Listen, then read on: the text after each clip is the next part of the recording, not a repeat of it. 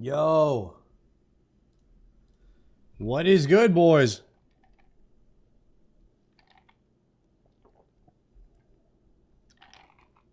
Yo, yo, yo, yo, yo, yo. How we doing? How we doing? Who's in the chat today? RM, what's good? Tech, Wild Healer, Bud Brooks, Glowy. Hope I said that right. Ghost, Rusty, Fang, MP Guns. How we doing? Detonation, Cold Flame. Yo, Cold Flame. Thank you for that tier 1, bro. I appreciate that. I just got the Varkath pet. Varkath pet. I don't know if I know who Varkath is yet. Varkath? Or no, Vorkath. Vorky. Okay. All right. Congratulations on the Vorkath pet. You finally said it right. Let's go. Let's go.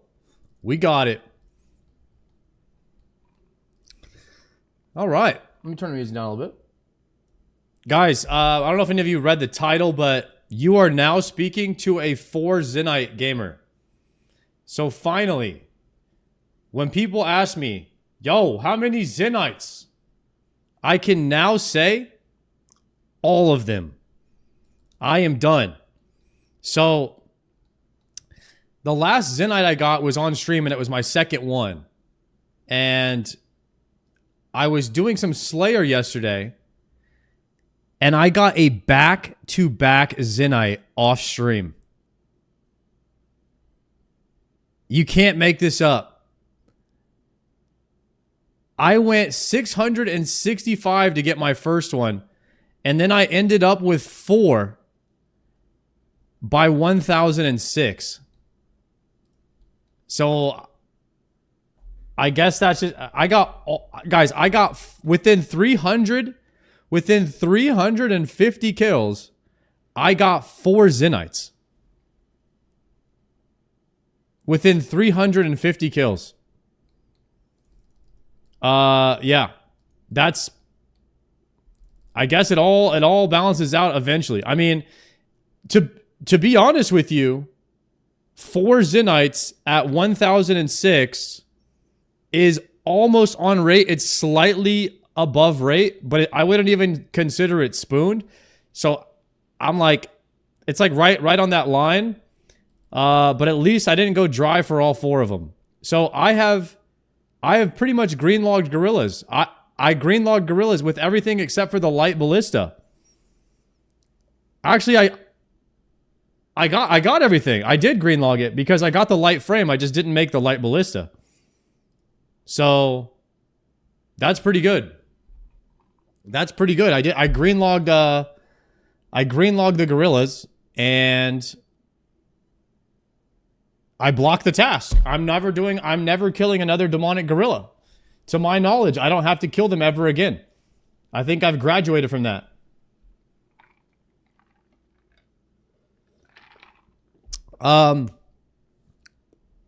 Which brings me to my next dilemma, the Tormented Demon situation. The Tormented Demon situation is pretty dire at the moment. I'm like 600 in or something like that. Without any loot, so we're definitely dry on Tormented Demons right now. So the number one tasks I need are like, I actually like these guys over here. What are they called? Necreals. I like Necreals and Mutated Bloodvelds. But I mostly need Tormented Demons on this account. Is probably the thing I need the most, is Slayer XP and Synapses. And yes, I did get a Fang. So our account is, our Iron Man is getting there, boys. We've got some things. We've got the ball rolling for us a little bit. It's looking good. Why don't we barrage those? We're almost max mage, and I really just want melee XP. I want to do mostly melee. Any chance I get to be doing melee, I need to be doing it because my stats are, I'm already 99 range. I'm almost 97 mage. So those will just kind of cap on their own, but my melee is dire right now. So I just want to do as much melee as possible. And everyone said you should hit max melee stat doing Slayer anyway.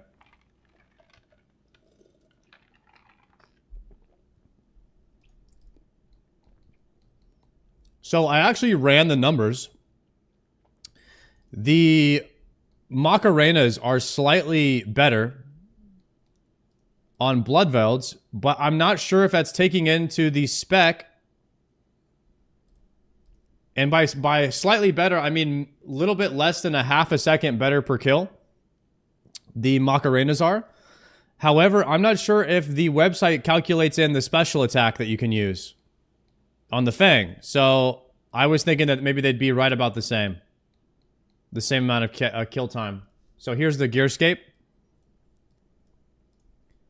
So if you compare the Macawaddles, they are a average TTK of 15.4, and the Osmutant Fang is a 0.88, which is a 0.43 second kill time slower, but the Fang has a special attack.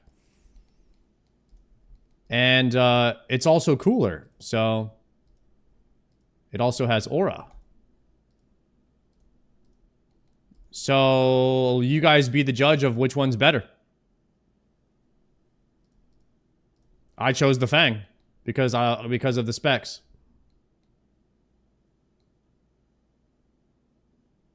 Use the best setup portion of the calculator? No, I prefer to manually do it because there's some items in my bank that I will not wear because I don't have the money to repair any of my I don't have the money to repair any of my red gear. What is it called? Blood gear? I don't have the money to repair Perilous Moons gear. So I'm not using it right now. I'm not even considering it as an option.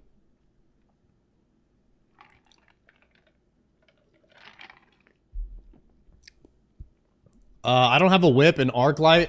I ran out of charges on it.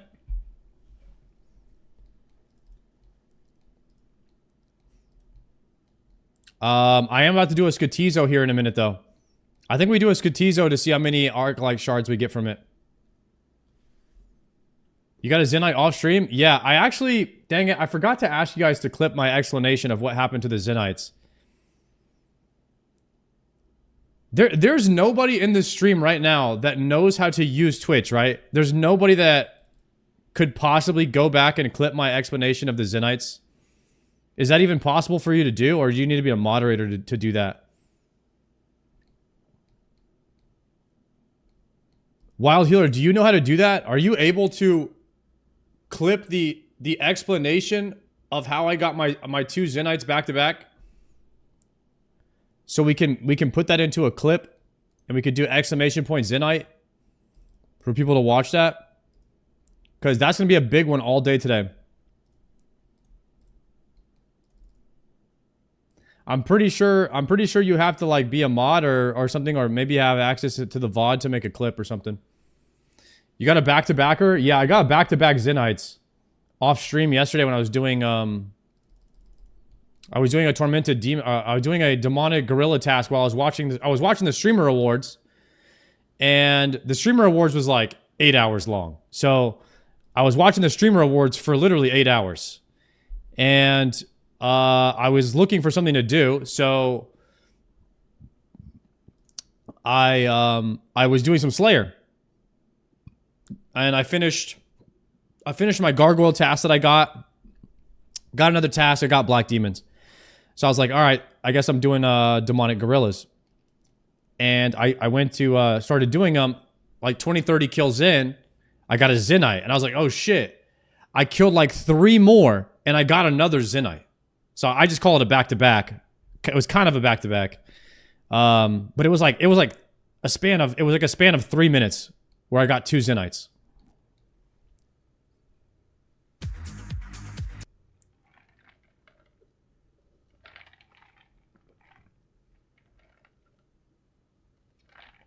Yeah. So that's what happened.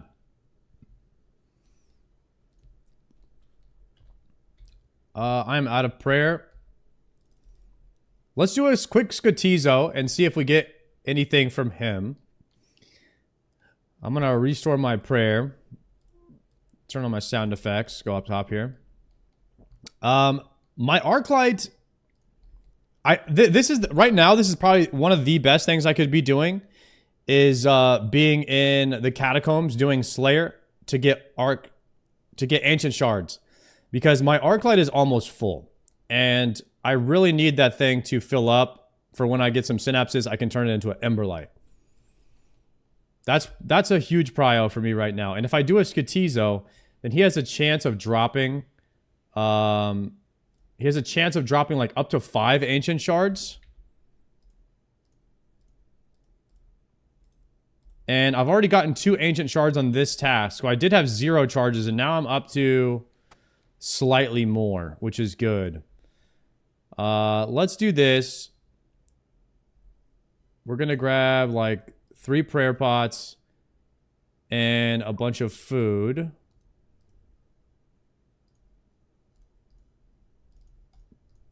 going to restore that. I need the totem to activate Skatizo here. Watch a new episode of GG today? Absolutely, guys. Absolutely. We have so many videos to watch. It is crazy. So many videos.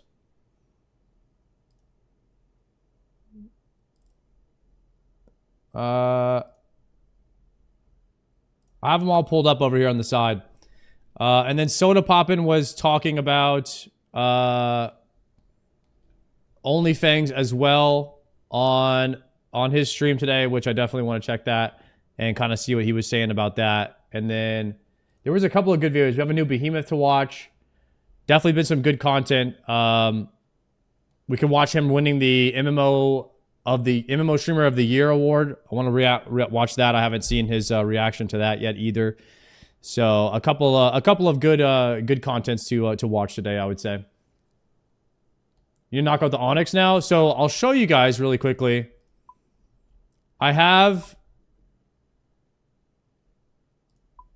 So here's what I have. I crafted the Tormented Bracelet. The Ring of Suffering is already crafted. And the Tormented Bracelet, which I had to do a +5 boost in order to get this. So I have both of those. And of course, you know, I have my Anguish. So right now, I would say we're looking pretty good on the Zenyte situation. And then of course, I have one more shard in the bank, which is going to be my Torture.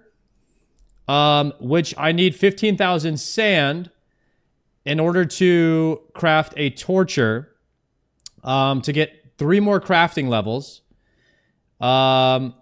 Which, of course, I already mined the 15,000 sand. So, you could say that I've been grinding. You could say that I've been doing that. That's what I did yesterday. So, I did 15,000 sand, which is about 5 hours of hitting the sand. I will never hit another piece of sand again. I am done. I have finished 93 levels of mining sand. Over 75,000 sand I have mined. Without tick manipulation, by the way. So I have done that. Now I'm in a seaweed drought, which I need 2.5k seaweed in order to turn the 15,000 sand into about 20,000 glass, which will then take me approximately another, I don't know, 15 hours or so to blow all the glass down into light bulbs, and then I'll have 93 crafting. At that point, I will have to do another +5 crafting boost.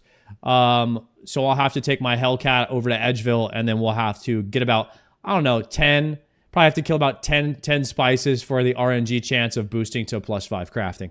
So yeah, that's kind of what's going on right now. I haven't used the Ring of Suffering yet. I don't really know how to use it. I also need to imbue that, which now you can finally play the game. Yeah, JPC, we're working on it. We're working on it, guys. We did probably, arguably, one of the hardest upgrades, the hardest grinds on an Iron Man for power that you can get through skilling, which is the 93 crafting grind. We're not done with it yet, but we're almost done with it. We're on the final home stretch here, and we've done all the legwork on Slayer to get the rare drops needed to get the best jewelry in the game, which is pretty freaking cool. It definitely feels good to be done or almost done with one of the major grinds of the game. Other notable grinds I still have to do on my Iron Man is 90-something mining, 90-something smithing, and 90-something fletching, so that you can make dragon arrows and darts. That is another massive grind that's coming up, which will be a huge power spike in the account once it happens. So we are also going to be working on that over the next, I don't know, month or two. And then, of course, the diary grind, which I think that I will probably stop my account at all of the boosted minimums in order to achieve all of the diaries in the game. I think that that would be my final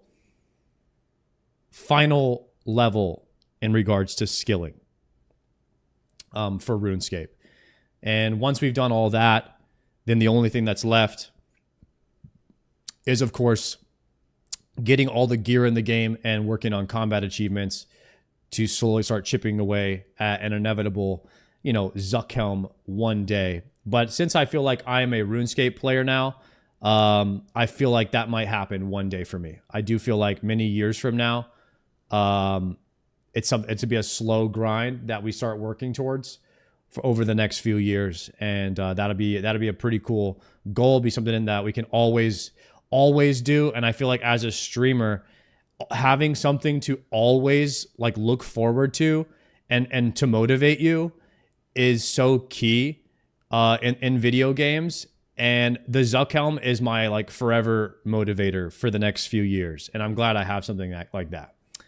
I don't think I'm going to be ever go for a max cape, but hey, you never know. Once you get to Oda blocks, you know, once you get to the point where Oda block is in the game, where he just has literally nothing else to do because he's done it all, maybe then you decide to go for a max cape and you just do like one level a day or something like that of every skill, right? So I feel like my max cape would be after a Dscim, and that would be maybe 5 years down the road.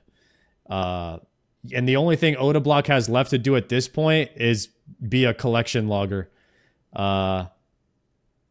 Maybe he just does casket streams for like the next 2 years, and that's kind of what he does. I feel like that's the progression of an account in RuneScape. You always just want something to do that you can forever progress on. You just make a hardcore. I ain't gonna lie, I love hardcore in WoW, but hardcore in RuneScape would mentally destroy me, and I don't know how anybody does it. The thought of doing everything that I've already done again just to prove I could do it without dying doesn't appeal to me at all. It's admirable for those who have the mental stamina to deal with it. If you're doing it for content, it's great. I don't know if that's the content I would want to make or the route I would want to go. I feel like it's too devastating when you lose that character. It would be too devastating on me mentally, and I don't think I could handle it. But I'm always down to go again in World of Warcraft, even though it's just a much shorter of a journey, I think.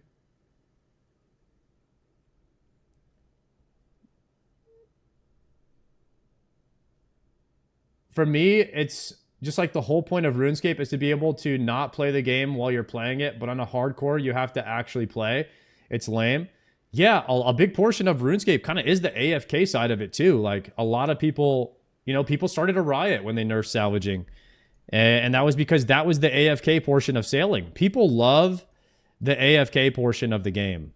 And once you start messing with that, people don't like it. People don't like it. So that's why I say when you put something in the game, it's better to underdo the XP than overdo it, because once you nerf it, people are going to be mad. Chat, how do I do a suffer ring? Can I put all these recoil rings into the suffering? 1, 2, 3, 4, 5 of them. Noted as well.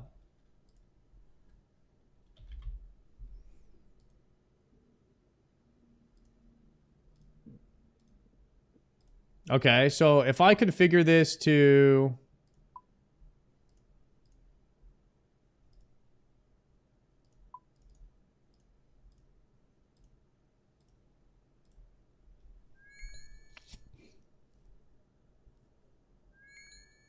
So after we do the Slayer task, we're going to imbue the Suffer Ring today. I'm going to do a Skatizo really quick. And we're going to finish the Bloodveld task. And then we're going to imbue the Suffer Ring.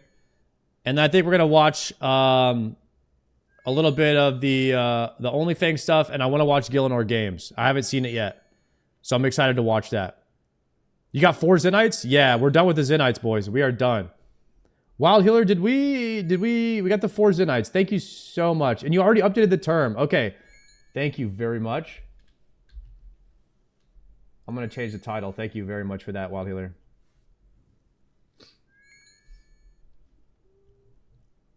Undertoker. Yo, Undertoker, thank you for the 2-monther. The return of Pirate Software. Juice Blocks, what are we saying? Is he back? I think I need to break one of these.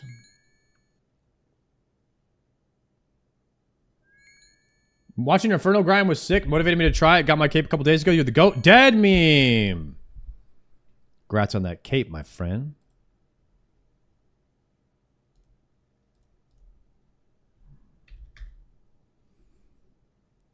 All right, so we have 1,000 Rings of Suffering. Wait, if I imbue this, I don't lose all my charges, right? Oh, no. Did I mess up?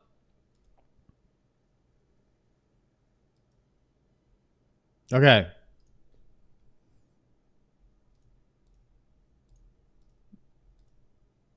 I'll make sure. I got scared for a second. All right. Why don't we go see... Why don't we go see what Skatizo's got for us? Totem. Base. I have 2 pieces of another totem. I just need another top. And then we could do another one. I'm pretty sure this is all that I need.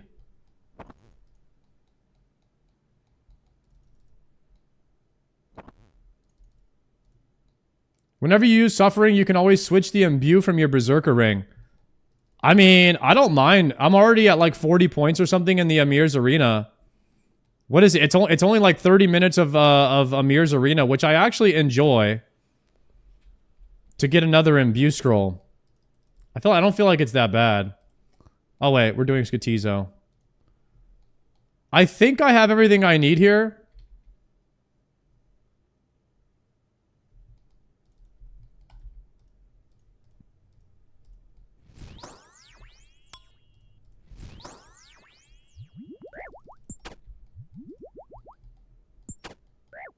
Why am I getting hit so hard?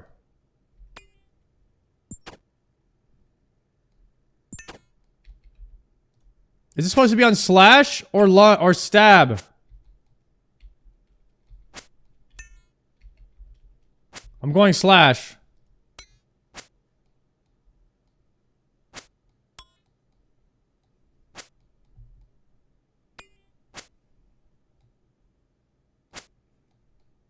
Oh, I'm wearing my Slayer helm.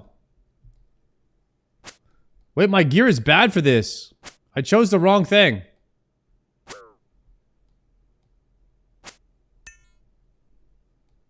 Alright, I'm gonna go kill one of these. Magic. We'll kill another one.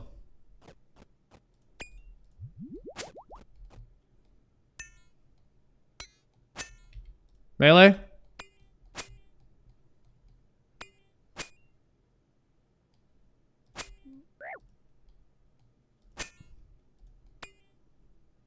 Alright, third one's up. We gotta go.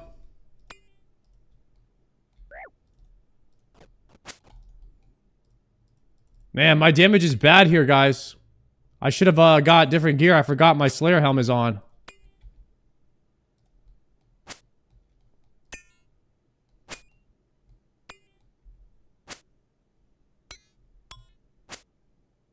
How many pillars up? 2 pillars. If another pillar comes up, we gotta kill it. We'll just look at those 2.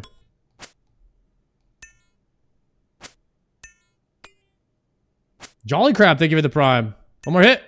Alright, I gotta go here.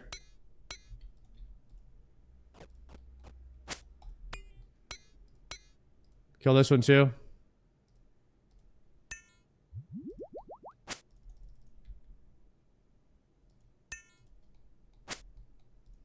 Oh, that's gonna hurt.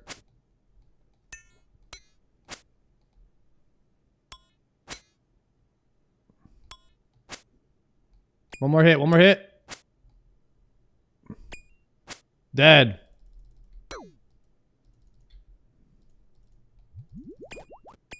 Give me 5 shards.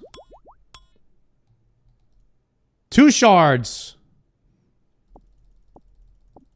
Alright, could have been worse. Yeah, we take that. Check 76% on my arc light. Yeah, we take the 2 shards.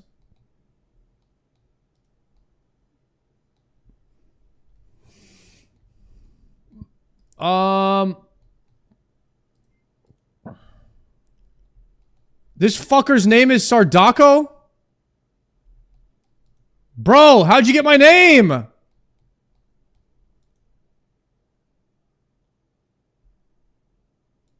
What the hell? How'd you get my name?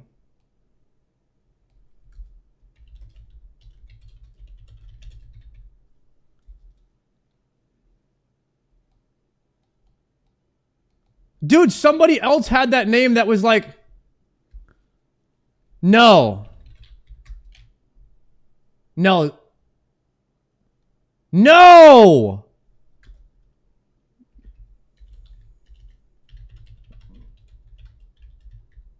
The last guy had it...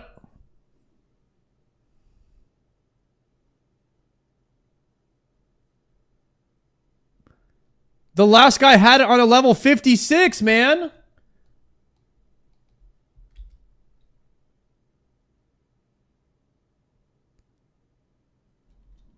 Bro. It's a... That's a really nice name.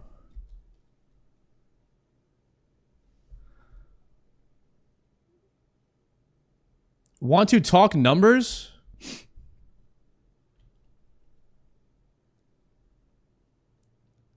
I got one number for you.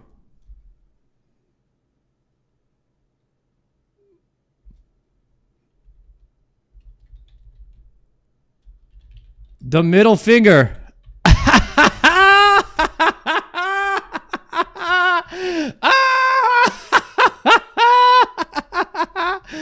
Ah, get out of here, bitch.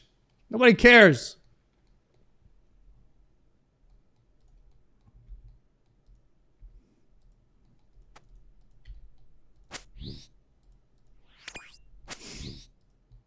That would be cool to have that. That would be cool to have that name, though. That would be cool.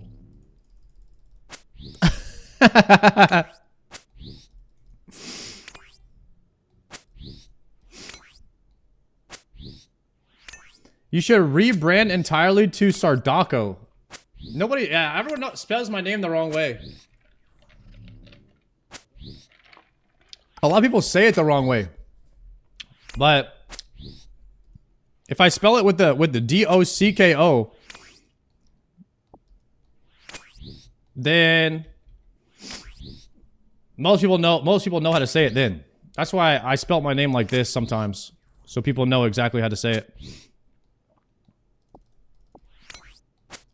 Yeah, a lot of people say Dako, like Sardako. I don't know how you get that. There's like Sardako, Sardako. And then some people somehow make other shit up too, and I don't know how you do that. But like, if you take the ending D-A-C-O and you change the D to a T, what's that spell? Taco. Sar. Dako. It makes sense to me. You know?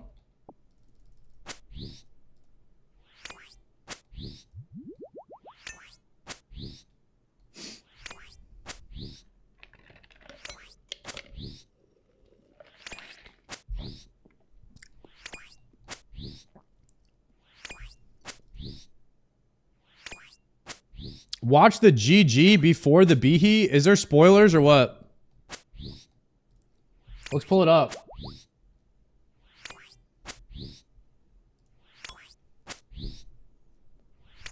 There's spoilers. Okay. 2 weeks.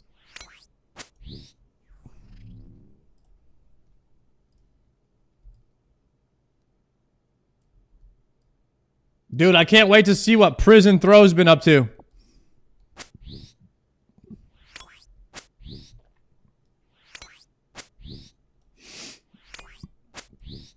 All right, boys. Time to get DMCA'd. Let's do this.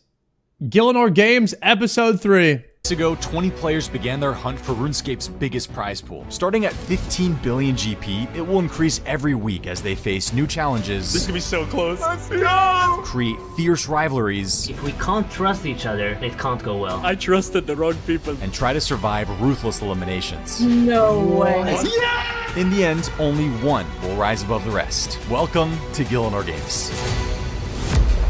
Joey, thank you for the tier 1. Oh god, DMC already. DMCA already. RIP YouTube. Kind of feel like we put a target on our back last week after we put Pink Team into the banning, and it just kind of showed our overall strength as a team with some very experienced players like Solo Mission and It's Will. I think people might have an eye out for us this week that they didn't last week. Chat, what movie made this song famous? What movie made that song famous? Let's see who the oldest person in the chat is. Night at the Roxbury, baby. Van is the oldest person, guys. We got a bunch of old people in the chat today. And I love it. Dude, I broke the window Welcome again. back to your third challenge on Gillinor Games Season 5. Yes! Yeah.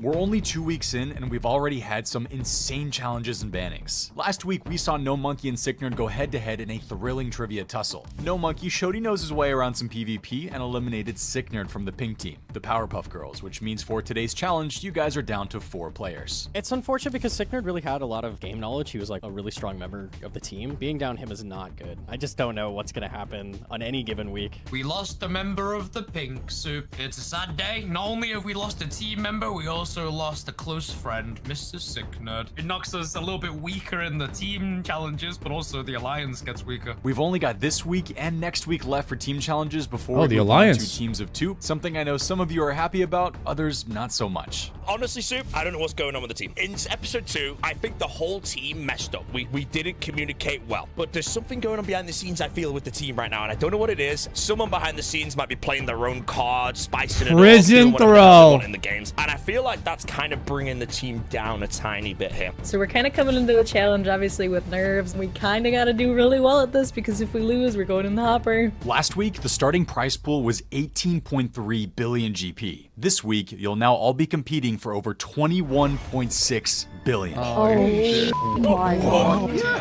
Okay. Damn. Viewers can contribute to the in-game prize pool and earn a spot on the leaderboard. Wait, 21 billion, chat? Hold on, calculating that into real gold, real money numbers, really quickly. 21 billion.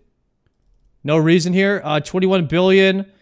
Guys, what do I divide this by to calculate the real money number? Anybody know?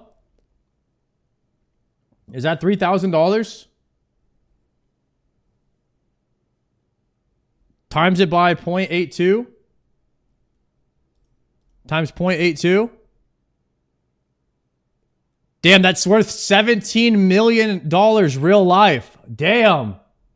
By adding their GP contribution. Here you can see everyone that's added to the pool so far. You can send me a private message in game or join my friends chat, Soup, and let us know that you're looking to contribute. Last year we got up to 65 billion. This year, let's see if we can make it even more. For every like on this video and new subscriber to the channel, GP gets added to the prize pool, so all of you can make a difference. I've got a pretty ambitious goal of 450,000 subscribers. Let's see if we can hit it. That's today's challenge for all of you. Interestingly, since the last episode heard, some of us from Gillinor Games may have gone for a meal. We had a verbal contract involving myself, Boaty, Skillspec, Solar Mission, and Vitoso, and we're gonna off each other, apparently. We'll see how that goes. I'm a little bit worried going into this week. I did actually have a meet up with a few of the RuneScape boys, and there were a few words being thrown around, as well as a few whiskies. The lips were getting a little bit loose around the table. All of a sudden, Torvesta says a good strategy for the Gillinor Games would be to, and I quote, get the shitters out. Hello? Hello? Huh? I'm a shitter. So I am shitting it in the hot seat at this table. My team, they all trust He called them shitters? How dare he speak to skill specs like that? me, of course, but I've been cooking it up next levels. We're not talking about DMs. I was out for dinner with Boaty, Skillspecs, Vitoso, and Torvesta last night, getting in their ear in person. I played Vitoso like a fiddle. I said to him, I'll tell you who I voted for last week if you tell me who Sam you Baldy, voted thank you for the He prime. told me, and then I told him I was in the tribunal, and his face was a picture. A classic. Okay, it's challenge time. Last season, one of the challenges was called Top Gear, where you had to get the highest stat bonuses possible from scratch. Well, today, instead of bonuses, you'll be focused on one of RuneScape's weirdest mechanics, weight. Today's challenge is called Wait For It. Instead of RuneScape stats, you'll be focusing on RuneScape fats. Wow. Okay, my bad. I thought it was funny. Each team has 30 minutes to make themselves as heavy as possible. Every item in RuneScape weighs a certain amount. Some items are light, like an Amulet of Glory, for example, which weighs 0.01 kilograms. Some items are heavy. This Bando's Godsword weighs 10 kilograms. Your goal is to fill up every gear slot to make yourself weigh as much as possible. One item in your inventory of your choosing will also count towards your final weight. The higher your total weight, the better. We're going to take the weight of each player on your team and average the number. That will be your team's final score. To help get you started, you'll have stamina potions, 1000 GP, some basic tools, and teleports to move around. None of the items in this starting inventory can be sold. The big rules today: no world hopping. Everyone must stay on the same server. Damn, what's the heaviest item in the game, chat? Pop quiz, who knows? What's the heaviest item in the whole game? The Grand Exchange is not allowed. Iron Man rules, except that you can trade with your teammates. Your mom? Django and Draenor Village and both gauntlets and Prevdinus are also banned. The You guys stole my only slot you don't have joke. to worry about is your cape slot. You'll be wearing your team's cape the entire challenge. And finally, the OSRs wiki is banned until the final few minutes. You'll have to rely on your team's combined game knowledge to figure this out. The team with the highest average weight after 30 minutes wins today's challenge, is safe from elimination, and earns a spot in the tribunal. This is my first time doing a challenge like this. This is just bread and butter Gillinor Games, you know, it's one of them sort of challenges that you only sort of see here. As always, gonna be looking at Boaty to carry this one. Your goal today is to overload your weight as much as possible. And you know, that reminds Don't even tell me he got a freaking weight loss sponsor.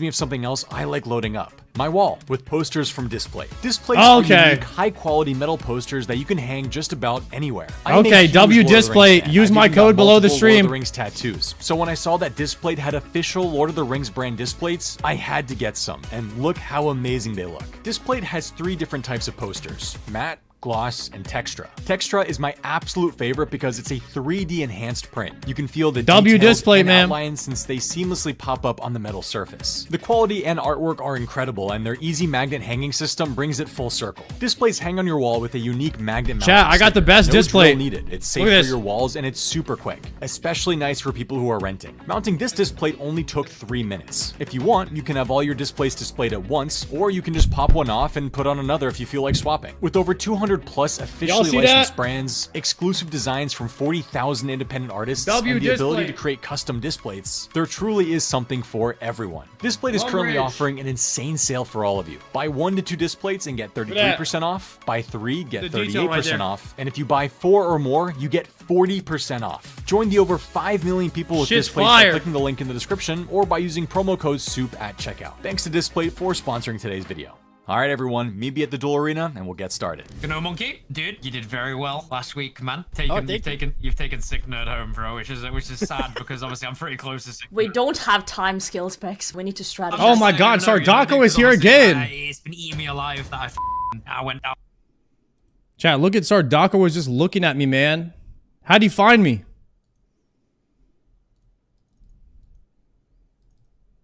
What the heck?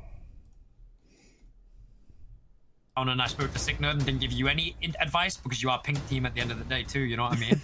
It's just I just to remove that awkwardness. You get what I'm saying, bro? Oh yeah. Okay, we're good. We're close. I'm just very close with him, dude. That's all. All right, guys, here we go. 30 minutes to get heavy. Your time starts now. Go. Okay, go. Right, go.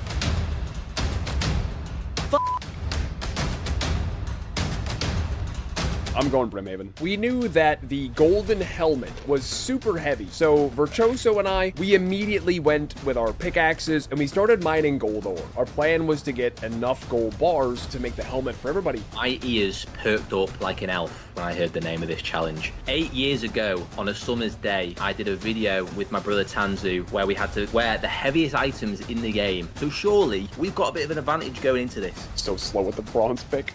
Yeah. Is it 2 or 3 bars? I'm pretty sure it's 2. I'm almost positive. How many do you have? I have 4. I've got 4. I'm scared it's 3. Okay, yeah, let's just get extra then. Party night. Oh, bro, I don't have the thieving level. I don't even know. Bro, I don't even know what I would do. Unbelievable though, right? Bronze plate body is 10. I'm gonna buy an iron just to see if it's heavier. Yeah, I'm going for like plate bodies, like one of every plate body or something. I don't know what weighs a lot. I've never looked at weight. No, they're the same. So we just need bronze. Okay. All right, Northwest, Draymond staff on. Fairing code is BJS. When the challenge starts, we're all gonna go get that barrel. The barrel of coal tar is most probably the heaviest item you can get in the game. And while we go get the barrel, what we're gonna do then is try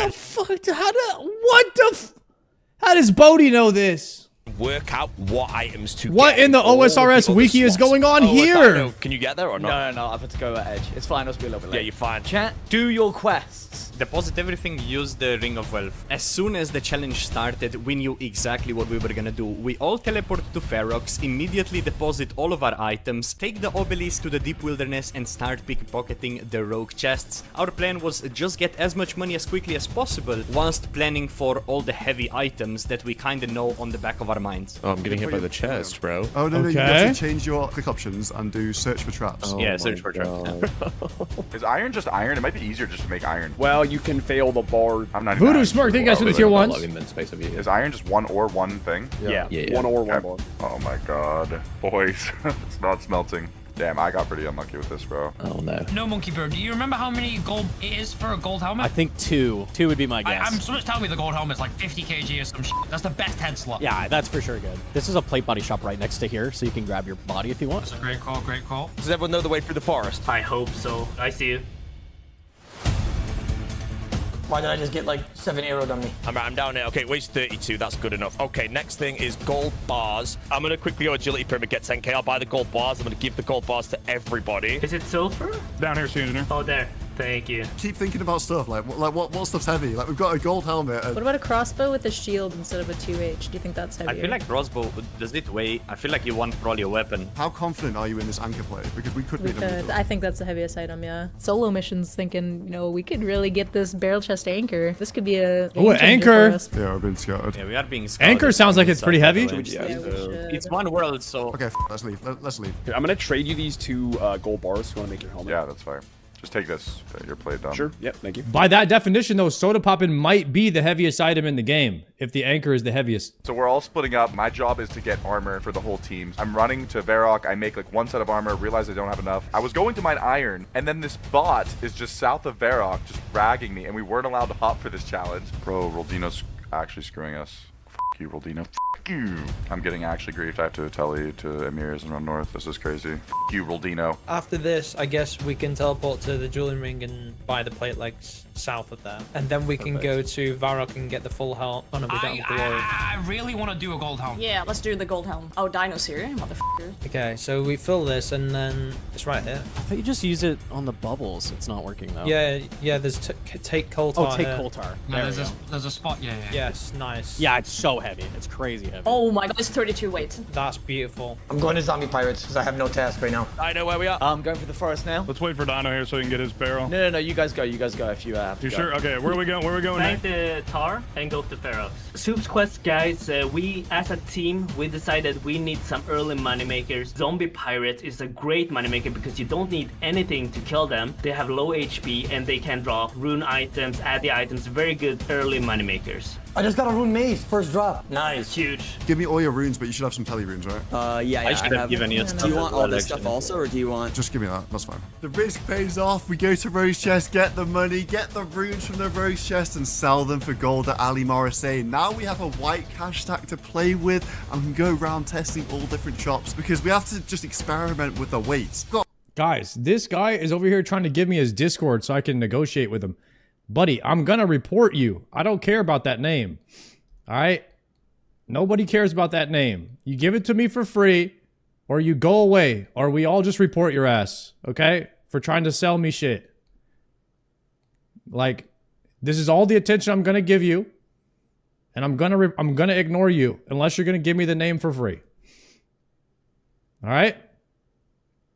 That's it. 100k cash, bro. And we got a wait. We got a big boy. We got a thick boy. We got a thick boy.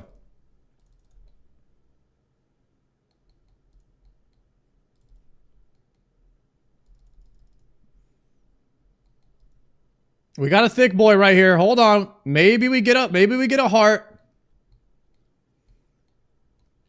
Maybe we get a heart right now. All right, I'm ignoring this guy. Ignore. I just ignored myself. And entity hider. Goodbye. We deleted him. Guys, we just deleted this noob Sardako from the game. Once and for all. He's gone out of here. Ooh, Dark Totem top. We could do another Skatizo now. Let's go. Let's go. That's what I'm talking about. Right now? I got all the sets. I got all the sets of bronze, so... Okay, nice. Is bronze heaviest? Did you test it? I didn't test, but I'm like 99% sure they're all the same. Iron and bronze plate legs are the same weight. Just look iron plate body. Iron plate body is 21. Oh, wait, sorry. Wait. 78 kilos. Wait, what? Wait. Oh, wait. I can drop this, maybe that's why. Okay, 68. We have a lot of... Why don't you buy the name from him? Guys, I don't negotiate with terrorists. Okay? I'm an American. people doing nothing. We should be making money, though. Well, go back and just start thieving again. Rogue chest? Yeah. Okay, I'm good. If anybody wants to teleport to Varrock, I've got the golden helmet, I've got the bars and hammers. All right, someone saw me at Rogue's chest. Wait, good. so we only need like there's a guy with 5 keys here. I got the totem top in my inventory. You guys chill. Look at it. It's right here. We definitely knew Barrel of Naphtha is going to be big. We knew that was going to be our one item, and we knew the boat to Port Tyrus is 1 to 2k each. I know this is not going to be my strong suit, so I'm just going to go get some money quick right away. My first thought, go to Agility Pyramid. What? Wait, I find nothing on top of the pyramid. I don't have my thing up here. What? The top? Yeah, that ass. There's no top? No, there's no top. What? Oh my god, what do I do? We're getting trolled. I'm just gonna pickpocket for money for now. Yep, I gotta leave like right now. I have no idea why. I'm going on your nights. That top is not on there. I still have no idea where it is. It's not in my bank. I have no idea. You've got your gold bars nest, yeah? Get your hammer. Yeah, got it. Yeah, I'm making it. Yes, it's working. It's working. Yes, it worked. Good man. Beautiful. Okay, now I'm going Jillian Ring to get plate legs. Wait, oh fuck! I made a golden fucking bowl! I made a fucking golden bowl last week. I was gonna make the gold helm. Oh no, I tried to be potato. fast, I click and I didn't get the option of the helm. Turns out I had a helm in my bank, so you can't make it. Oh, is the gold helm like hella heavy? As well. Okay, I might be wasting my time at the pyramid, but don't matter, get the cash. Bodhi, do you Sounds think it's heavy. worth it for me to buy a bronze med from Barbarian Village and see the difference? We should try that definitely, because you've got a bit of money right now. Buy like the bronze med and the full helm, wear them both, and just check the weight by dropping them on the ground to check the difference. I just got another rune mace. I think I'm gonna dip out of here and do what Bodhi said. All right, I got an added plate body. Beautiful. Okay, perfect. So you got right. Okay, you got an addy plate body. See engineer at some point. Buy a bronze plate body from Horvik. Check the weight difference, just in case, because if they do have differences, I'm going blast furnace. Oh, I got gold ore. I got 11 gold ores. Oh my god, that's huge. Wow, everything I've done is pointless. Let's just keep track of the item slots. Right now, what we don't have is shield, amulet, ammo. I don't know if there's any heavy ammo. Ammo's nothing. Just like focus on the big bits. Maybe shields. I mean, if we get one barrel chest, could be huge, you know? Like Yeah. just enough money for one. Yeah, that's why why me and Will are doing chests. We know that the barrel chest anchor is extremely heavy. Barrel but it's chest also anchor. very expensive. 250k? 250k? Me and Will are flying back up there because we're not doing anything. So we've got to hell make no. this money. But it is in the wilderness. Okay, Josh, how about you go make 5 bronze kite shields right now? Fally shot, you can just buy them. Just buy 5, buy 5. I've got boots of stone for everybody. I pickpocketed 3.8k so far. I mean, bro, that's way faster than mining iron. Do we just buy iron? Like, I mean, maybe. Yeah, maybe. Yeah, we it's just buy cheap it. as hell. It's cheap from Horvick, right? Yeah, let's do that. I'm just gonna pickpocket. Sounds like a better idea. Oh my gosh. Yeah, screw the smithing and shit. I'm going to tell you to Fortis because there's quite a few like armor shops around there, aren't there? When it comes to challenges like this is my bread and butter. This is what I do on a day-to-day basis. People don't realize some of the random shit I have done on this game and turned it into a challenge. So I feel like I'm a massive asset to the Roosters. Got everyone a bronze legs and bronze kite shield. Nice, Nasty. Okay, nice. He's the sleeper what's here. Next? Okay, melee. I can look into the Seal of Passage. Does anyone know where we get that? We all had different ideas. Torvesta launched us towards doing zombie pirates. If we didn't have a plan for like how to get an item, they were just like spending their time making money, trying to get up to those super heavy things that cost money. Wait, don't anchors cost like 300k? I'm pretty sure it's definitely 300k. The anchor, I'm just gonna get hammers for everyone. We actually have really good communication this time. Skill specs and Sicknerd aren't like yelling over each other anymore. I really wanted to go for that barrel chest anchor, but Torvesta kinda kept saying it's the average. We were like, oh, maybe it's better if we all just get like really good items each, so the average is better. So buy a bronze chain body and just test. Buy a bronze plate body and then check the weight of the addy plate by dropping it and the bronze plate by dropping it vice versa to see if they're the same. If they're the same, we just get full bronze and that saves so much time. Bodhi asked me to test out what's the heaviest metal. I had an addy plate body drop from Zombie Pirates. For some reason, I tested out the iron and bronze body, but I did not test out the addy plate body. Iron and bronze is the same. Wait, make the helmet! See, engineer, make the helmet! Oh, I made a golden bow. You're fine, Trade. I've got 3 more bars for you. Wait, I need a hammer. Oh, watch out, Solo. Run. No, bro, come on, please, let me negotiate. Yeah, you can go. I have a bunch of shit, dude. God damn it. I'm just doing nothing now. Oh, This is bro, this fucked. whole f***ing team of people, no! Okay, I died. The rogue chest is cooked. We're not going to be able to do that. I think that barrel chest is not gonna happen. Yeah. No, it's not. Who's weapon? I'm gonna test it with a Warhammer. I bought a long sword. It's only 1. Bronze Warhammer's 2. Warhammer's 2. Okay, let's couple Warhammer. Do you guys want me to buy one? Yeah, buy them. Bronze square shield is 4. I'm gonna buy a bunch for everybody. Should we do the Seal of Passage? We should, yeah. I think that's... Okay, let's go make sure we get that done. Yeah, I've just grabbed that now. We gotta work on our barrel next. Yeah, that might take a little time, so... Has anyone got a shield, by the way? I have extras, yep, I can give you one. Virtuoso's experience with this challenge, he informed us that the Seal of Passage is extremely heavy. It's this little circle for whatever reason, it's extremely heavy. I have a hammer. What's the play here? Trade me. I'm gonna give you 3 gold bars and then make a gold He was helmet. just- Where you going? The others? Dude, isn't that what you... that's what I would do is kind of like look through my bank and see how much everything costs. But Seal of Passage is sleeper. Oh no! Make the helmet! Oh, I was going. Oh shoot! I was gonna go smelt it over there, sir.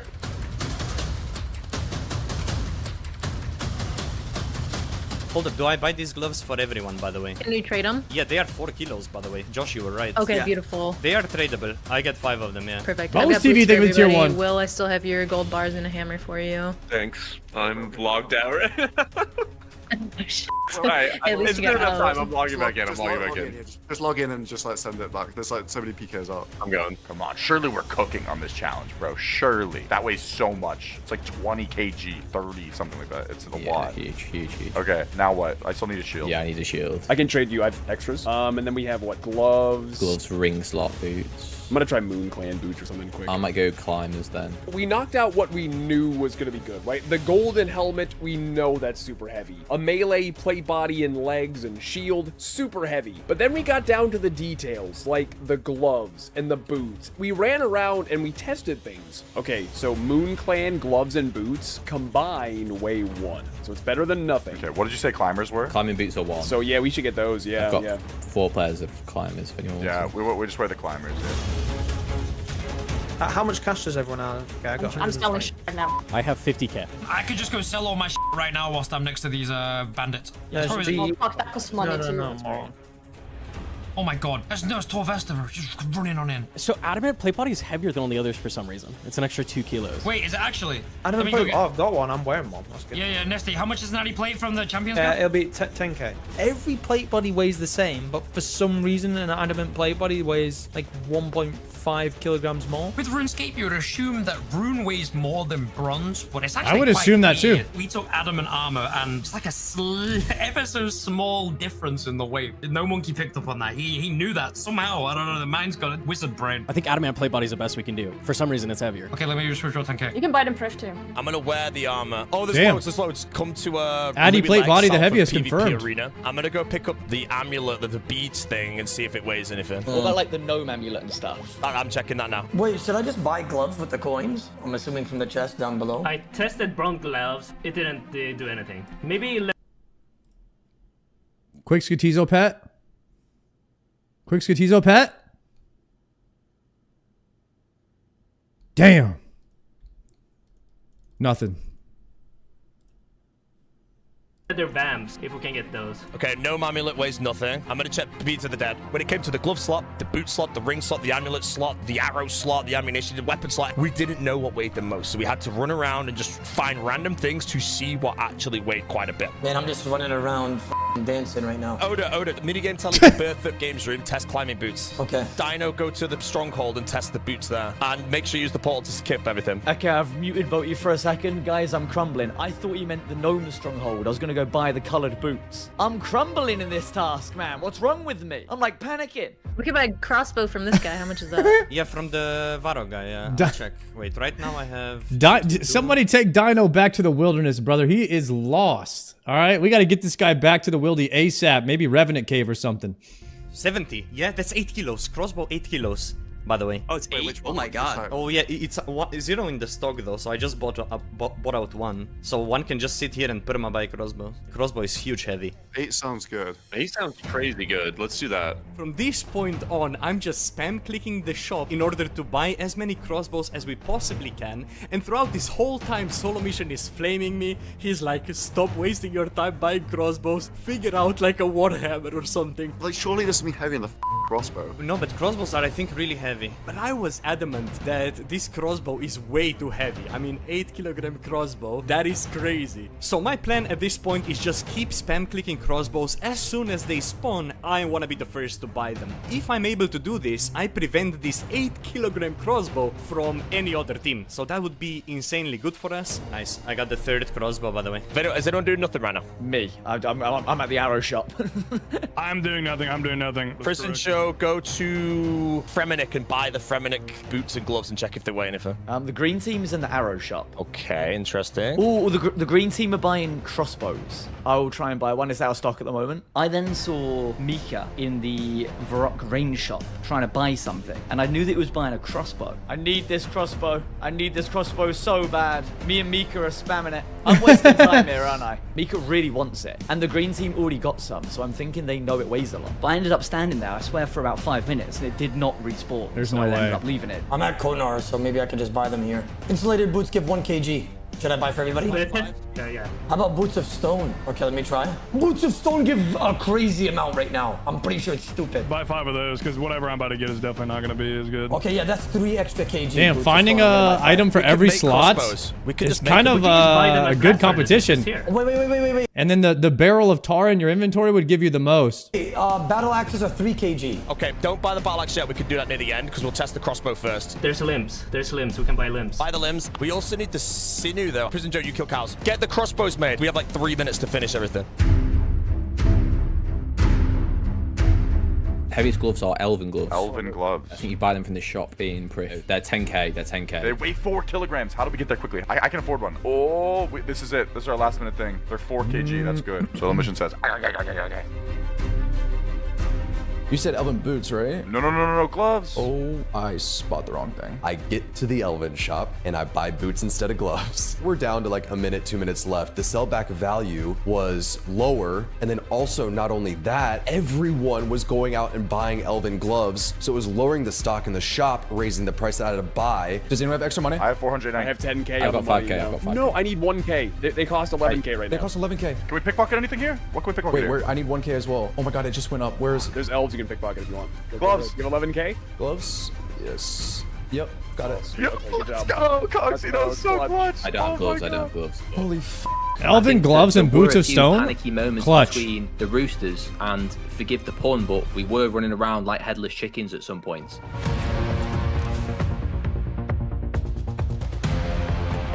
Does anybody know how you regain the Seal of Passage? You just talk to Brunt the Chieftain, and it's the first option. All right, yep, we got the Seal of Passage. Very nice, very nice. Compared to week 1, our teamwork is so much better. You can The planning we did ahead you can equip the Seal of Passage?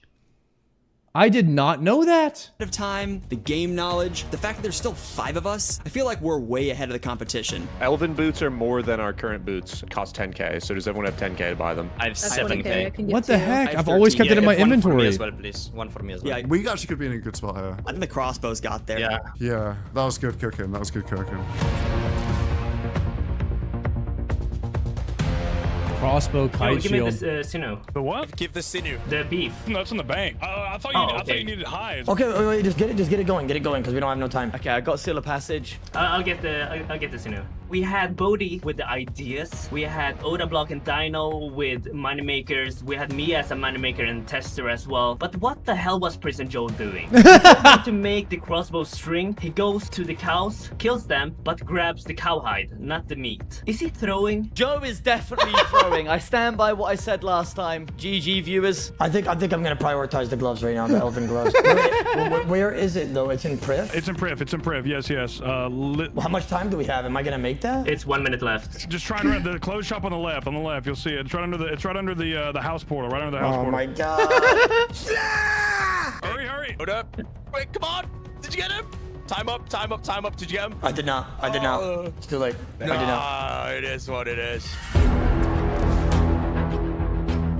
Damn, bro. Prison Joe is just squatting around, picking up cow I'll just buy bones. everyone's elven things. I'm going to the clothes shop. You get yours, I'll get three. What do I need to I buy? Is it can't, just brother. boots and gloves? Yep, boots and gloves. Yep, easy. Did you guys buy boots and elf stuff for me too? We gotta start trading over shit. Right, let's go to Varrock and quickly get a sword. We don't have a sword slot. You've got gloves and boots. I've got my setup. I bought a spare adamant plate body and legs. Which sword is the best? It's hard to tell. Battle axe is heaviest. It's battle axe. I think there's time, no monkey, honestly, bro. There's not much else. Honestly, hey, look at us, bro. It's pretty good.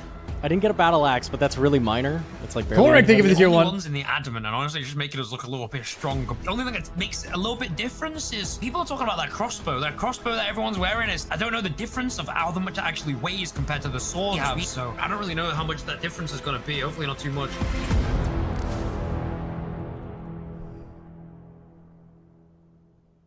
Welcome back, everyone. Well done on today's challenge. As always, the results are close. All 4 teams were within 10.4 kilograms of one another. In last place, receiving undefendable votes for today's hopper, is the yellow team, Team Soup's Quest Guides, with a score of 99.6. So terrible, though. It's so Hey, terrible. who the hell is not 100, bro? Looks like you guys are getting the votes again. I was shocked. How is this possible? We had such a good gear setup. We had this challenge locked in, and for some reason we came last. Red team, you guys came in 3rd with a score of 101, which means it comes down There's to no the pink way. and green team.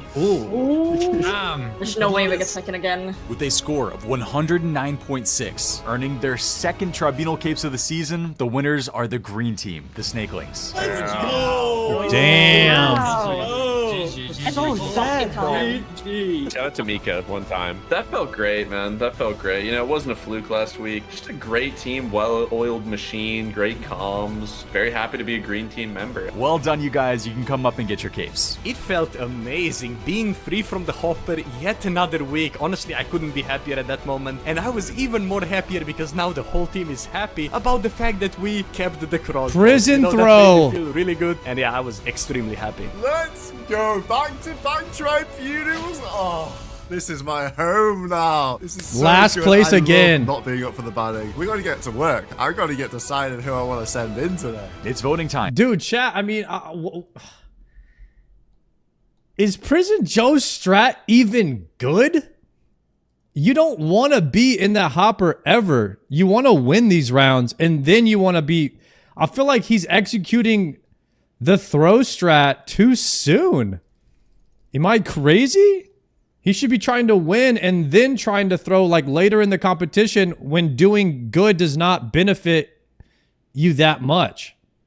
The 3 teams heading to the Crucible today are the pink team, red team, and yellow team. It's self-sabotage, yeah, at this point. To anonymously send an attack vote and a defend vote to another player. After the votes have been collected, all leftover attack votes will be spun by the hopper, where one person will be selected to go into the banning. Have fun voting. You're assuming he's doing it intentionally? The guy was squatting around in Lumbridge looting the wrong things from a cow. What do you mean he's not doing it intentionally?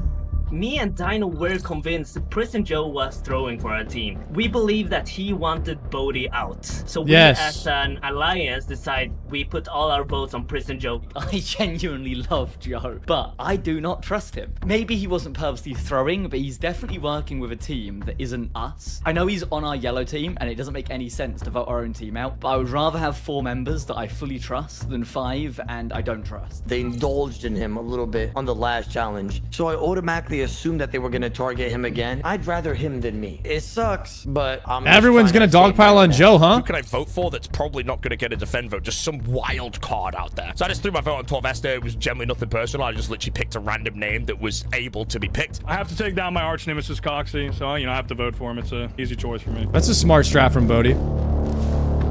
I discussed a little bit with Josh and Jesse. We all kind of agreed on Dino. Torvesta was like in the chat trying to convince us that PJ had to go. I'm thinking that there's like some conspiracy going on. Dino seems to have this conspiracy going on where Prison Joe is sacrificing Boaty's team. I don't know how he knows that, but I don't like anyone attacking Boaty, so I kind of want to see Boaty do well in the Gillinor games. I do love the Ginger, as you know, Soup, so all units, the Alliance, man. All units. Skill specs and Bodhi Alliance confirmed. What to do. I didn't know who to vote for, but now I know what to do. You vote for the shitters. If the tribunal vote you in, at least you have a chance. No offense, Prison Joe. Wasn't my decision. Bodhi has a lot of sims. There was a little bit of doubt in our alliance on how everyone voted when a sick nerd went home. So we wanted to retighten those bonds with our alliance and say, hey, we're on different teams, but hey, we're still here with you. Our team was definitely a little bit confused, but we did decide in the end to go with our alliance vote, which was on Prison Joe. My team, the Red Roosters, want to vote for Odablock. That's what Mammal and Vertosa were going with. Coxie and I, however, we're in another alliance, and they want to take out Prison Joe. We voted with the Red Roosters last episode and took out Sick Nerd. And this episode, we felt like it was going to be too much of a risk for us and our standing with our larger alliance if we didn't follow suit with them and do what they wanted to do. So we went with the big alliance and we voted Prison Joe. The vote to Oda was nothing personal. Not many people would have voted for Oda, and then getting us to vote him in there, it just gives another massive player of the Gillinor games a chance to go into the banning. We said, okay, who should we vote in? And ultimately, we decided our best interest was to vote in a strong player. We should do our best to try to get Odablock out so he isn't a risk in the future. So we decide, okay, for any PvP, for sure, yeah. You definitely don't want Odablock or Bodhi in this competition if you're trying to win. Let's find out which players will see their name appear in today's Hopper selection. These votes are pretty crazy. With 1 vote each, we have C Engineer, Dino, Odablock, and Bodhi. But with 8... Chat, I'm keeping Prison Joe in the competition. All right? That's my strategy. All right? This guy... No offense, but right now he's not a threat. You want to get rid of the threats. Votes. And the highest odds to be selected for today's banning is Prison Joe. What? Wait, what is going on? These guys are not playing the game right. And that's it. Those are the votes. Those are all the votes. Wait, what? No. Wait, that's crazy. 8 for Prison Joe? Just us. That's it. That's crazy. What did I do? I knew I was going to have some votes. I was thinking at worst I have 3 or 4, and it's going to be from the pink team. But I'm also not putting it past my own teammates throwing me in. I feel what really happened here is I was talking to too many people, and the bigger alliance in play didn't like that. When I saw 8 votes for Prison Joe, I went into my DMs and double checked who the f I voted for. Everyone went like, what the hell is going on? Immediately, I'm DMing Coxie. Shit, man, and Vertoso are gonna realize shit, he only has 1 vote. And I'm like typing to my team, they must have really protected Oda. There's just silence, no one's replying. And I'm typing to Coxie, I'm like, we're so cooked, bro. They're gonna realize. If we ever go into a banning and I see Damn. 8 votes next to my name, I'm gonna cry. What did I do to deserve this? Oda block. That's gotta be awkward knowing that even your own team voted you in there. Like, what are you gonna do on the next game? You're just like, do you do anything at that point? Like, that's so awkward. Only has 1 vote for him. When you revealed that, my first thought was, well, he miscounted. Something's wrong. How can he only have what all 4 of us voted? So he must have gotten so many defend votes. Joe, you have the highest odds to be selected by the Hopper of anyone on the season so far. Let's see if the spin today has anything crazy in store for us. Watch my luck. Watch my luck. 1 in 12. 1 in 12. Look at my luck. Look at my luck. Look at my luck, Engineer. Prison Joe. Oh, what a surprise. Oh, man. With What a surprise. 66% chance, Prison Joe, you have been selected by the Hopper for today's banning. Come on up. When I saw the 8, I just accepted I was going in. I knew I was going in. That's just so many votes. I prepared myself best I could mentally. I knew I would at least have a fighting chance, whatever the challenge would be. Tribunal, it's now time for you guys to make your decision on who to put Prison Joe against in today's banning. Once you're finished, you'll anonymously send me your votes, and I'll reveal the results to the rest of the cast. I bet you they pick I don't Bodhi. want Prison Joe to go home because as much as I don't trust the guy because I know he talks to everybody and their mother, I want him to stay because I do think that that's one of the friends that I have here. Who can we put in there that is not just going to steamroll Prison Joe? So we had to be kind of strategic with this one if we wanted to actually save Prison Joe here.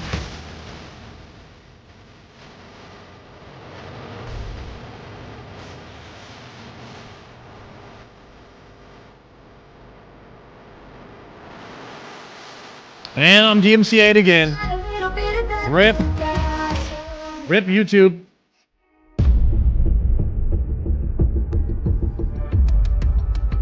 Last week, my team definitely wanted the yellow to go in, and I sort of swerved them round to the pink team. So this time, I'm going to have to make a concession. We should go for a yellow person, right? Totally yellow. We're the only team of 5 next week. 5 minds are better than 4. Yeah, good name. Solo mission starting off saying like, all right, last week you guys wanted somebody from yellow, let's do it this week, which I thought was pretty interesting. I still think he's kind of got an alliance going with Bodhi, maybe a couple other people hidden in the background. Last week was a PvP banning. And like, so it's not going to be a PvP banning again. So put a it could be a good time to get rid of Oda. Yeah. Oh. I think so. Is there any world where Oda loses to Prison Joe? Like, is it worth even sending him in? So let's think about the other people. Boaty would stomp Prison Joe in every category. Okay. Yeah. I think it's between Oda and Dino. Yeah, Oda. Bodhi's kind of an ultimate. Engineering because I just don't think it's kind of an ult. I'm gonna vote for Oda. It's tough. I mean, I listened to my leader, I guess. Because like the logic in it is, Bodhi's gonna stomp Prison Joe in everything. Dino and C Engineer aren't a threat like going forward. Oda does pose a threat, especially for PvP, and he's also GM. He's Oda's really good. Yeah. We guaranteed get rid of a yellow. It was a PvP banning last week. What do you think of the prime? What you have to realize is when he stays, he's gonna be vindictful against our I'll team. let you in on something already. I know that Oda's voted for me already. Oh, so it's Really? That's another. Okay. Should we do 3 on Oda and 2 on someone else so that some of us have like probable deniability if he's like, did you put me in? And we're like, no, it wasn't me. We want Oda blocked on, but we can't risk him targeting us in the case that he doesn't get eliminated. So we've come up with a genius plan. Plausible deniability. We pretend like we're a split vote, making the other teams think there's some infighting going on. It's a great way to make ourselves look less coordinated while still getting what we want, assuming everybody does what they say they will. I'm down to split. It's a risky game to play. Josh kind of playing chess right now. Split vote idea as well, and it's some Jessie infighting. Suggesting Boaty when she wanted Boaty in last week. I don't know, man. This could go so. Okay, badly. Josh. I've got to stick with the team. Trust that this goes okay. It could completely backfire. It is a risky game because somebody could It would rely on all of us staying honest. Let's do a split between. Let's just split between Bodhi and Oda. He wants me to vote Bodhi. Bodhi's like my favorite person. I'm not voting Bodhi. He's not going in. He's not going in. They're all. Those 3 of them are voting for Oda. Josh and Solo are going. Nah, I just follow Solo. I think I'll just. No, because then it makes me look bad, bro. Like 3 2 of us versus have to 2. do it. Please, come We on. want to go 3 versus Mika, 2. let's do it. Mika being like, oh, Bodhi's my hero. I would never send him in. I could never vote for Bodhi. Like, fucking what is Mika, this, man? God This is Gillinor dang games. it. This isn't friendship games. I love Mika, but what is that, bro? Chat, I just got some rune boots. I just got some rune boots. They have strength on them. Oh, that's pretty cool. But it's the same plus strength as the other boots. That's not an upgrade, really. I guess it's about the same as climbing. Slightly better than climbing, maybe. I don't think there's like a special reason for it. I just don't want to cast my vote on Bodhi. That's as simple as is. I don't know, it's just a respect thing, I feel like. Luca, you pick. Do you want to say that you're following solo and go Oda, or do you want plausible deniability and go Bodhi? Now, you guys are so smart, you're using words that are like outside of my vocabulary. Plausible deniability? I'll just vote, Oda then. I vote Bodhi. Okay, I will vote Bodhi with Will then. Okay. And we can You're throwing down some bangers right we now. couldn't make a decision, but we never tell anyone anything what happened today. We are never speaking to anyone else about the situation. This is the last time we're ever speaking about this. Nobody will ever know who we're voting on right now. No one will ever know. No one will ever know. It's not like anyone's watching. Green team, welcome back from your second tribunal. I've received all 5 of your votes. It looks like we have a bit of a split decision here. 2 players were voted for. Thank you, Kiwi. Bodhi and Odablock. Okay. One player had 3 votes, the other 2. Heading into their first banning of the season against Prison Joe is Odablock. Oda! What? No, please be a PvP challenge. Please be a PvP challenge. Cracking a whiskey. Odablock, you've been voted in. I'm cracking Come a on up. whiskey. It always sucks going into a match with a brother in arms. I mean, at the end of the day, this guy was on my team. I had a feeling that it's definitely possible for me to go in. Let's just hope for a PvP challenge here. 3-2 Oda versus Bodhi. I never had that. Chat, the only way you get rid of Bodhi is to put him in a tribunal challenge versus Odablock. Because I don't think Bodhi loses any challenges. Like, realistically, who's going to beat him?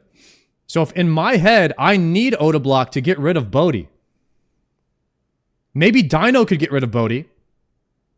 Actually, a lot of people could beat Bodhi in PvP. Skill Specs could probably beat him too. And Torvesta. Okay, that's my strat. I'm going to use one of the PvPers to get rid of Bodhi. That's the only way you win this thing. That's what I'm thinking right now. Out of my team. I trusted them the whole way, of course. I think the plan worked out exactly like we wanted. We pretended we're... Skilly is not... Wait, you're telling me Bodhi is better than Skilly in PvP? Dude, how the hell do you get rid of this guy? He's just insane. Complete on our decision, but we wanted Odablock in the banning. There was a split vote on the green team, and if there's a split vote on the green team, that means they're not fully... This guy's literally a cheat code. As a team, maybe there's something going on there that's going to cause a potential communication divide. 3rd week, and we've already got another rookie versus rookie banning. This is going to be good, especially because you guys are going to be playing one of my favorite games, Tile Man. Uh-oh, Tile Man. I have no idea what it is. It's pretty simple. Both of you will start on the same tile in the center of Ardoin Market with 2 stamina potions in your inventory. When I say go, you have to complete 5 tasks in under 25 minutes. The twist, you have to use as few tiles as possible. Okay. Using the Tile Man plugin, it will mark a tile under you every time you step on that tile. The player that uses the fewest amount of tiles completing those 5 tasks will win today's banning and stay in the game. Loser is the 3rd player out. Best of luck, Mr. O. May the best man win. Pretty cool. I'm so scared. I don't... It's not PvP, so I'm good. I'll meet both of you and Artie, and we'll get started. Uh-oh. Oda blocker. I think I have some great confidence in going in here. I think that I could beat him pretty confident in almost every challenge. As much as I hate to be in the banning, I really do think I'm going to beat him. Okay. I think I have a chance here. I know pathing and RuneScape pretty decent. As long as the tasks are not anything too insane, I'll be all right.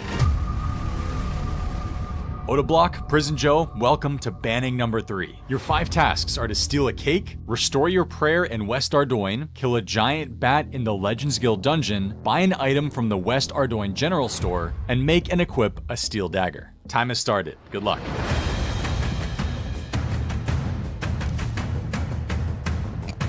Whoever can hear this, I'm scared right now, guys. I'm scared. The reason why it took me so long to take my first step is because I wanted to know which route am I going to. Do I have to go this way? Is there a better way? Or can I go here, here, and here, and then connect the two and save tiles? It's a lot of pressure in the moment. For You can sure. backtrack on the same tiles. You're just like, okay, do I move or do I try to be as careful as possible? Okay, stole a cape. It says make and equip a steel dagger. I just need a hammer and a steel bar. Well, first off, we got stealing a cake, which I know I need to be on the side of the stall there, possibly. I'm pretty sure. I think the diagonal tiles are best. Take Yeah. our time. I was so worried about setting off the guards. I've not stolen a cake from that stall in 5 years, so I was like, I'm pretty sure this is a tile I can steal it from.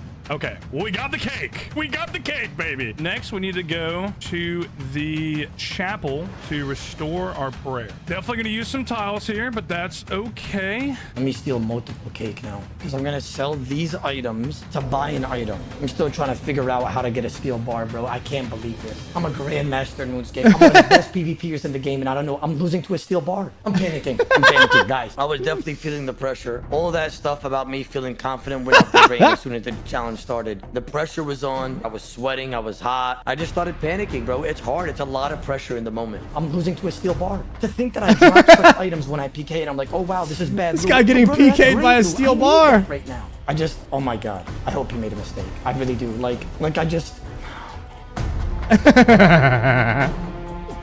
Oh shit.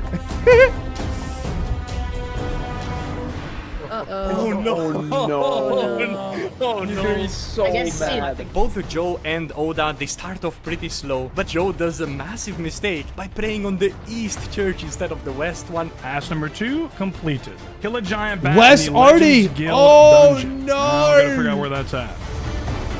God dang it, Reed! We both do all tasks. It's definitely come down to a few tiles. I'm gonna go ahead and do this. Diagonals, I know, are my friend. I can get to where I need to be faster using diagonals, using less tiles. At certain points, there would be like a tree or something in the way, and I would have to waste a tile because you can't diagonal past it. You have to go around. Let's move up to here, and let's keep the diagonal train going here. Oh no, another mistake there. The Legend Guild's dungeon. I gotta kill a giant bat down here.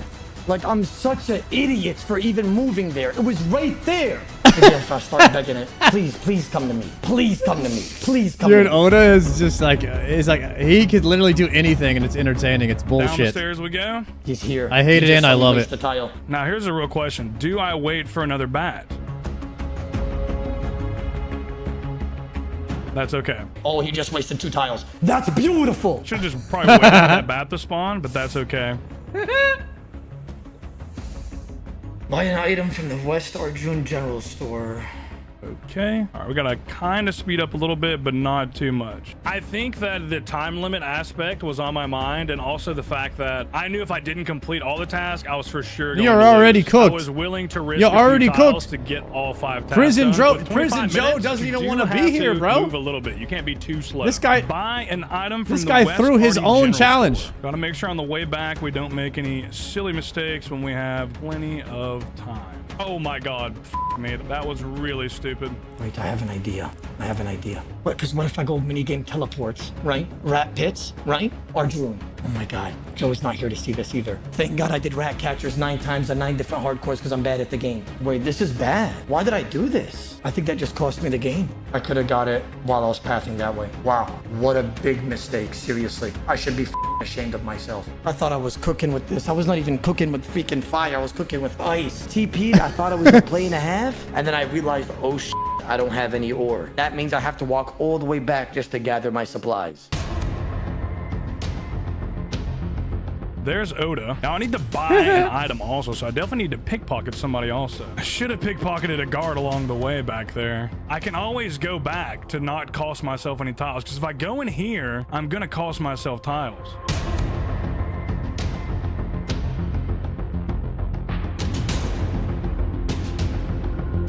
I just need to see if there's anybody along this route. I can pickpocket this warrior. Oh my god. Ooh. Ooh. Okay. Prison Joe Which is cooking? that? 54 gold. Bronze pickaxe. Okay. It's 1 iron, 2 coal. I don't know which one's more worth it. I think I'm gonna go over there. I need a hammer as well. The most important thing that could have been done here by either me or Prison Joe is just to use our brain. If we literally just formulated a plan and then utilize that, we would blow one another out of the park. Even opening a simple door and then going to a general store, do you wait for the NPC to walk to you, or do you just cave under pressure and you're just like, you know what, it's only 1 or 2 tiles? But those 1 or 2 tiles could matter and they can add up. Yeah. I got greedy. Oh. Could be worse. I got 72 gold. That's definitely enough to buy. That's another an item tile from the general store for sure.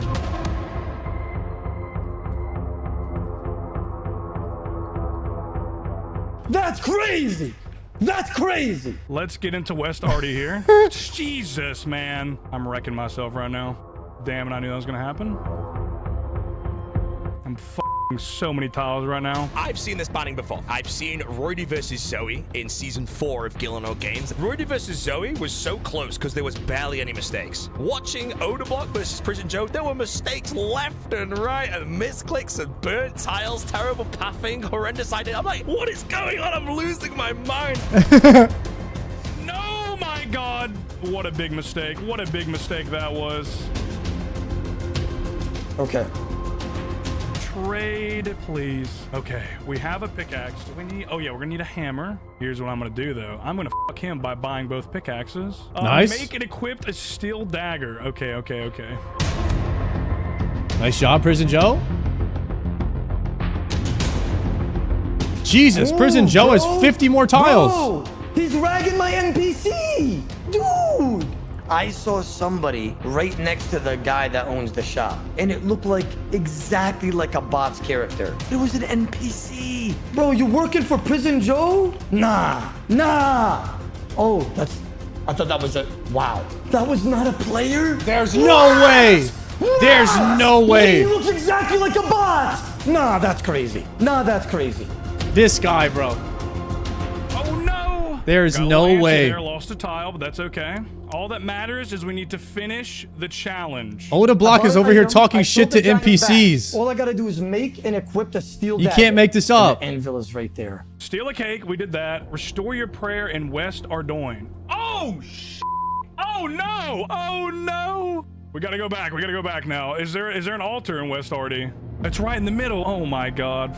Me, God bro. dang I it, kind of went Prison through Joe. a checklist at this point, and then I saw restore your prayer in West Arty, and then I said, straight shot. Boom. We'll do that. Boom. Easy peasy. Okay. He All right, noticed the let's mistake. get back to getting the ore. We got it. This is crunch time. I thought that it was going to be a landslide victory for Oda. Prison Joe, he was not being very careful with his movement. He was definitely like using extra tiles. Part of me was like, I don't know if he knows what the challenge is.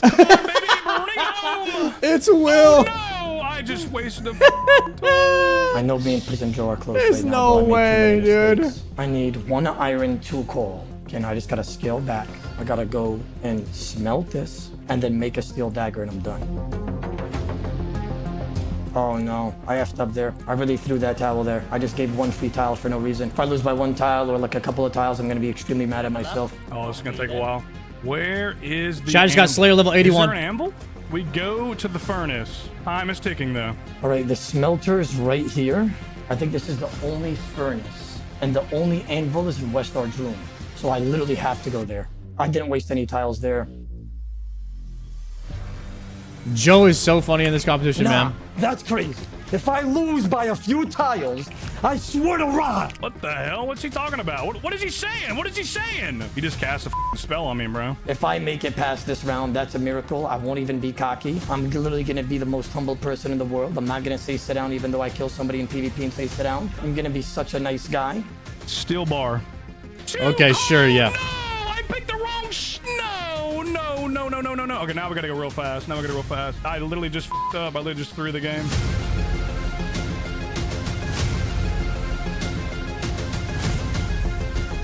God dang it, Prison Throw. Make and equip the steel dagger. It's been done, 432 tiles. Oda just destroyed him. It's not even close. I have to find an anvil. I know that there's an anvil. Bro, if I'm editing this show, I'm like, How the hell am I going to make this interesting? Prison Joe was so bad, it wasn't even close. How do I make this look close?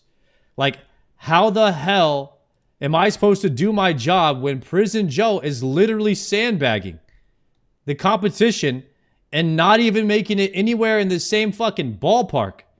This has got to be a hard-ass job for an editor to try to keep this shit interesting, guys.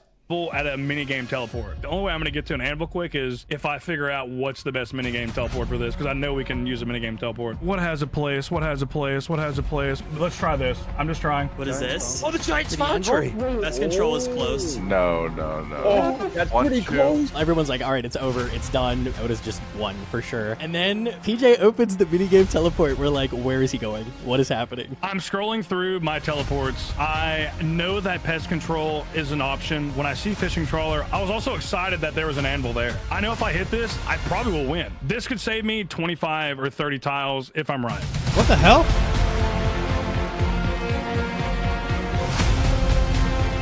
The whole Discord went crazy when we saw Joe went into the minigame teleport screen. Wait a second, 10 tiles. If he can save 10 tiles with the teleport, he could actually surprise everybody and win right here. Prison Joe pulls up the minigame tally, and Prison Joe teleports to the fishing. He's control, ulting! where there is an anvil, which means Prison Joe is going to win the challenge. Prison Joe is ulting!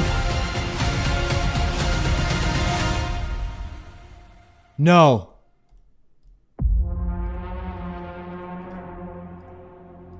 Nobody saw it coming. 433. He still lost. It's one tile. It's one tile. He still lost.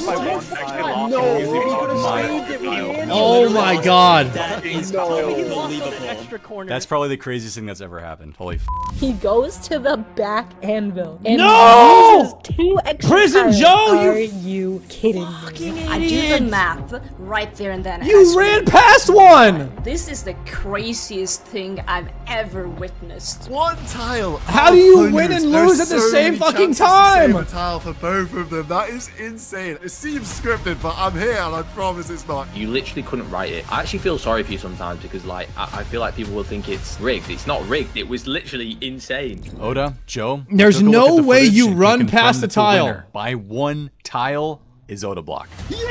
No. Single tile. A single. Oh my god! Oh my god! I'm sorry, Joe. I'm sorry, Joe, brother. There's no way, bro. There ain't no way. I need to see the DMs. Can we get a 5 DM seasons check? of Gillinor game. Can we get a DM check on Oda Block and Prison Throw? That is crazy. All right. There's no way you just randomly lost to the biggest streamer with the most amount of money in the game, in real life and in game, and you run past the freaking win. You randomly run past the tile that will guarantee you the win. Yeah, it's very, very shady that he threw to the richest, biggest streamer. That is one of the most Conspiracy. insane mechanics I have ever seen. It came down to a single tile. 1 tile. Oda Block, you survive by the skin of your teeth and win today's banning. Congratulations, you can head back to your team. I'm speechless, seriously. After knowing that I was the winner and I won by 1 tile, relief is crazy on that. There's so many mistakes that I've made, and I would have never forgave myself if I... Is Prison Joe the one that got my freaking nickname is trying to sell it to me too?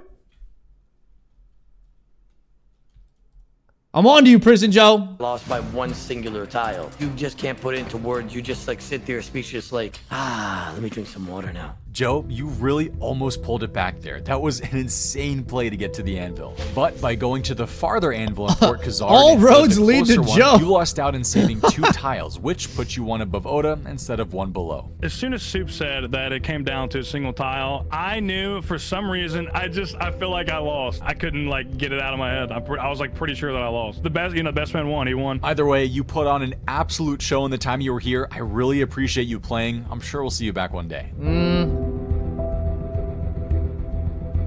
Oh, I think I just talked to too guys. many people. There's definitely a greater alliance at do here. I knew that my only chance of winning this competition was for veterans to go out early and then for newer players to be left in the end, and then I would have a pretty good chance. I did my best, and hopefully I can destroy Coxie in the future if I'm ever back on the Gillinor games.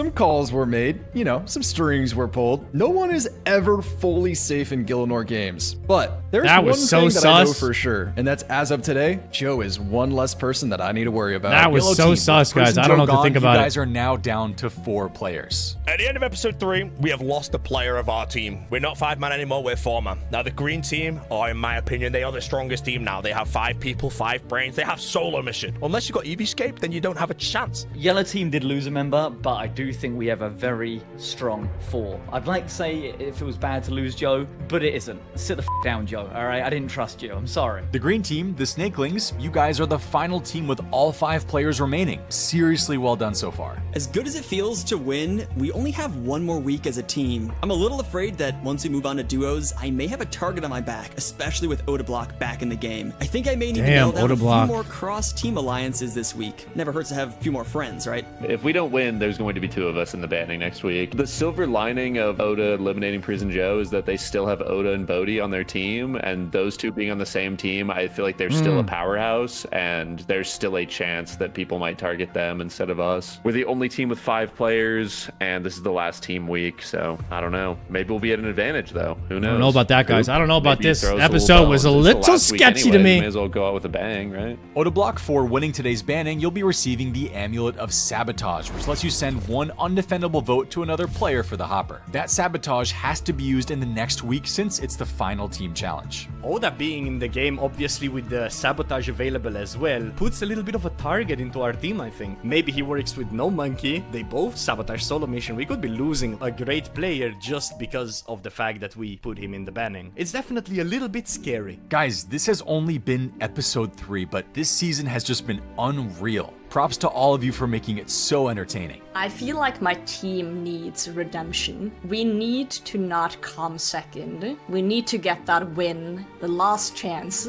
next time. If you're craving more Gielinor games, make sure to check out the official Gielinor Games podcast at patreon.com/souprs. Listen to what happened behind the scenes from players on this season, storylines that weren't shown, and you'll get your name in the credits of every episode. You won't want to miss it. It truly helps support GG. I'm feeling great. We're all happy to work with each other. We're great at communicating and listening. I see no reason why the Red Roosters can't make it all the way through with all 4 of us remaining. You know, an idea just spawned in my head for next week's challenge. I'm excited to see what happens. I'll see you guys then. W episode. Back to W back wins, episode. but I can't really rest on my laurels. The team stage will slowly come to an end, and we've certainly made an enemy in Odablock today. If there's one thing I know from Gielinor Games, you got to keep people on their toes. You can't let them all know what you're all thinking. Splitting the vote gives you a bit of. They've awakened the lion. I did vote for Barry. I did vote for Odablock. You float never around put with the Odablock wind, keep people in the guessing. hopper. No one knows what you're up to, which is exactly where you need them.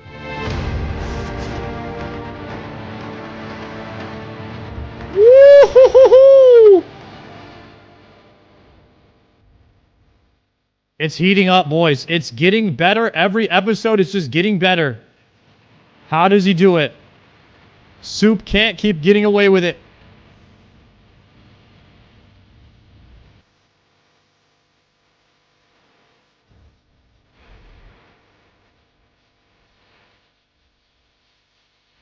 Soup's in on it too?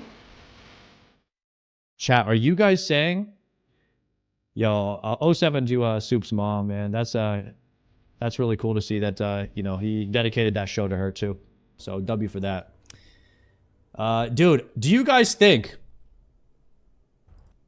there's no way, right, that they're keeping Odablock on the show because he would generate more viewers, right? There's no way they're doing that. Let's just clear the air. There's no way. They wouldn't do that. So let's just throw that concept out the door. Okay? No chance. I think I'm going to chalk this one up to Prison Joe actually just throwing. I think he legit just threw. Accidentally, of course. I think he legitimately just threw. And he made a panic click. I think it would be dumb of us to think that Prison Joe was incapable of making that kind of mistake. I believe he is capable of that kind of mistake. So I think it was I don't think it was scripted. I don't think it was scripted unless you guys do. Maybe we need to get him on a call and talk about it. Figure out what was going on in his mind at that point in time.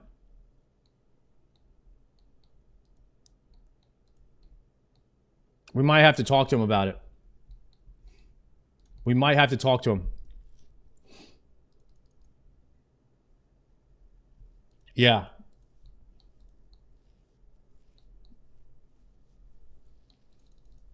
We might have to get him on the after show, the talking games or something like that, where we talk about the after show on Gillinor games.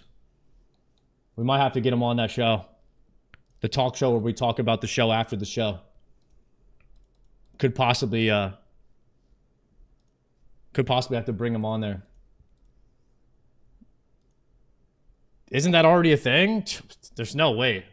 There's no way that if anybody did that before me, then they obviously stole my idea because I said the idea out loud before I thought about anybody else or knew of anybody else doing it. Therefore, even if they've already done it, since I just said it, it makes it my idea right now, according to me at this point in time, because I just thought of it.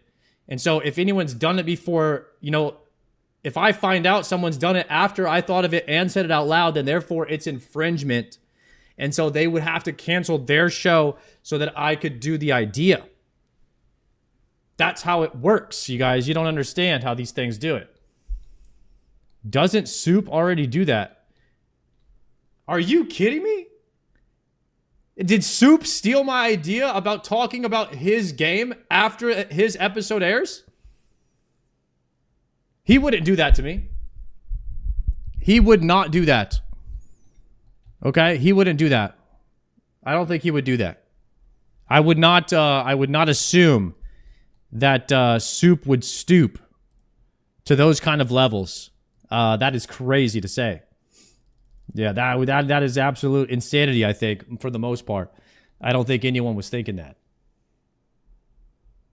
All right, we're going to watch the new Behemoth now, because I haven't seen the one from yesterday. Where is it at?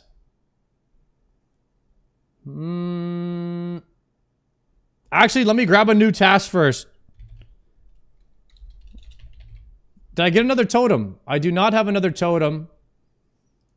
We need to grab Karamja gloves. And let me grab that. Go, gem mine. Let's see if I get a Tormented Demon task.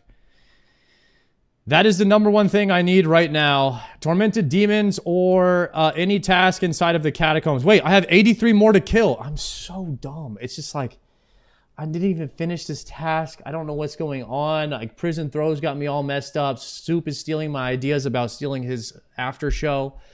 And it's just like a whole lot going on in my head right now, guys. So I just need you to bear with me today. It's just a lot to take in. You know what I mean? I got to kill 83 more materials. We're going back. Give me the Xerax Talisman. And we're going to port. All right, here we go. What's up, gamers? I'm the Saturday. Oh, what do you know? Welcome to today's episode. I know you guys were inquiring about my incredibly strategic performance on this season of the Gillinor Games. Let's check in on that. We were.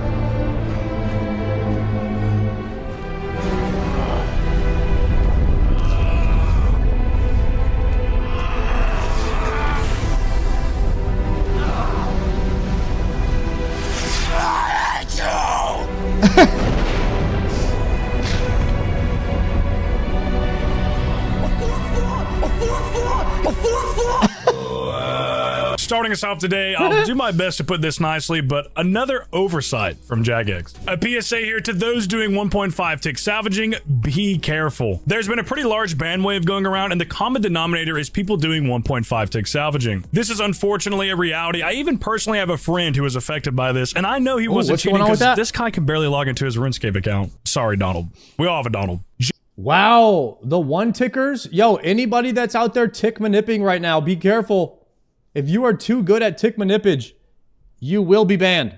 J-Mod Goblin did respond to this post confirming everything I just covered. He also stated that the team are going to go back through all those bans and review them again just in case there were some false positives, which respectfully, there was a lot of. I am curious how this started happening. I assume it's because the skill is new and this particular training method was flagging something in the system. Either way, it is nice to see Jagex respond and take some responsibility. It looks like they're trying to get this resolved as quick as possible. For those of you that were affected by a false ban, I wish I had good advice for you. I wish there was some type of quick fix, but unfortunately, you're just going to have to go through the appeals process and be as patient as you can, which I know is hard when you know you didn't cheat. I am wishing you guys the best, and for those of you that are a fan of 1.5 tick salvaging, maybe give it a rest for a couple days. Moving on, this has been gaining some traction. I'm not sure if you guys want this. Maybe you do, maybe you don't, but yes, I'm talking about adding another woman crewmate. It does seem people are quite fond of only having women on their boat. Imagine. Type shit. I'm pretty sure we would get copyrighted if we played the song, but I want all female crew. As it stands right now, you're rarely going to see one of these when you're sailing the 9 seas of Gillinor. That's right, the flawless 4-speed Lamborghini McDonald's yacht. This bad boy will set you back anywhere from 600 to 700 mil. I don't know. Honestly, I'm not a big fan of the McTrim.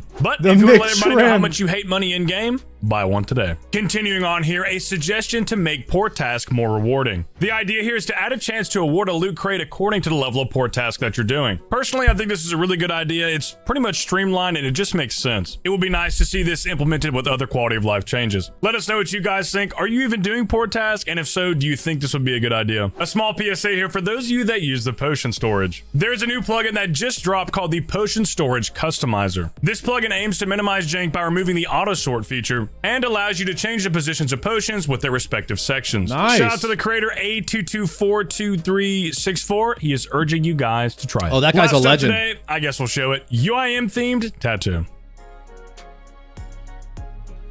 UIM, by the way. The twin flame with the Raynar?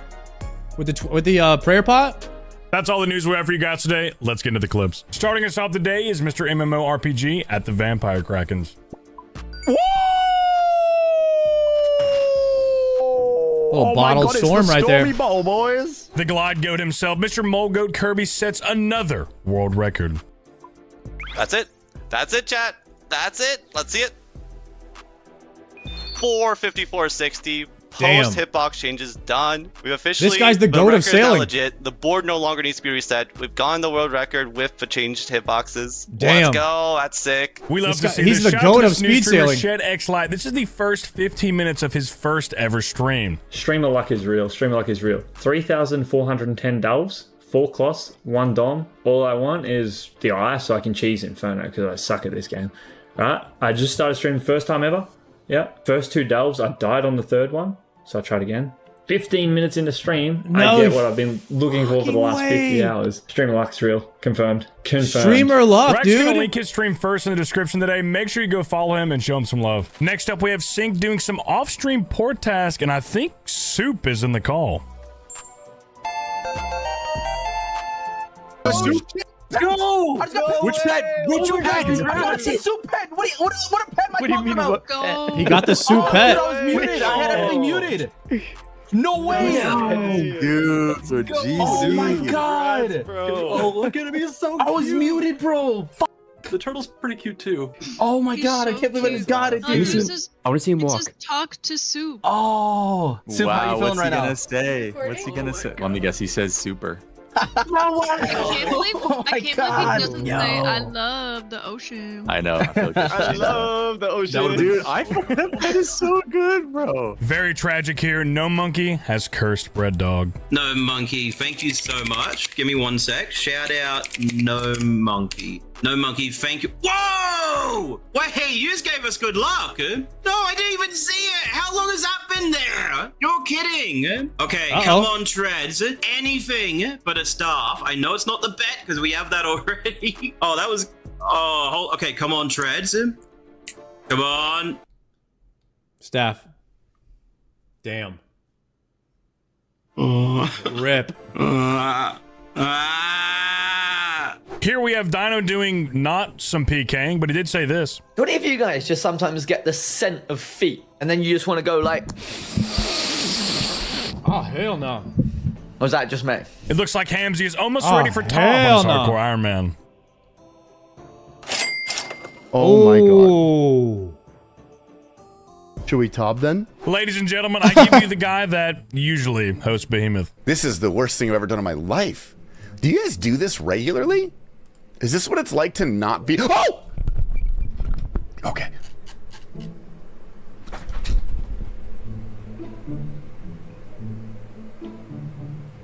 A lot of excitement coming in with this one. Surely this daily TOA purple chest is a good one.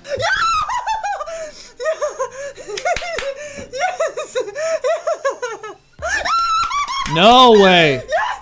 Please, Shadow. Please. On a 300, there's no way. No! Ring. Crossfire talking the talk and making it happen. Quit your job or something. You know what I mean? Don't have a job if you want to no life and get 99 in a week. It's like, I would. True. Oh! I told y'all I was about to get that shit. Too easy. Tish Talk Jaffa is going for Blorva on his Hardcore Iron Man, and this was a close call. Hardcore Iron Man Blorva is crazy, by the way.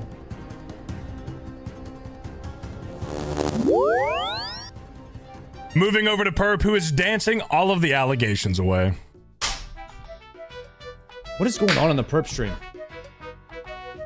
Come on.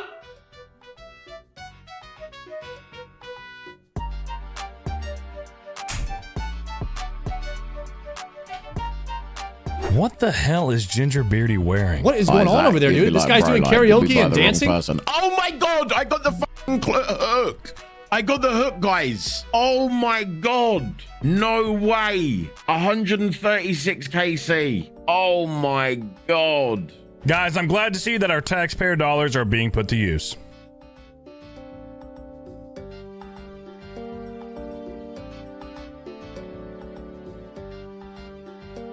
This guy's at the police. Doobie Dobby's just auditioning for the Pink Pony Club. In my Ain't no way, bro. every Saturday, I can hear your southern draws 1,000 miles away saying, God, what have you done? You're a pink pony girl, and you dance at the club, oh mama. Shout out to my goat Joker pissing off all of the other Iron Men. Hey, these have a higher chance. Squidbeak?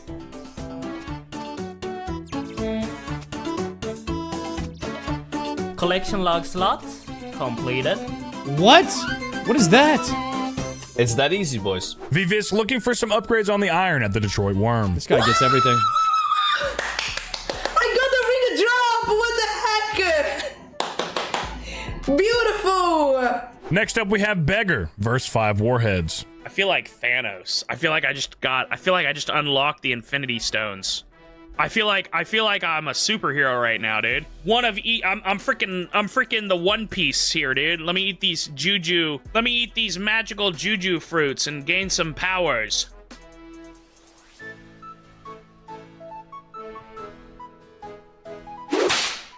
Oh! Oh! Oh! God! He lost. Shout out to the Discord call hype. I love this clip. I got a question. Oh my god.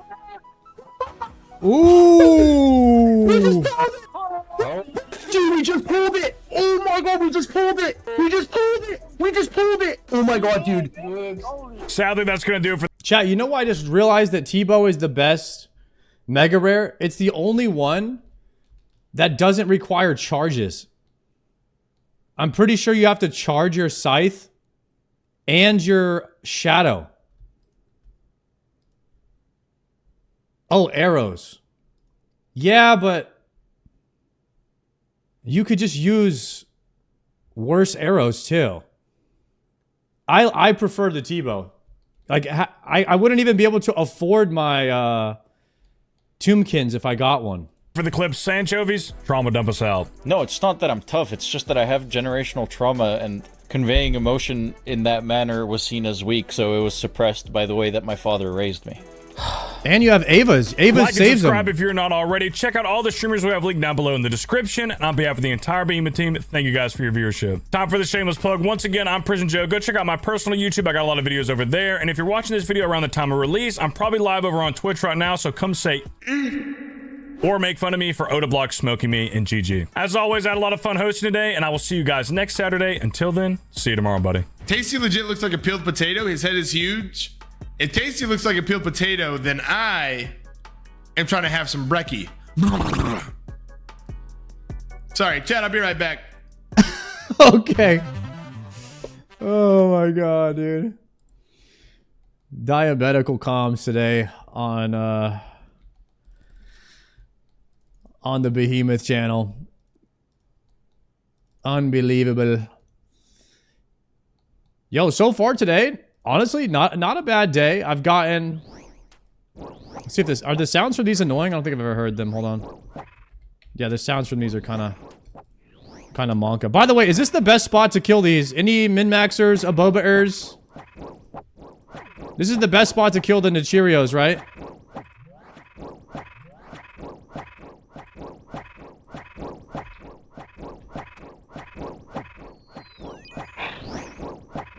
We gotta turn that sound off instantly. Holy cow.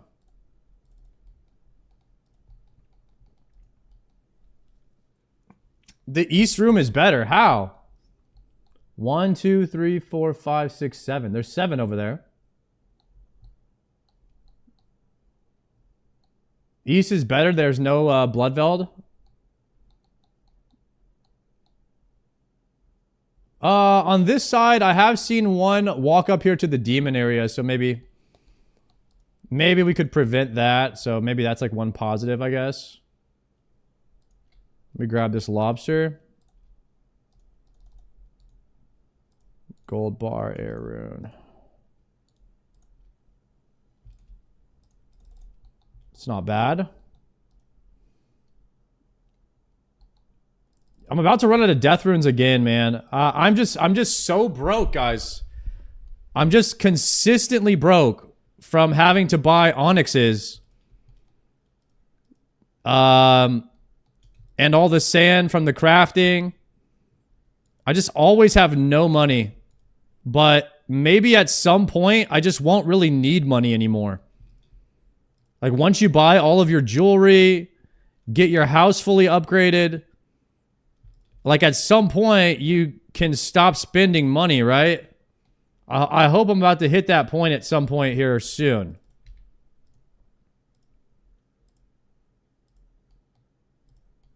It's the onyxes, man. The onyxes are expensive. Soul runes and blood runes is pretty much the infinite money sink. But when the only thing that you have to spend your money on is runes, maybe it's not as bad. Unless it is. I mean, I wouldn't know, but I'm kind of hoping that it's not as bad at some point. Because right now, it's just always a situation with the gold. If you grind revs and wildy bosses, I can't really go to the wilderness, guys.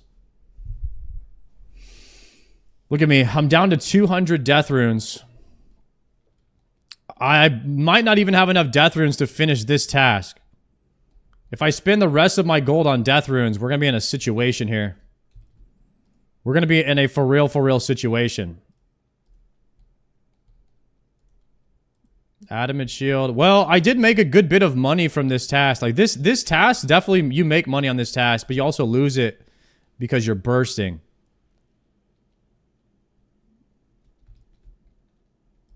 We're going to have to figure out some more ways to make money. I mean, I am profiting from Slayer. I would profit more if I was just doing melee, but it would be slower. I don't know how Nichirials are if you just melee them. It might not be a good situation. I'm not going to use a Vinny bow because then I'm not getting XP. I need XP. I'm already 99 Slayer. I wouldn't use a Venator bow until I was 99 in everything else. Which will probably be a long time.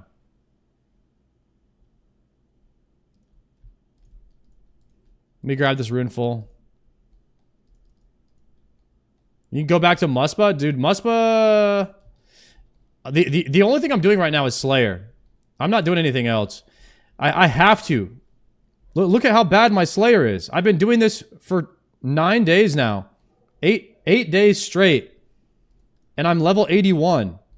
Like, what other skill do you do for 8 days straight, all day, every day, or 9 days? Because I also did Slayer, like, for 5 hours yesterday.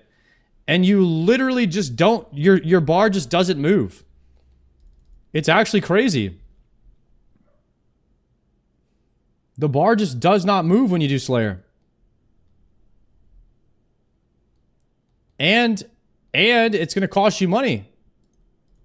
Because you got to use runes for bursting and stuff. I don't need that toad flax seed. Give me the Adam Kite. I'm broke. 31. I have 190 death runes left. And I need to finish this task. I guess I burst until I run out, maybe? Only 31 left. Slayer is the best skill to get money. I am gaining money doing this skill. It's just that I'm also losing it because I have to buy Zenytes and stuff. Or buy onyxes and stuff for Zenytes. So it's a bit of a win-lose situation here.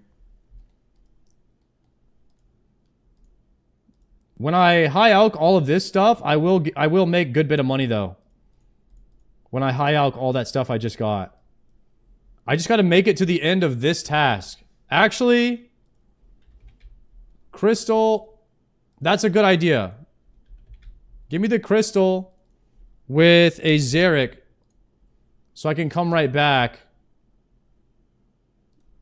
And then give me like 5 Rom wands. Yeah, and then I don't know, give me like 1 more Moonlight Moth. Let's do this. Okay. We're going to go to Prif. Once we get to Prif, we're going to re-up the crystal and we're going to buy some death runes with this 700k that I have. Anonymous Gifter, thank you for that tier 1. Enjoy that Dragon Scimitar.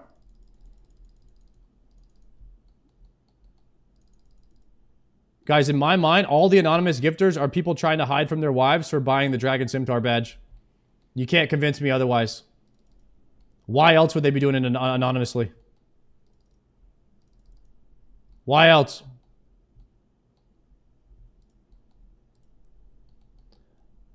What's up with the medieval tavern music? Get used to it. This is my favorite music to listen to when I'm playing RuneScape. Reminds me of my heritage, where we come from, you know?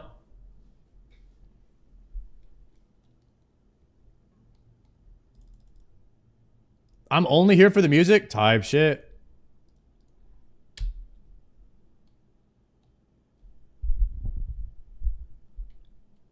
Wouldn't the wife have to be watching too? Wild Healer, we don't really need to get into all the details. The X, Y, and the Z is not important, okay?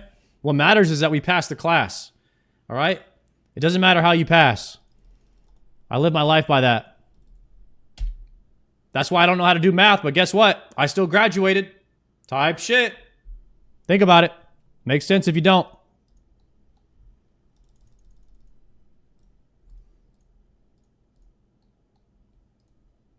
Use the death runes here.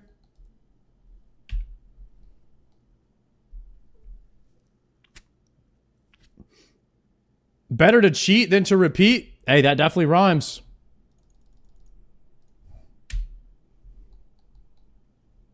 That definitely rhymes. Yo, Fluffies! Thank you for that tier 1 gifted sub, Dragon Scimitar badge. Welcome to the club. Alright, I just bought 1,500 death runes. Try to do one more hop. One more hop. We're about to high alch a bunch of stuff and get more gold back anyways.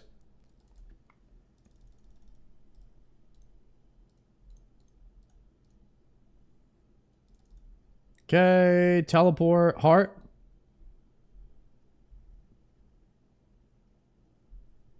How come I don't hear the music you're playing? You must be on YouTube, brother. There's no music on YouTube. If you want music, you got to listen on one of the other options. That's just the way that it is. I'm down to 300k gold.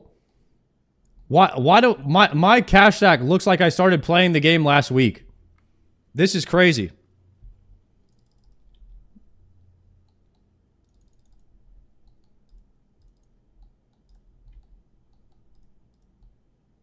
Okay. Okay, I see what you guys are saying. One of the materials is up there, so I probably want to hop. Probably want to hop servers. Maybe try this spot that this guy's in. Maybe I'll steal that guy's spot.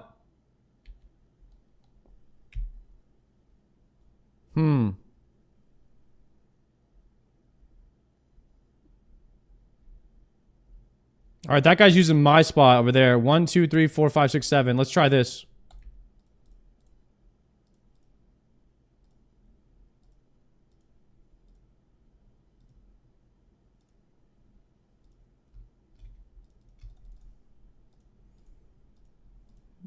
Try to bring these guys in a bit. Oh, none of them are moving because I froze them on accident.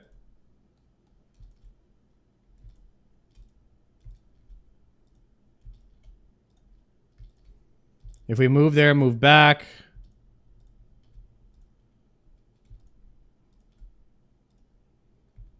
Could get them stacked up here. This is better.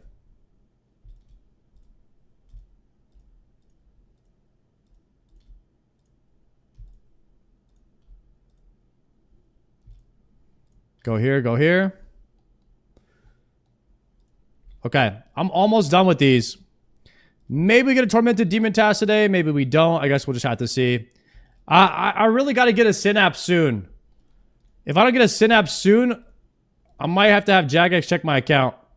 Because something's going on. Something fishy. Could be an issue in the source code. Not 100% sure. Okay, guys.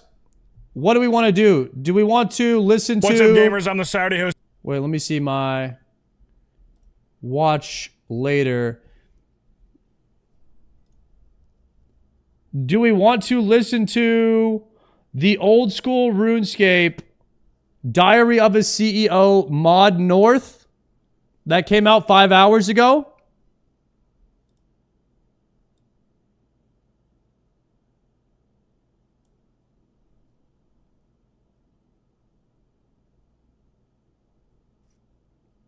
Or do we want to listen to Soda Poppin' talking about OnlyFangs 3?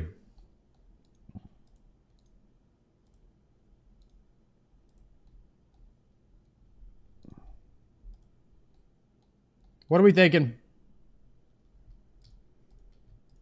What are we thinking?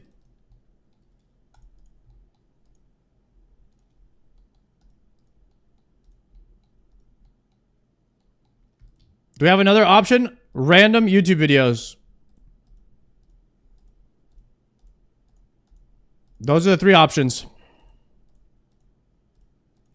What do you mean watch Wooks? What did Wooks log back into the game?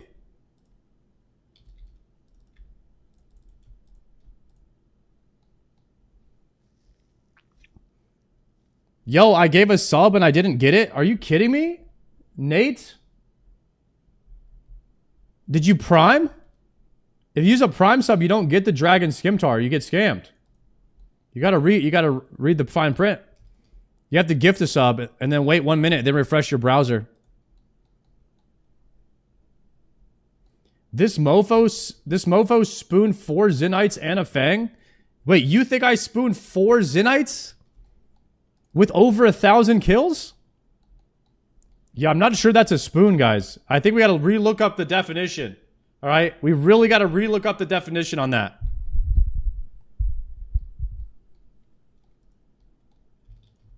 Unbelievable. Maybe you guys are out of touch.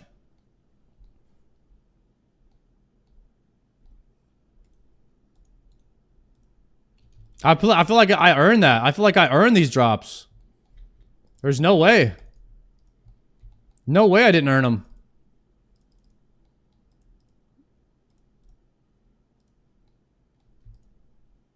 I'm over here night and day just slaying out tormented demonic gorillas. I even did 500 of them off task. No way it's a spoon. You know how painful that is to do those off task? And get absolutely no XP for it? I tanked my whole account. Some people are telling me to start over. And now you guys are saying I'm spooned? Yeah, that's just crazy. That's just craziness. I did like 600 off task.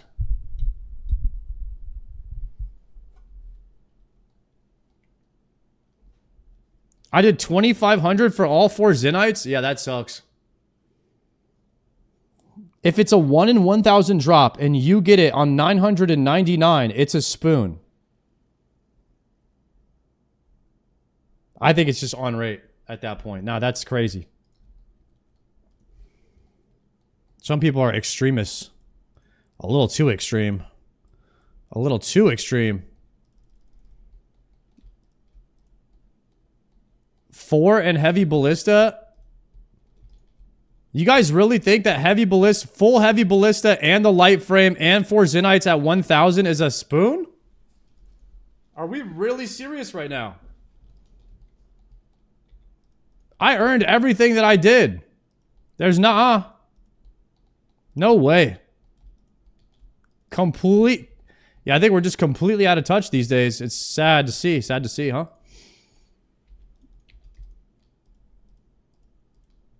Sad to see that I'm like a hardworking individual who's getting accused of spooning.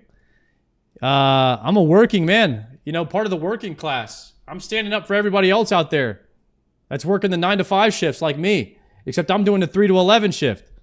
All right? Working way overtime. Way over 40 hours a week over here. It's tough being an online male entertainer. People don't appreciate it anymore, man. Everyone's telling me I'm spooned.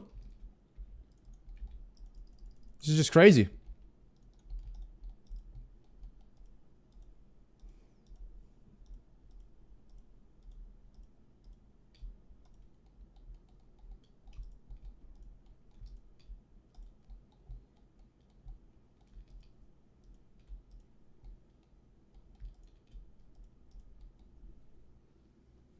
Jokered is more spooned? I mean, yeah, that's obvious, guys.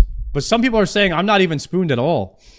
Like, some people are saying I'm one of the most, you know, like, deserving, hardworking, individual characters, you know, stand-up guy, because occasionally I do stand up at my desk, because I have a standing desk. And most people are thinking that, saying that kind of thing. That no one's saying Sard is a spooner. It's mainly Soy Duro and Jokered holding it down on that department. So think about it like that. Yeah, like most humble and stuff too. Like, I'm glad you guys were also reading all those comments, because if I'm saying all the things that I'm reading, people are like, nah, you're making that up. But now that you guys are all saying it too, I see you guys read the same articles. Makes me feel a little bit better. Yeah. All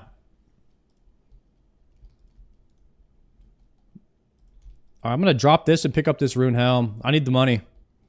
That 10K is going to go a long way. We need that.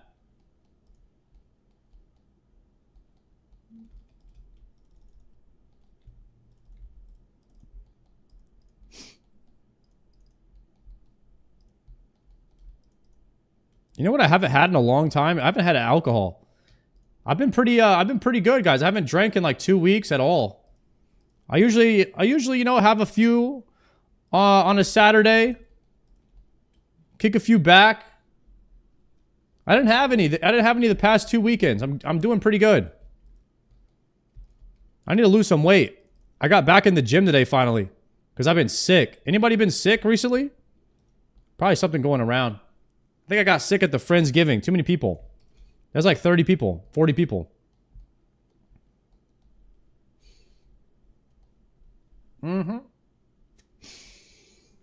I had to hit chest and triceps today.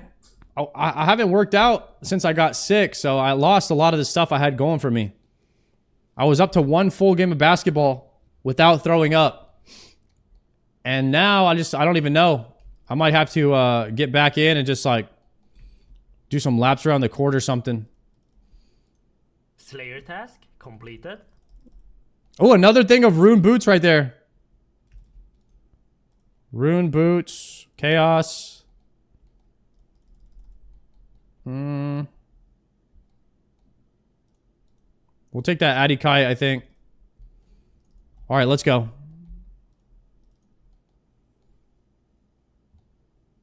Asmon can give you tips on the gym department. Guys, if you told Asmongold to name 3 gyms for $1 million, he probably couldn't. Okay? I'm just gonna keep it real.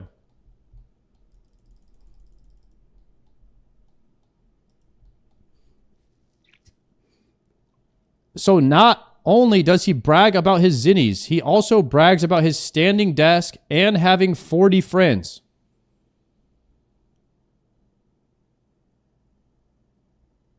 Yeah, but none of them are a girlfriend, so none of them count. Okay? Jesus.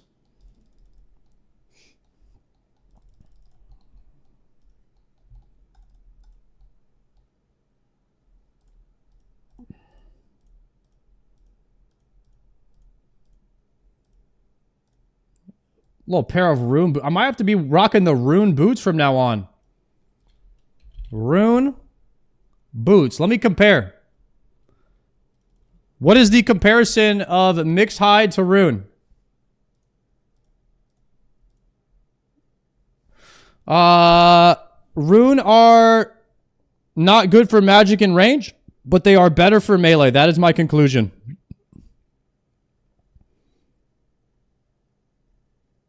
That is my expert conclusion.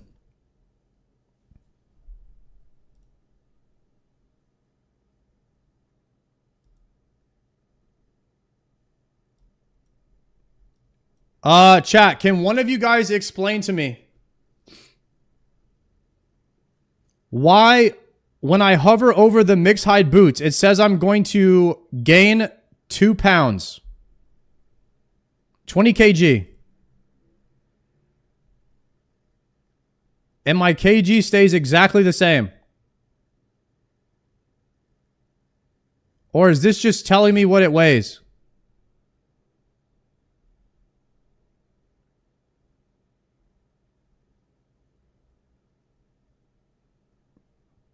Gotta be a rune light bug. These things weigh almost exactly the same. But it's showing me the comparison of how much I will gain if I put them on. Oh, it's just... It doesn't show you in comparison to what you're currently wearing. It just tells you what the weight is. Yeah, okay, okay. It doesn't subtract from the weight that you currently have. I got it, I got it.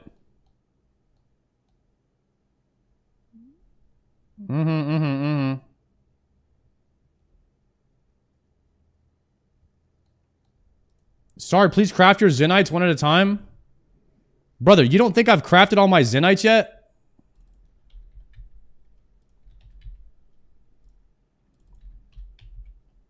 Buddy, I got Zenytes for days, okay? Look at this. Suffering. I got the Gwish. You don't think I've done that already? You think I am a casual? What's the name of the other one? The Torm? Oh. I'm wearing it. I'm wearing a double Zinni right now. I got the double Zinni loadout. And guess what? Guess how much sand I need? You guess how much sand I need for the torture? 15,000. Done. Yeah. Yeah, let's go. We're about to go imbue it right now. That is next on the list. We got to go imbue the suffering. That's what we're going to go do. Matter of fact, I tried to imbue the suffering yesterday, but I couldn't figure out what world to go to so that I could get the points, okay? I tried. I even Googled it, and I gave up, okay? And you know what I said I was going to do? I was going to ask chat today because I got tired of trying to figure it out. So take that. Yeah. Take that. What? What world is it? How do I do it? Because I was actually kind of confused. I couldn't figure it out. Let's see what the next...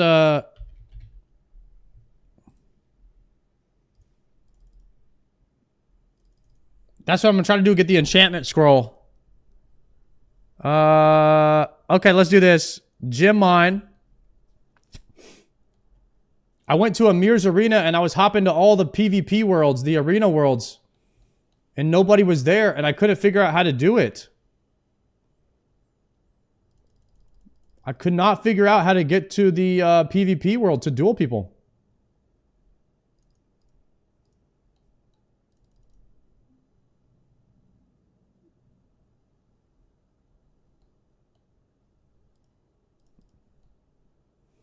All right, let's see what we get.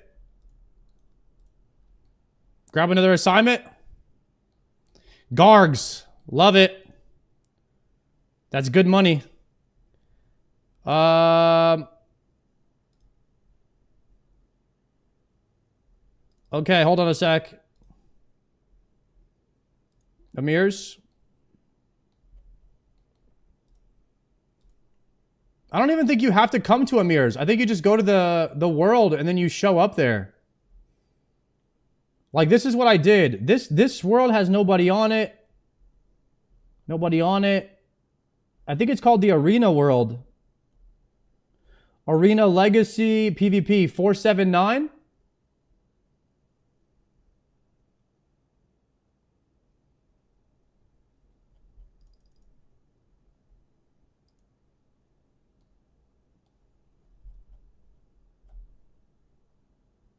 .578 has 54 people on it. Do you really go to that world?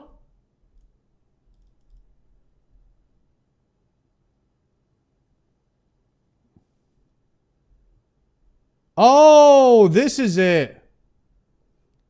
Okay. Maybe I was tripping because I saw the amount of people and I realized that ain't it. Okay.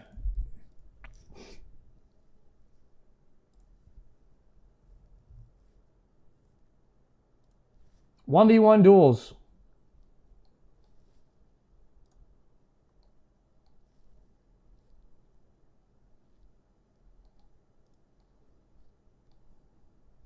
Guys, if anybody wants to queue up for 1v1 duels, as long as you are worse than me, come to this world. Okay? Zerker kit.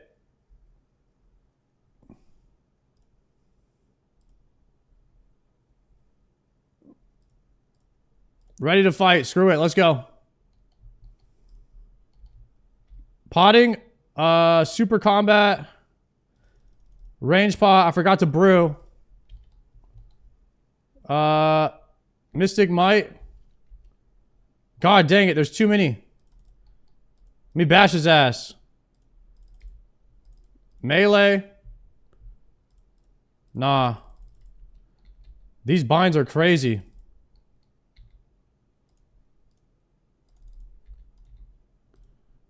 Holy keybinds, brother. What is it? Shark Brew Karambwan? Shark Brew? And then potting. Range. What are these things? Where's my attacks? Guys, what? Why can't I, There's no barraging?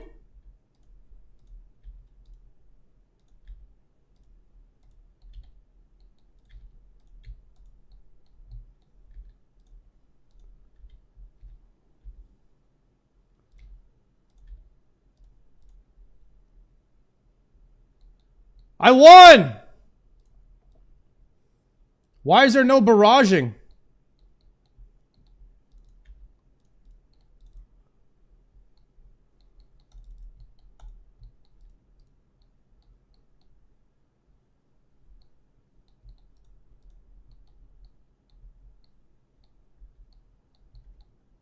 Is there no ancient spellbook? Ancient. Oh. Okay, I never get Zerker. That's why. What are these? Infinity. What is this rainbow cloak of many colors looking ass? What is Infinity Top? Why have I never heard of this?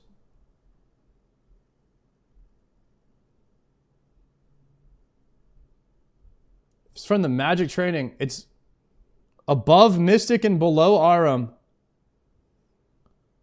Okay. So why wouldn't I just use Arums? Maybe I can't.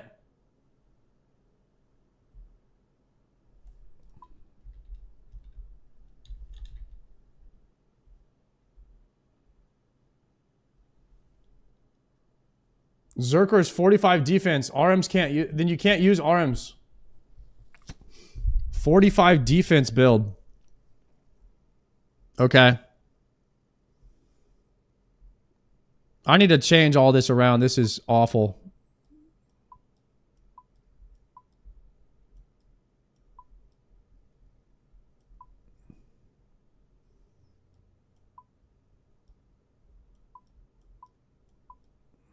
No! Dang it. Fury? Okay.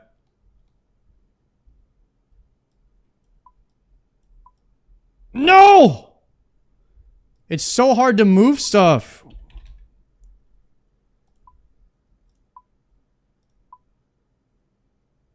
Like that?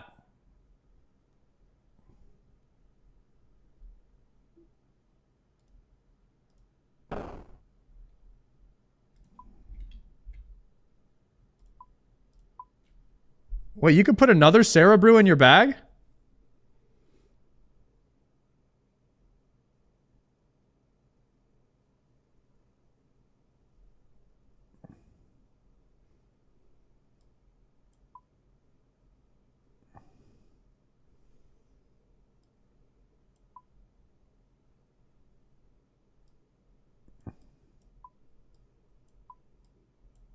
I'm gonna put Shark Brew Karambwan and then one Shark Brew. So Shark, I'll do like a 1, 2, 3, 1, 2, 3. Could work. You can use up to 5 brews.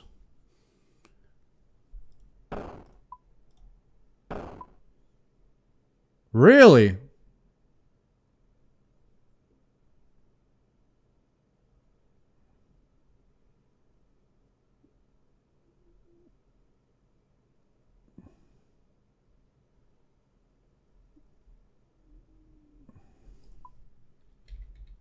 Restore,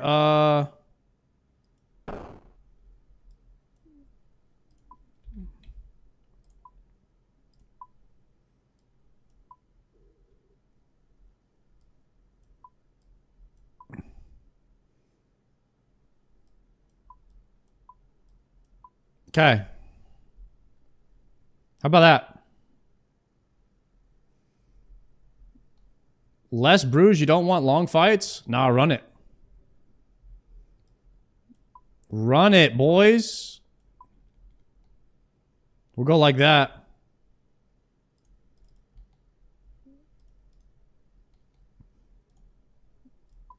Find a PvP official duels, 1v1s. You get 25 points per win. That's not bad. You need 1 open slot.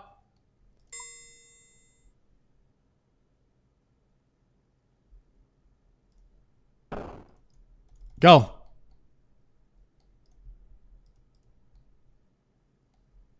Zerker kit. Okay, here we go. 1, 2, 3, 4.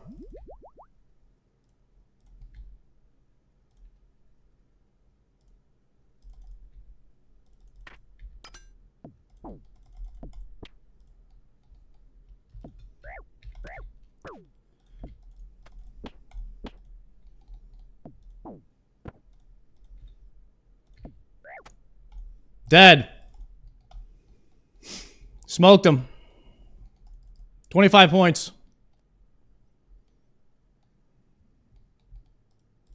We're farming.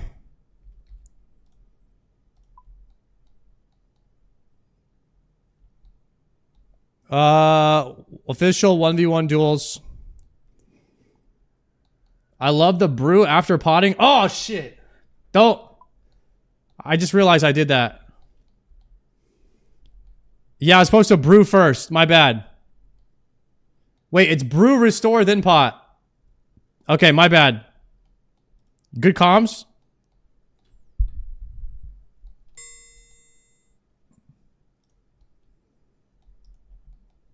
What are we on? Zerker? Are we Zerkering? We're Zerkering. Alright, I'm ready. Let's go.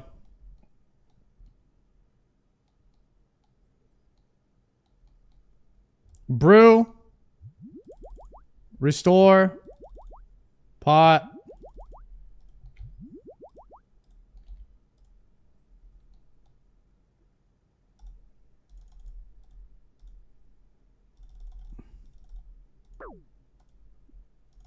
What is this guy doing?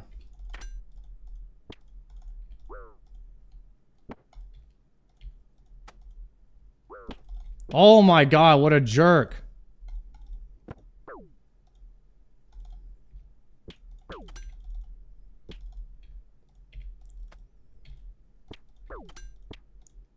No! What is this guy doing, man?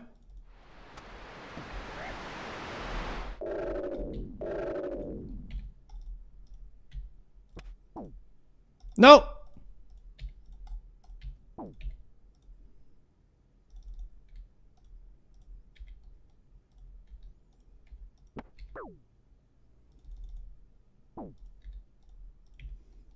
Why am I hitting zeros?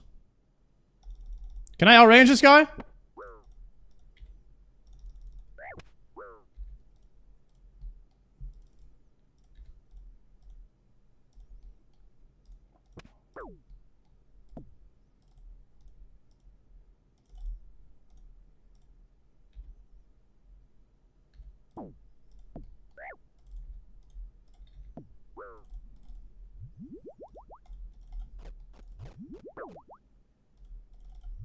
Oh shit.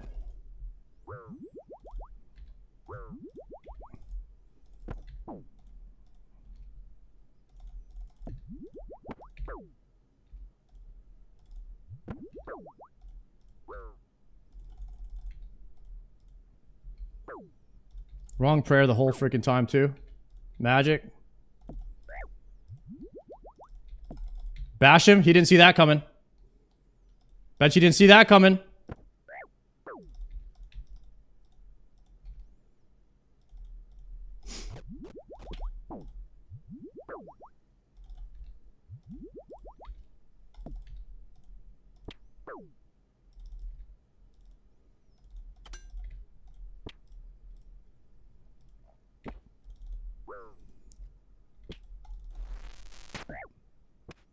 Why am I hitting for nothing all the time?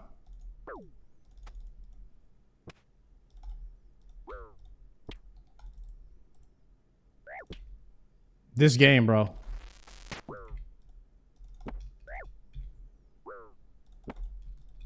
Stack! Get on him! Why can't I shift click? Walk here. Oh, you can't shift click in PvP, maybe.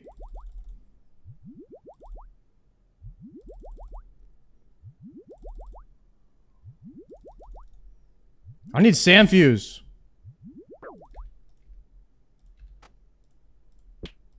What the fuck?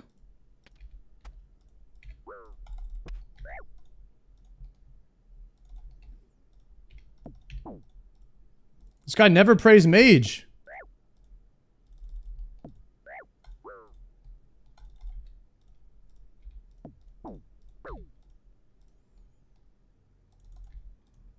This guy never prays mage, but I can't hit him.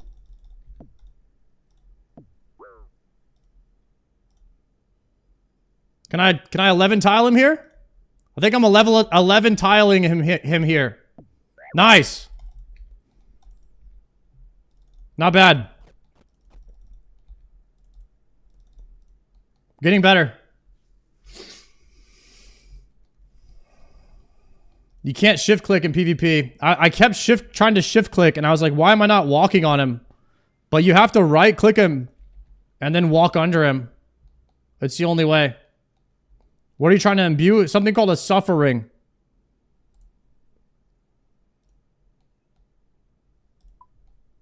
That's 75 points. I think I had 40 at the start, so I've got to be like up there now. You should have 11 tiled Zuck. It would have been an easier process. True. Spindy. Monthly bankrupt Bezos. Guys, hashtag BRB. Hashtag bankrupt Bezos. Hashtag 1 prime at a time. That's how we do it.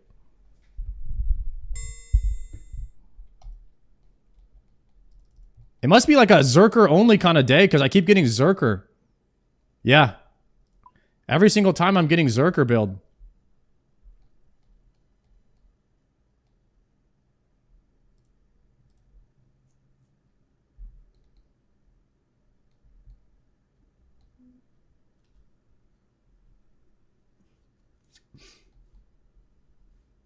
Looks like this guy's here. He just came in a bit slow.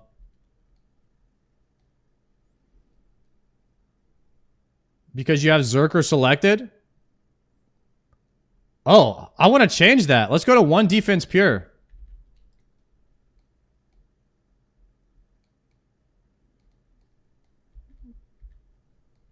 Let's do that.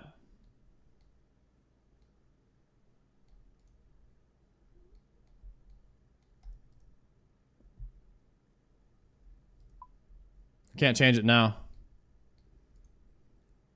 Bulk plug. Oh shit. 1, 2, 3, 4.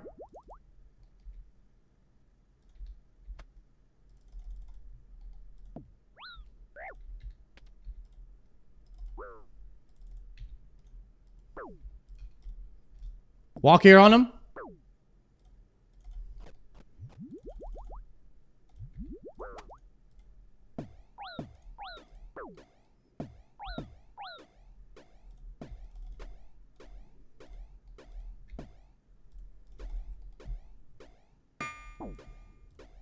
What's you guys doing? Just shooting?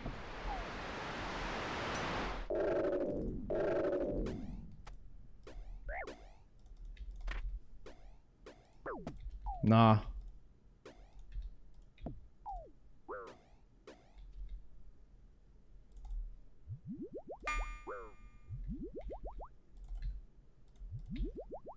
This guy's just shooting magic at me the whole time. Am I frozen? I need this over here. Walk on this guy. Damn, this guy's running away again. Let me shoot him. I need this over here. Oh, I just ate a freaking shark on accident. Walk here. Can this guy move? He can move?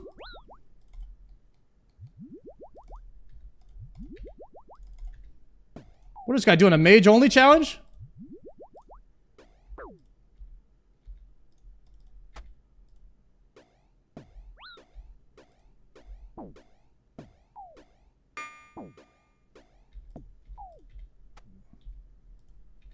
Is he dead? He's dead. Nice. This guy had seed. I was wondering, how is this guy moving? This guy has seeds in his Zerker setup, and he's dropping the seeds to get out of my root.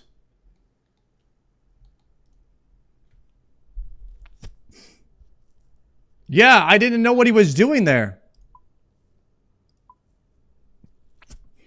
All right, 1 defense pure is way easy to figure out. It's way easier.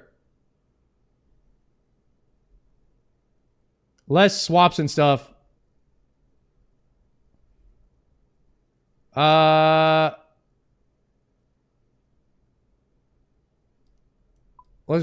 No! There's just no way to, like, not... accidentally get rid of your stuff. You have to play so slow when you move stuff. Food brew Karambwan. All right. Can you actually have more brews?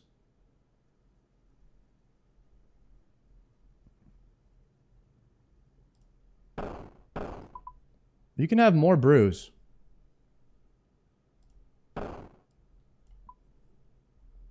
And then you could get super restore. Like that. Okay. So we can queue for one defense pure game.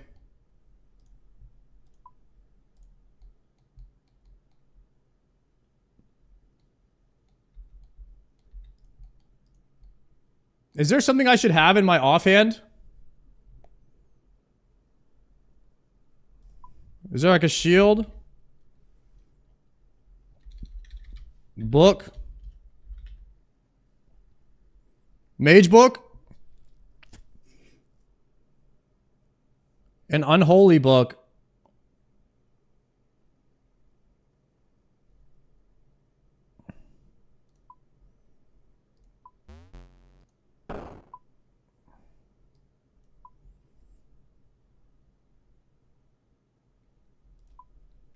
Wait, an antler guard?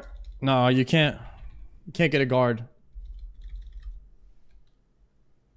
Unholy book is tribrid? Okay.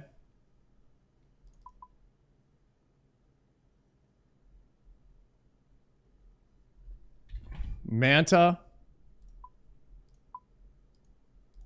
Let's see if anybody's queuing up under one. I don't know if anyone's queuing up under no defense, pures. Let's see.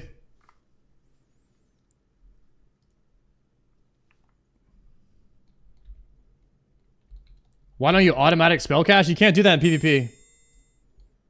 You have to manually cast in PvP. I think they decided it was OP or something. Wait, it's on Zerker again. How do I have Zerker? I just selected one defense pure.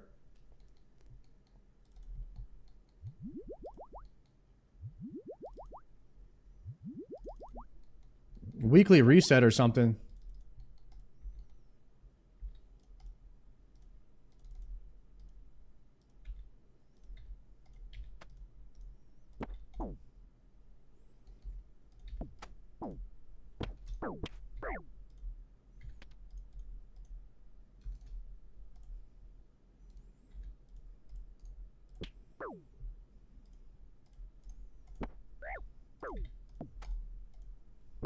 Let's fucking go!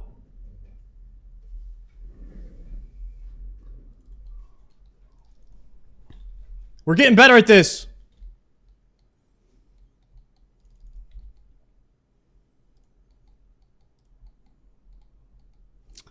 That's like, dude, that's like what, 150 points? I might be close. Maybe like one more. Queue it back up.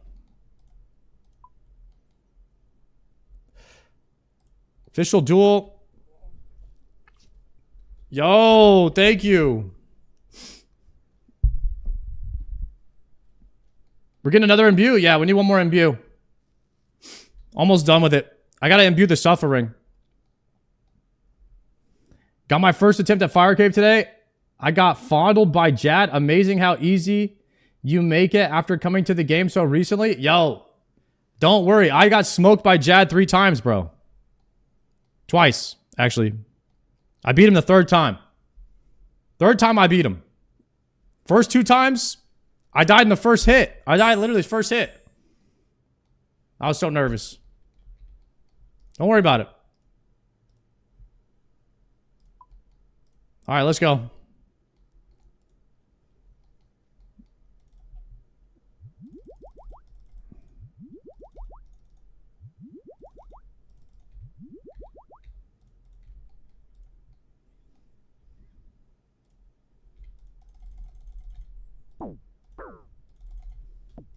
Walk here.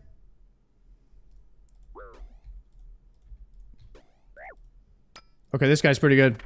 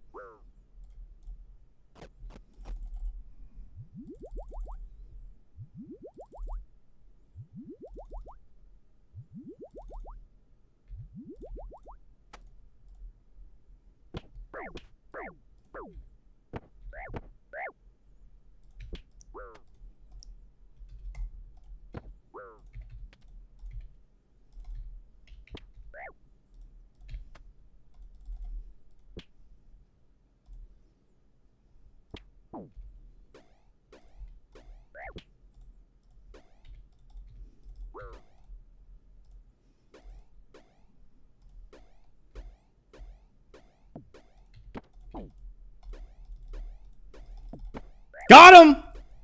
Let's go! We're getting better at this. We are getting better, chat. We are getting much better. All right, let me go and talk to the guy and see how many points I have. Do I have to go to a different world or can I stay at this world? That's a bot? Chill. Yo, chill, brother. You can lose to bots. I'm better than that. Okay? That's a step above the bottom. It's okay to be proud of your wins. You can't be letting people bring you down every time you gain a step. If you gain a step, be proud of that step. Don't worry about what the fucking haters, the shit talkers say. Fuck them. That's a step, big dog. Be proud of your step. Represent. All right, 1 second. My shop is afraid. I gotta swap back.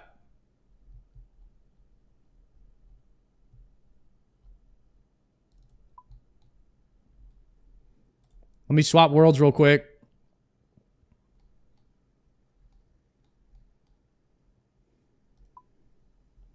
Now let us see if I am imbued enough. I won a bunch of duels.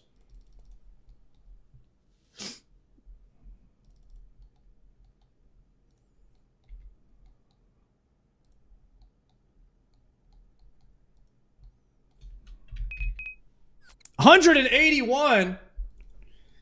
Oh god, I gotta win one more duel. All right, 578. Let's go back. One more. One more, and then we are going to imbue the suffering.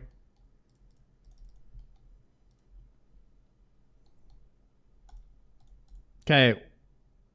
Cue it up. 1v1 duel. Sign up. Let's get in there. One more, boys. We just need one more win. How? I need like 20 points or like 19 points or something. I think it's just Berserker week, guys. No matter what you do, you just get Zerker. It is what it is. This guy's got an Infernal Cape. What the f... How do you get an Inferno?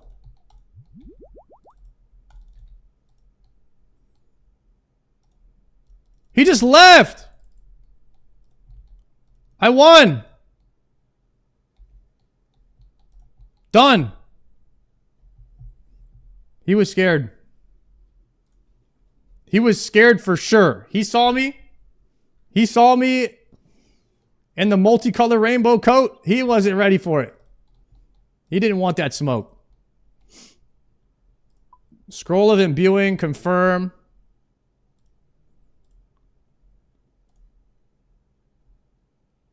Oh, boys. +4. Suffering imbued. +20 defense to everything. Imagine I would have had this when I was doing Inferno. That is Biss right there. Yo, check out the mage gear now. Imbued suffering, tormented bracelet, Ancient Scepter, upgraded. Mage Cloak, Dragon Bone Neck. Not bad. Occult Necklace soon. 90 something Slayer for that. Yeah, maybe at the end of the month. You might need multiple Slayer months to get that much Slayer XP. Zulrah is much better with the Suffering. Yeah, I need to make a couple thousand, like... I need to make a couple thousand Sapphire rings and add them all into this so I can just have them stacked up. That could be kind of pog. I think the next task I have is gargoyles. So I think what we can do is listen to the podcast while we kill some gargs. Could be kind of pog. What do I need to do right now, though? I need to go to a bank. Let's run down here to this bank. You get unlimited sapphire rings from ship salvage. I could just make like, I could just make a bunch of them. I already made like 100. I just got to enchant them. I could put like 100 in there for now. Who's this? Come to Vagina. How are we allowing these names? Gadget. What is that?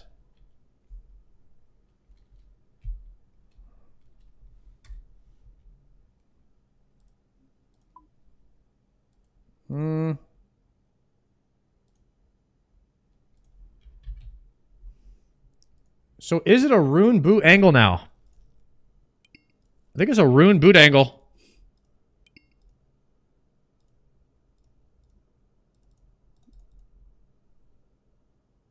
Are gargoyles bones or ashes?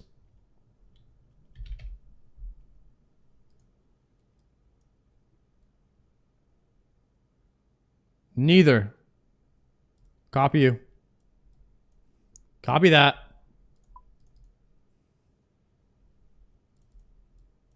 For gargoyles, I think we use food, honestly.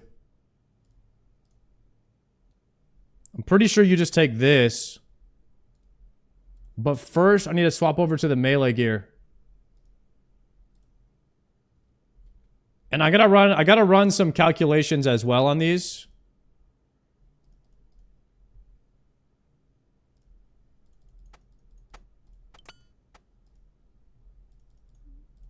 For sure, don't need any of that. Wield that. Actually, a suffering could go kind of crazy on these. No, not over Berserker. That's dumb. Is it boppers on Crush or Fang? Checking. We're going with the gargoyles. Looks like boppers on Crush. Boppers on Crush are the way to go. On the Gargs. Okay.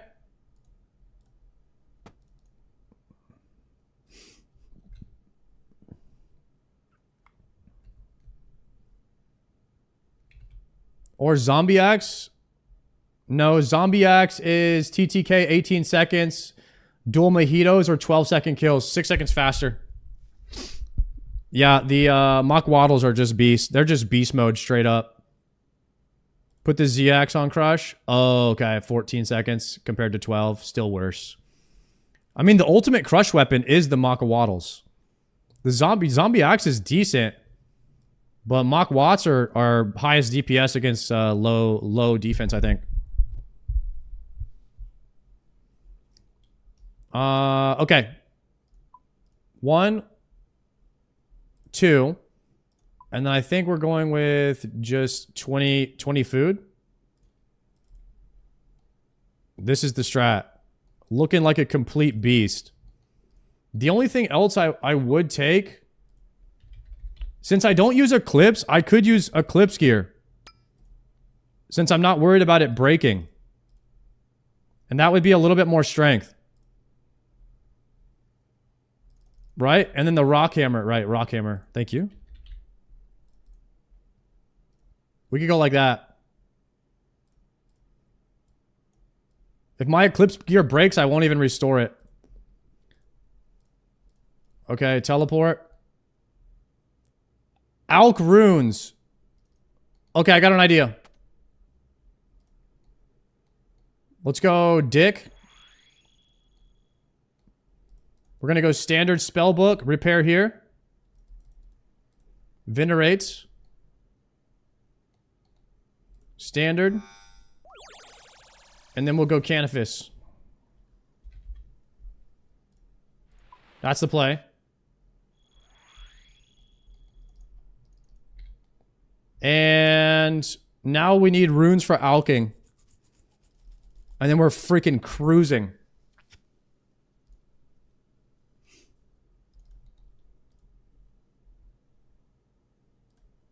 I gotta find a spot in this soda. Did Soda have 2 VODs today? What happened? With all that said, OnlyFang. Okay. You guys want to listen to the part where he's talking about OnlyFangs real quick? In the Soda Poppin' VOD today? I kind of want to listen to it. See what he's saying. I'm an OnlyFangs enjoyer.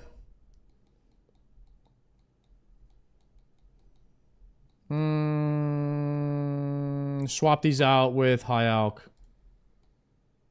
Okay.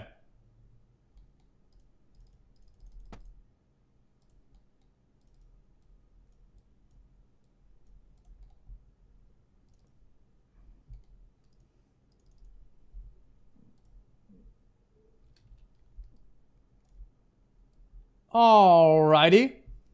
So Soda Poppin' did a podcast today called Drop Frames with Co-Carnage, JP, and Ezekiel, and they were asking him a little bit about OnlyFangs and what's going on with it. So I just kind of want to listen in. If we'll see what he's saying.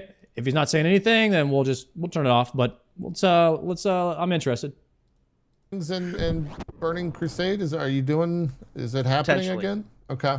All right. Potentially. It's still a bit up in the air because, as you said, TBC Hardcore hasn't been fully tested and figured out. You want to take it for the Prime? So when TBC does release, which it's going to release again, like I said, I'm going to play it non-hardcore, but through the lens of, does this work in hardcore? So I'm going to try to never die. And then when I do die, is this, like, can we trim this to make it to where you can survive it? Is it possible? A lot of people have done some testing on betas and whatnot and say it is. But is it also possible for non-sweats to do it? Right. Because Classic WoW, like OnlyFans is supposed to be a bunch of noobs that suck and don't know what's going on. Is it possible to jump into TBC with a guiding hand to help them live and do it? It might be, it might not. I don't know. I mean, I think that the noobs are going to die a lot. But at the same time, Hardcore WoW has this knob. And you can turn the difficulty kind of whichever way that you want. Like there's like the Puso way of doing things where you just kill green mobs the whole time. And you just stay in zones that are levels lower than you. So, and you just don't run dungeons.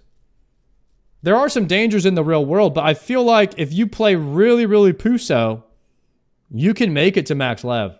I don't know. It's all up in the air. This is totally random.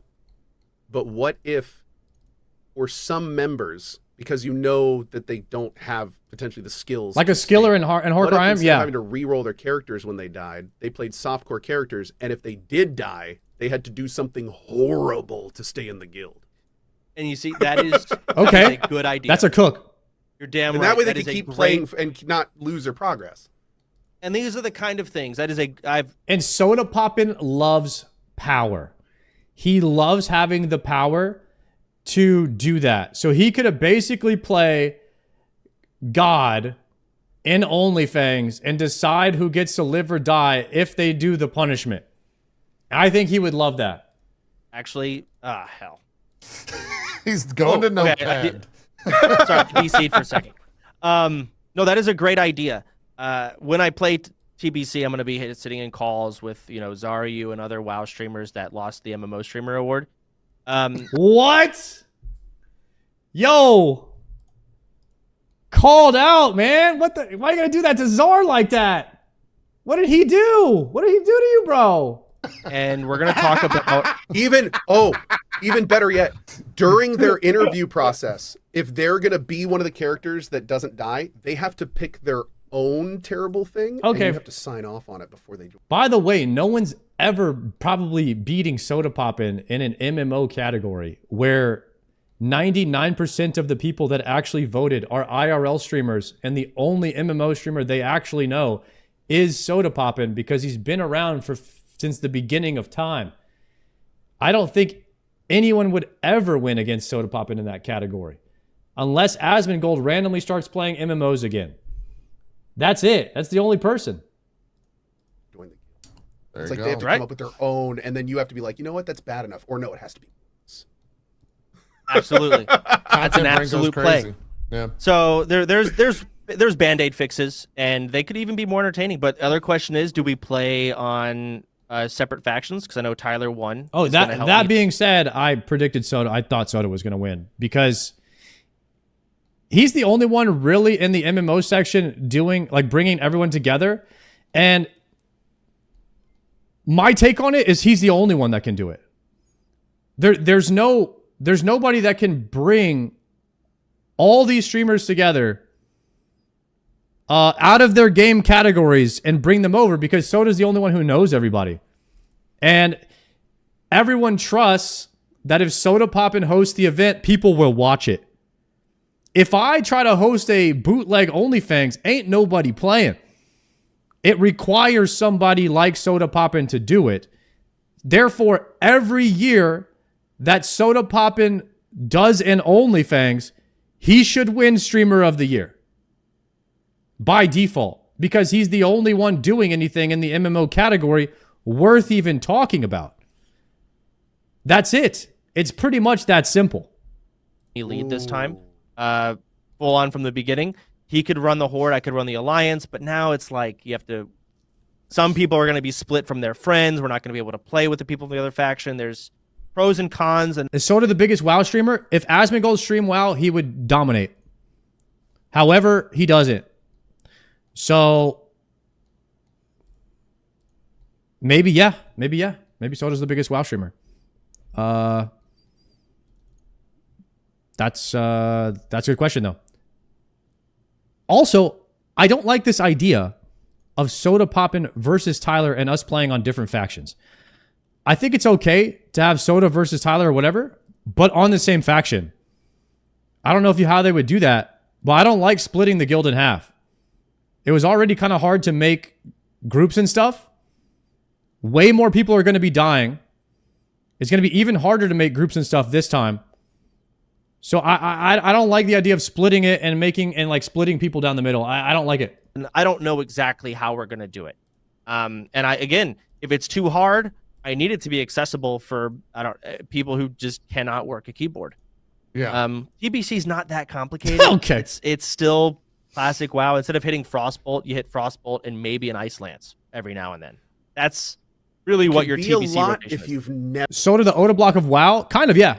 Yeah. I would say that, just not as dominant in the PvP section. Ever played? He's good though. He's good though. There's a lot to keep track of going at the same time. He's very good on so Druid. You need that time to get used to it. That leveling process. Right. You need that leveling process, right? So. And they will have that. You still got to level 1 to 70. Still takes just as long, but again, the end game of TBC, there's a lot more things that will kill you.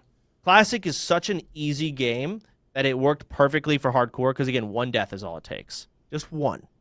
TBC, same thing. It's probably twice as hard. Asmon is a politics guy? No, Asmon is a what gets me viewers reacts guy. It doesn't matter if it's politics. Whatever gets viewers, that's what Asmon reacts to.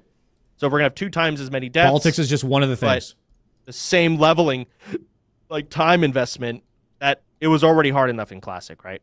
Well, So I don't know. When TBC comes out, we're going to play it, and we're just going to figure it out from there. That's the plan while playing. So do you have to remind me, because you probably know this stuff top of your head. Did they patch heroic dungeon damage at any point during Burning Crusade's launch? I have no idea. Any of those heroic dungeons? Like Blood Furnace or something? maybe Blood Furnace, but it's still really hard. Yeah, it's still fucking crazy when you first hit I don't. 60.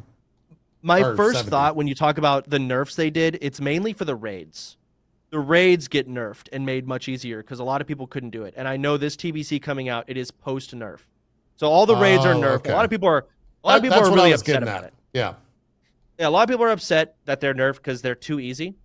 I agree with them. They are too easy, but for hardcore, that's perfect, right? Because one wipe and everyone's dead.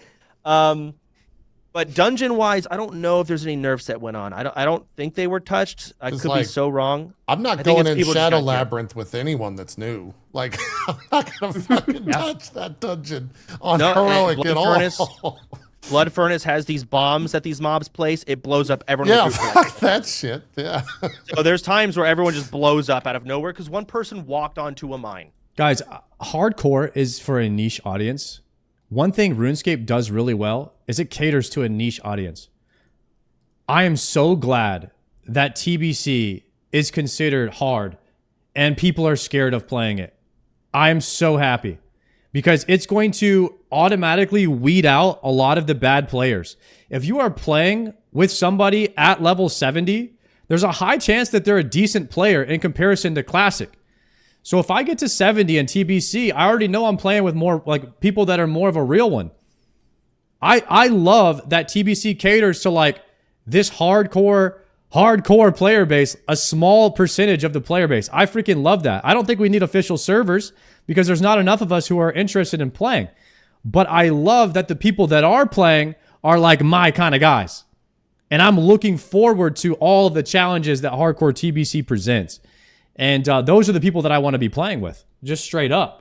And so I'm glad that guys like this are scared to run Shadow Labs because I don't want to fucking run with him either if he's scared to run it. I want to play with people that are looking forward to the challenge, that are gamers, that are excited about the possibility of challenges being brought back to hardcore. And I think it's exciting for me. The same thing everyone's scared about is literally what makes me want to play. You go in Karazhan, there's the Flame Wreath. If one person in the group moves, everyone dies. You have like 10 seconds. You just need to not move your character. That's really hard for people. You got a lot of mechanics that are kind of RNG-ish. Like, and I think we've already figured out some fixes for it. But there's one boss that will like vibrate the whole floor. And all your characters are just bouncing around. Ping, ping, ping, OSRS ping, all over podcast the after place. this. We haven't seen it yet. Yeah. And at the end of the bouncing, or the bouncy house, the boss will shatter everyone. You'll get petrified in place. You can't move. And if your character is near too many people, you take bonus damage. So if you're near 4 people, you'll take 12,000. You'll get one shot. The amount of You have times I no wiped control on over Gruul was just a fucking nightmare. Gruul is... There's another boss that literally just picks... There's another boss that just sacrifices someone. Gruul's going to be pretty That's it. insane. But with That's Petrus, just maybe you good can... content, though. Get around it. Right? Yeah. So, oh my god, the whole mechanic is it picks a random person and it sacrifices them. Yeah. So there's a lot of things that I'm sure we'll have to. I don't know what we do. We'll figure it out. You almost have to play like softcore with hardcore rules, right? Like, there's so there's no official hardcore server. Would there's just too many ways to fucking die. It's gonna have to be through an app. Only things will be 1 to 70. 1 to 70 is faster than 1 to 60 in Classic and TBC with the added XP. It's like 5% faster to level to 70 than it is to level to 60. So why wouldn't you start from 1? Why would you start from 60 when it's already faster to go from 1 to 70? You know. Add-on this time around. Yeah. There's no hardcore server. So if you die, the add-on will track it, and I'll be like, "Hey, you died. You have to G-kick. You start over." Right? Yeah. Simple as that. But we could make it to where if you're that person that gets sacrificed on that boss fight, I said, well, we'll just what's the word? Make it not count. This is You could also do it like a Mario. Take a mulligan. Game, dude. The only good content that hardcore is good for is people crashing out about dying. WoW is a waste of time. Hardcore is hardcore WoW.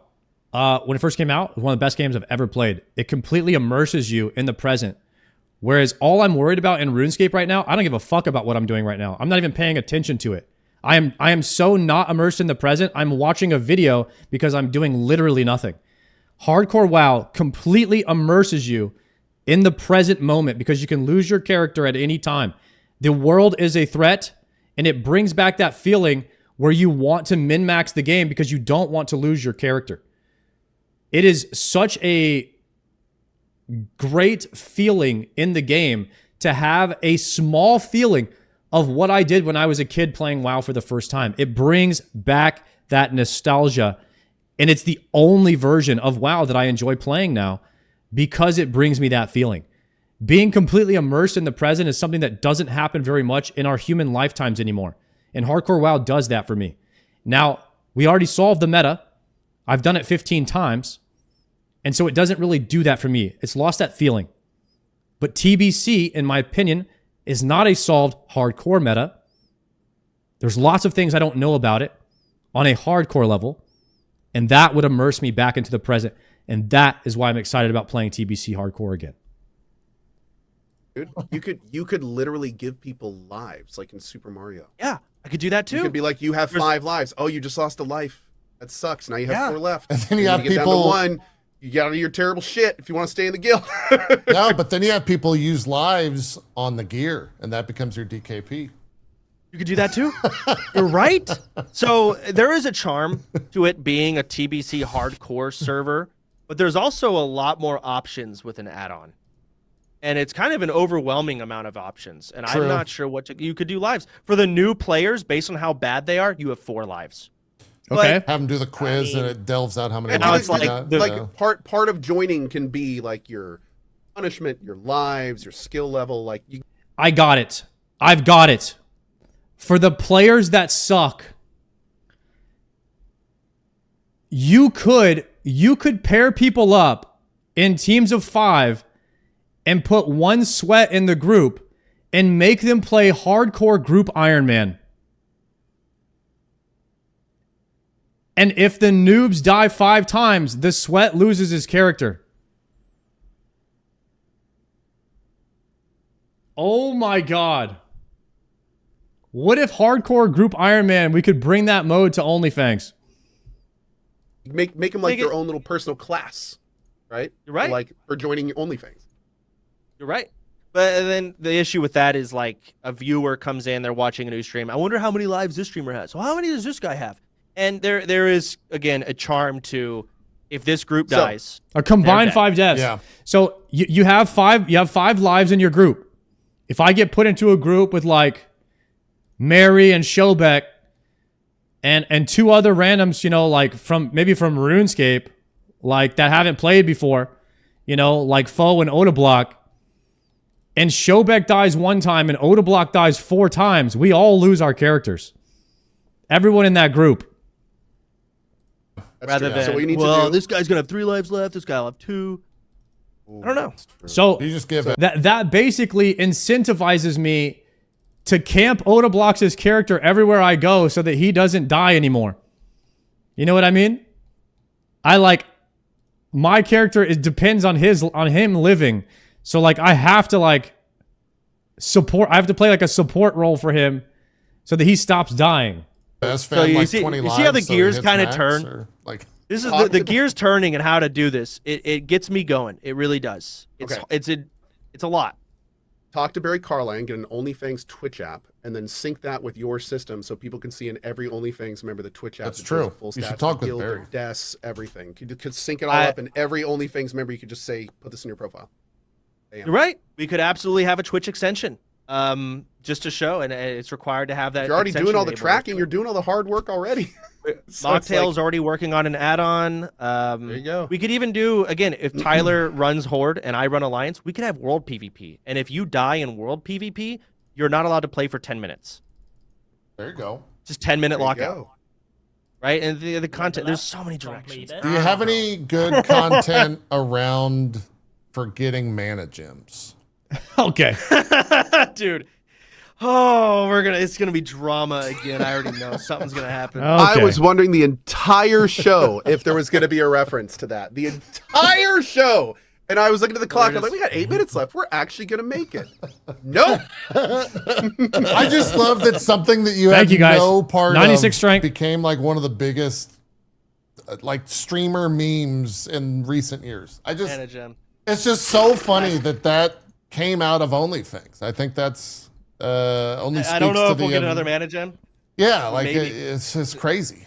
We get some of these W guys in here from the Streamer Awards or Oh, something. fuck. Imagine they played WoW. There's no way. Might get some drama there. They wouldn't play. You know, who knows? Next thing. You know, I'm Tim the just Tapman reaching would out play. to- I well, I'm think not he's reaching out to him, playing but well now. Everybody's welcome. I need new big hitters. I would love it. Dude, that would be Last time we had honestly Tyler, insane. Holy shit. Kai's Yeah, 30-day WoW subathon with OnlyFans. Imagine, dude. You know, I don't think the views would be there. I don't think his viewers would like it, but God, They would not. I'd love it personally. Kai Sinat playing World of Warcraft? Yeah. I think He would not. he would get bigger numbers than he would now. You think so? I do. I think when I the, think when the he World of would. Warcraft community finds out, I think that would explode bigger than what he did now. I do. Yeah. Again, I'm all for it. I'd love that. I do. I just Get Kai hurt. Sinat's trying to make a clothing brand and become a director. He'd probably hope be so, in 100%. Yeah, Summit would probably talk him into it.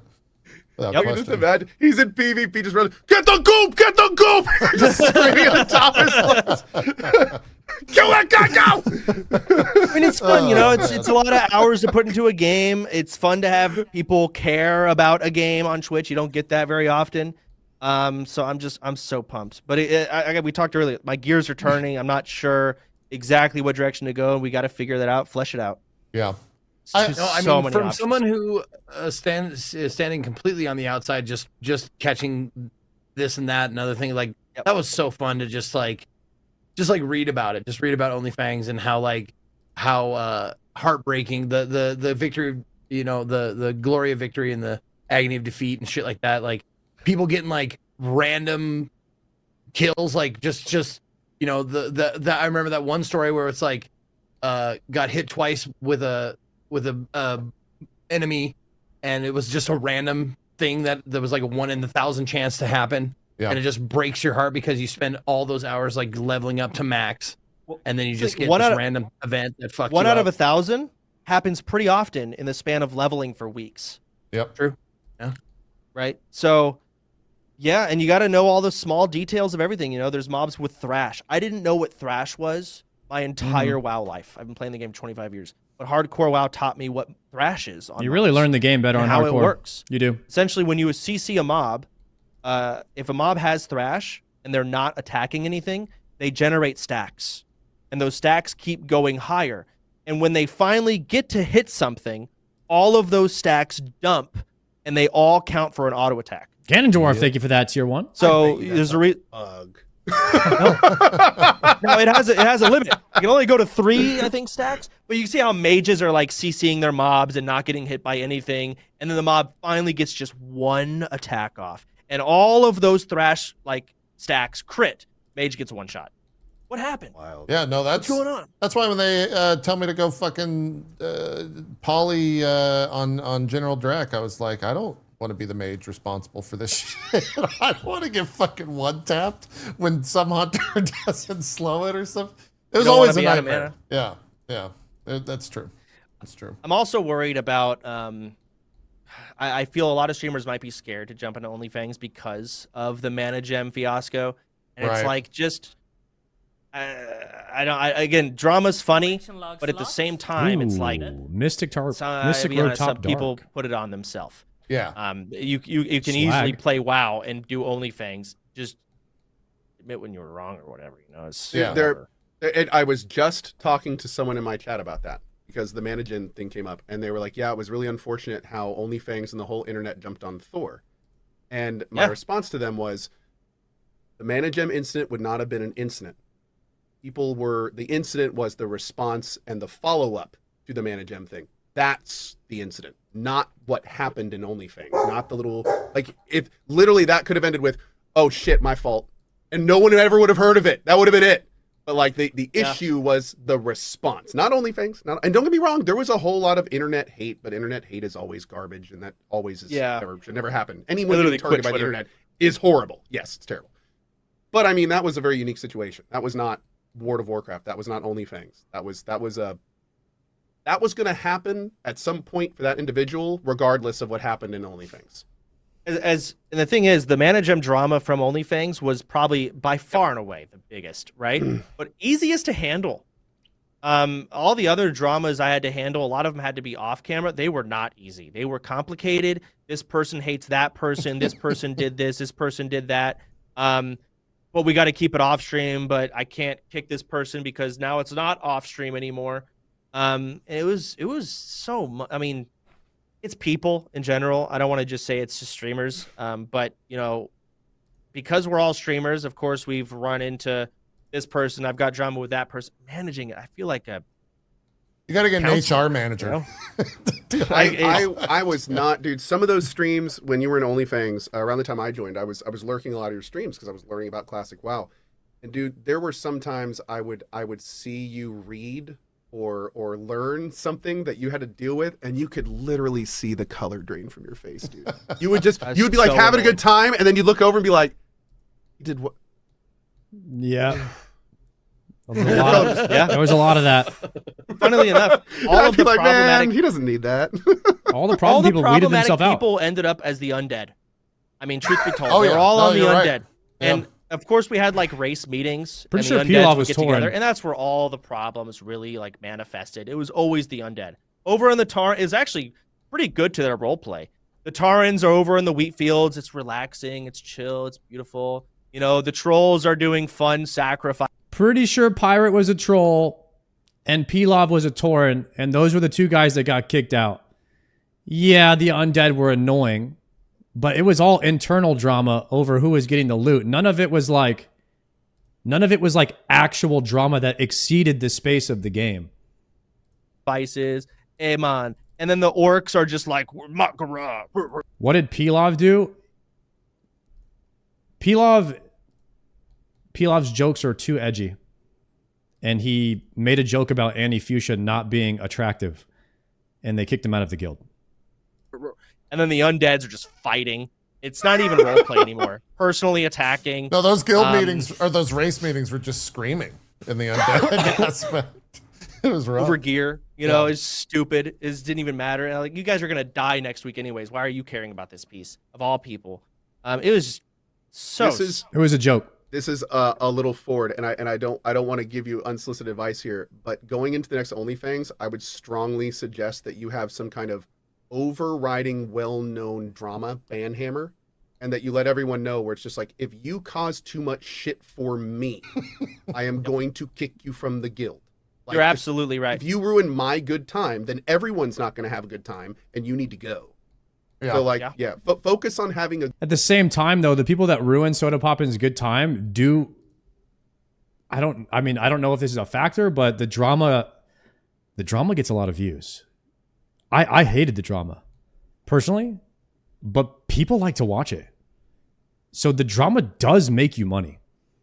So at the same time,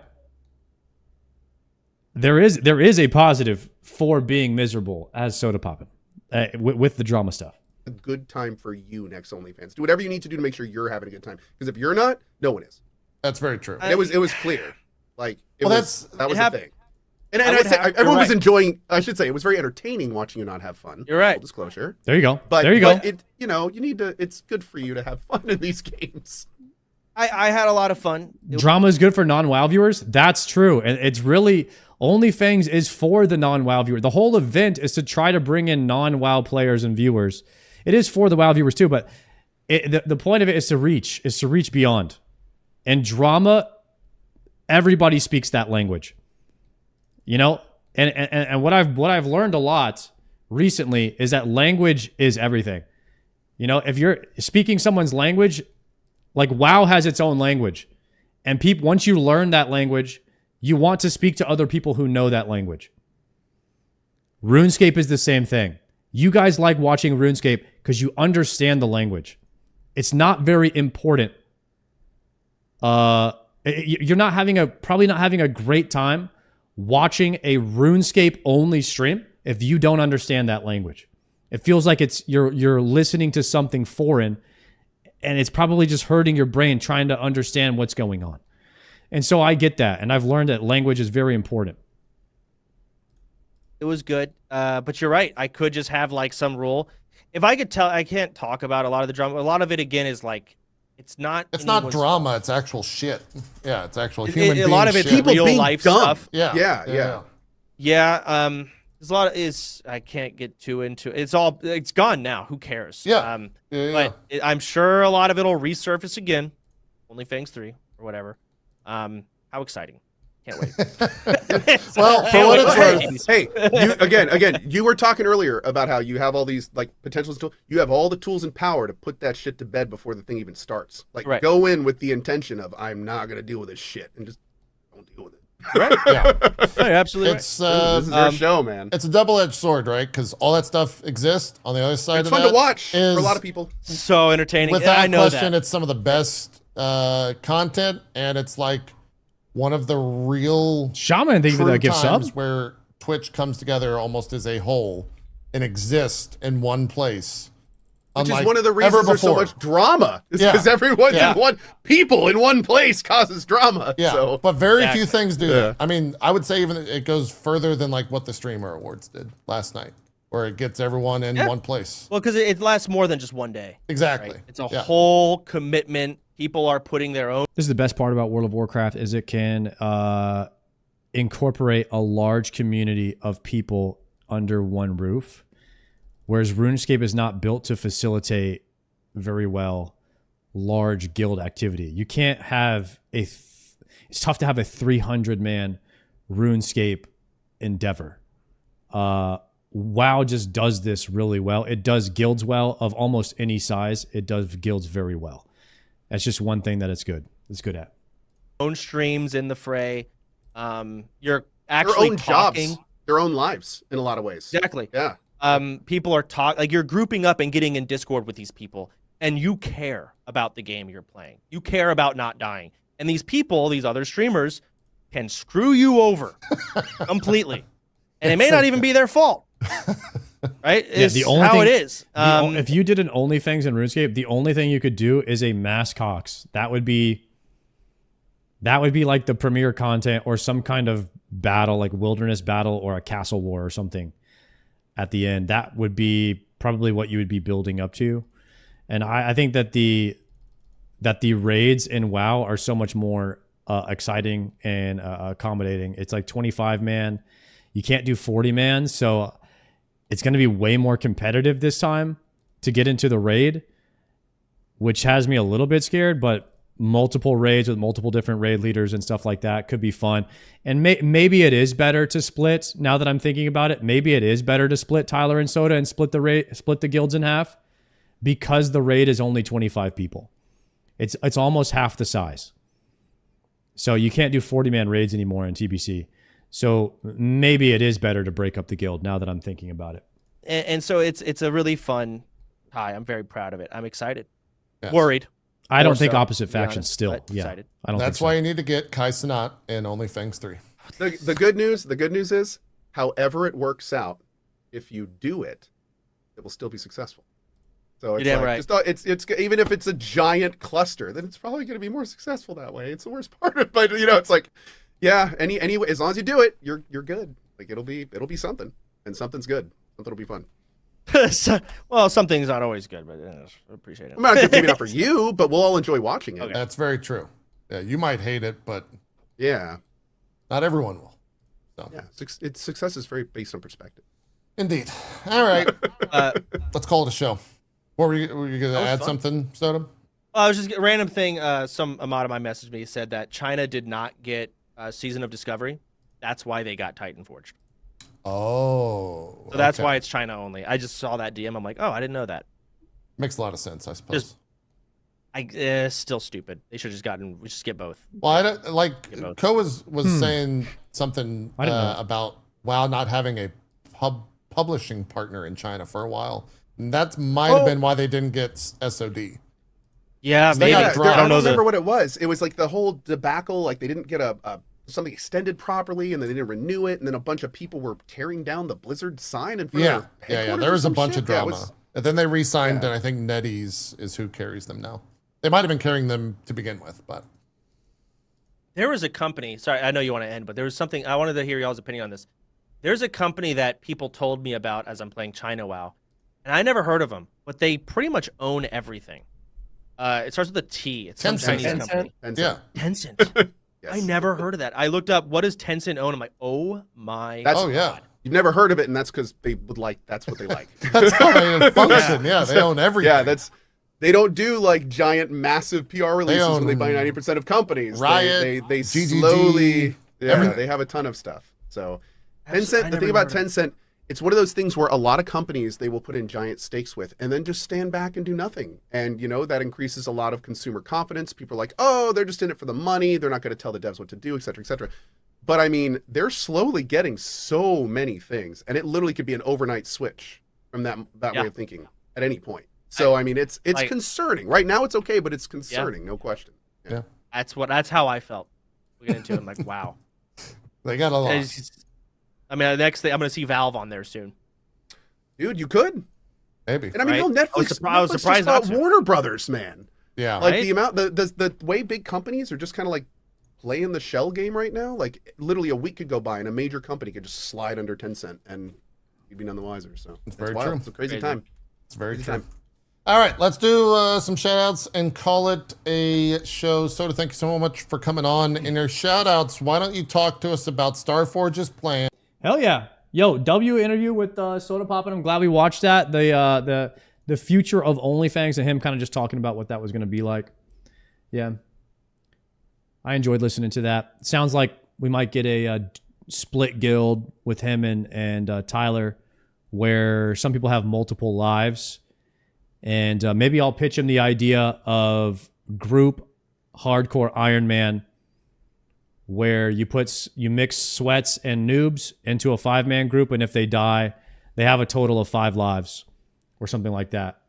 Could be harder to track, but I'm sure you could do it in the add-on.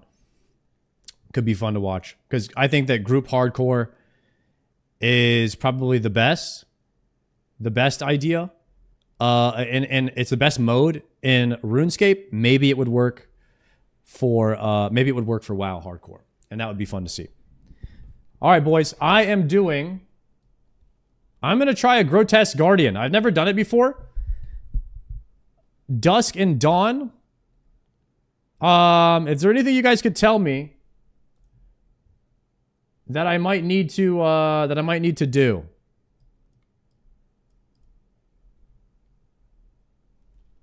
Dusk. Fang.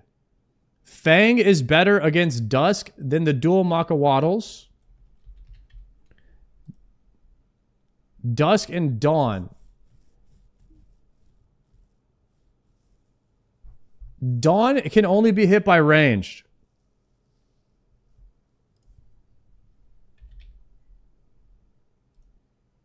It's got to be a Bofa angle.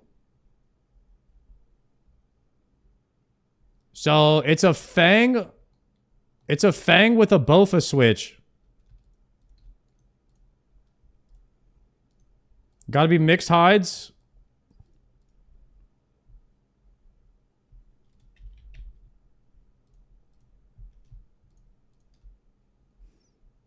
Okay. And I'm going to need a range pot as well.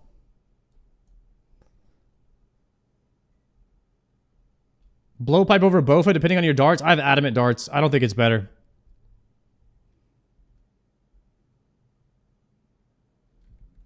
I could bring it.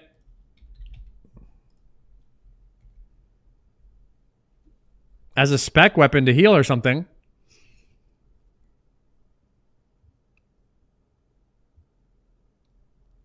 Do you feel bad about sniping perps from the WoW boys? I don't know. I mean, sniping perps is such a it's such harsh language for somebody who's been MVP for the past 3 months in every single raid. I feel like this game rewards the player that with a percentage chance of contribution. I had the most contributions, so I had the most chance of getting it. I hope that one of the other guys gets the next one though.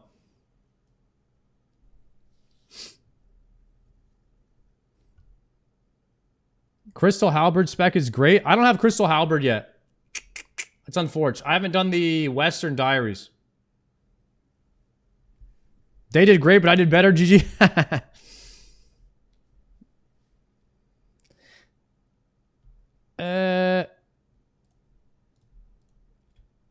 Am I good here with this gear? Fury, Berserker Ring, Fang. Why do I not have my Fang on?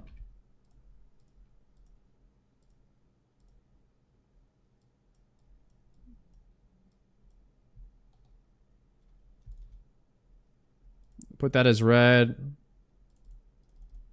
Okay. Is there any mechanics for the Grotesque Guardians?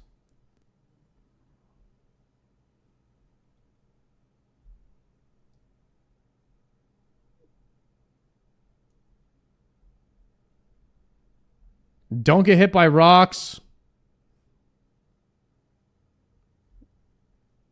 Oh no.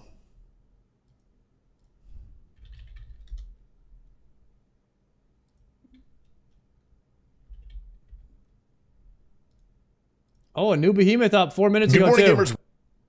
Watch after this. Grotesque Guardians for Idiots. And welcome back to the 4 Idiots series, the series where I attempt to show you how to do bosses as quickly as possible. Please like and subscribe and comment so that these videos are recommended when people search for these guides. Today, we're going to be doing the Grotesque Guardians. First and foremost, if you've never fought the Grotesque Guardians, you need to kill regular gargoyles on a Slayer task to obtain the brittle key to unlock access to them forever.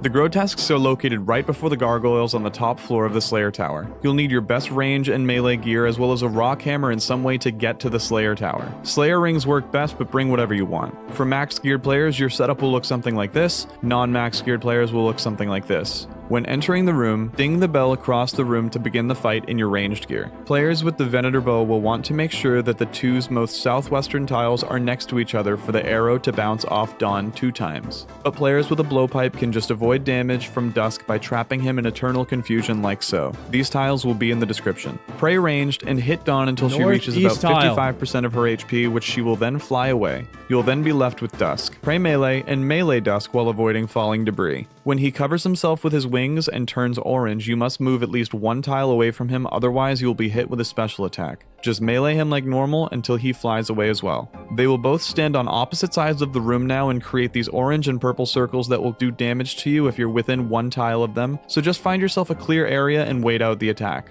Once it ends, we're going to get back on Dawn. She's going to spawn 3 purple orbs around the arena, and if you have high DPS then you can simply ignore this attack and just hit her, but if you have low DPS then you will need to go around the room and touch each of the orbs to avoid her healing for each one. Dawn may also throw around this stone ball attack that if you're near will trap you in stone for a couple of seconds. You may also safe spot Dusk again during this phase while you wait for her to die. Either unlock the auto smasher perk from a Slayer Master or use the rock hammer on Dawn to manually finish her off when she's got little to no HP. After Dawn dies, Dusk will take over and fling you somewhere in the arena and surround you with fire. There will be 1 tile free for you to escape. Simply click outside of the wall somewhere and you'll path out of it. If the hole is against the wall, however, simply stand inside the gap until the attack is over. Go over to Dusk and melee him. He will either do ranged attacks or melee attacks. Pray against whatever he did last, but he can alternate freely. Once he's low, smash him up the same way, and that's the boss completed. If you want to do more kills, just ring the bell again. Your loot will stay on the ground basically indefinitely, so be ready for there to be a lot of stuff on the ground, but be aware that it is an instance and you will lose anything if you leave. If this video helped you, like and sub, and I will see you next time. That was fast. Where are the mechanics again? The fight in your ranged gear. Players with the Venator bow will want to make sure that the 2's most players with a blowpipe can just avoid damage from Dusk by trapping. I'm gonna trap Dusk on the eastern wall. I'm gonna safe spot homie by walking underneath him. Him in Eternal Confusion like so. These tiles will be— Got it. Okay. I don't think I need those tiles. I can get that myself. Northeast. In the description. Pray ranged and hit Dawn until she reaches about 55% of her HP, which she will then fly away. You'll then be left with Dusk. Pray melee and melee Dusk while avoiding falling debris. When he covers himself with his wings and turns orange, you must move at least 1 tile away from him, otherwise you'll be hit with a special attack. Just melee him like normal until he flies away as well. They will both stand on opposite sides of the room now and create these orange and purple circles that will do damage to you if you're within 1 tile of them, so just find yourself a clear area and wait out the attack. Once it ends, we're going to get back on Dawn. She's going to spawn 3 purple orbs around the arena, and if you have high DPS, then you can simply ignore this attack and just hit her, but if you have low DPS, then you will need to go around the room and touch each of the orbs to avoid her healing for each one. Dawn may also throw around this stone ball attack that, if you're near, will trap you in stone for a couple of seconds. You may also safe spot Dusk again during this phase while you wait for her to die. Either unlock the Auto Smasher perk from a Slayer Master, or use the Rock Hammer on Dawn to manually finish her off when she's got little to no HP. After Dawn dies, Dusk will take over and fling you somewhere in the arena and surround you with fire. There will be 1 tile free for you to escape. Simply click outside of the wall somewhere and you'll path out of it. If the hole is against the wall, however, simply stand inside the gap until the attack is over. Go over to Dusk and melee him. He will either do ranged attacks or melee attacks. Pray against whatever he did last, but he can alternate freely. Once he's low, smash him up the same way, and that's the boss completed. If you want to do more kills, just ring the bell again. Your loot will stay on the ground basically indefinitely. Dawn may also throw around this stone ball attack that, if you're near, will trap you in stone for a couple of seconds. Yikes. You may also safe spot Dusk again during this phase. If you're near, will avoid her healing for each one. Dawn may also throw around this. Alright, I think I got it. I mean, there's like 3 different phases. Let me summarize here. Phase 1, you're going to trap this guy and range it while you step under the other one. Phase 2, you're going to dodge, always dodging things that fall from the ceiling. Phase 2, you have to pick up 3 purple balls while doing damage. And then phase 3, you might get this fire, which you have to move to this spot if you don't want to get hit, or you can just move out of it. And then whenever you're fighting this dude, if he glows orange, you move away.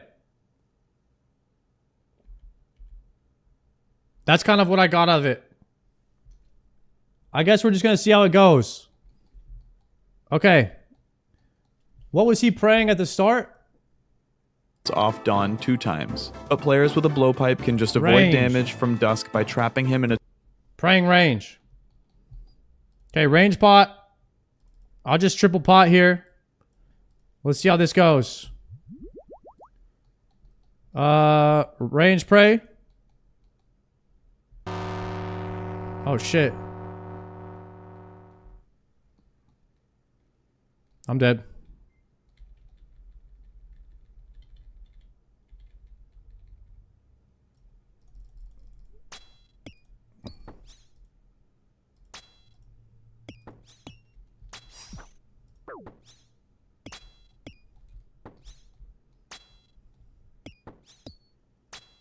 Pump.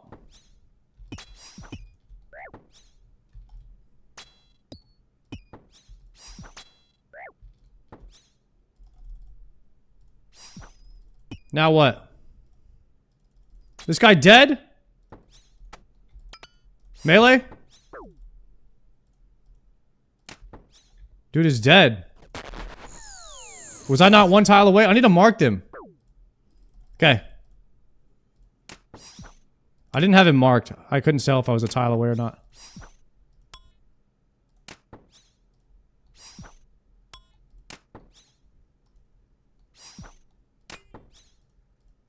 Can I spec him?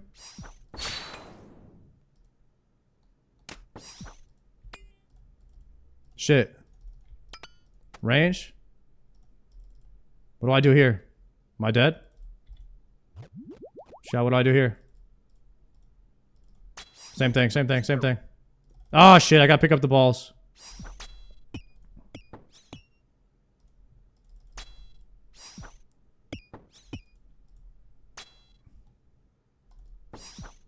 Okay. Going back to the corner. I'm doing a lot of tick loss, but I'm learning here. It's okay.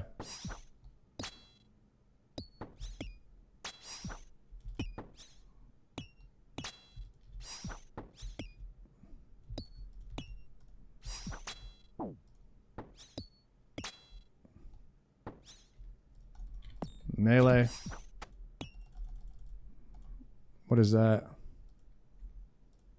This guy's growing.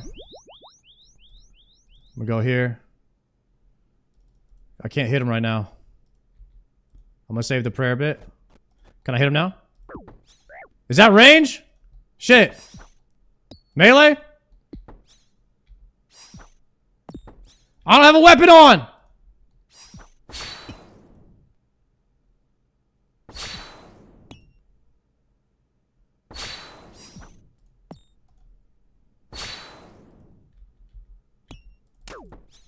Range? Got him. He's hitting me! Stop hitting me! Hammer him! He was dead. Combat task completed. Got him. 2 prayer pots.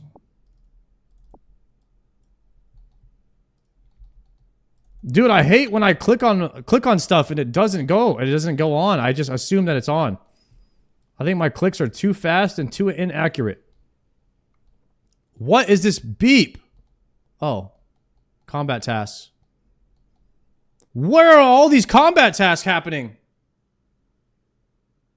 I'm getting so many points. What in the prison break? Granite footwork, heal no more, static awareness, dust before dawn, granite dust. Goodness gracious.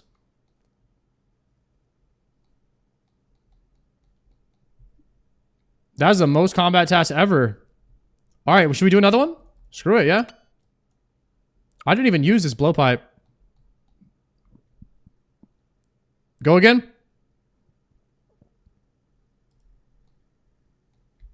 Run it back. Is there some music on this event? Uh-oh. Uh-oh. Moving.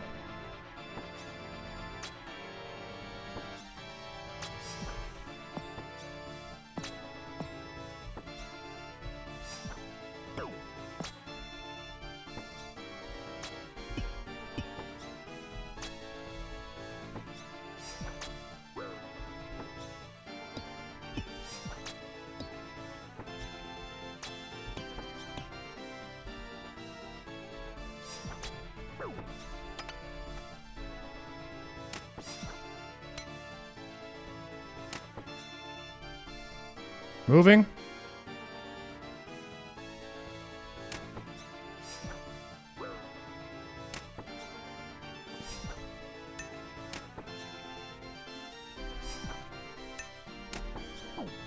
Damn.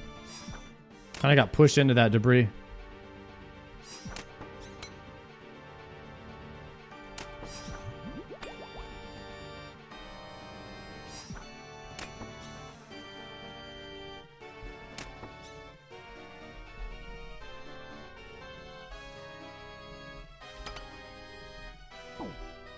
What do I do? Just stay away from that stuff?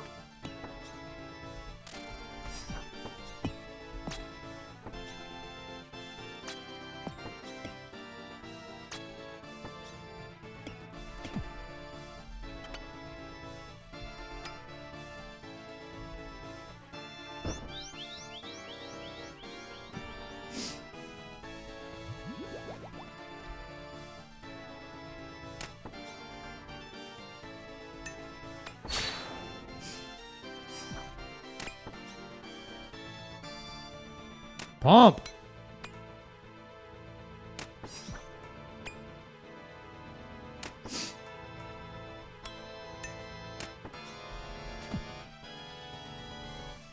Not bad. Granite hammer. Oh. Let's go. 25k gold and a granite hammer. What is that for? Is that good? The spooner. 2KC. 2KC granite hammer. It's worth 5 million. Let's see.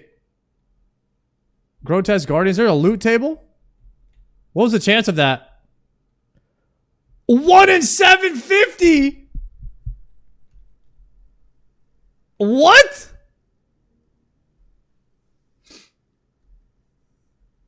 Old 2 times rolls for 750.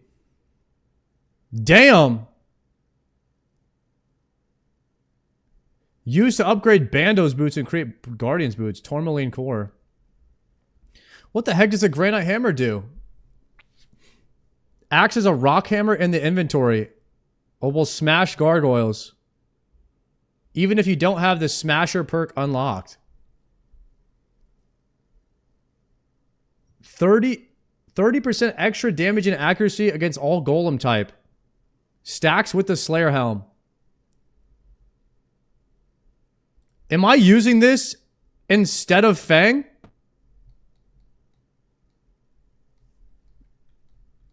On melee now.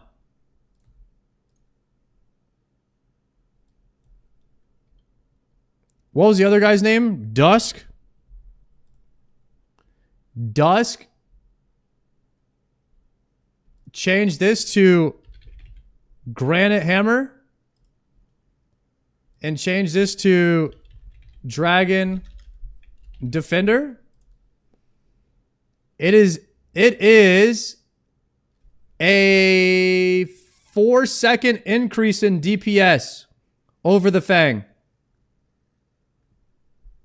Almost a 1 DPS increase, like a 0.8 DPS increase. Alright, we're going to use this instead now. Dude, that is a crazy spoon, actually. And it has a special. The special, deal 50% more, deal an attack with 50% more accuracy and guaranteed +5 damage. Okay, guaranteed +5 damage with high accuracy. Let's go.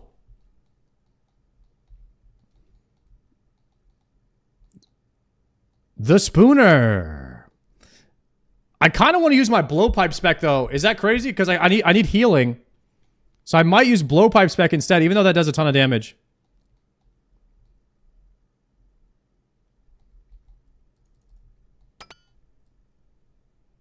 Let me move this down here because I don't need that anymore. Put that on red. Okay.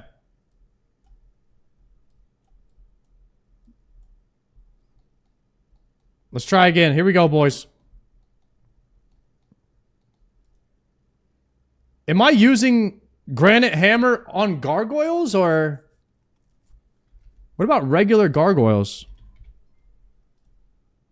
Oh, I am.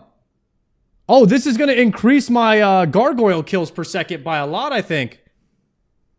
It might be biz for them. That is dope. Faster gargoyle tasks. Yo, Lewis, thank you for the prime. Okay, let's run it back. Let's run it back. Pre-potting.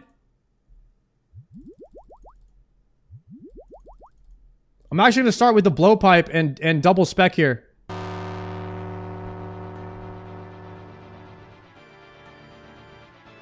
Biz before Scythe.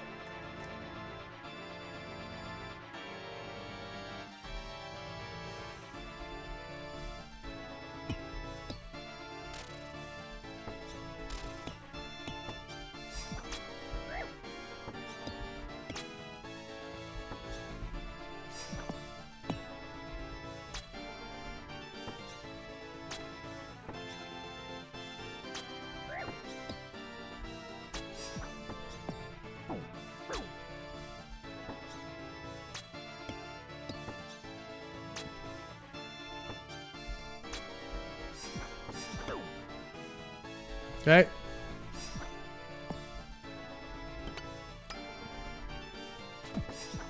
Big dam here.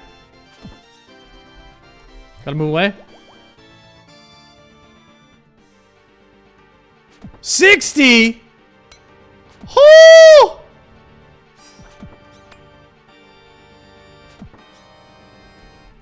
I'm him!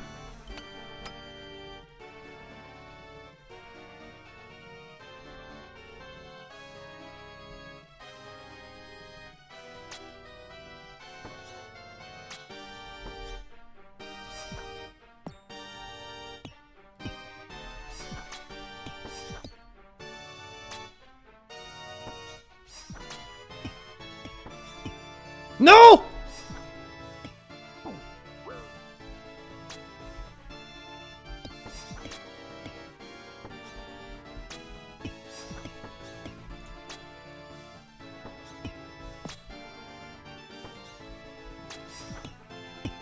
She dead yet? Shoot him! What are you doing? He's dead. This game. I don't know what's going on.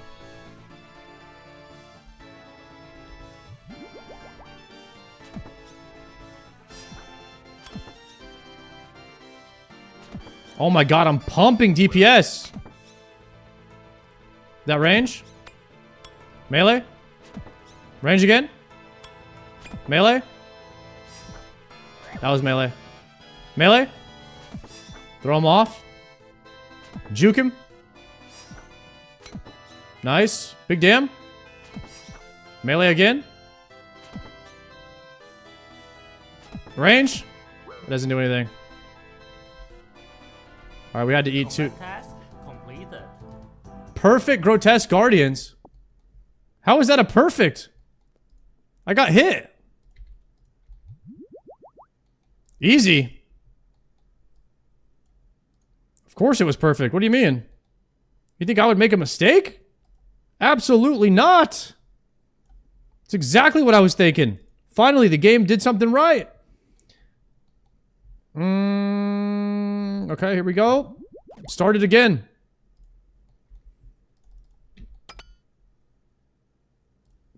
Started off same thing. Run it.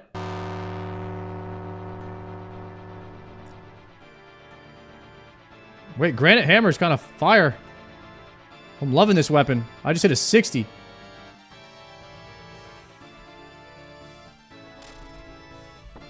That 3 was terrible, though.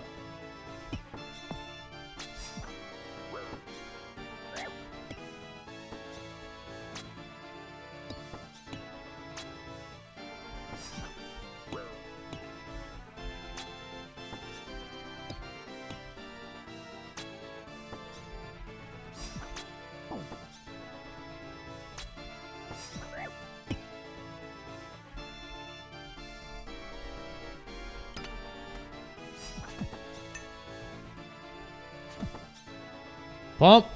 Run.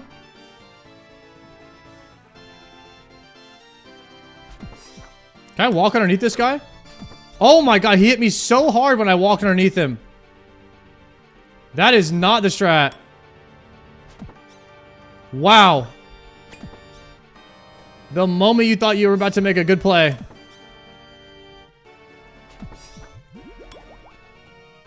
Yikes.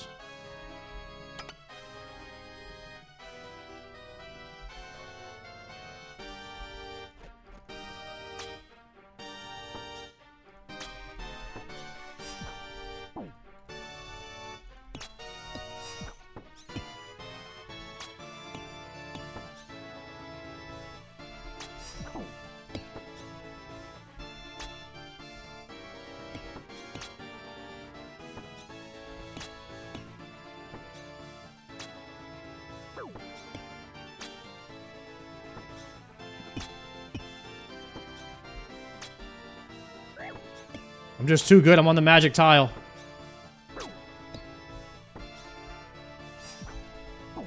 Okay, he's dead.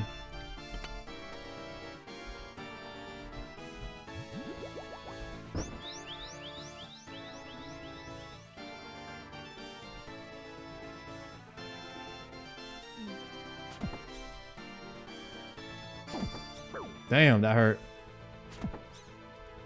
I don't think I'm going to be able to do another kill. I'm gonna use my special. That did nothing.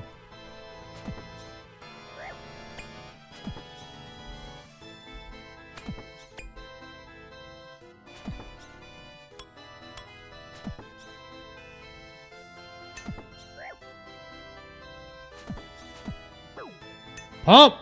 Nice. Whoo. Okay. All right. That was 4 kills. That was 4 kills.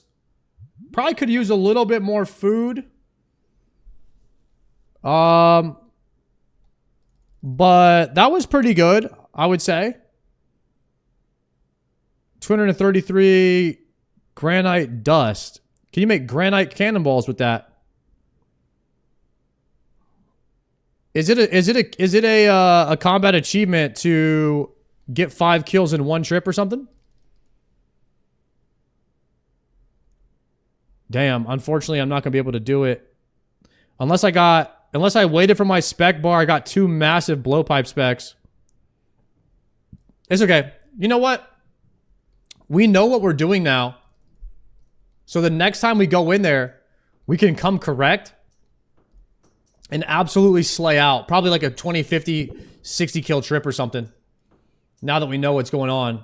You know, the first time you go in there, you're trying to figure it out type shit. But this time... Oh, I'm about to die!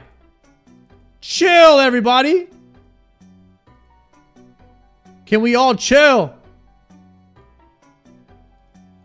What's going on? Might be a pizza kind of night.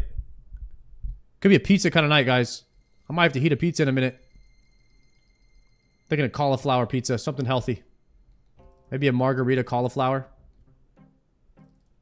Could be kind of crazy. And a side of water. That is not water. That is my 4-hour-old watered down Celsius. Get that away from me. That was terrible. Here's my water. They're in the same cup. They're in the same cup. That's what happened. All right. Not even close to death right here. Oh, shoot. I just hit the sensitivity of my mouse. Okay. Let's get serious. We got the granite hammer now. We're that guy. The easiest spoon of my life. Did you guys see that I can cook sharks now? Has anybody seen that I have 500 sharks in my bank? I can cook these. Yeah. We're leveling up in the world, boys. We are absolutely leveling up. Yes, we are.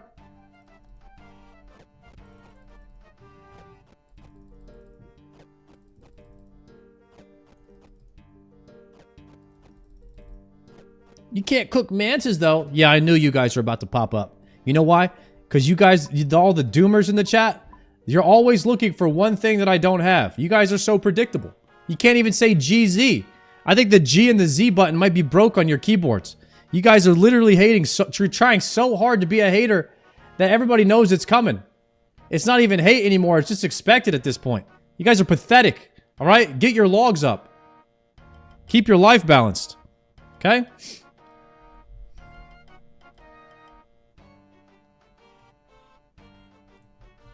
My log is up? No, we're not talking. What are you talking about? Wait a second. I don't need a rock hammer. Guys, I don't need a rock hammer anymore. Type shit, right? I can throw this thing away. I got the big boy ham now. Look at that. Yeah, we roll up with this. Ain't a gargoyle in sight talking shit to me no more. Look at that. That's a Thor's hammer. Let's go. Yo, easy rain. Thank you for the prime. I appreciate that, bro. Actually, I don't need any of these. We're taking the hits on the chin. Straight up. Actually, I could do some high alchemage. Or whatever it's called.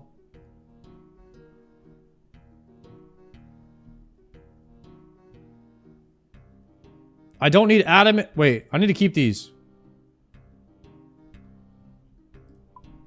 There should be a bunch of stuff I can high alch. From, the materials.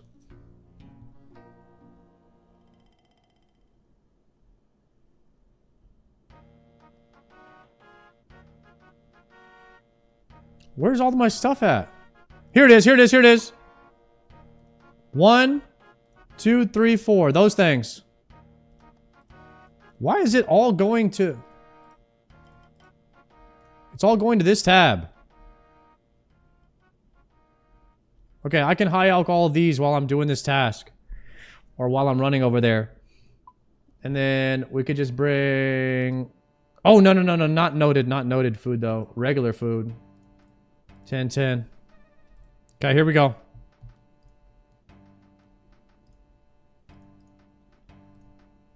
Oh, we're about to be doing big damage. Wait, wait, wait, wait, wait, wait, wait. I need rune boots.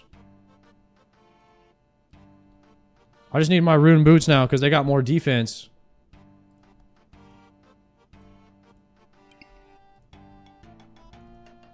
That's it.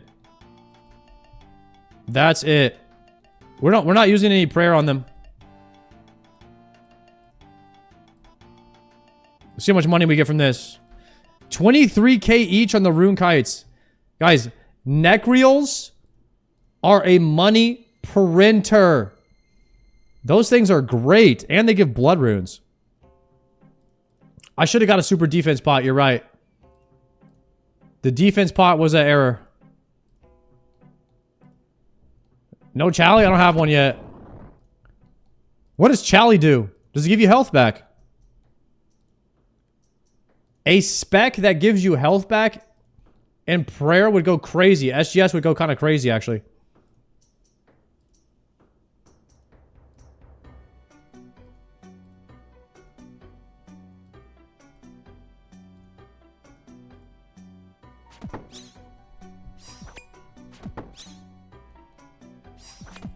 Let's see the spec. That thing requires 60. That thing requires 60 spec.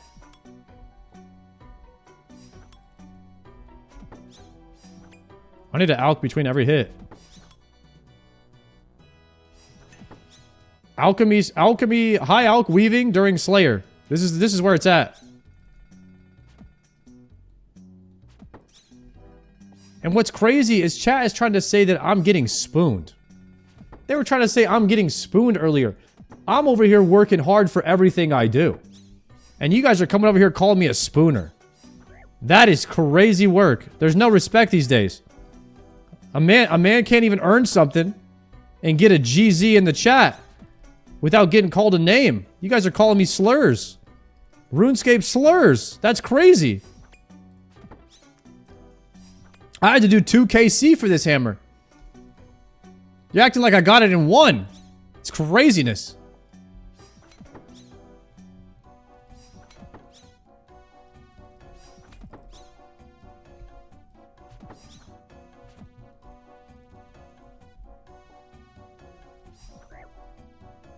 Yeah, I'm over here a hard-working individual.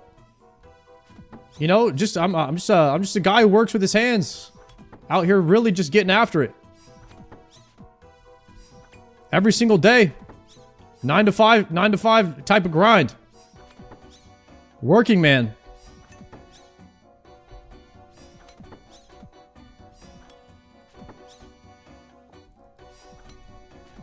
Savix needs help. Guys, listen. We've all kind of known that for a while. But it's just kind of rude of you to say that out loud. I'm not going to lie. So, like, you know, let's just keep that on the low.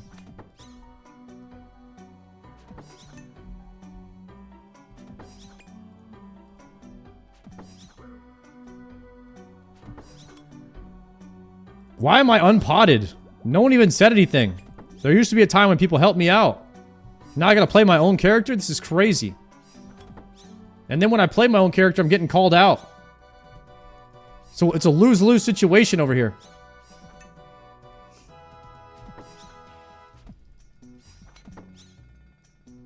Hey, that's 1K right there. Addy boots. We take those. Imagine having a thing for yourself. That'd be awful. I mean, Soda Poppin hasn't done that in 15 years. I'm not sure he's capable anymore.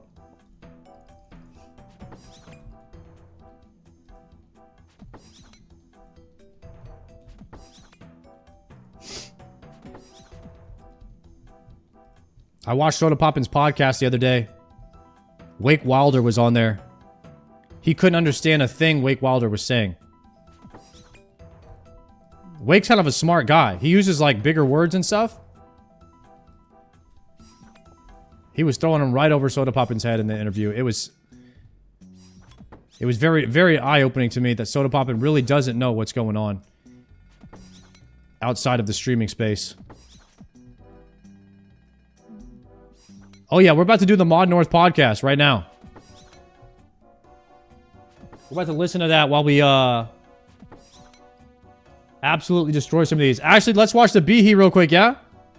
New Behe, lock in.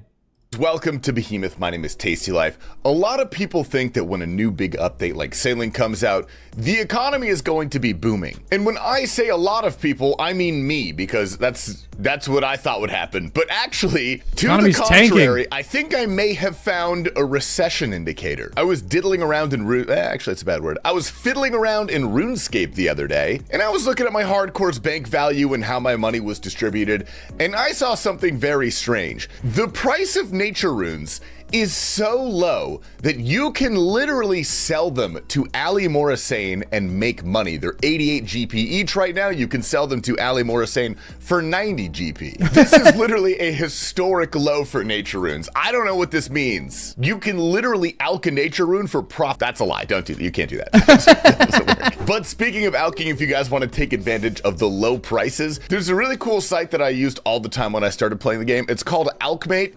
Not sponsored, by the way. I actually just use this all the time. It's a really nice tool to find out what you can buy to profit alching. If any noob did not know about that, or pro, actually, it's, yeah, you know. It's an easy way to make a little bit of chill money and some XP on a new account. But now that we've talked about it, I'm sure the price is probably going to go back to normal. So I apologize for ruining it. But if you see this in the first 30 minutes, profit. Speaking of the effects of sailing, dude, this is the single best Davy Jones cosplay that I think I have ever seen. Wow. We need more of this and less pirates. Technically, he's a pirate. There also is a brand new world record. These are my favorite things to cover, dude. There is a sailing pet at 121 XP. As far as I'm aware, I think this is literally the lowest possible XP you could get the pet at. It's during your first sailing XP drop at the Pandemonium quest. I believe the previous world record was like 137, so that's actually disgusting. And finally, before jumping to the clips, I'm about to ruin your day. I'm about to ruin your whole life, actually. You guys know the original RuneScape font, the font that we use for the logo, this one right here. So that font is actually called Chalk, C-H-O-C. I thought we made it. Turns out we didn't. Anyway, that font is also used for basically every Asian restaurant in the entire United States. So next time you're out looking for sushi, okay, look for the font, because I guarantee it's going to be the RuneScape font. Shout out to the user CookMePlonks for pointing out this and linking the New York Times article about it. There's literally a Chinese restaurant 2 blocks away from my house that uses this font. I would show you, but I would also dox myself because there's only one. Anyway, let's jump into the clips, dude. We're starting off with Joker TV. Oh my god, the man, this the myth, spooner, the legend. bro. I can't even look at this guy. He's so spooned.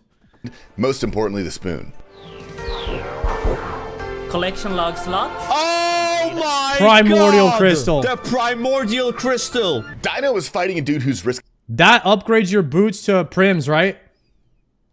That's a prim upgrade? Okay, that's what I thought. Prims are upgraded dragon boots. They give the wings on your Jordans. They're sick. They're like the best boots before Averns. Risking 500 million GP. He's out of food.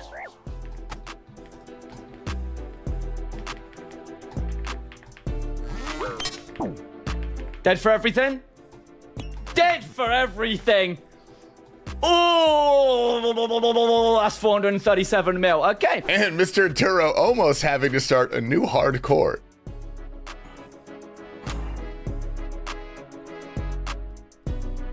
There's no way. Turo. I couldn't see what the f it was because Duro it hit is the floor, bro. Dude, first time tapping on that. I will actually be sad if Duro dies on that hardcore. This guy is so spooned. He is on a generational run. This hardcore character is crazy. If he dies, I will actually shed a tear for my bald brother. Now, Soyduro is a future hardcore grandmaster. Here he is doing the Corsair Curse.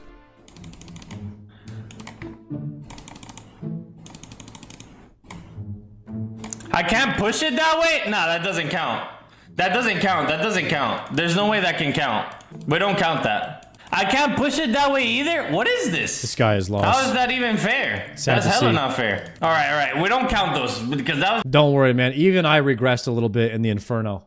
It's okay. This happens to everybody. Like, what the fuck is that? What? I'm confused as shit. Brett finally finishes the boss that has been haunting him for his entire life. There we go. Nice. Oh! Quick gaming. Let's get out of here. What was that, KC? 777. That's a lucky number. We got another hardcore Mr. 700 Jaffa. He's Leviathans. been trying to kill Awakened Leviathan for a couple days now. Oh, a hardcore Awakened? This is nuts.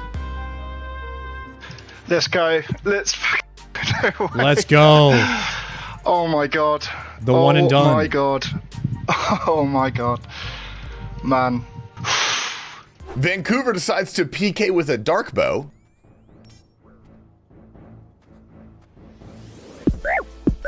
Oh! 46! 46! Let's go! That is crazy. Oh my god! There it is, man. There it is. There it is, ladies and gentlemen. Wow. Holy fuck. I saw the 522 XP drop, and I knew it was apps. A bit of a two-tick though, but woo! That is insane. Yes, sir. 62. Is that the highest? That's gotta be the highest hit in the game. Double max hit dark bow. That's 92 damage. I mean, how do you even live? 92 damage? It can 48. Why isn't everybody using the dark bow? That's crazy. 48. You can hit for 96 with the dark bow. That's crazy. 0.5 mil PK. This might be the first time I've ever seen a first-person TOA purple from MXEs. First person view. What's it gonna be? Ooh. Ooh. No! Oh, the Shadow. A viewer shows No Monkey the worst cockslog he has ever seen. You have 17 megas, 2 pets, and no T-bow. Wow. Ouch. I might be number 1 mega rare wise. That is crazy.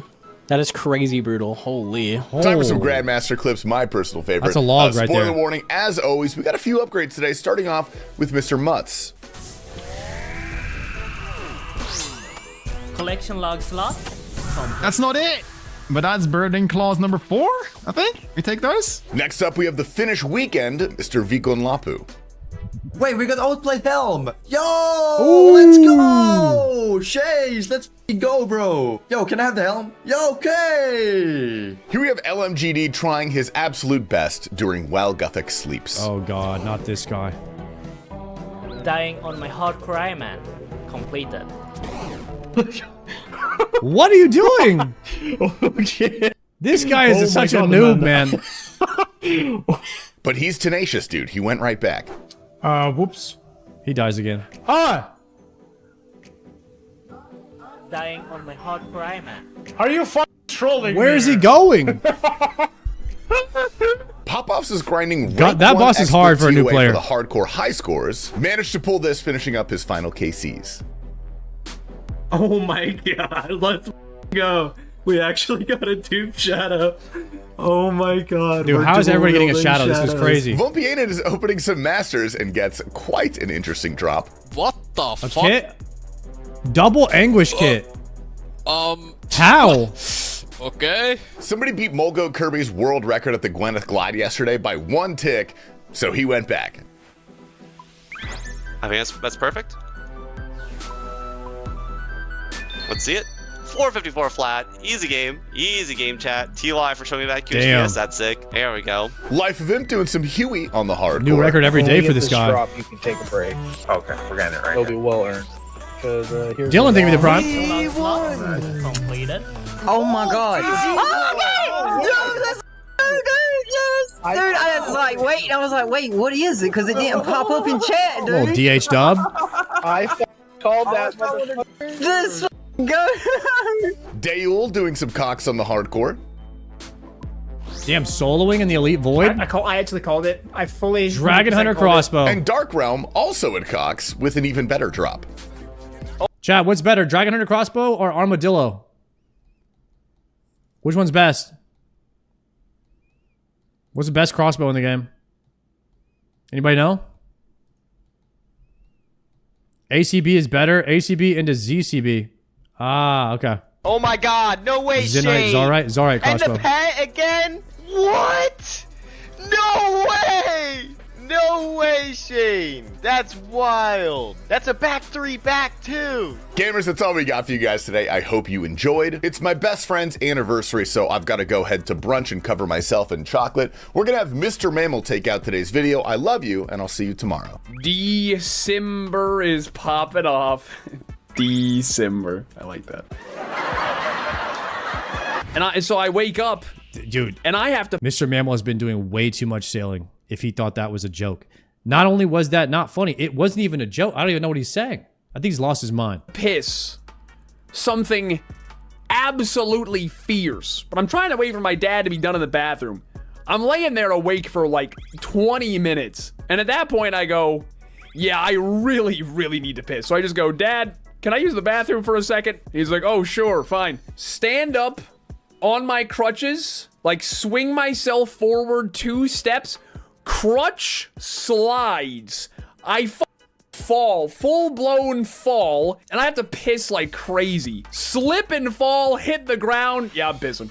I literally just sat, I was like just sitting there and I just went, well, it's too late to stop it now. I'm like, I guess I'm just pissing. I felt bad. I was like, you guys are gonna need to grab some towels, bro. Huh? That's a North Dakota type story? Chat, North Dakota goes crazy, huh? This goes crazy over there in North Dakota. All right, thank you guys for explaining to me the December joke. That, I would have never understood what he was saying. They're talking about RuneScape is doing a Dragon Sim promotion, and it's December. So it's Dscim Burr. Dragon Simber. I get it. I went right over my head. Thank you guys for breaking that down for me. Yar. Guys, thank you. Guys, the jokes are way funnier after you explain them to me. Because otherwise, I don't know what's going on. I have 15,000 light orbs. I'm about to make another 15K soon. Maybe about 20 more K. 20K light orbs, I'm going to be done with this place. We're going to absolutely blow this popsicle joint. Chad, do I alch my Mystic Robe tops? I think I alch all of my Mystic stuff.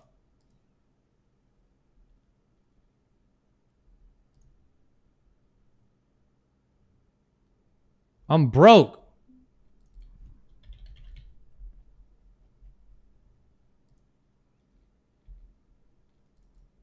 Oh, these are for clues. Are we lagging? I'm lagging like crazy. All right, those are for clues. Check the swag real quick, though. Brother, I am lagging. Can barely move right now. Oh! Why is Mystic Robe so fire when you change the color of it? It looks like ass in the blue. Chat, right now, between me and you, I have to get the paint for my Slayer helm. I absolutely have to get the Dragon, King Black Dragon helmet with 1,000 Slayer points. I normally don't care about transmog, but if it's red and black, I need it. I need that.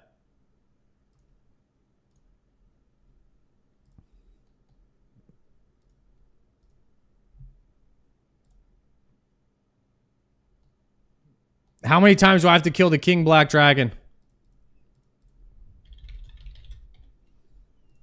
What's the drop rate on the helmet? Dragon pickaxe, 1 in 1,000.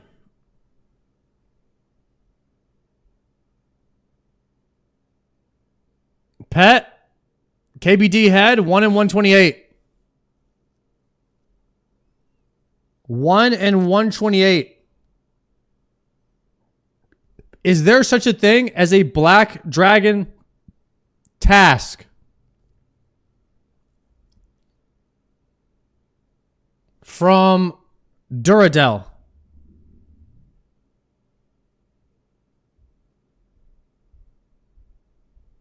All right. Next Black Dragon task. We are killing the King Black Dragon for every single kill. Guaranteed. Because I need this thing. I gotta have it, boys. Black Slayer helmet. Absolutely gotta have it. Once I saw this, I knew I had to have it. We're getting the Black Slayer helmet with the black and red Bofa set. By the time Dead Man mode comes out, my Bofa will finally be corrupted. And we might go all black and red Bofa, maybe with the red bow or the black bow. I'm not sure yet. We're going to have to see what looks the best. Look up Abyssal Sire helmet.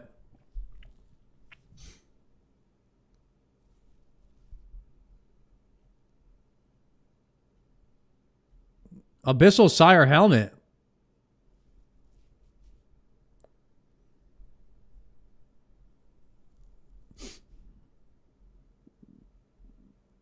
One in 100, the unsired. Abyssal head.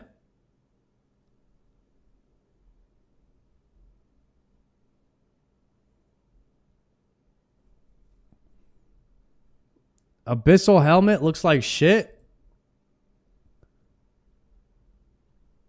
Oh, it's red. Chat. Whoever suggested this, I'm timing your ass out. There's no red and orange and purple. Oh, hell no, bro. Matter of fact, if you walk up to me in game wearing this, I'm timing you out too. That is crazy.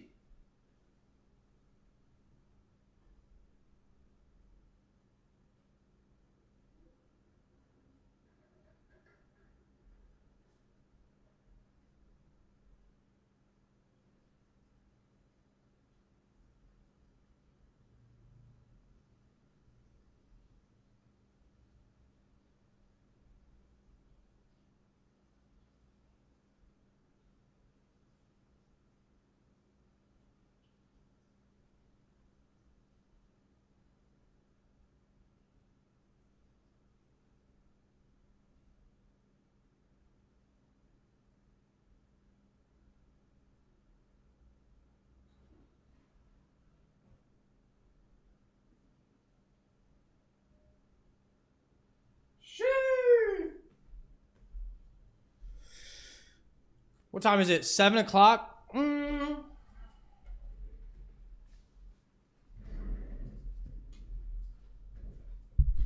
It's about to be 7 o'clock. I don't know how I'm feeling about this right now. It's almost 7:30. Am I hungry? Am I thirsty? Am I just right? I mean, I don't really know. I need to think about it.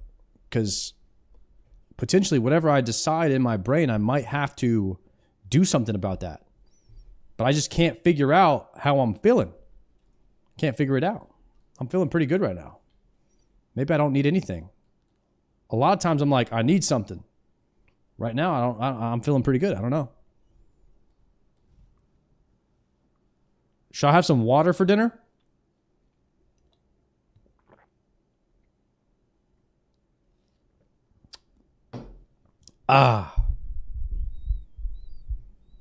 Okay. Turn up on some water.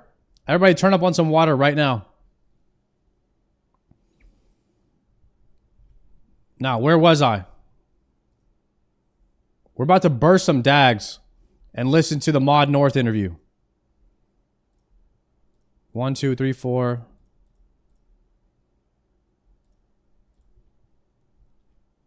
Do I run Suffering now for the prayer on my mage set over Ring of Shadows? I think I do. I think Suffering kind of like New Bis.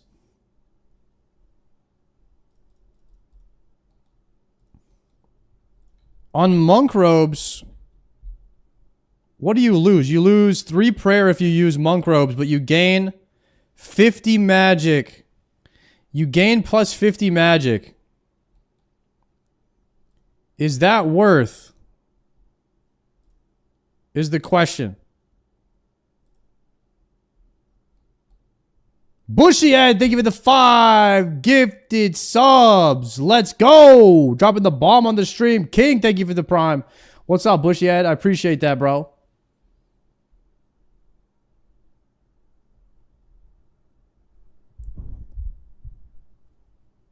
Magic attack is useless when the mobs have 0 magic. I've got -3 magic attack. I need to be at least 0, right?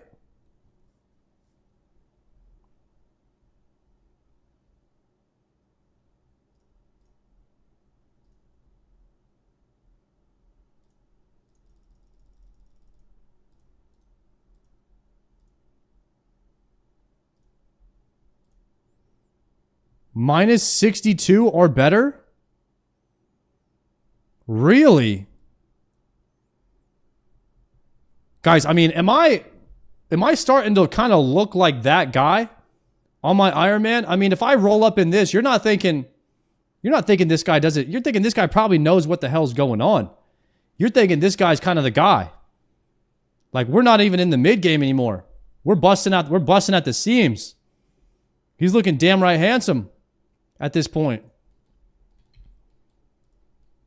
You see the double Zenny jewelry? That's crazy. Bone Crusher for Dagonos, I believe. Definitely going to go with some Moonlight Moth mix. Probably don't even need that many. You're thinking this guy's moving different? Yo, hell yeah. Zoinks, thank you for the gift sub. I mean, anonymous gifter, thank you for gifting the sub to Zoinks. A lot of anonymous gifters claiming the Dscim badge for December. No Mystic boots? Nah, we're taking the plus prayer from the Gothics boots. It's all about the plus prayer. Another husband hiding from his wife. Another husband getting the Dscim badge. That's right. I think we go with the herb sack. Empty the bank. Where'd you ever take a Zuck Slayer task? Of course. You think I'm afraid of the Inferno? That place is easy, bro. Think I'm scared of that? Get out of here. Of course. Deposit.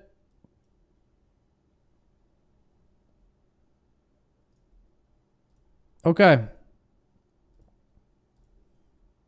Is there anything else I need? I think we're good.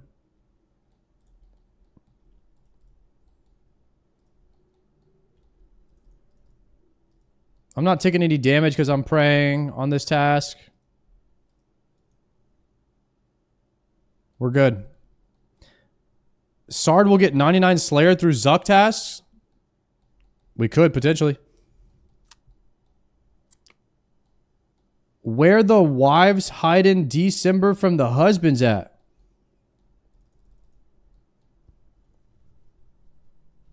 Wait. Have you guys ever wondered why people say the huz when huz is literally short for husband? So if somebody's like, where the huz at? That should mean, where's my husband? How is it making any sense what the kids are saying these days? Where's my rune pouch? Shoot.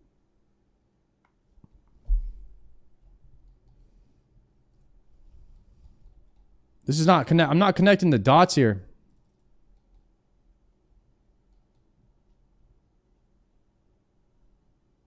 December, I just got that. Glowy, we are 10 minutes behind here. Okay, it's okay. That's okay. Don't worry. It took me somebody explaining it to me to get it what they were saying. If I had seen how it was spelled, though, to be fair, I would have got it right away. I just heard it, and it sounded like he was saying the exact same thing, which he is. But you need the spelling for context. It doesn't make any sense if you're hearing it. If you see it spelled, it's like, yeah, okay, got it. Funny LOL. All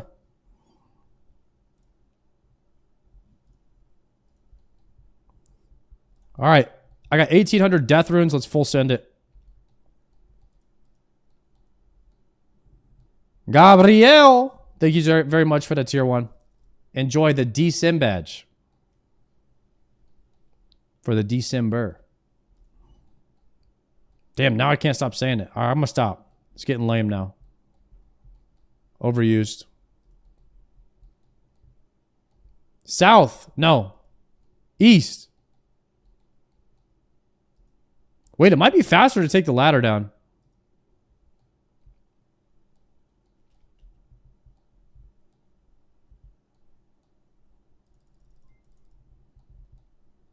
I don't mind Dagonoths. They're okay tasks. They're pretty quick. Do you guys do you accelerate your Dagonoth tasks? Or just use Tormented? I like to keep them neutral.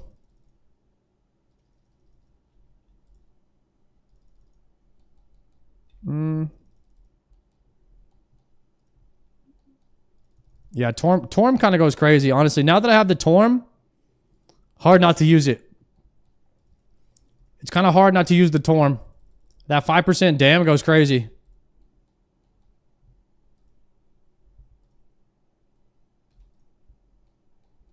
I'm so slow right now.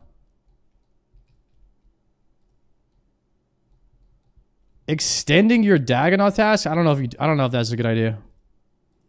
They don't really drop much. They're not very profitable, but they're decent fast.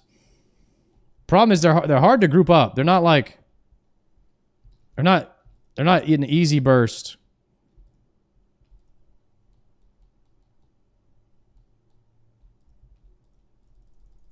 You should be using the bracelet for Slayer. I use them on certain tasks, but there's some tasks that are just I consider just neutral. Wait, I'm not even praying over here. Plus, these don't drop anything. Honestly, I would prefer to accelerate these. I'd probably slaughter these. Or expedite. I'd probably expedite these. If anything.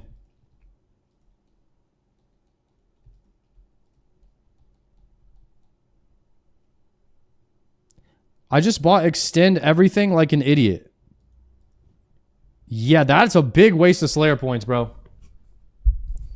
Yeah, you never there's some that you definitely don't want to extend. That was a mishap for sure. Unfortunate. Unfortunate, bro. I mean, you could turn it off, but you can't get the points back. I guess if you don't need any more points, then you're good.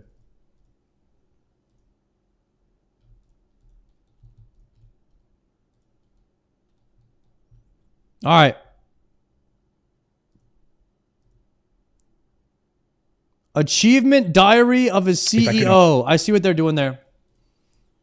I watch a lot of Diary of a CEO recently, and they're playing off of that. All right, we got Mr. Mod North getting interviewed. Let's listen in. This came out today. See what kind of questions Mr. Sween and Aiza are asking the CEO of RuneScape. Invest a ton in old school RuneScape or that same amount of resource into building something new. 10 times out of 10, I would invest it in old school RuneScape. Next year's roadmap is insane. It's by far the most exciting year I've ever seen. Yeah, what would you do today if you're in my job? Oh, I was not ready for that. Oh, leaks. New gear coming. Hello everyone and welcome to the official Old School RuneScape podcast, where we get to chat shit with JMods and creators alike. I'm Mod Aiza. And I'm Mod Sween, and this is our chance to get to know the person behind the crown, hear their stories and hear their experiences. Today we're joined by perhaps the most special guest at Jagex. Oh, me, Mod North. Welcome, When Mod you North. said you were going to say chat shit, I didn't think you were actually going to say the words we're going to chat shit. Dude, I was not going to say anything, but that did not feel like a natural word combination coming from Aiza. I feel like it was a force. We were chatting shit the other day. Like, it felt kind of forced. You know what I mean? Like, I didn't really feel like that was a natty chat shit coming from him. I feel like it was a scripted one. You know what I mean?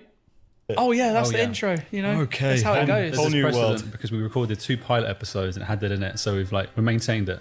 Yeah, Okay, we all just right. stuck with it. But thank you for joining us. Not at all. How are you doing today? Yeah, good. Busy day today, but yeah, good. What's been on your plate? Oh, loads of stuff. We've got a load of the team in today. So we're all in person in the office, which is always a bit hectic. It means lots of face-to-face meetings, but I prefer those. Got some big decisions coming up that I'm sure we'll talk about during the podcast that we're getting close to the final line on. And so there's a bit of a rush towards making sure all of the data is what it should be, all the people know what the right decisions are, yada, yada. Meeting rush mostly. So I'm just keen to understand how you first learned about RuneScape. What got you hooked on the game? Because I know you're a pretty avid player yourself. Yeah. I was sat in a community gym when I was 11 years old with the rest of my family. Parents were still busy getting showered and changed after a pool session or something, and I was on a communal PC with an Apple mouse that had one button, couldn't right click, important to remember this for the next bit. Yeah. And I went to miniclip.com to try and play Robot Wars, didn't get there, got to RuneScape and got to Tutorial Island to the point where you have to right click a rock to prospect it. I couldn't right click. So I just hammered left click repeatedly walking around, and for some reason that in my sort of forming brain was a moment that stuck, and 20 years later, here we are. Are there any other memories that you have from your early childhood that are RuneScape related that really stick out? White Gold Mystic.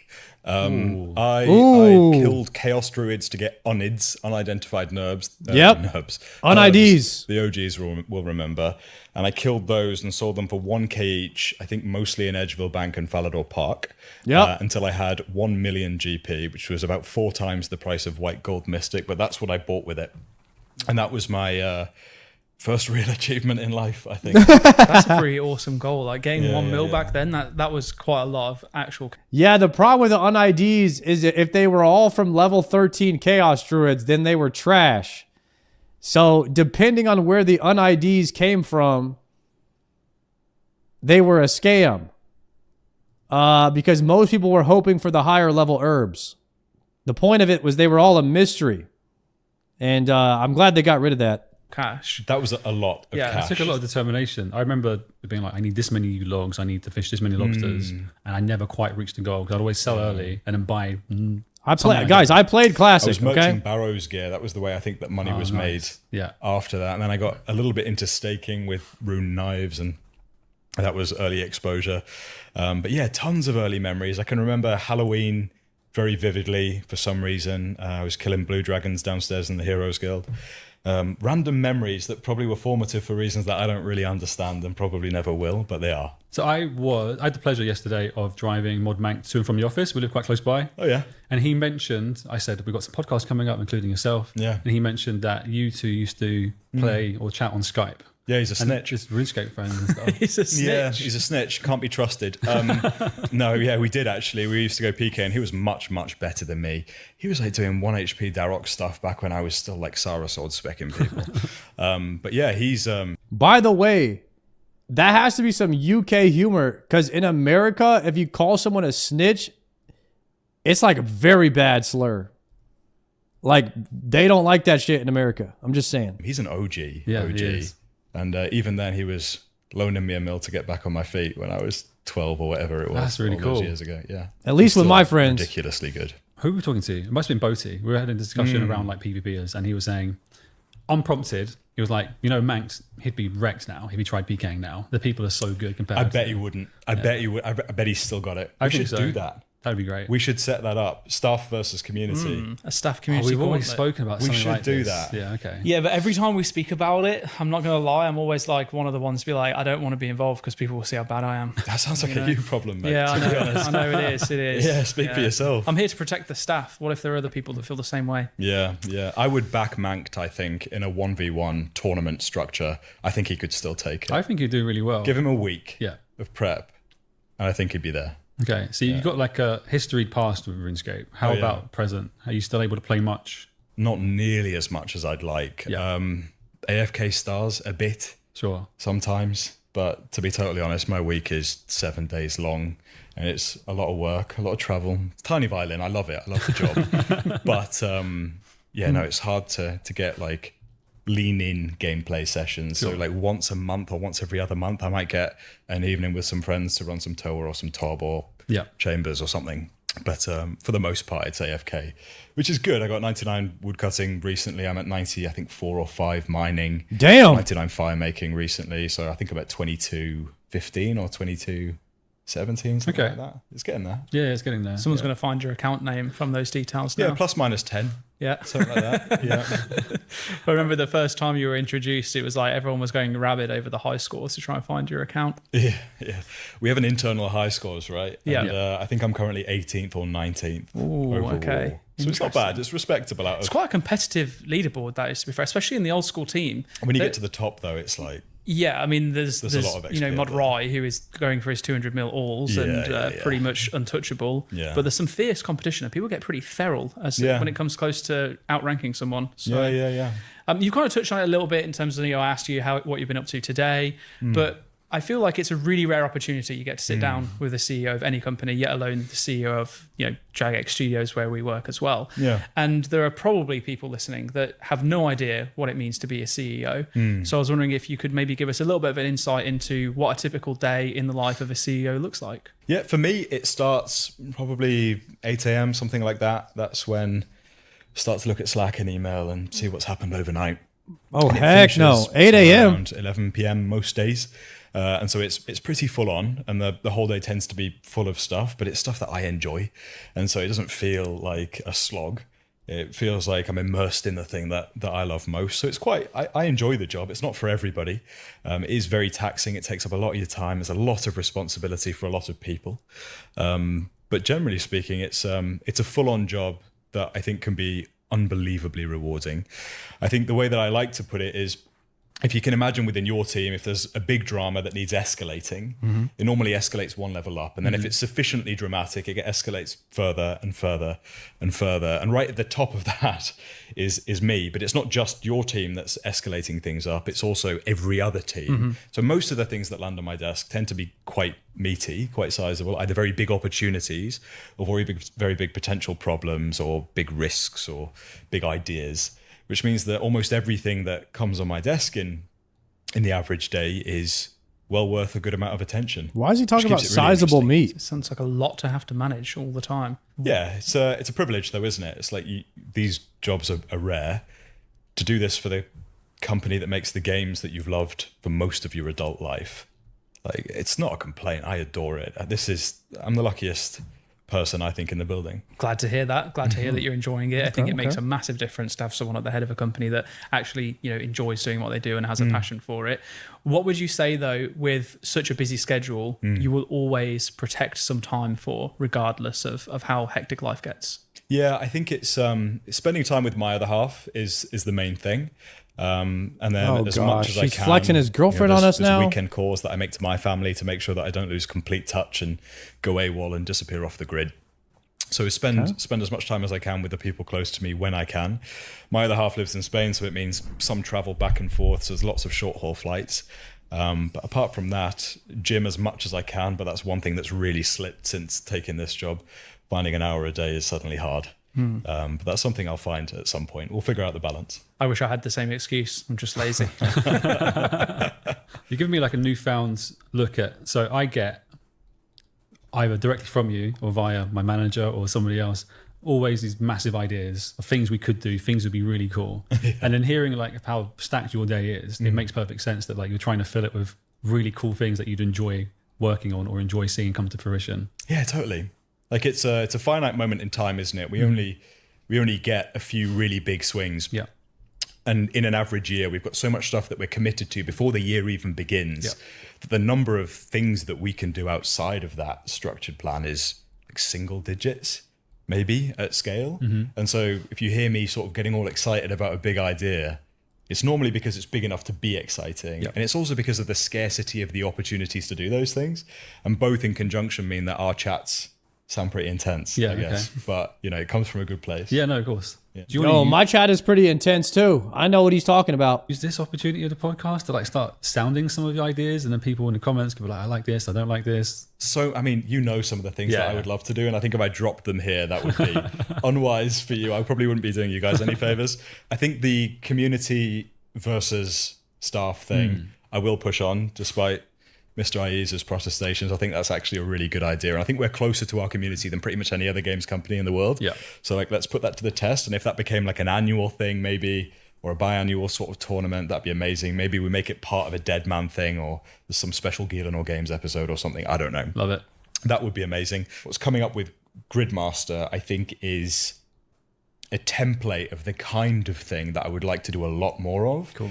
I think with old school in particular, it's really hard to surprise and delight people because of the way that polling works, right? We don't get that many opportunities to do something totally unexpected in an unpolled way. And I like being able to deliver those surprises when we can. So damn, that is one side effect of polling I never thought about. We've earned enough trust from the community. The devs can't hardly do any surprises now, because they want everything to be polled. Like I said, yeah, it is one side effect. So they trust us to surprise them. I remember pitching the original league before we even said, hey, it's Twisted League. It's like, here's the concept of something we might do. And you can go back and look at the Reddit threads now. Why would you do this? Nobody's asking for this. And now it's one of the most sought after requested things. Yeah. And I like that we managed to build that. Surprise, sailing nerfed. There was a time, believe it or not, when raids were seen as not something that RuneScape does. Yeah, and that's similar to the league's point. And now I think about some of the most hyped moments of the year in any given year.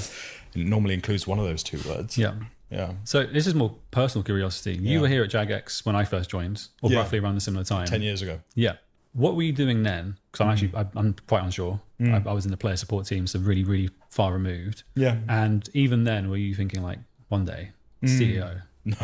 Okay. Oh, God, no. Are you thinking that? No, it was a different job. It was a job in the strategy team, and the job of that team at the time was to help. I mean, the company was sold, so I just sucked up a lot of my time was like making sure that process happened well. Sure. It was really far away from the products. It was really far away from the stuff that I really loved, as I'm sure you can tell. So I was in the right building as a player who wanted to work at this company. I was around the right people, but I wasn't necessarily doing the work that felt closest to my heart. It was important work. And it was about sort of outlining where the company goes, not the products, not the games, where the company goes in the next 5 or 10 years. And then making sure that all of our priorities and all of our resources were in the right places for that to happen. So it was quite a big job, albeit at a much more junior level. It's not totally different to this job. Okay. But obviously not nearly with as much responsibility. Gotcha. Yeah. When was the moment you were like, I could be CEO? Was that more recent, or was it something you were kind of thinking like, or almost a pipe dream? We've asked people, and maybe we'll ask this later on, which is like, what would you do? Or what was like a dream job when you were younger? Or what else could you be doing? So to the first part of your question, there was never a moment in time where I thought that sentence. Okay. It came to me rather than me coming to it. Yeah. The opportunity. And so I was surprised, but obviously delighted and nervous and all of the other words that you would expect on the back of an email like that. And knowing our previous CEO very, very well, Phil, who I think is a tremendous human being and has done extraordinary things to bring us to where we are for the last 8 years. My first thought was have a chat with him, so that's what I did, because ultimately it was going to be a big old handover. So that was kind of how that happened. There wasn't a moment where I thought it was going to be possible. It was a bit of a surprise. At that time, I'd been serving as a board member for the company. So above the CEO, there's a whole board of directors that are responsible for making sure the company doesn't take any crazy risks. It does the right things. It's on the right track. It's being responsible, yada, yada. And I was part of that team beforehand. And so to answer the second part of your question, if I wasn't doing this job, I'd quite like to be doing that job and staying close to what happens here. But in any case, I would like to be around this building and this team. You jumped into being CEO at what I Chat, if you could make the same amount of money, would you rather be the CEO of a video game or a streamer that streams the video game?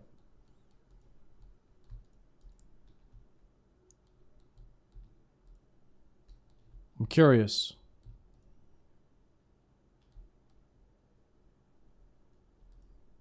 You could either make the video game or you could play the video game.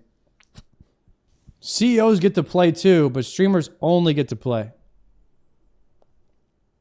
A CEO is 24/7 work. Guys, have you ever seen me stream? I'm basically live every single day. When I'm not live, I'm leveling off stream to try and do some of the boring stuff off stream, or I'm working on a YouTube video. There are very few people that work more than I do, I would say. Because I'm working, when I'm awake, I'm working. That's just, it's very tough to work more than that. Just numbers wise. I'm not saying I work harder. I'm saying I work the same amount of hours. Time is money. CEO gets a benefits package. Yes, streaming does not. You probably also get paid time off as a CEO eventually, right? From that standpoint, there are things that are benefits. There are clear benefits of both, but I think from what I saw, most people said streamer because CEO is too much responsibility. And I think that as a streamer, you have a lot of responsibility. You don't have other people as your responsibility. You just manage yourself. And so that's, I think, where a lot of the stress and stuff would come from, is all of the decisions for the success of everyone's job relies on your shoulders. And I think that that's what makes that kind of job very, very tough. I think it's fair to say it's a pretty young age, right? Still fresh-faced, relatively young. Relatively. Yep. Wrinkly head. Yeah, I mean, yeah. We want a competition. There's the competition for you. But how have you handled that in terms of the jump up, in terms of responsibility? Yeah, there's nothing really, I think, that can prepare you for the change in job. At least that's what I believe. There's not really a great training process for doing this. It's like quite a unique sort of role. So it's been a big old change for sure. It's been a bit of cold water at times, and it's hard and stressful. I think the one benefit genuinely is that I have a really good understanding of our games and our players, being one for as long as I have. I have a really good understanding of how the business works, given that I worked here with you and both of you actually 10 years ago. And I've been in the picture in different ways for a long time. And so it felt like I had a real sort of fortunate tailwind behind me to sort of make coming into this easier. Yeah. If I'd never played the games and I didn't know how the business was run and I didn't know what it's not great when the CEO doesn't play. This would be 10 times more complicated than it is. And so I think that's the way that it's happened reasonably smoothly. Probably also partly as the reason why you were considered, for the role in that case as well. I think so, yeah. Is there anything that you wish, though, looking back in hindsight, someone had said to you on week one in terms of advice? On week one, honestly, not a whole lot, because it was a baptism of fire, and that was always going to be a baptism of fire. Okay. I think the one bit of advice that might have been good, or the one thing I look back and wish that I'd changed, is when I first came into this role, there's a lot of pressure and expectation and weight. And I think that manifested from me as quite a maybe cold and calculating outward look. I look back to that first announcement video that I think, did you do that with me? Potentially. It was late night on a Sunday. Yourself and someone from the RS team. Yes. Right. And it was quite a... no, it was the one before that. Okay. It was the one before the one that we did. And it was kind of looking down the barrel of a camera, a bit like this. And it was reading a sort of teleprompter of words that I cared about and I'd written. But it felt less human than maybe it could have. And our next one was much more off script. It was you and it was Yui. Yes. On the couch. On the couch, doing exactly. a Q&A with you. I remember and the that. sort of, if you look at the comments of the two videos side by side, it's like, this looks a bit shaky and this seems like a human being. Yeah. And that was a night and day shift. So if I could take anything all the way back to that first day on a Sunday night at 11 p.m, whenever that was recorded, it would have been that. And I think that was the Sunday that RuneFest wrapped up too. It was. It was like... We had lights coming back and cameras coming back from Birmingham to here to record that. it was a long weekend. And I look back at where we are, look back at then, and compared to where we are now, we're enjoying a moment that players are coining like Gold and Platinum Age, and RuneFest was, I think, almost a turning point for us in terms of sentiment. I thought we started the year. I thought we were in the Golden Platinum Age of RuneScape, or is that just a term that's been thrown around for the past few years? Has there been multiple Golden Platinum Ages of RuneScape? So I thought we were in it. Yeah, really quite badly. We had the conjoint survey. Yeah. And sentiment was just beginning to Platinum recover. Age is new? Okay. We didn't do anything wrong following the survey, which made players go, oh, maybe they're not evil and out to hurt us. And then RuneFest started that kind of incline. So, yeah, that's a really tough time to come into the studio. There was a lot of hate at that time, right? And I think rightfully so on the back of the conjoint survey. I sort of went from the player side of the scrim where I was one of the unhappy ones to nice asterisk, 69, baby. Coming at me, thinking, oh God, that's a weird transition. But in a strange sort of way, there's a silver lining there, isn't there? Which is you get to come into the role and make it very clear what's important to you, what lines you won't cross. And it was a great opportunity to say, don't worry, folks, no MTX ever. In old school RuneScape, no advertising, etc., all the stuff that we all know is obvious. But Except if you for Stella. know the person behind the lens, it's not a natural thing to be saying the first time you speak to people. It sounds a bit suspicious. But coming in against that backdrop gave, I think, all of us an opportunity to reassert what matters. Yeah, it does. I mean, I was really grateful that we were given the opportunity to speak to you in the way that we did, and that you were open about, your intentions of what we would and wouldn't do. I think that clarity was very much needed, even though it was still a fair amount of time after the initial fallout, but the sentiment was still definitely there within the community. So, yeah, totally. And since that has happened, I think you've just continued to gain respect and trust from the community in the role that you've Stella doing the God's work, keeping gooners out of other chats. Dude, that is the most positive way to think about Stella's role in the community I have ever heard. Maybe maybe she's a plant from Jagex to free up all of the other women that stream RuneScape. That is kind of crazy take. Found yourself in. Maybe it's true. I see that constantly throughout the comments, and I guess how does it feel being in a position that you are that is so she's pulling aggro to the community? I think a lot of people in studios or even in any role, right? You would never imagine a world where someone is able to just comment on you publicly and you have to see that.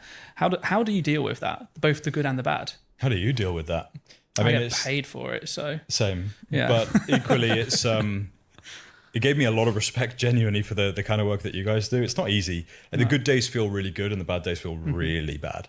And I think there's probably a skill that you folks have developed, maybe more than I have at this point, kind of mentally adjusting the highs down a bit and mentally adjusting the lows up a bit so that you can stay balanced. Otherwise, I think there's probably a real risk that you end up flip-flopping and being too reactive, and that undermines the sense of all of the good work that happens in the studio to sort of push us in the right direction if you feel like there's some zigzagging happening or whatever. So it's it's been a roller coaster that I suspect you guys can relate to more than most.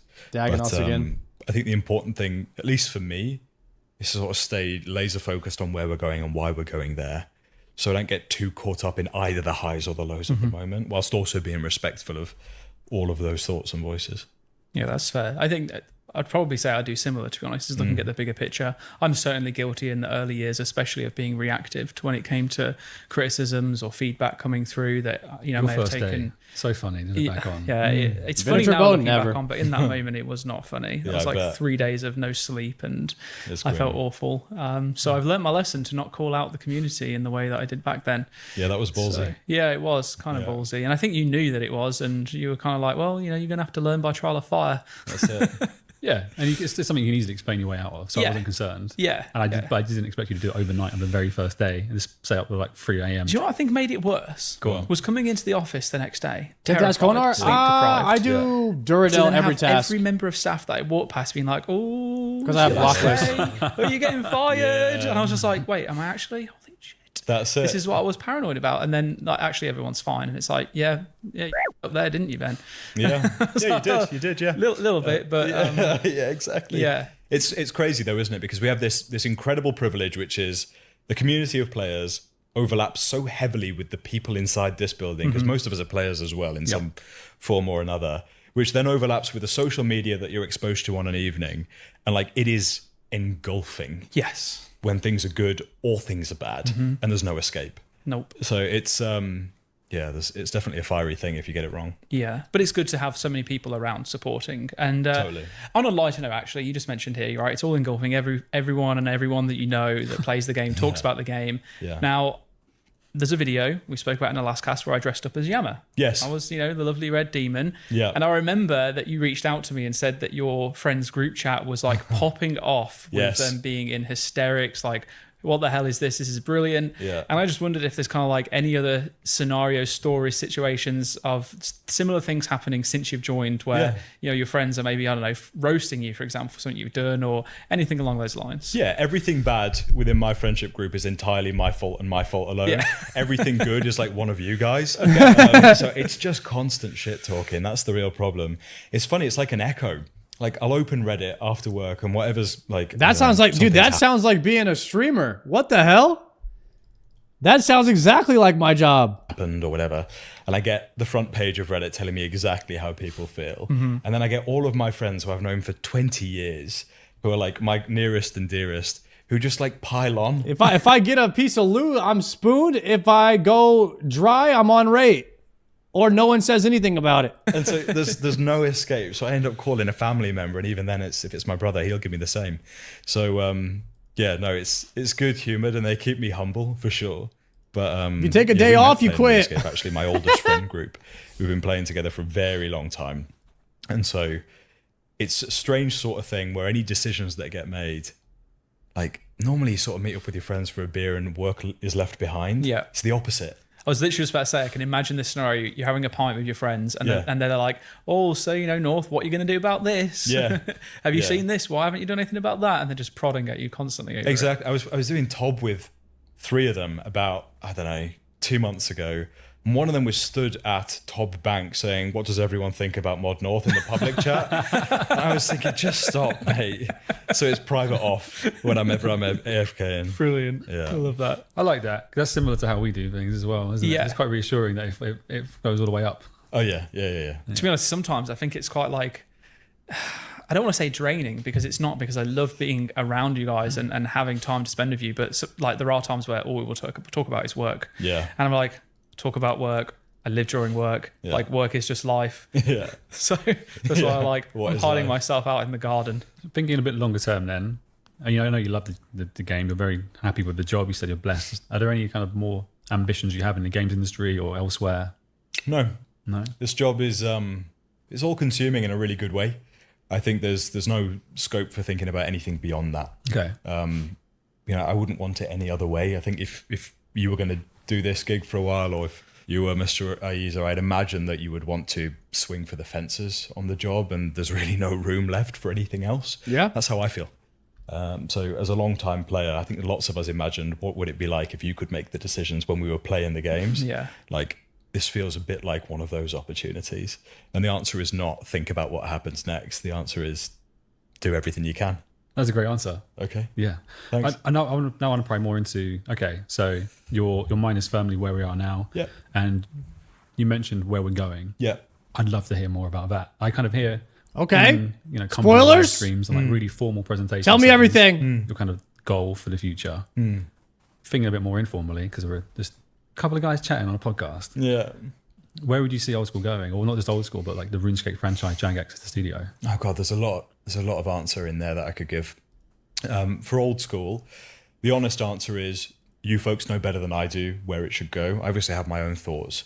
What I do know is more community interaction, bigger and grander versions of what we do without losing the like sparkle in the eye that I think there's a I don't know, bigger raids, beauty in the sort of smallness of the field sometimes, if you know what I mean.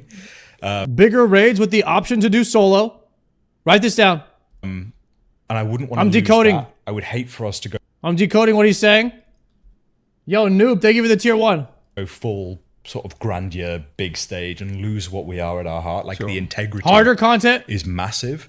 So I think the balance is get as much of the additional scale as we can, whilst Scaling rate. maintaining that DNA and identity of being sort of wink, wink, nudge, nudge in the right way. Okay. I think we're treading with optional invocations. Another TOA is coming.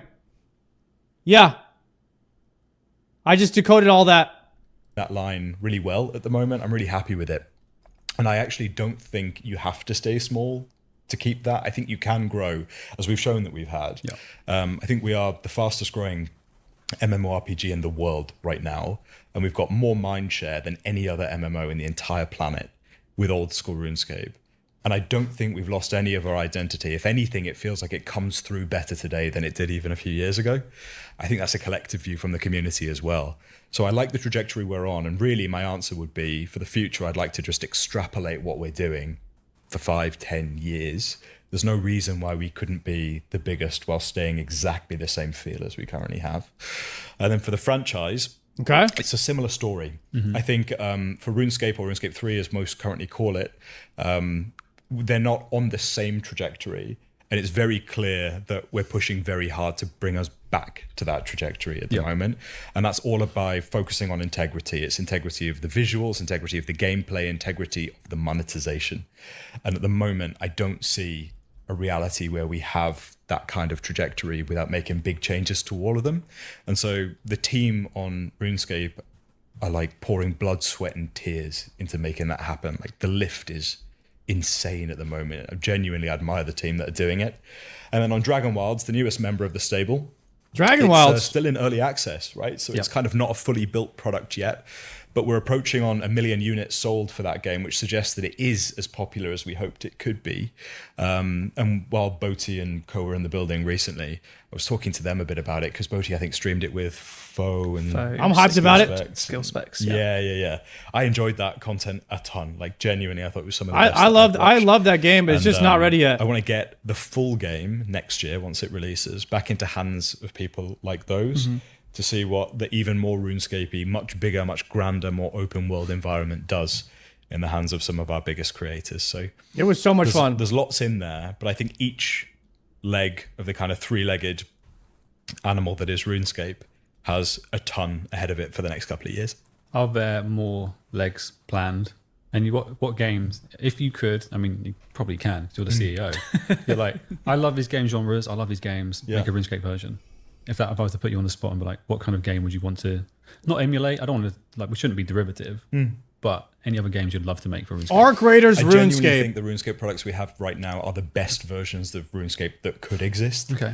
Fortnite RuneScape. I'm obviously biased, but I'm also not a game designer, right? Like you say, I'm the CEO. So I would ask Kieran and Co that question. Maybe you already have. I actually think that what we have is super special and has a ton of potential. Put it this way. If I could invest a ton in old school RuneScape, or that same amount of resource into building something new, 10 times out of 10, I would invest it in old school RuneScape. And that's exactly what we're doing. Like next year's roadmap, World of RuneScape. Be careful not to leak anything, don't worry. Next year's roadmap is RuneScape insane. with World of Warcraft's combat. By far the most exciting year I've ever seen. That's also no true trading. for RuneScape 3. Yeah. So or auction house. I actually think we're putting our dollars in the right places already. I've got a question which less to do with us, more about brother product RuneScape. You mentioned the trajectory they're on and like the big changes we need to try and reverse that or change the trajectory. That must come with like... Guys, the problem wasn't that they took away trading and the grand exchange or the evolution of combat. The problem was they didn't do both at the same time. And if we take all of the bad ideas that RuneScape has ever had, do them all at the same time, then we have a game. That fixes everything. Like a pretty big risk attached to it too. So how did you go about making that decision? How can you almost, was it tough to bring the board and Co on? You mentioned when you were serving on the board, it's the big thing with like minimizing the risks, and the boards are representatives of the shareholders that own the business. And they chose to try and own the business, making a purchase, making an investment, because they understood exactly what needed to happen and they were willing to take that risk. Okay. And so I'm really lucky, we all are actually, that we have backers behind us that aren't doing the normal thing that you might expect our shareholders to do, but are instead saying, be bold, make big swings. Like, we really believe in these assets. And that's exactly how I feel too. So it's actually quite aligned, at least between me and the board, but also between the teams that I speak with. Like when I speak with you and the various members of your team and also of the RuneScape teams, there's nobody shaking their heads. Thank you, Noob. I think we all know it's the right thing to do. But you're right, it is a massive financial risk. And I said on a video recently, we won't get through this making the same amount of money, frankly, that we currently do from microtransactions if we change the way that we monetize the game. And that is a trade-off that has to come with a benefit. And I think that benefit is being able to bring the game back to a position of growth, not immediately, but over time with a ton of integrity additions, removing as much as we're adding, and also... Damn, that must be tough trying to figure out how to stay profitable with the removal of those microtransactions. Yo! Noob dropping the bomb on the stream. Let's go, bro. Thank you very much for the 10 gifted subs. I appreciate that, bro. What I was trying to say there, guys, was that I don't know how they're going to stay profitable. And Mod North is saying if we get rid of microtransactions and pay to win, more people will play the game and it'll bring back that profitability over time. So while microtransactions have a smaller player base, getting rid of microtransactions might bring in a bigger player base, which can help compensate for the loss. And I think that's a good idea. Just treating the game like a game that you expect to exist for 25 more years. So I think we can get to that. Microtransactions reminds me of like almost like a pump and dump, like a rug pull, if you will, because these games with the microtransactions, they make a lot of money, but they don't last very long. Like they make a ton of money like right off the rip. But it's almost like it's killing the games long term, you know? And the risk is very quantifiable on more long-term profit with a healthier side, community is great. How much we have at stake. The risk is much less quantifiable on how much growth we could see. Sure. But even in very recent history, we've been at much higher levels than we currently are. So it can be done. I believe it will. Me too. That's really reassuring. I think that also is how a lot of people have felt for quite some time. Yeah. Even looking at old school, we weren't immediately the success we are today. No. And we haven't even fully realized our potential. 2013's release, great numbers on day one, week one. Then it stopped. Is it in a weird way, if you have microtransactions in your game, then you're admitting your game is not good? Your game is not good enough for enough people to come and play it for you to be profitable.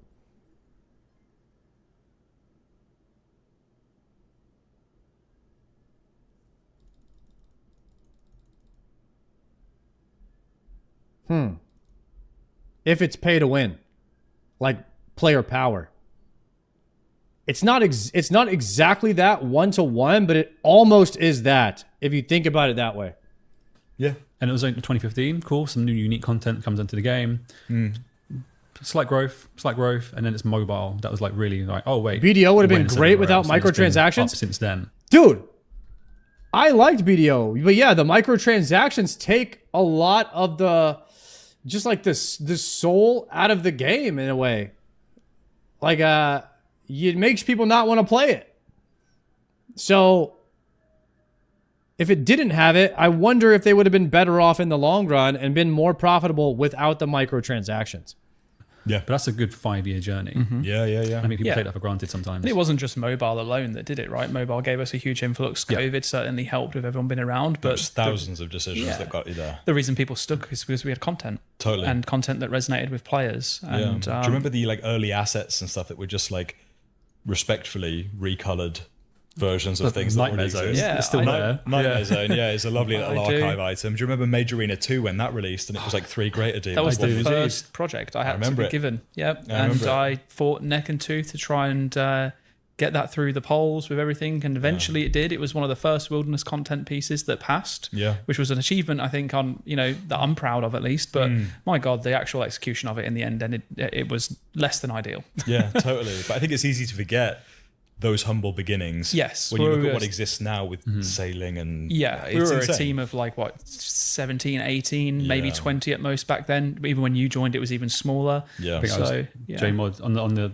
news post, probably 10th JMod on a list or something like that. Yeah, it's wild. And now it's 4 or 5 times that. It's just crazy. Plus all the other hundreds of people that help support in other ways.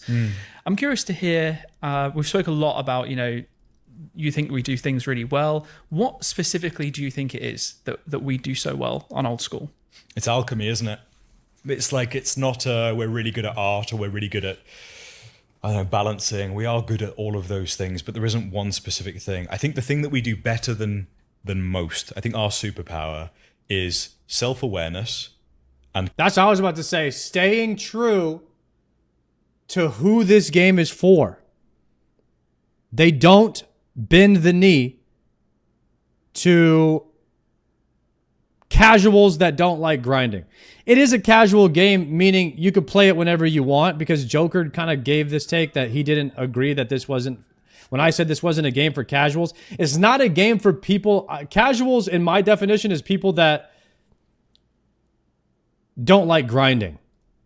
This is not a game for people who don't like grinding. Whether you do it on a casual or hardcore level, that is something that can be done. But it's not a game for people who don't like grinding. So if you don't like grinding, don't play. They're not trying to change that philosophy ever. It's a game for grinders. You either grind or you quit. And they don't budge on that. They don't bend the knee. That's what RuneScape does really well. Community interaction. I think those are the two things. I think we are genuinely more democratic than any other games company in the entire world. We're generally more collaborative with our community than any other community in the entire world. And I also think that we're so self-aware and slightly like tongue-in-cheek on everything. We never take ourselves too seriously, that it keeps us approachable. And if you lost that approachability and the team felt further away from the community, I think we'd start to see the wallpaper peeling off the wall pretty quickly.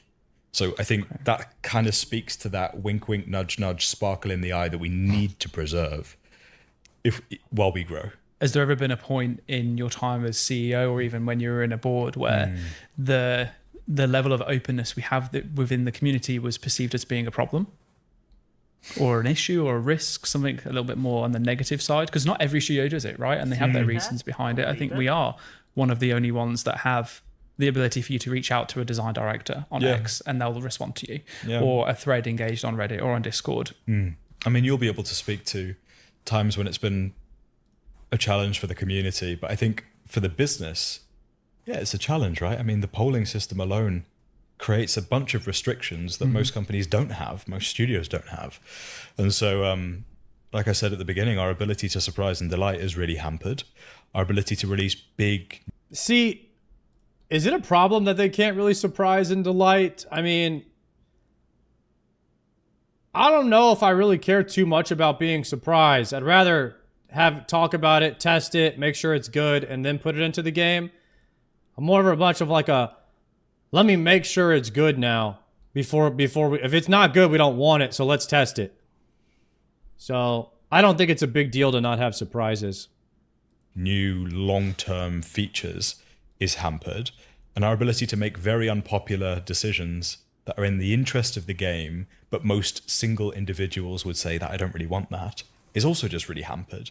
And so, of course, it comes with its drawbacks, but all in, I'm really grateful we do it the way that we do it, and I wouldn't take a step back from the way that we do polling or any of that. I'm glad to hear that. Last question on this subject of good. I've got to do the flip side. What is one thing that you think that we don't do very good at the moment that we should be improving on? I think sometimes we can be slightly self-deprecating in a way that's a step too far. There's a ton to be proud of. And actually the fact that we are in the position we are as one of the biggest games in the world and one of the fastest growing games in the world speaks to the legitimacy of what we do.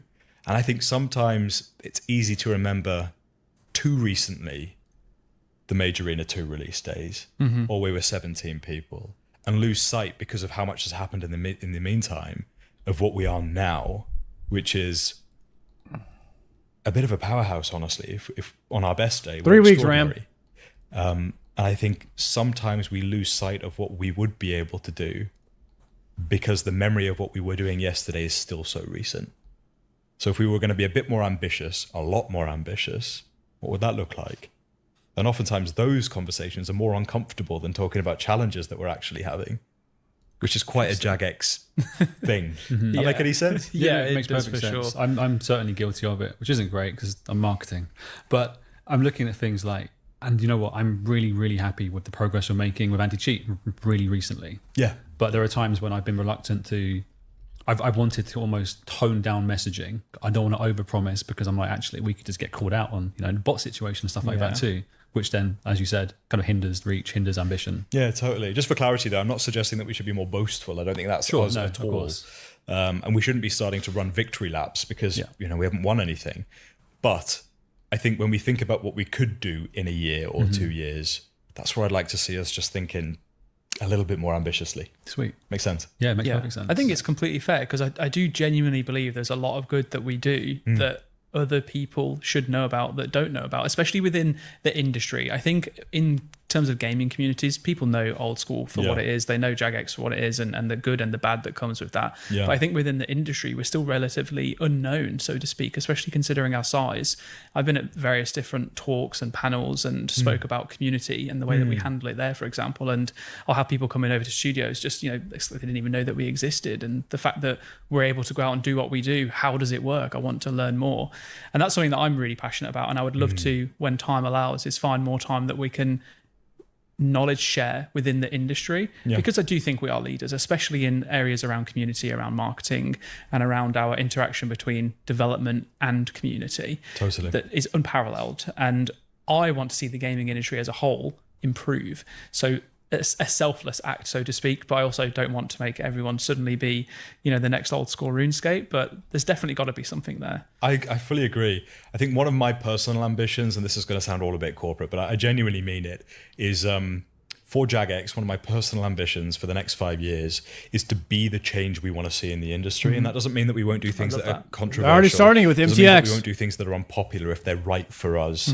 But it does mean They're already doing it. They're already doing it by polling the viewers and getting rid of microtransactions. Jagex, and then actually engaging with their content creators to make ads for the game, like rewarding the content creators for promoting the game and stuff like that. And I love it. I think that Jagex does it the best. They're by far the industry standard for what an MMO should be. They're like light years ahead of these other companies, and they should all be looking at Jagex, and I love to hear that. That we can set the direction. So the direction we're heading in with RuneScape 3 is very different to the direction that almost every other game studio is heading in. We're seeing more microtransactions and more mounts and more advertising and more expansion packs, and we're going exactly the opposite way, which is super unusual, but something... Even though they pulled my sailing advertisement from my last YouTube video. I'm just saying. Okay, that's a bit biased for me, though. I'm proud of. I want us to be the contrarians on that. And we're seeing less community interaction and less value for money and less legitimate fair proposition. I think we're doing the opposite with Old School.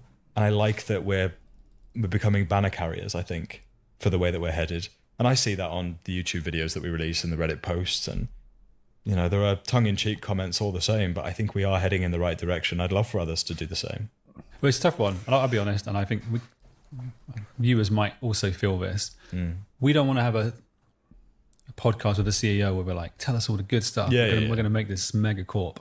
We want to be able to grill you. But I feel like we've done that. Well, grilled me? Yeah. No, grill me. I wasn't anything I was holding back. Oh, right, okay. How do you feel, Swede? Let it out. What other secret are you going to reveal on this cast? Tell me what you're upset about. Oh, okay. So I was just alluding to the fact that I don't know why I've been doing this, but unprompted, just revealing secrets about like my RuneScape history. Self-destructive. North. It is a bit of a self-destructive streak. Awesome. But I can't think of anything else today, but maybe that'll be for next week's podcast. Yeah, I mean, to be honest, like, in terms of like, if I was to directly, use this opportunity to grill, I genuinely don't have anything negative to bring forward, because I think that the things that have frustrated me working at Jagex for the longest time of being here you came in and you've looked to solve them, and you've instilled confidence and faith that they will get resolved. I really love the way that you kind of like handle yourself, the fact that we can just sit here and chat the way that we do. It's almost like, maybe that's a negative. Sometimes it doesn't feel like you're a CEO.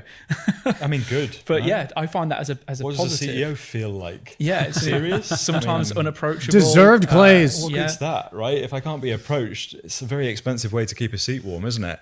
Yeah.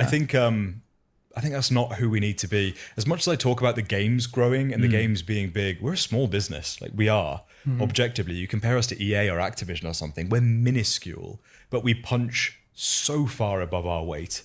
And the worst thing I think that could happen is there's a leadership team or executive team or a CEO that behaves in the way that a megacorp would require in a place like this.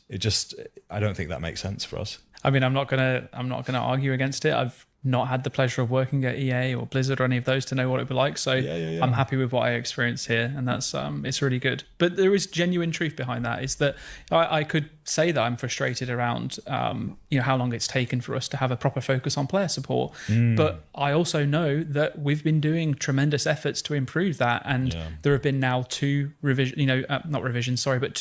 instances where we've updated the community on it to show the commitment to it. I see the changes coming forward. Yeah, sure, some of them could come through a little bit faster, but it's not easy. So I've really genuinely valued the kind of like push and the passion that you've had for genuine improvements, the fundamentals, because the way I've seen it is that I feel like old school especially, we do what we do and we do it well. We know how to deliver content to the players now. We know how to talk to the players. We know how to market the players. And yes, there's always improvements. But I've always felt like the things that hold us back are those that are outside of our team. And it's almost as if you kind of like came in like this huge eagle, swooped them all up and took them away to your nest to improve them and bring them back. Okay. It's a great analogy, wasn't it? I had an answer package and I've lost it in the eagle thing, but... Can you do an eagle impression? No, I can't. So I think... Where are we going here? I think there's a bit of that player thing coming through, right? If you were a player and you got a chance to be CEO for a day, what would you do? And if you take the crazy stuff out for a second, you go hard on player support and you'd fix bots. Yeah. That's what we're trying to do. Like it's really that simple. It's not me doing it. It's teams of people doing it. And there's like 100 collective individuals making this happen. And it hasn't been the overnight shift that many of us would have wanted. But I am deeply proud of the direction that we're heading on both. We banned 80,000 more bots than usual in the last 3 weeks alone. Like it's hard and it's an arms race, but we're swinging for the fences on this stuff because I think the players amongst us know that it's important. I'll echo what he's saying around like, you've come in, it feels like all the obstacles or barriers to being like, oh, I wish I could do this, but I don't feel like I can be as effective because of things outside of my control. I feel like they're moving or they're gone already. And then the onus is now on me to be like, all right, you said you could do more. If we got rid of this, go and do it. That's exactly where I want us to be. Yeah. So when I come to you with a big, leery, ambitious idea, I want to see the whites of your eyes, obviously, because it's like, it should be scary. Yeah. But if there's no more reasons that we can't do it, go do it. Go do it. Yeah. You So know? that's the feeling like you kind of have instilled, which is, and also there's kind of some existential stuff like, wow, this is a big change. Can I do this? Do I have this in my wheelhouse? Like I've been used to doing well with fewer resources and more obstacles. Can I then do more with more resources and fewer obstacles? I mean, Alan Walker playing Zenyte 2 at the top of Tomorrowland on a Saturday night at 10 p.m. suggests that you can. Yeah. And it suggests that we can. Yeah. And what does that look like if you take it to its conclusion, right? That's where I'm feeling now with it. It was more of like in the transitional period. It was like, oh, do I have that in my wheelhouse? Do I have the skill set? Do I have it in my locker? Yeah. And now I'm like, no, I'm confident I can, and I'm pretty sure we've got way more we can do. I'm looking forward to the day where my excitement and ambition is totally eclipsed by the excitement and ambition of people coming to me with ideas.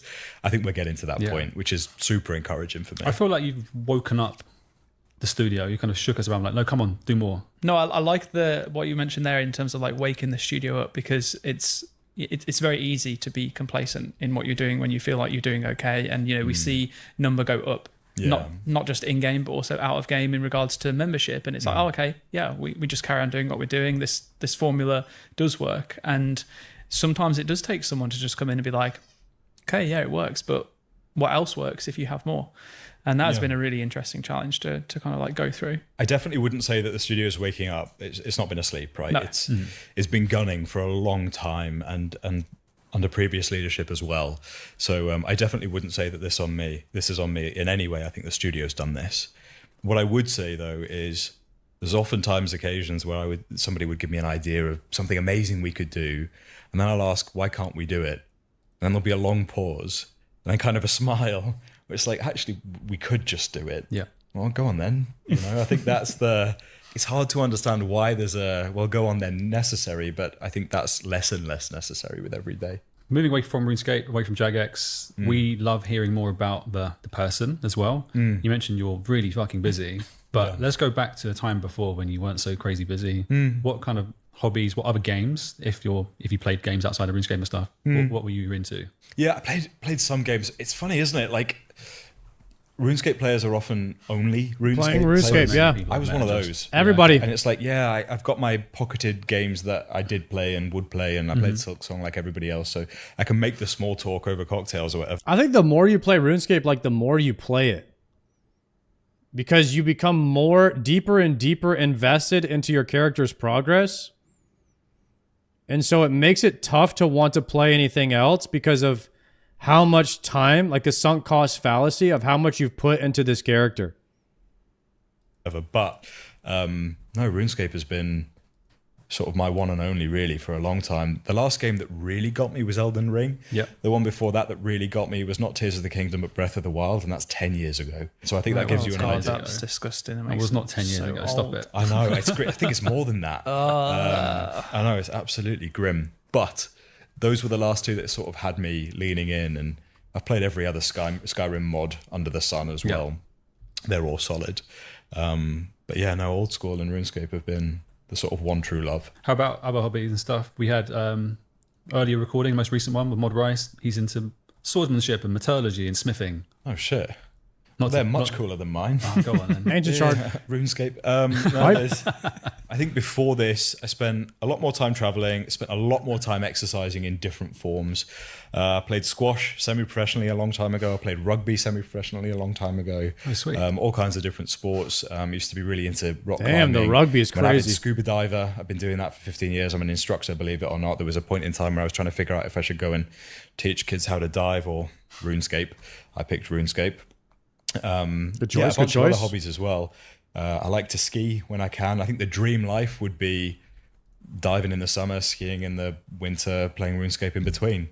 Genuinely, that's kind of what I'd like the Sounds sweet pretty spot. damn bliss. How good does that Sounds sound? it does. Exactly. But at least for now, it's more of one and less of the others. Okay. A ski instructor, that's cool. That's kind of what I was trying to get at earlier when I mentioned like what else would you do, or like any kind of pipe dreams or side dreams. Skiing instructor, scuba diving instructor, RuneScape. Yeah. You know what's crazy? That just got me thinking about something. I'm a streamer. I could stream from anywhere in the world. If I wanted to like learn, if I wanted to get really good at skiing, I just moved to Colorado. Stream from Colorado, and then before the stream, I'd go get a ski session in.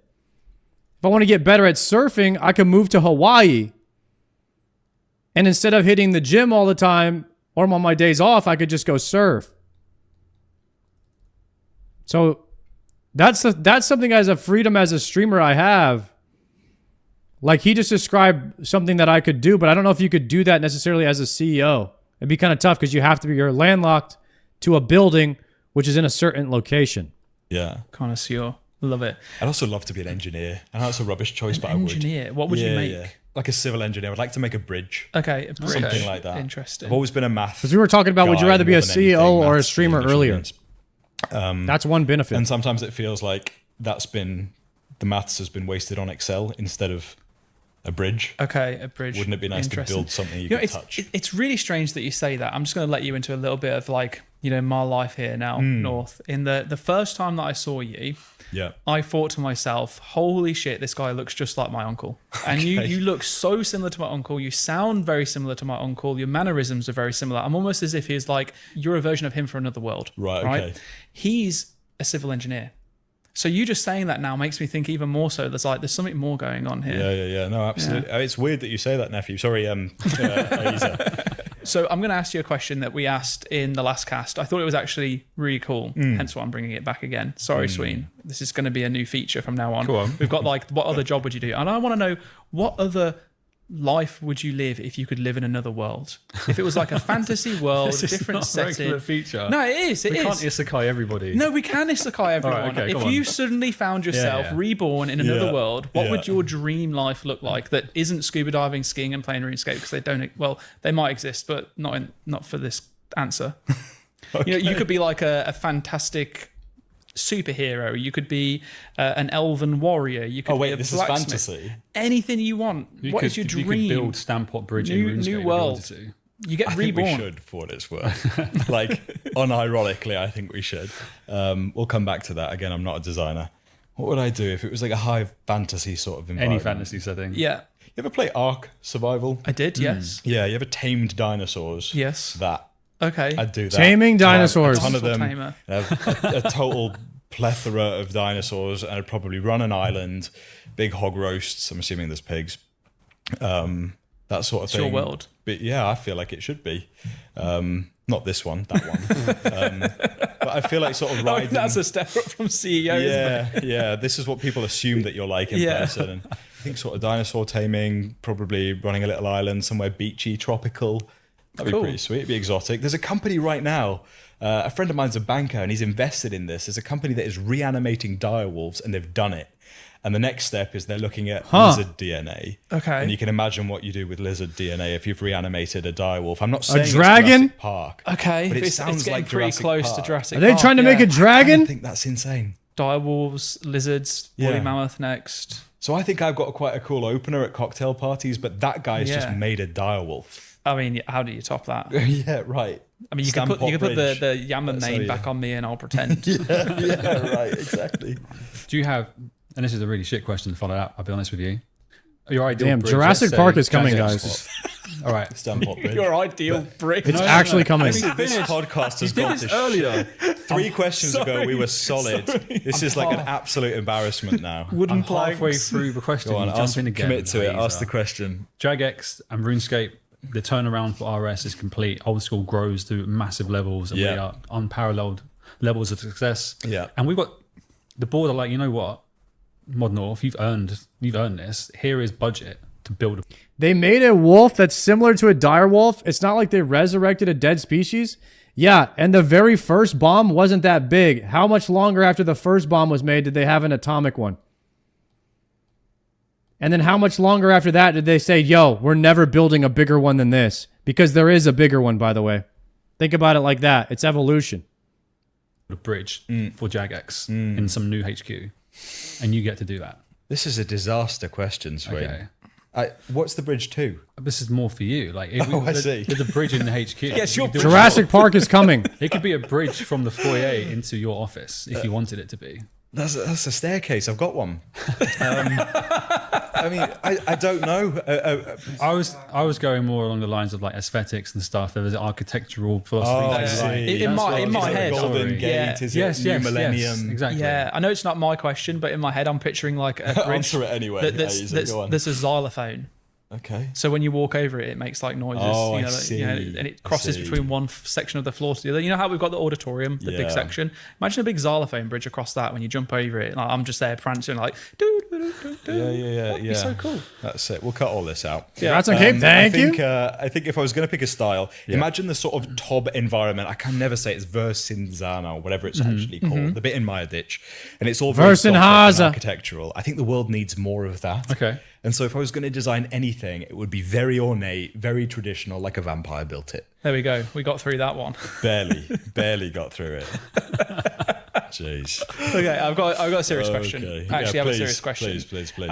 You're hiring a new person in a leadership role at Old School. What does good leadership look like to you? So first and foremost, I wouldn't hire the person into Old School. There's a guy who works for me called James.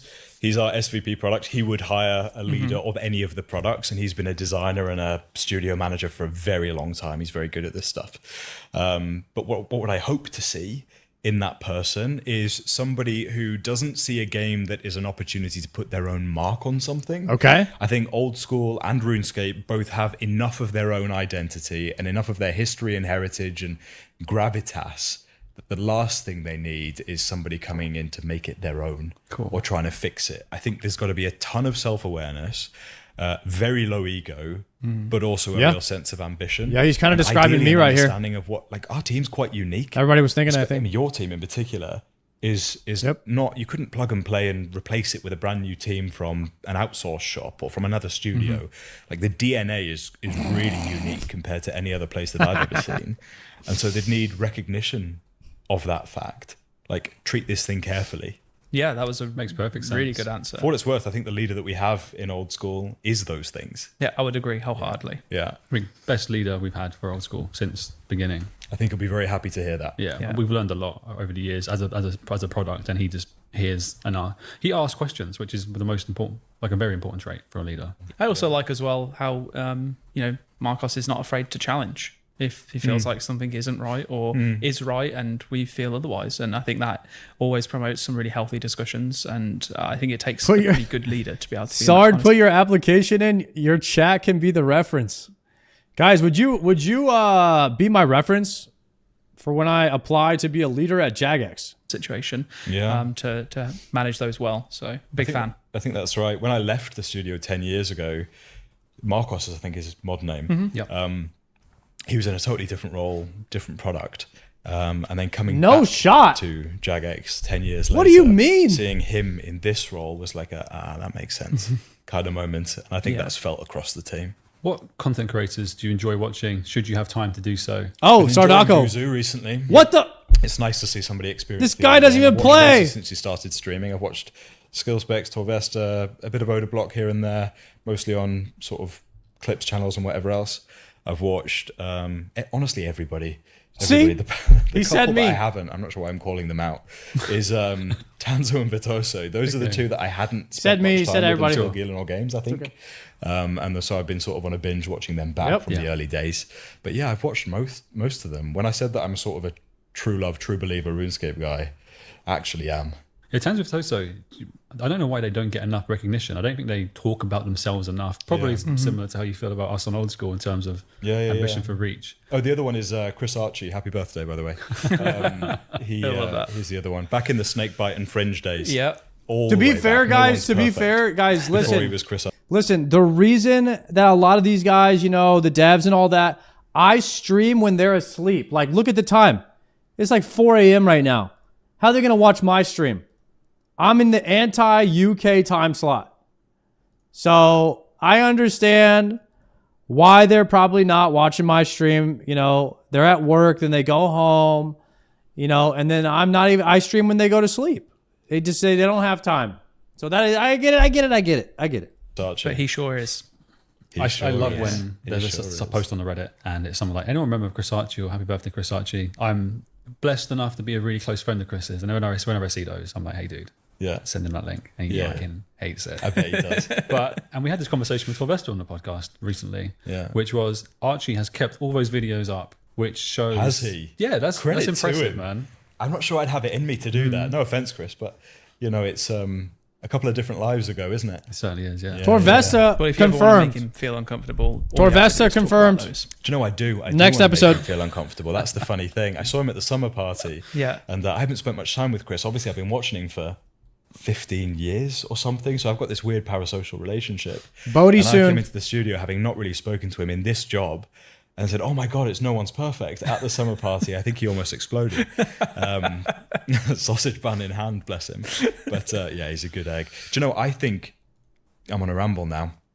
I think that time period, 2007, 2008, peak RuneScape music video, Chris Archie, Snakebites, Boomer Twins, Spark Mac peaking, those days, I think are ready to be tapped.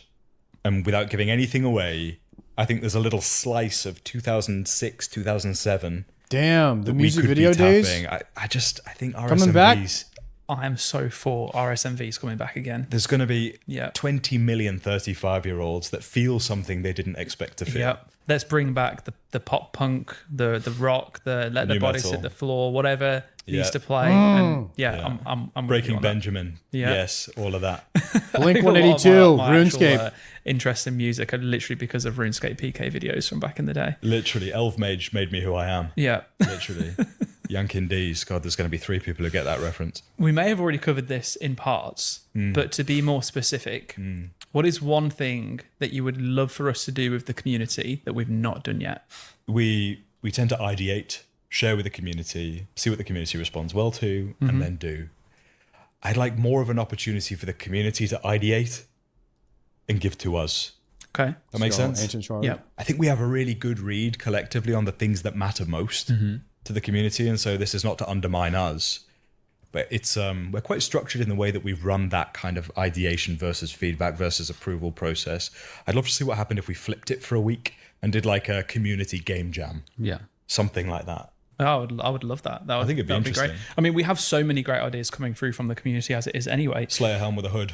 The Slayer Helm with a hood, yeah. Come on now. It's the number 1 voted Reddit post of, I think it's actually the number 1 voted of all time on the subreddit now. It's definitely near the top of It's best all time. definitely in the top 5. Slayer Helm with the and then every time hood? it gets up, it's like 6 to 10k upvotes each time. But it's, I think the difficulty is fitting it into the roadmap when, the roadmap is something that I'm sure you know yourself with the struggles of Sign me it up. being somewhat of an unknown, given the fact it needs polling and whatnot else. Yeah. That trying to add in an extra week of content that we don't even know about in the first place is very difficult. But I would love to be able to explore that. Yeah, totally. That's kind of the T-Rex Fantasyland thing, but okay. Yeah, something like that. I think one of the last design competitions I think resulted in the banana hat being added to the game. So maybe you're thinking a bit more lofty than that. I don't know, I like the hat. Something like that is also fine. Well, we are planning to do a big competition for sailing where players will be able to design their own island. I didn't know that. Yeah. It's going to be after launch now. So it was initially set to be before the launch of sailing, but it's now going to be a post-launch competition. Yeah. So we've already... Guys, hear me out. You know how we have player houses? Player islands. Design your own. Type shit. Let players design the skill cape and the skill icon. We've taken input for the pets. That was a tight poll for the skill cape. Yeah, it was. Single-digit percentage points. A new construction grind the two awaits. designs were relatively similar, and there's a lot of learnings that I think we can take from the way we handle competitions in terms. Like the problem is, once we set them, we have T's and C's, and we have to stick to them because if we break them, you'll probably be coming to me for saying that legal are on my ass. So probably. Yeah. But that being said, there's going to be a player designed competition for an entire island. We'll keep an eye out for any islands consisting of dinosaurs and hog roasts. That's where we put Stampot Bridge in. The island is only accessible via Stampot Bridge. I love it. No teleports ever as a policy. Usually, we will use some point in the podcast as an opportunity to ask you to ask us questions if you have anything that you want to ask either of us while you're here. Yeah, what would you do today if you're in my job? Oh, I was not ready for that. Your turn. Yeah. I'm going to just have to cop out and I'll just say I'm just going to carry on doing what you've been doing. I've answered every single one of your questions. Yeah. Even our really shit ones too. Your really shit one, yeah, exactly. But he didn't make an eagle sound. So does he really have to answer? No, but I mean... Not so sure. Honestly, though, that I think that we're heading in the right direction, and I know that from working on the inside, things aren't just going to happen with the snap of a finger. I think if, like, selfishly, I would say that we should be investing more into the products than I'd like to be able to do that more than what we are now. And by that, I mean making the teams bigger, faster, so that we can do more. I would love to see, for example, bigger, better, faster, marketing stronger, team double in size to what it is right now. I would push for the community team to be made bigger as well to support ongoing development increases. Sounds like more of what we have. Yeah. Just more of what we already have. I really love what we do, and I just want to do more of it. Sween, you've had 40 seconds of... Hear me out. I would make RuneScape make more money. Shit. I've had a bit longer to think about it. I like how you come to us like, hey, here's an idea. So I would want to use that opportunity to come to people and be like, hey, I'm the CEO, idea. And then you're going to do something with it. I I think that you mentioned like we have 3 fantastic games that are like the best representation of RuneScape. Yeah.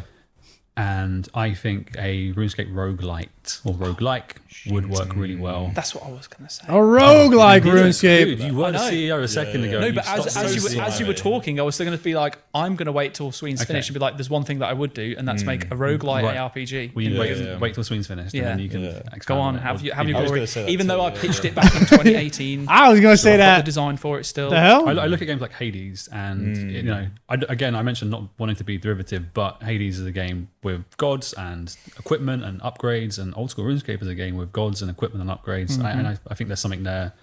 Tap into dungeoneering. Okay. And geo expansion. YOLO Joe, thank you for the prime. Talking about localization and regions where we're not so present. But I still like that sometimes we look at there are regions where we're present, but we don't cater to them enough. And I think a big untapped market is Australia and New Zealand.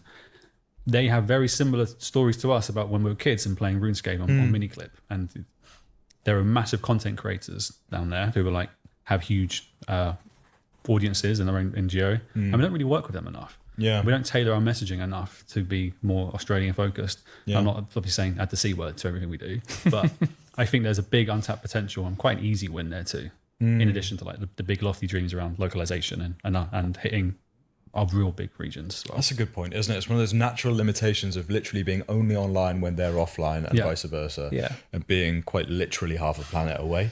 But you know, in 2025, that probably shouldn't be a blocker. We're not literally sailing there.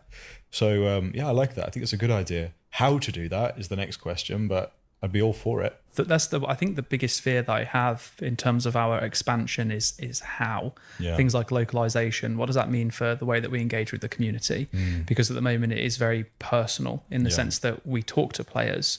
If I'm talking to players in another language, well, I only know one language. So we're going to need more people. Yeah, for now. You know, if we want to cover time zones that we don't cover at the moment, how do we do that effectively? That means more people. That means a bigger team. That's a lot more to consider. But it's one of those things that terrifies me for the right reasons, because I'm extremely excited by the prospect of it.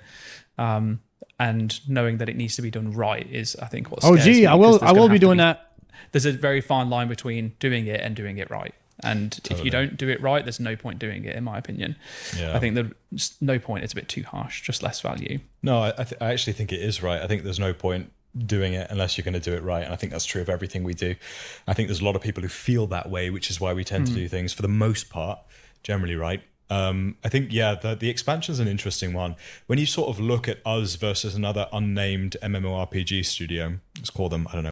Are they going to make an Australia-themed continent on osrs so you can sail to? No, guys. If they did that, no one would go there. Wizard. And you look at sort of how popularity is trending over time. It's quite neck and neck if you look at the US or you look at the UK. That's something I'm really proud of. And they both publish great games, us and them. And I think we tap somewhat similar audiences. I think we do a really good job. Then you zoom out to the global view and suddenly it looks radically different. Right? Yeah. They've done an awesome job over the last few years of spreading the message internationally. And sometimes I think we can get caught up thinking, oh, this is quite an Anglo-centric game. It's very Monty Python in its humor. Like, I'm not sure that I agree that it's restricted to what we currently operate in. I think we can go broader, and I would like us to. And so, as you'd expect, there's work happening to make that happen. I also, one of the things I didn't mention that I would, but I also know that we're looking into it. We said as much publicly, but it's just expanding our reach in terms of regions for worlds, right? We have the ability to now scale up in the cloud, and we should be supporting the areas that we have a lot of players in better than we are, especially those in Asia. Even more worlds for Australians. And, You know, I don't know what I can say, what's already been announced, but I mean, you know that we are actively. Yeah, we've said that, that. You know, I think it was a part of the announcement. How big is RuneScape? The pausing of Project Xanaris for East Asia? Are there a lot of Asians that play RuneScape? I know there's one Asian grinder. But like, other than him, is there like there's not a big audience for Asian players, huh? Non-existent. I wonder why. We might have to bring RuneScape to the Asian market. Scenes to enable things like AWS infrastructure will mean that we can support those servers. It's just going to take some time. They're still working through that. All we have is Asian Grinder and Savix. CEO tomorrow, I'd be like, get it done. I feel like probably shared answer. you've set a good framework, or at least from what we can observe, of like how a player-driven CEO can operate and enable other people and empower other people to go and do good stuff, whilst also then having the kind of the freedom to be able to say, hey, here are some ideas I've got too. Yeah. So I think you mentioned learning on the job and nothing quite prepare you. I think similar to us, we'd probably look at the framework you've set, share ideas, and probably try and learn on the job, and then deviate if deviate. I think we'd all take a pretty good swing at it. I'm certainly trying to. Yeah. Okay. We appreciate all your efforts. So thank Likewise. you. Any other questions, or was that the one? What should we be doing with the community that we aren't already doing? We do a lot on social. I think it's one of the best things that we do. I think we're really punching above our weight, and a lot of that's thanks to you. We do a lot on community. Same answer. What should we be doing with the many hundreds of thousands or millions of people that are interested that we don't currently do? What would you like to do if you could? More in-person events. Yeah. And that doesn't reach the millions because an in-person event, we can't run one every single day of the week in every single country at one time. But currently more OTK events. That shit was awesome. That is very restrictive, both in terms of ticket numbers, but also cost. It's very prohibitive getting to the RuneFest. If we could take any slice of RuneScape to other places, I'd love that. And I'd love to be more experimental with it. We publish surveys like, would you want to see a tournament? Yeah. I'd love to see, I'm a big fan of this immersive theatre experience with Punch Drunk. I'd love to see some kind of like immersive RuneScape playing session or something like that. Just that's interesting. LAN parties as well. Totally. Like I've watched a lot of Smash Bros tournaments over the time, right? And like local finals, even Pokemon tournaments, like they are popular and they bring together communities in a way that is hard to do remotely. Sure. And we absolutely have the ingredients that could make for an awesome LAN party setup, especially if we had dedicated servers, world environments, mini leagues or something like that over a 2-day period, not over a week's period. What would that look like? I would love for us to have. The OTK event was basically an in-person Gillinor Games, if you think about it. We had a lot of challenges that were very similar to what a Gillinor Games style event would be.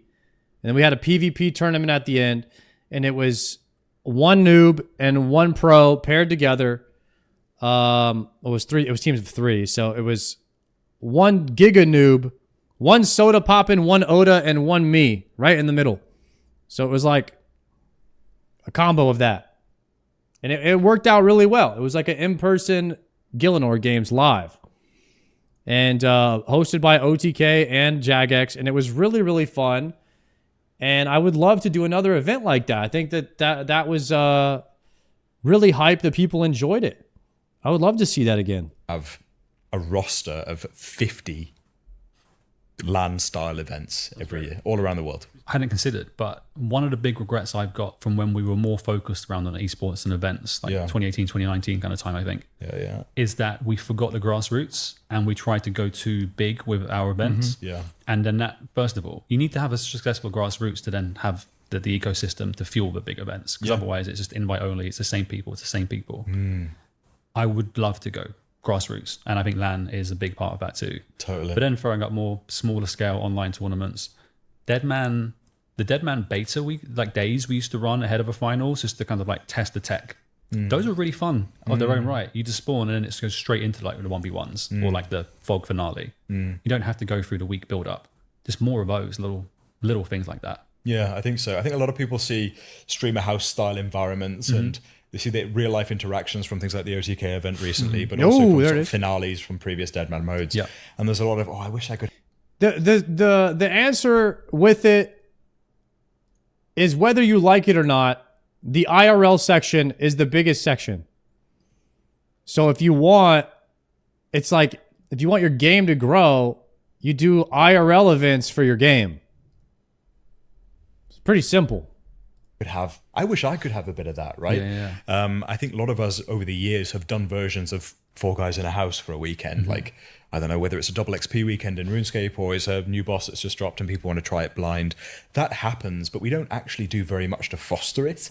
I would love to get to a position where we had the equivalent of those things happening in a sponsored environment that we could make special, that then get a bit of coverage and a bit of support and could turn into who knows, the whole next generation of streamers coming up, right? Yeah. There's a lot of the old guard that are tremendous and always will be, and there's the Boaties and the Skill Specs and the Torvestas and the Soups Sardacos, and whatever else. I would love to see the next generation of those folks. Yeah, he almost got to me. He was going down to all the S's. I'm 20 years old instead of... Yeah, there's a lot of S's. Maybe that's a way to foster it. I think going more as well, there are more thinking about niche it. communities. Now, this is less about reaching the millions, but more just about kind of comforting the smaller niche communities. I think now that our game has grown so big, we've forgotten pures and we've forgotten skillers, and like, I'd love to do more there. And again, it's not about us going over the top with accommodating them. It's about, I think, giving the keys to them to support themselves, which I think is where, similar to the LAN stuff, I don't think we have to run 50 LAN events ourselves. Yeah. We can just say, all right, you're like the official community rep. Yeah. Here is a remit you go and do it, make the event happen. I think that's a really good point. I think one of the benefits of old school, both games actually, is that you can have these classless, trying to say prayer, perpetual but maybe I can use accounts, offense. right? And that's very much at the core of what we offer. However, I do think there was a time where everybody had a pure, and some people had a skiller, and one person had 200 million agility accounts. That kind of thing, those trophies, and you still get them from people like Rendy occasionally with their series. But one thing that I woke up in the middle of the night like a few weeks ago. We made a change, or we proposed it to show a little icon next to people's names when they were playing on mobile. Sure. And I thought, okay, what could that be as a little status indicator akin to an Iron Man helmet that suggests that you're something that wouldn't be obvious unless you clicked right click and inspect, or right click look up, or right click equipment. Yeah. Should there be a mobile only ranking for people that only play on mobile? A mobile only leaderboard? Damn. I didn't even think about that.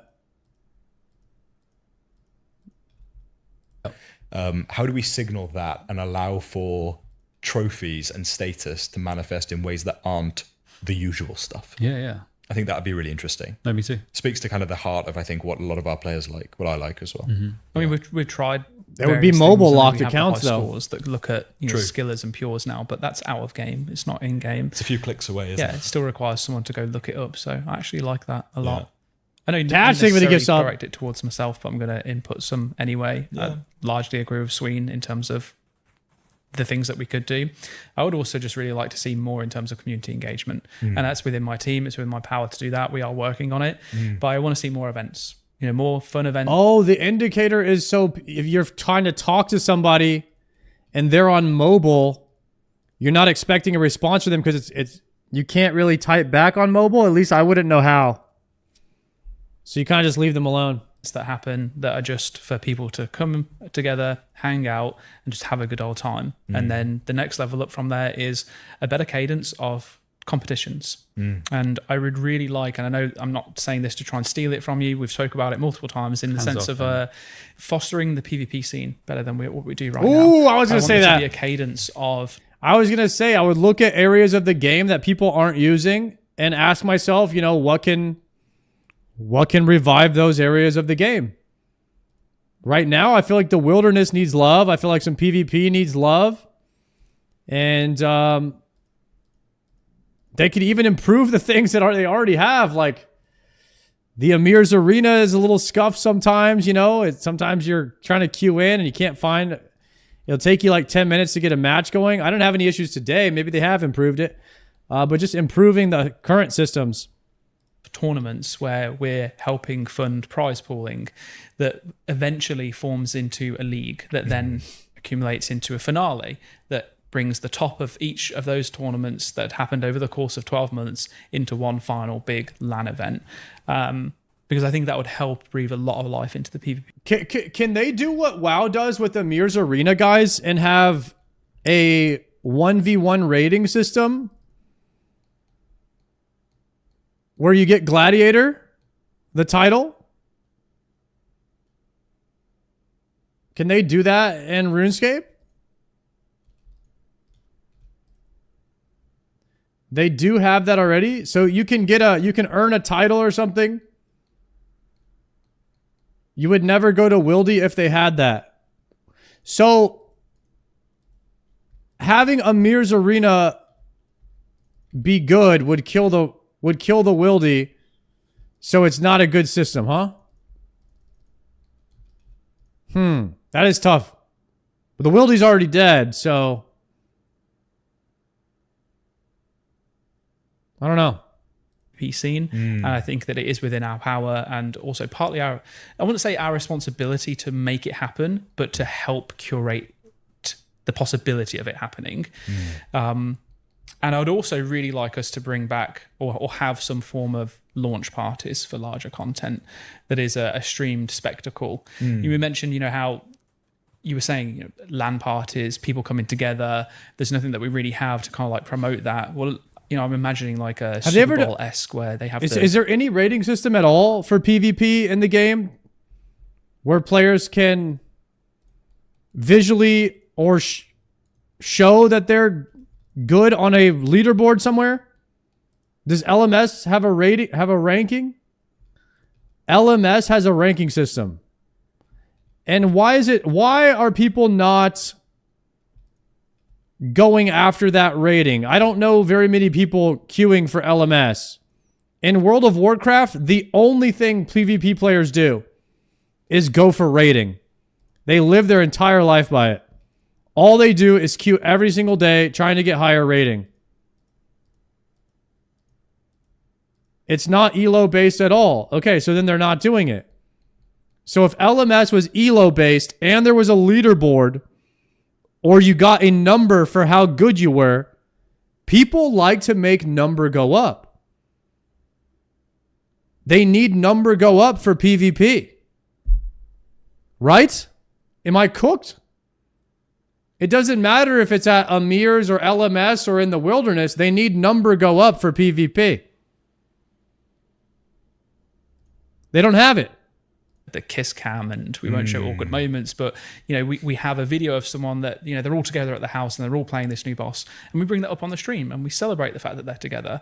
And it's like back in the day we did Dead Man, and we would have people's tweets, we would read them out, they would show that recognition. I think just being able to showcase how involved we all are would be really cool to do. I also know the challenges of doing like a launch stream when we have to fix the issues of something going live and everything else. But I do love the idea though. I love the idea of having a moment in time, like, I don't know, first boss kill or Dead Man finale or something, running in conjunction with this kind of LAN party style setup.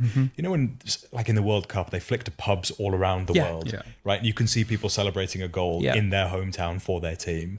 I'd love to see a version of that, right? So I don't know, one person in Australia comes out on top of some tournament unexpectedly, and like there's some live feed from middle of the night Australia, and there's a reaction. Like, I think that kind of thing we could tap. I think it sounds cool. I think the actual reality of it is very different from the thought and imagination of it, but probably if we could make it work, then I feel look at what RuneScape did with the Race to World First. I think that's literally what I had in mind. I think Race to World First with a mascot, you mean? Race to World First. Basically, take the things that WoW is doing well and see if you can apply it to RuneScape in the same way that WoW should take the things that RuneScape is doing well. Race to World First in WoW is very good, and then the PvP ranking system and Mythic Plus. Those are the things that like WoW does really well. If you can copy any type of model from those things, it could be successful in RuneScape. They just have to make it RuneScape. Yeah, exactly. That was an amazing finale. Doing more of those, I think, would be very much welcomed. No reason not to. Can have that conversation 50 yards away. Okay, there we go. Okay, all right, sweet. Perfect. All right. Well, if there's nothing else, I think maybe now is a good time to consider wrapping up the podcast. But we would love to have you back on again at some point in the future. Maybe after the player support improvement stuff is all out, and we can talk more around those changes and what that's meant and anything I think else. Best time was going to be post-January when we go big with our comms. The next 4 months are going to be insane. And I think coming out the other side of the next 2 or 3 will be a naturally good time to have a chat. Awesome. Well, we'll save it till then. Thank you so much for your time. This is pre-sailing launch. So he's thinking about sailing here. But maybe he's thinking about something else too. I know that it's precious, but it's been thoroughly enjoyable. Raids 4 maybe. I hope you had fun too. Or the Mage Arena Cape Challenge, which is coming soon. There has to be a Mage Cape. putting up good. with us. Yeah. It's been good. No, not at all. It's been an experience. Nice. It's been eye-opening. An experience. I'll take it. No, it's All been right. good. Thanks, folks. Yeah, well, if you don't hear from me in the next one, it's because there's a new community manager in town. Shut up. Shut up. And until then, we will see you next time. Thank you so much. Thanks, folks. Awesome.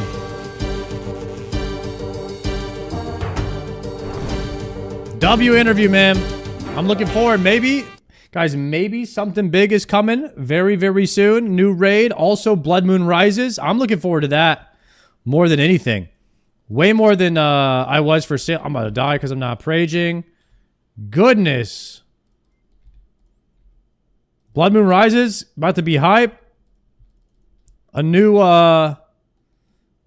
boss coming. Maybe a new Awakened boss. Could be sick. Do you have Mage Arena 2 cape? I am wearing it, sir. The Zamorak cape. Yo, thank you for that raid. Lasset Poe, thank you for the prime as well. And Catchem, sorry I missed your gift sub. Thank you guys for those. I appreciate that. Enjoy the Dscim. Revs used to work, but there's just better money now that make it not worth it. Did the Rev caves used to pop off even more than they did?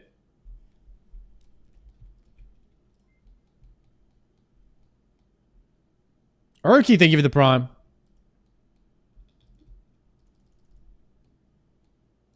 The bots controlled them. Tough to deal with the bots. Pretty tough to deal with the bots, not gonna lie.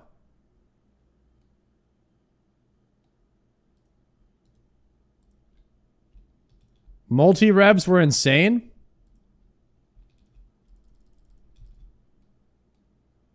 Revs used to be multi and full of clans. Damn, so clans could control it. Clans could just shut the whole thing down if they had a big enough clan.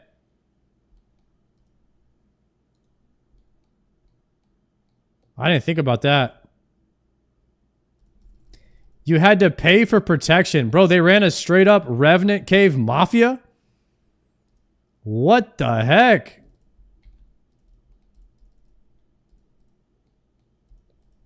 That's some lore right there.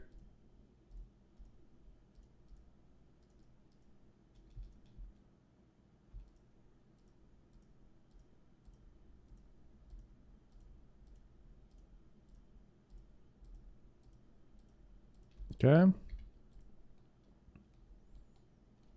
Canelo, where's the RevK video at? Yeah, that's what I was just thinking. That sounds like a bomb Canelo video right there. Should watch the video on it sometime? Well, link it to me. Let's watch it right now.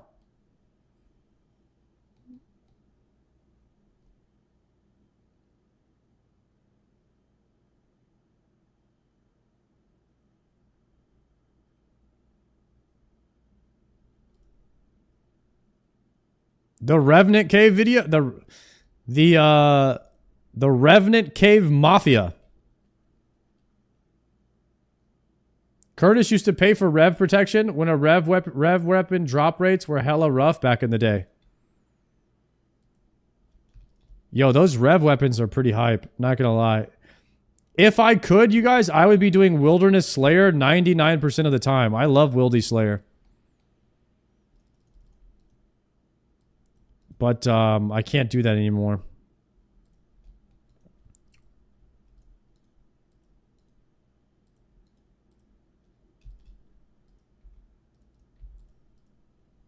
Why not? I could do it off stream, that's it. On stream, probably not.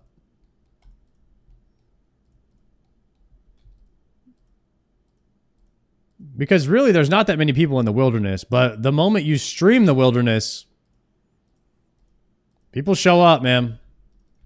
People turn up out of nowhere.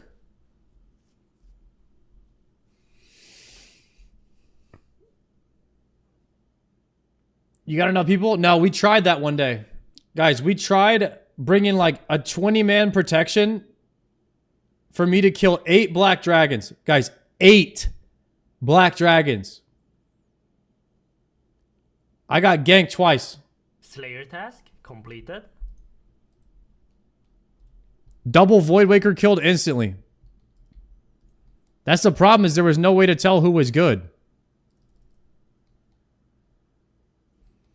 Now, what I could do, what we could do differently, is I could get 10 guys on my friends list. I hop to a random world like I did on Callisto. And then I could have those 10 guys follow me. Right?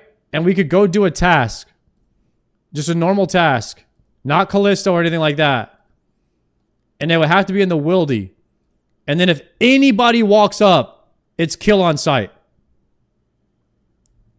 That's it. But we can't have... my world and everything has to be hidden. So if anybody walks up, they have to get killed immediately. That's all. That's the only way we could do it. It would be like a Callisto group, but we don't go to Callisto. There's going to be a double agent in the 10. Well, it would be in multi. It would be in multi. It would be people that I pretty much already know about. And we've gone to Callisto many times and no one's ever jumped me, because the chances is I'm going to be picking 9 random people. The chances that any of those 2 are in cahoots with each other to jump us is very low. And if they were, then the other 7 people would jump on them and kill them.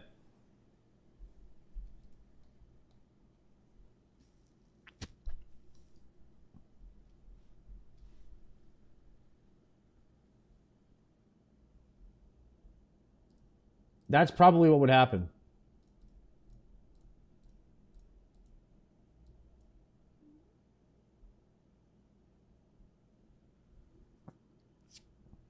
Why does everyone rock the Zami MA2 cape? Because red and black is biz.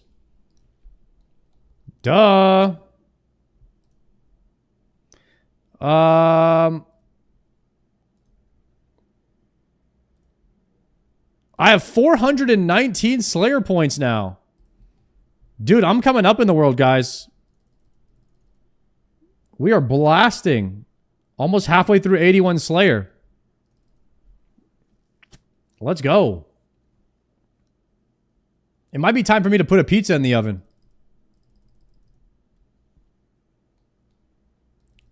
Could be about that time.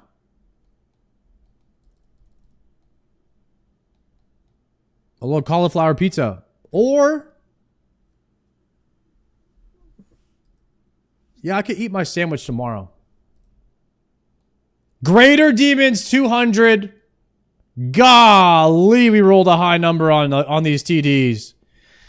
All right, boys. Time for a synapse. Time for a synapse. We are 100% getting a synapse on this task. Guaranteed. A banger right here. 200K.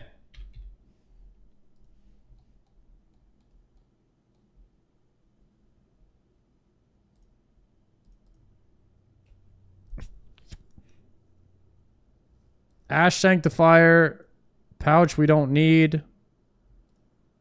Knives we don't need. I do have an arc light. Pretty charged up now. Not really charged up, but enough for a little bit of the task. We can use that. I have no more totem pieces.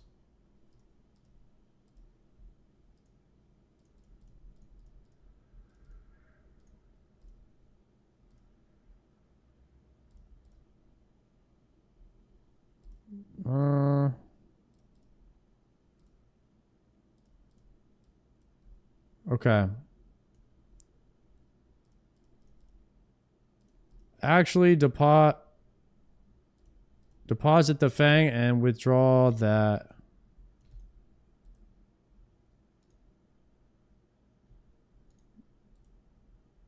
Deposit that book.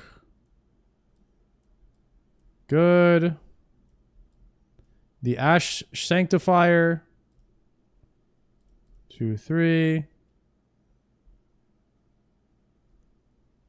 Oh, the pouch was for thralls.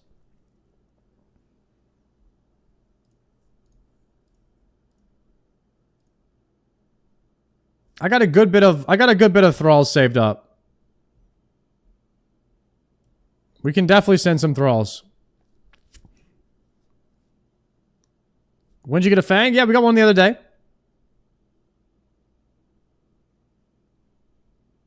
You have the magic Fang from Zorf when you could have tried it? No, not yet. Now we haven't unlocked boss task yet. Guys, should I unlock boss task? Or is that a bait?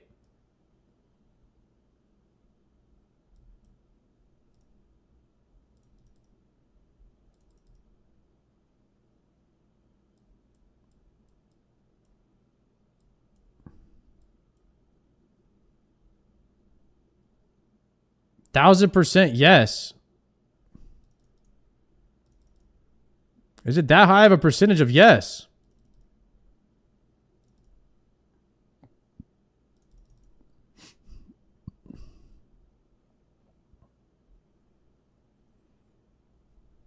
I like it. Poll it. Let's poll it. New poll. Do we unlock boss tasks? Yes or no? View result. That's less chance of me getting Tormented Demon. I feel like once I get my synapses, it's fair game for everything.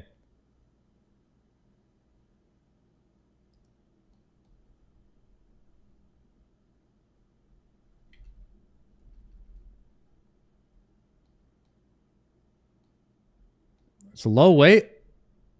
Are you 99 Slayer? No, I need Slayer experience very badly. I need to get the fastest XP possible to get to 95.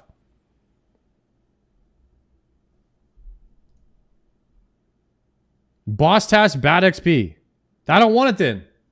Yeah, I don't want it. You guys are trolling. Nah.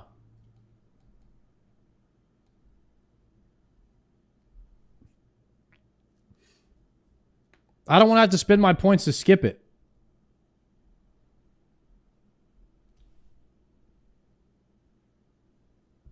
Just got home. You got 2 Zenytes today? Yeah, we got 2 Zenytes yesterday on my day off. I was watching the Streamer Awards.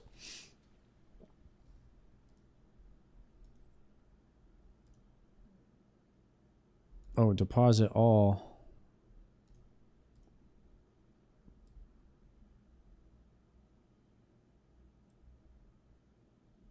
Brother, there is no room in my bags.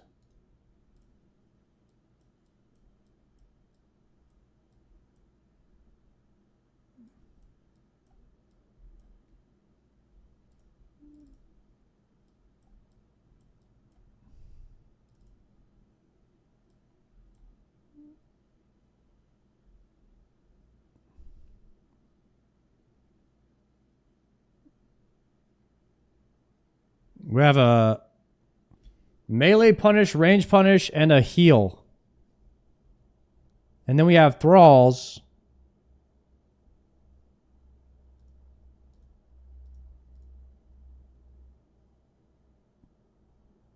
When are you getting dragon boots? At 83 Slayer, because I ran out of boosts.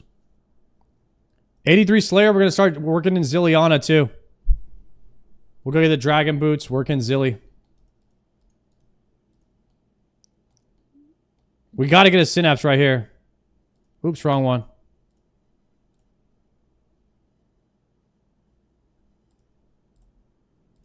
Okay, now we got thralls. Repair here. Travel to Farming Guild.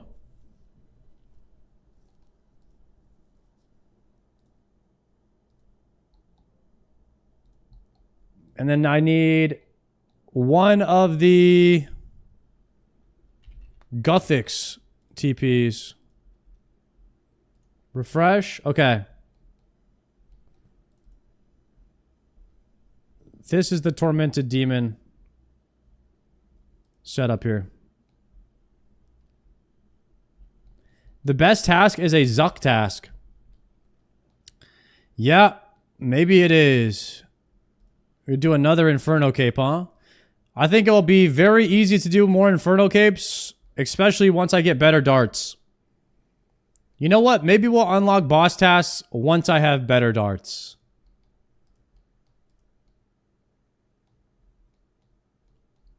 I just want the highest amount of DPS.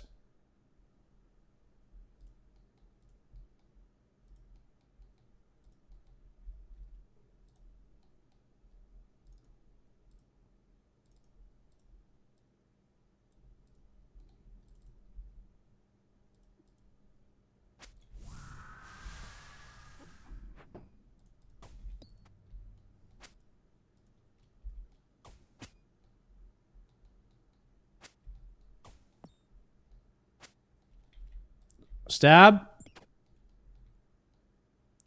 Where's my damage? Let's do a prediction. Let me kill one and see what my KC is.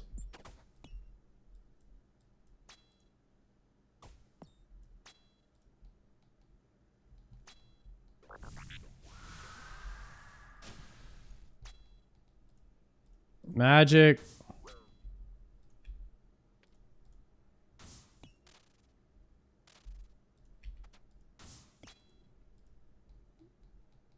Let me see what my KC is real quick. And then we'll do a prediction. To see if I get a synapse today. I'm not gonna lie, guys. I'm definitely due for a synapse on this task. I think I'm in the very close to 700 dry right, or 700 with nothing so far. Auto retaliate, thank you. Crap, that just got me hit.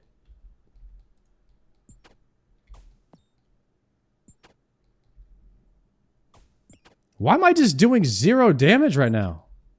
Is this crazy? Where's my DPS? Feeling that synapse tonight? I got to.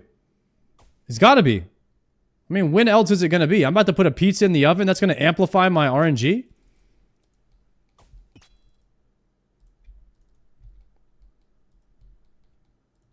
Double prayer pot. That's tough.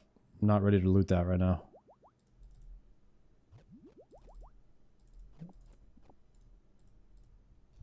There we go. All right. We're at 626. Will I get a synapse by... What's 49 kills from now? 75? 675? Yes or no? 5-minute prediction. Go. I'm gonna heat the oven. 675. 67.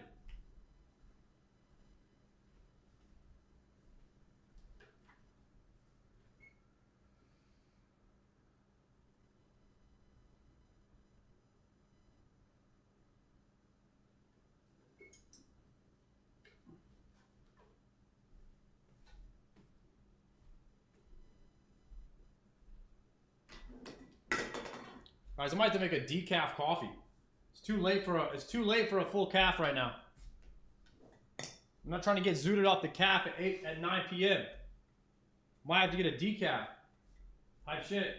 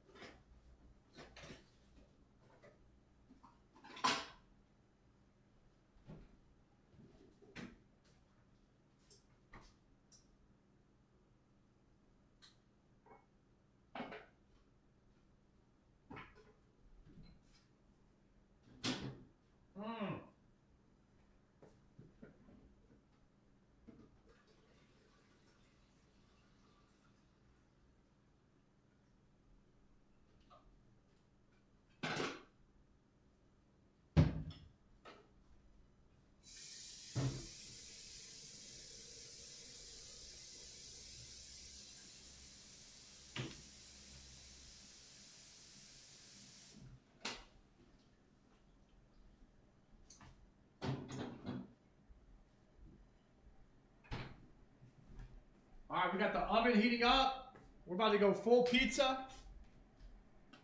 with a pre-game coffee, decaf. Easy.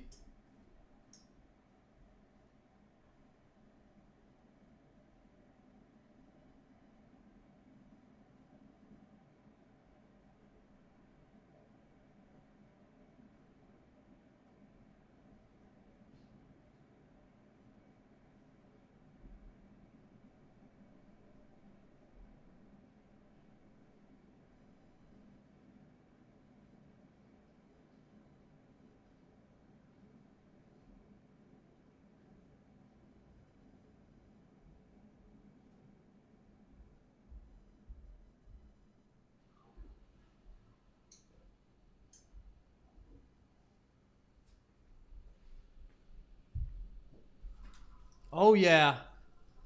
It's coming out right now. I'm going to kill one.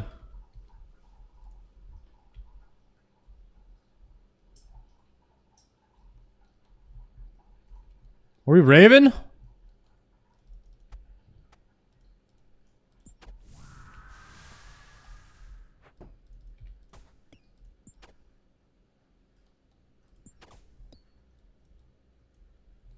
It's a banger right here.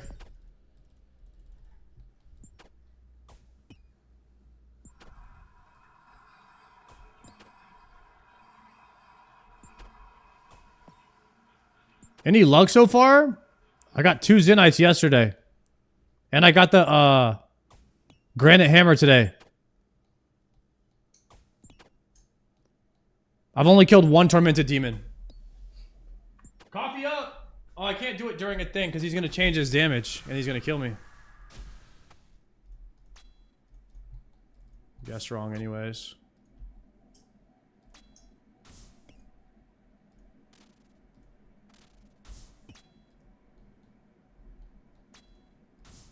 Why only 50 sailing? What does sailing give me that's going to give me more damage? All I care about is damage.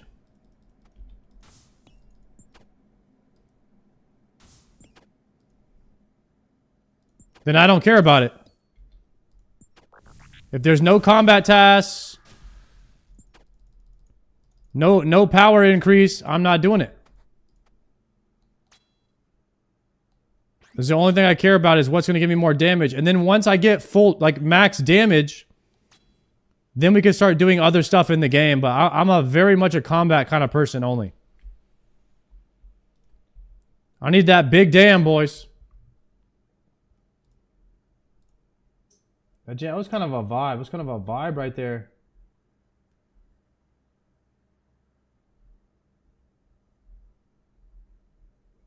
Maybe we can get some bangers going on right now.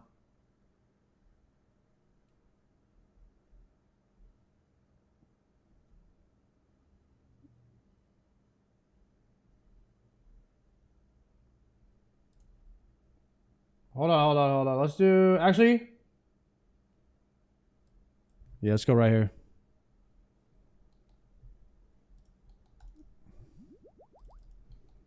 Two right there. Let me grab my coffee real quick.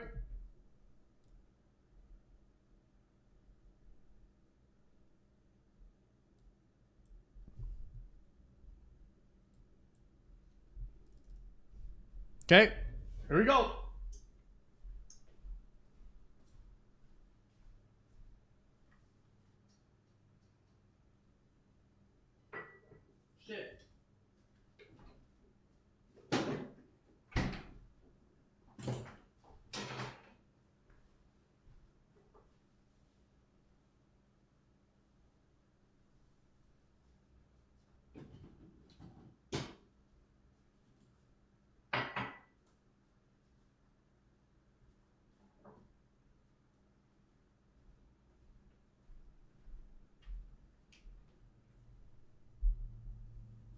All right.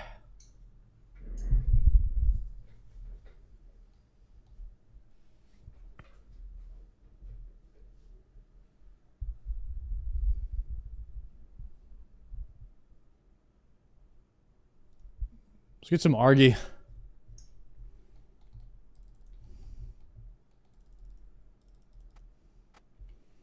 Big damage.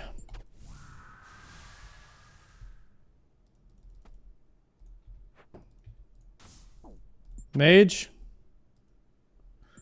What was it, the Gorilla KC for Zenytes? 1,006 for 4.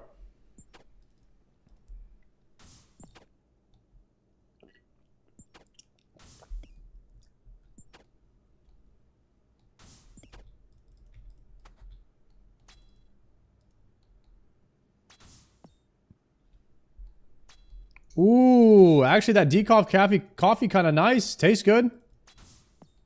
Like a little dessert. A little late for the calf, but you still get the coffee. This is nice. This is a good idea getting this.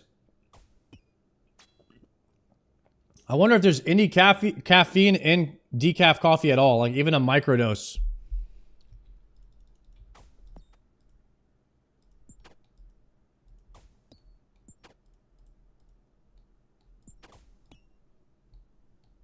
There is? Hell yeah.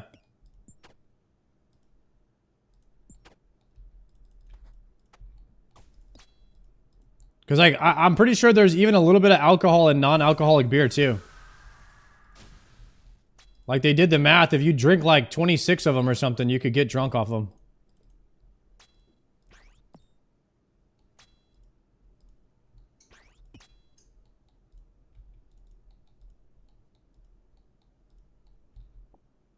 Ooh, portals. Let's go.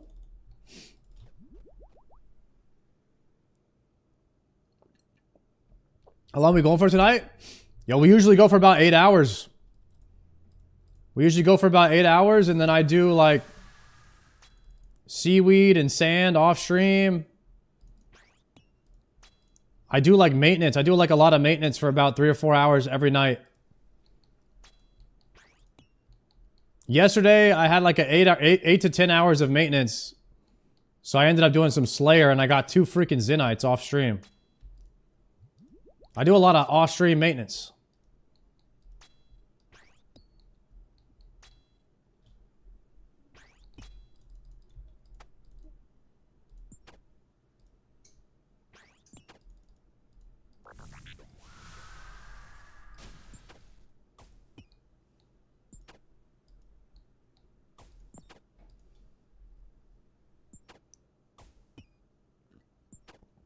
Got another max size range. Hit points. We have two max skills at the moment. Working on that 99 strength. Today we got 96 strength. Not bad. That'll probably be my next 99. 99 strength.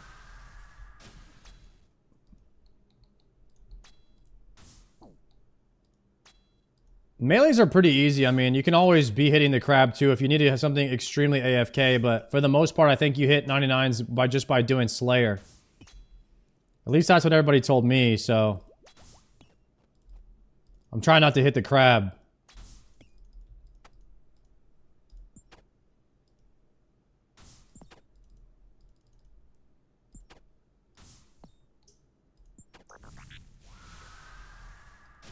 No Dragon Dagger? No, we got the blowpipe so we can get healing. Healing extends the trips. I think blowpipe's the best spec for TDs.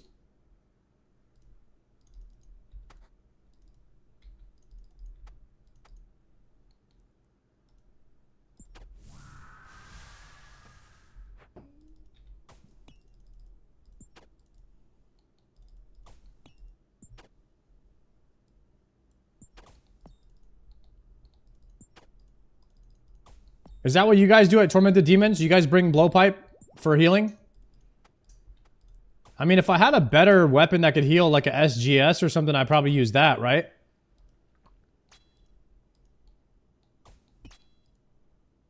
It's clutch? That's what I'm saying. The blowpipe heals really good.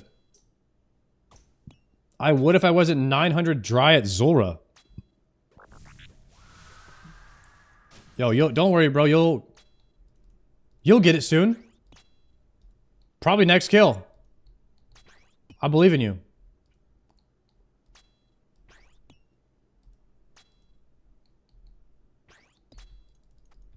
Wait, how come nobody linked me the video about the Revenant Cave Mafia? Is there not a video about it? I was interested in that.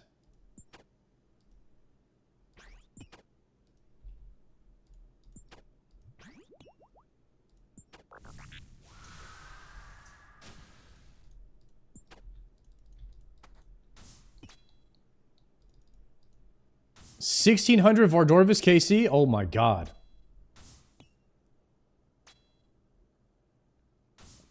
I killed 320 tormented demons today. What was that, like 15 hours of tormented demons? That's insane, bro.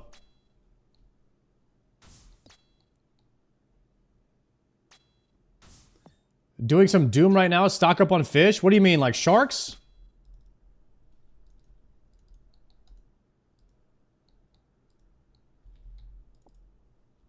Yeah. I got like 1,000 right now.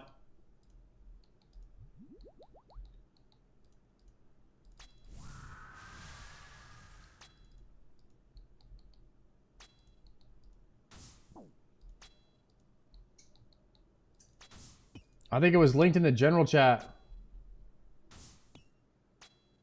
The Dark Bow Assassins. That's what it's called?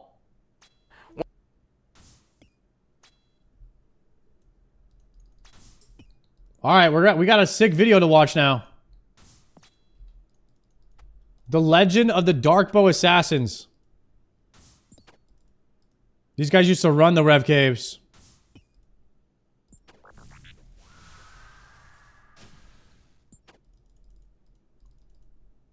After Mr. Brightside.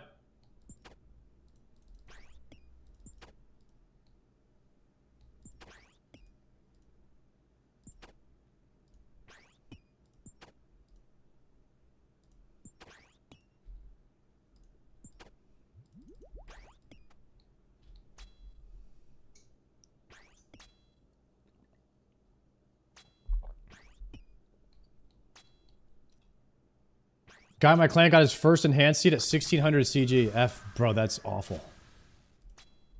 That is so awful. How did he stick with it, man? That guy's rich though. His account's gonna be set for a long time.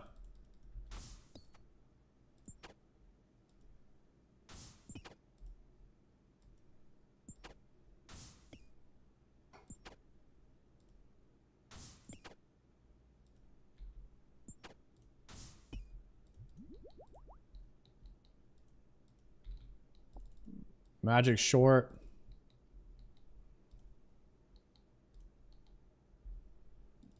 Okay, as soon as I put my pizza in,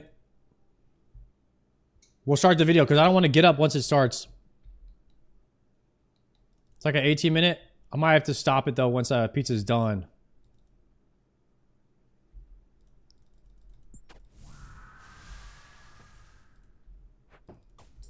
Chat, how did Savix do today on Desert Treasure 2? Did he one-shot every boss?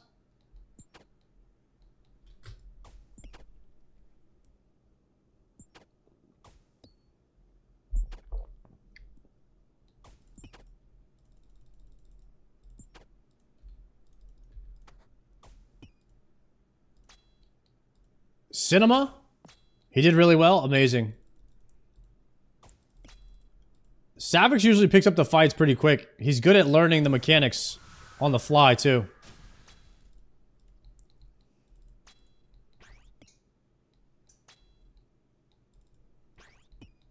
The voice acting was crazy. Yeah, I saw he pulled some people from his chat in to do the voice acting. That might be, from a streamer's perspective, guys, that might be one of the most genius things I've seen a streamer do in RuneScape so far. That is like... That is pure content. And definitely Savage deserves some credit for thinking of that. That is such a fantastic idea. He actually read the story. He read his portion, but Savix didn't want to read so badly that he got his viewers in the Discord to come and read for him. Yeah. Crazy. These streamers really don't want to read these days. No, I'm just kidding. But like that's a great idea that he did today.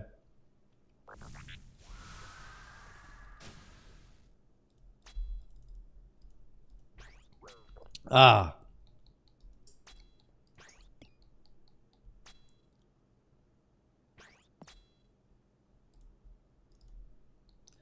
There was a guy doing a girl voice. Oh yeah, because Savix doesn't have any girls that watch his stream. He could have borrowed some from me. I don't know why he didn't just ask. I could have gave him some girl viewers to like voice act for him. We got so many girl viewers over here. It's crazy. Yeah. All he had to do is send a DM, man. I don't know why he didn't ask. Could have sent him some.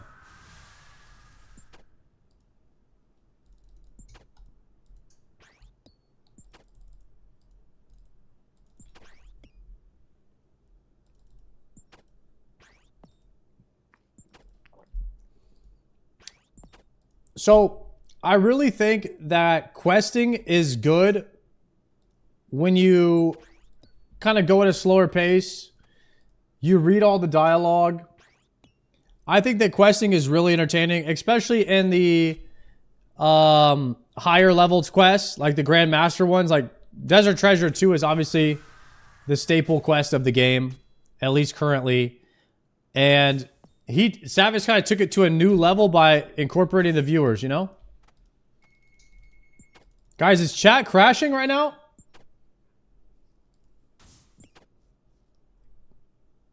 What the hell? I think Twitch chat is crashing. If you guys can hear me, can you type a 1 on Twitch chat so we can see if are you guys even here anymore, or is Twitch chat just completely gone? Yeah, it's gone. Twitch chat's gone. Twitch chat is completely gone. Twitch chat is completely gone, boys. Yeah, no one can talk. Nobody can type anything on Twitch. The servers have crashed. I blame the streamer awards. Twitch chat refugee. YouTube on top.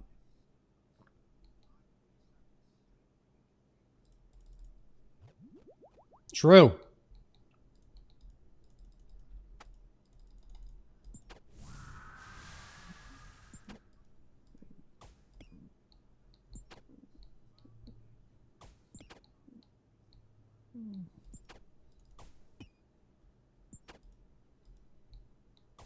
And we're about to get one. You left that part out at the end of the sentence. And Sard is about to get one. Okay? Next message, make sure you put that in there. All right? Because, like, that's just the truth. And people need to hear that. People really need to hear what the truth is when what's going on. What's crazy is, like, how can Twitch chat just all of a sudden not work? Is somebody hacking the whole website?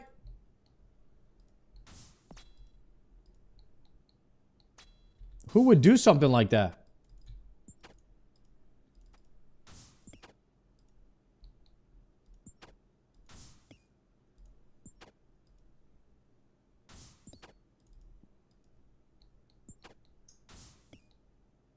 Twitch chat broke when you said Savix could take girls from your stream?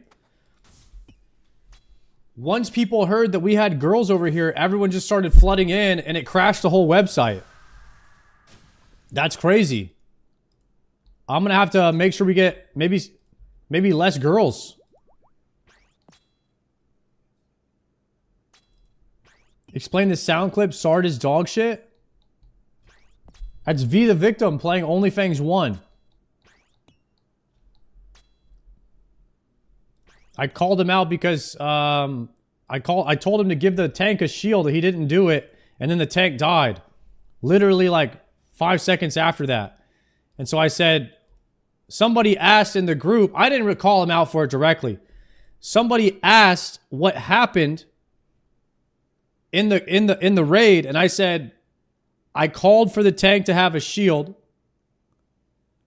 the priest didn't shield, and he ran in and he got one shot. I was explaining to somebody that asked what happened. And V, the victim, he was mad because he knew indirectly I was talking about him. Because there was only 2 priests in the raid, and the other priest didn't speak English. He was full-on Chinese. So he probably took it as some passive aggressiveness, but it didn't really have anything to do with that. I was just saying the truth. Without directly saying it was V, the victim's fault. So he got upset. He didn't say it. He didn't say that in the Discord. He said it to his stream, and everybody clipped it and then sent it all over the place. And Asmin reacted to it. It was when Cdank died in Zul'Gurub.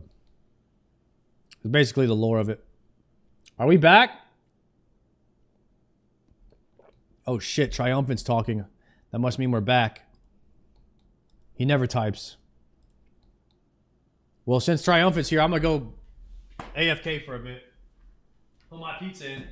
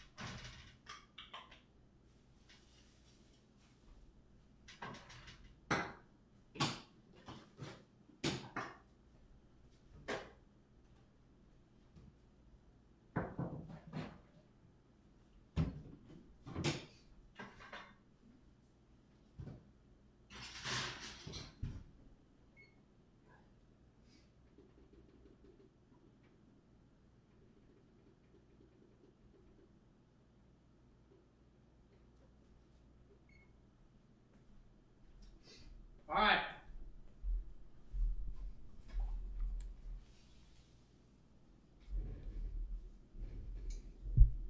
Yo, did you ever finish that quest, Triumphant? Obviously, right? Or you still be live? Dragon Slayer 2. Yo, how many attempts did it take on the last boss? Did you one-shot it?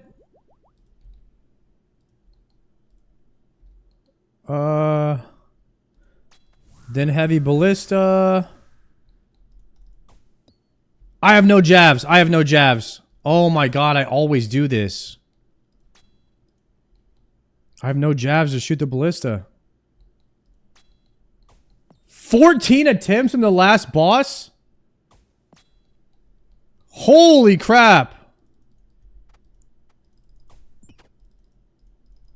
Dude, those are 200k deaths or something like that. 100k deaths. Are you down? You're down 1.4 mil?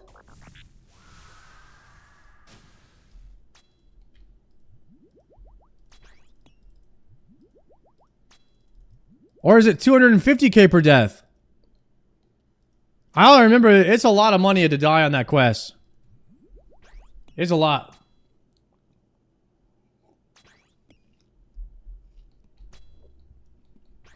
Luckily you did CG for a while.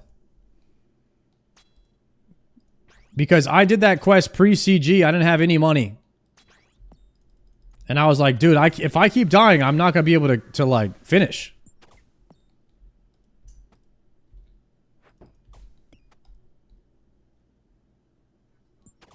What the hell is going on with the chat?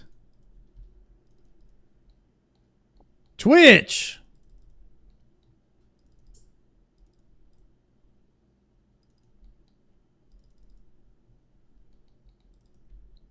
We're back again? All right. Welcome back.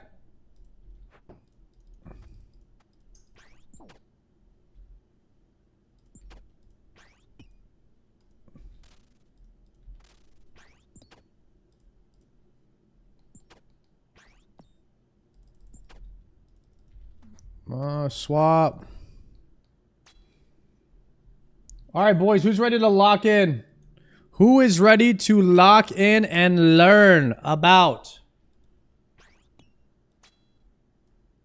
the Darkbow Assassins? Darkbow Assassin hype. We're about to learn some lore about the Rev Caves when it used to be multi-PK. And there was a clan that dominated all of the other clans and claimed that the Revenant Caves was its home. And all who would try to enter must first pay the fee of protection. 123 needs helm. He's skulled! He's skulled! Get him for his blowpipe! Hello and welcome to the Darkbow Tribe event. We'll be known as the Darkbow Assassins for today, guys. What do you suggest we do next, though? Comment down below and I'll be checking. If you want to get into the action, hit up my live stream at SparkMech, no spaces on Twitch. Damn. Now, without further Look ado, at how many let's get to the Darkbows. production and have some fun. I hope you enjoy. Telly up, let's roll out, Darkbow Assassins. Let's move. Darkbow's locked and loaded, boys. Everyone brought a lot of ammo, right? Okay, everyone DD. Everyone DD. Right This here. is not it? Level 35 with a twerk helm. What the hell? One of our boys is shooting him. Level 35. Sick him. He's got a DFS. Smite him. 8 low levels. Sick him. Sick him. Careful with the oh my god, there's a 108 south. Where's This our is not the TVs? video. Get these mages! Get these mages! Smack them! Smack them! I run back to the TD. Back to the TD. What the heck? Wait, the Discord's muted? Really? Type 1 if you can hear me in game. Well, if no one links me another video, then I guess it doesn't exist. good. This is the one then. Hop. 2. 323, boys. Everyone spec on login. Spec, there's a 70. Spec him. Spec him. Back to the DD. We need a higher level. Use your mini maps to get back in the DD quick. On login, I want everyone to click their spec as fast as they can. This next one's going to be juicy.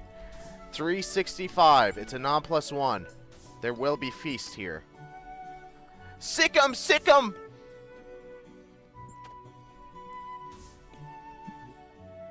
Damn, bro. Look at how many. Look at how many. Oh my Wow, god. What a fail. You guys are too slow. Did I hop too quick? I spooked the herd. My spec failed. Back Group to the hopping DD. at the What a web caves? freaking fail. Oh, shit. There's so many You of guys them. got him, though. Wow, he was skulled. Is that mage on me? Kill the knight. Pile the knight.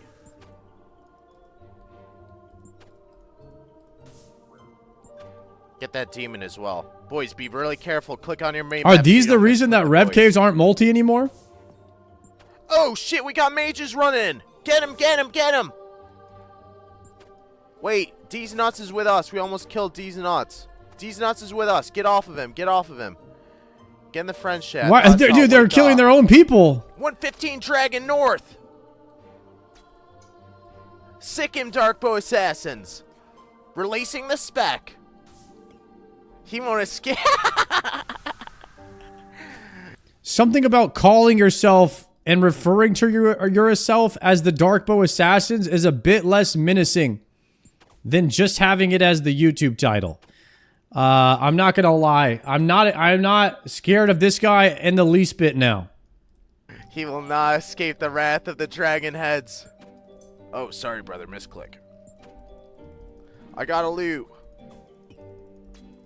Holy shit, boys. Got 4 mil kill in the high It's a risk cool world. name until you Pog refer champs. to yourself as Oh, that. Nice. Dude, I told you it would be a feast there. Back to the rendezvous, boys. Back to the rendezvous. Oh, shit. Someone's maging. Is that a rev or... Okay, I think it's just a rev. Careful. CC dead? Okay, don't panic. Don't start specking each other. I don't want to have a fucking civil war over here. Pre-fade southeast. Okay, once you guys get him, come back. Look at that. Look at everyone charging in. Let's feast on the 2K worlds. 361, 362 if you can't go. Spec on login. Fuck, no one here. Hold positions. Hold positions. 396. 395 if you can't. Southeast, southeast. Spec him, spec him. Spec balled again, spec balled again. Damn. This is how PKing used to be when I played. Himself. It was just a dogpiling event.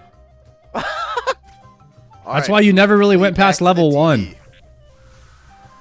Damn, I didn't spec on login. That was a foul. 49. Quick, boys. 49. Okay, it's clear. Everyone to 315. There's a 94.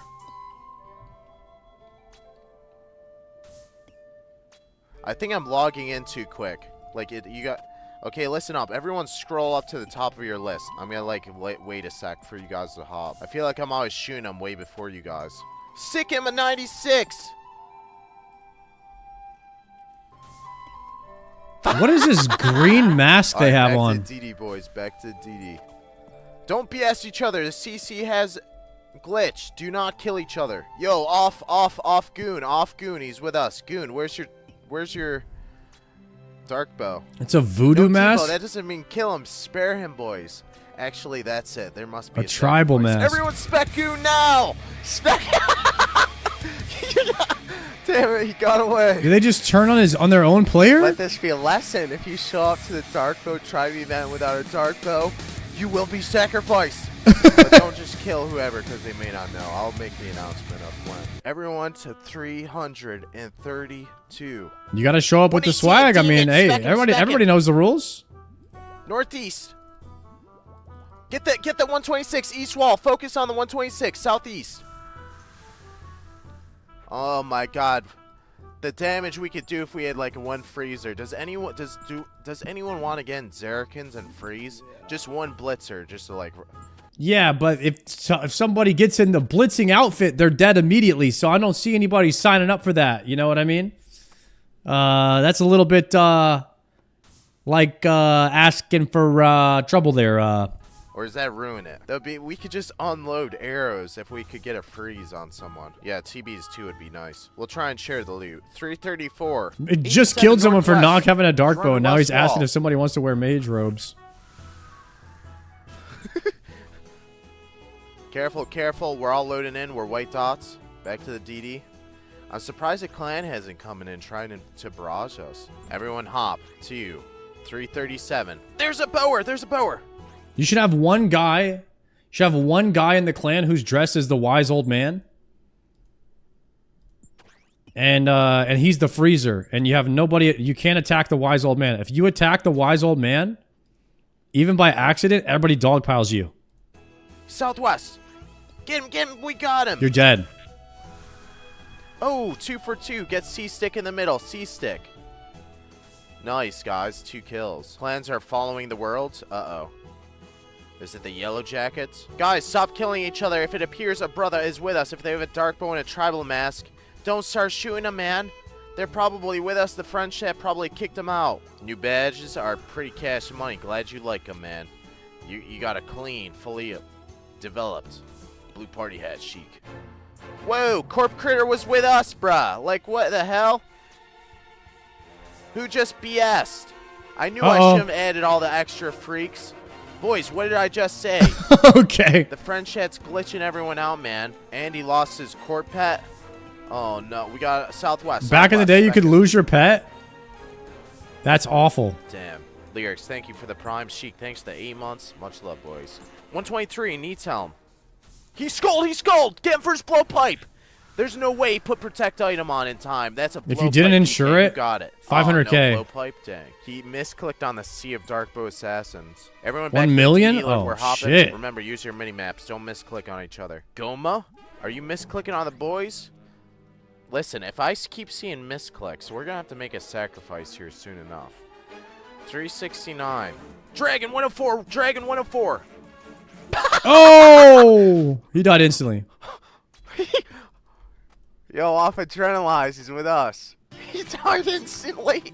He's like, oh my god, the Darkbow Assassins. Guys, repot. Be ready for this next one. 376. What kind of music is this for a Darkbow Assassins video? Man, here's a quick one, boys. Back to the DD after you're done catching them. Let's pile this dragon. Unload your fury. Wow, we killed that quick.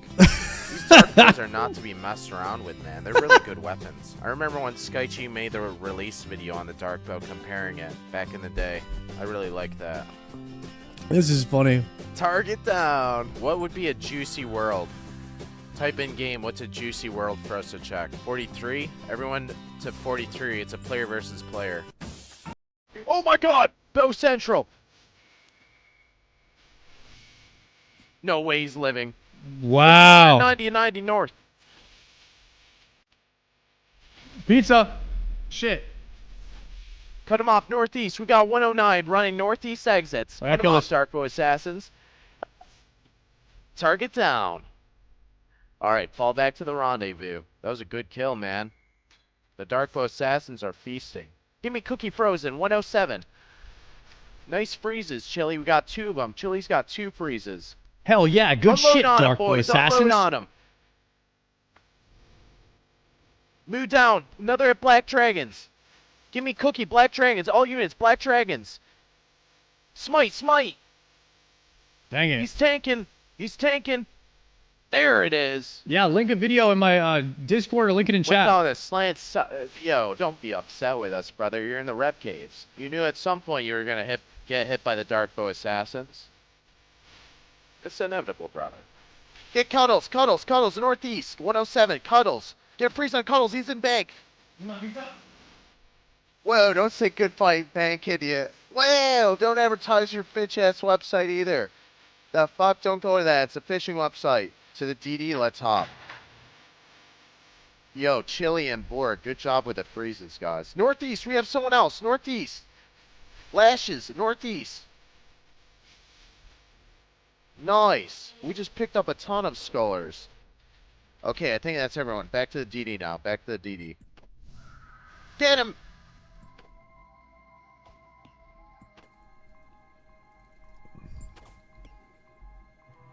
Man, PKing with a dark bow seems like it would be fun, but I guess it's just not good. None of the big PKers really do Who it. TV'd? Share with the TV'er. Northeast! Maybe it was old tech. GF Trump, get GF Trump, east wall. He's laughing. Let this be the last laugh he lets out before he's sent to Lumbridge. Oh, damn it. T-Bead, 106, T-Bead. Nice T-Bead, Possum. Here, Possum, trade me. I'll give you some loot. Release the specs. Yeah, nobody uses dark bow anymore. Oh my god, Possum's with us, bro. Yo, Possum. Whoa, kill Vorkath. I saw you click him and attack him. Kill Vorkath. He shot them 1 extra shot when our boy was on 10 HP. Let that be a lesson. Pick him clean for his dehides. Possum, you okay, brother? Oh my goodness. Pick them clean.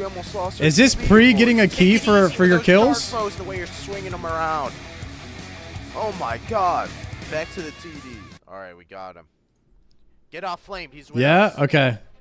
Get in here, brother. Flamed, you're not. Because whenever you used to kill somebody, their loot would just drop on the ground, and it was a free-for-all to whoever could get whatever dropped. And then if something really good dropped, then people would turn on their teammates because they would see that their teammate got the really good thing. And then they would attack you. That's how it was back in the day. I added, but we'll let you survive another few seconds. Whoa! What the fuck? We got synchronization. There's a group of friends that just counted down 3, 2, 1. Get clever. Spec him now. Who the fuck just did that? Your ass is grass once I figure it out. Clever, I'm sorry you got sacrificed.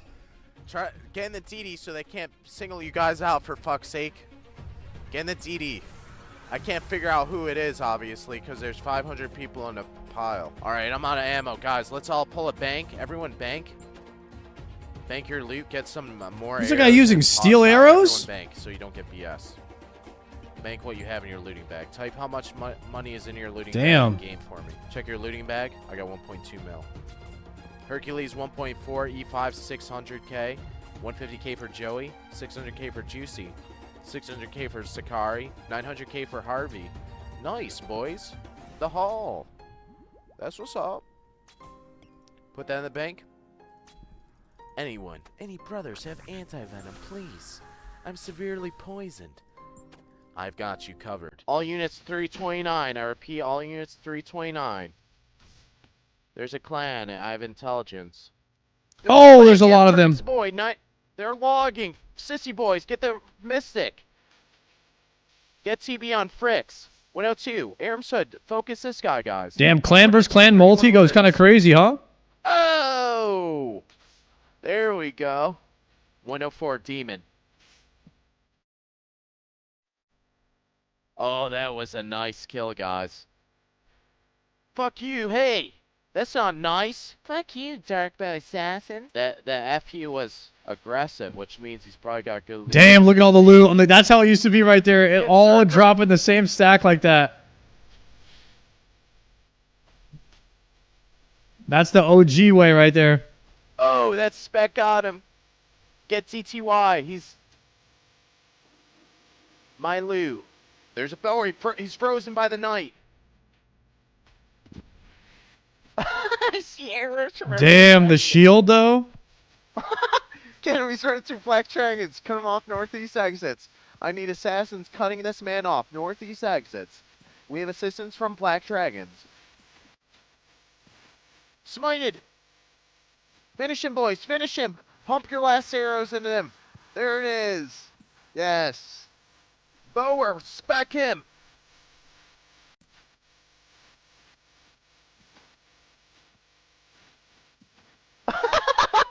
Look at all the dragon arrow specs. Kamehameha! It was all just flying out of us. 309. Maester north of us, spec him.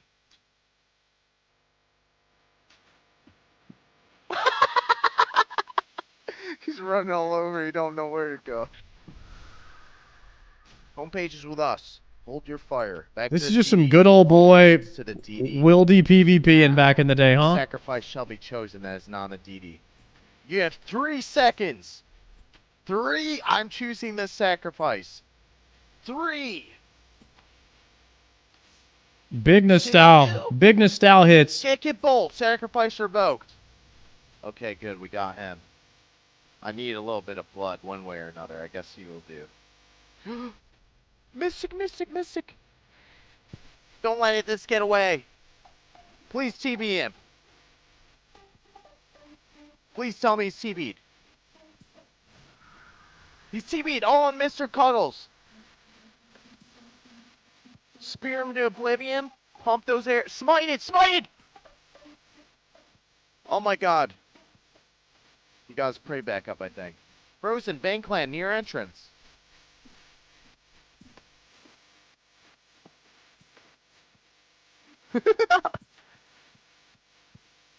Alright, fall back. The rest of them are in singles. Back to the DD. Hustle to the DD. Let's go. Let's go. Hustle, hustle. I better see dirt flying up behind your feet, soldiers. To the DD. Green man, you better put your run on. Run, Tim? I'm out of stamina. I only have 2. The prediction ended, yep. We're going to 675. 30 more kills today.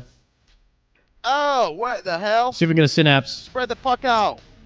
Spread out. There's turmoil. There's turmoil breaking loose. Spread from the DD. Oh. Holy shit. Spread out, Darkbow Assassins. Oh. Spread out. Oh, what's going on? Look how many people are there. I knew it was only a matter of time. Get out of there. Save yourselves, boys. Damn. That's a big Get out clan. of there. Get out of TD. No, my brothers. My brothers.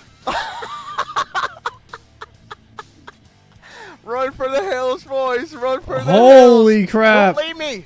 They're taking me out. No, boys. Don't leave me, boys. No. This is how it used to be, huh? Oh my god. Yo, what a bang out for the video. This is gonna be such a funny vid, man. Let me save that. Oh my god. Yo, like we've been PKing doing this for a while. I'm like, man, where's the team at? Coming to barrage us. About freaking time. That was so funny. Pretty dope. Pretty dope, guys. Being able to see like that. What? Where was the? I heard that there was a clan that would just completely shut it all down, and they wouldn't even let people enter without protection. They had like scouts on every single world.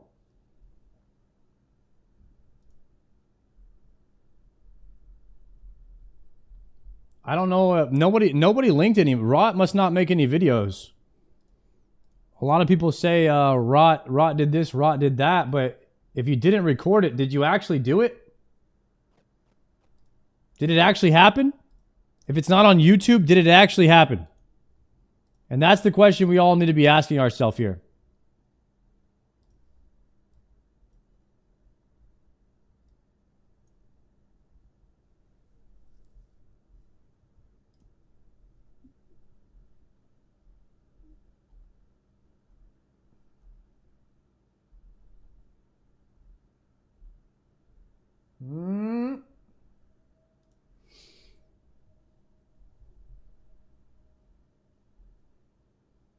All right, I'm going to grab my pizza real quick. If anybody has that video and wants to send it to me, let me know, and we'll watch it. Until then, not so sure it exists. Not 100% sure on its actual existence until we see some YouTube proof. So right now it is to be determined.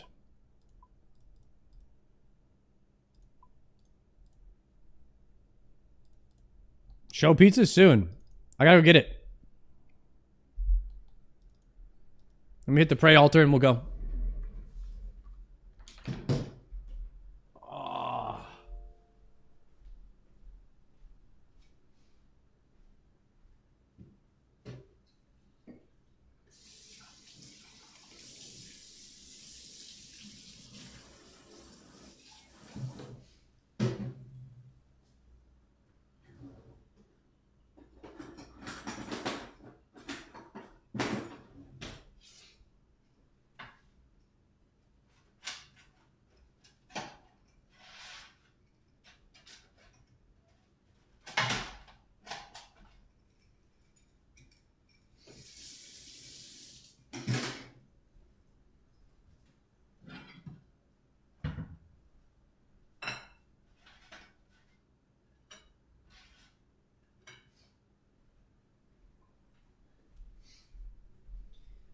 All right.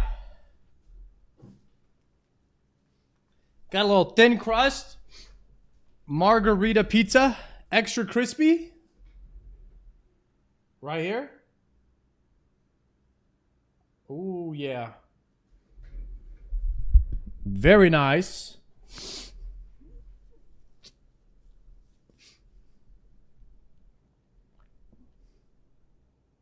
Came from Kick to drop a follow. Thank you, Matt. Looks like I don't really see anybody linking any videos, so I guess we didn't find it, huh? That is too bad.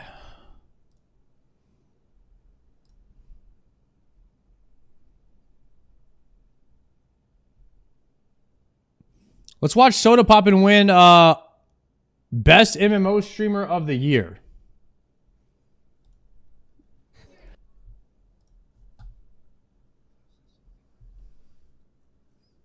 You linked it, Smoking? Thank you for the 500. Oh, guys. Everybody that's linking a video, it's coming up as asterisk, asterisk, asterisk. It's not even showing it. Benjari tried to link. Kool-Aid tried to link. None of it is showing up. Asterisk, asterisk. That's all I see. You guys see this on my stream? All I see is this. I can't see what you guys are linking. You're gonna have to link it on my Discord. Somebody linked a Kemp Q video. Link it in the Discord general chat.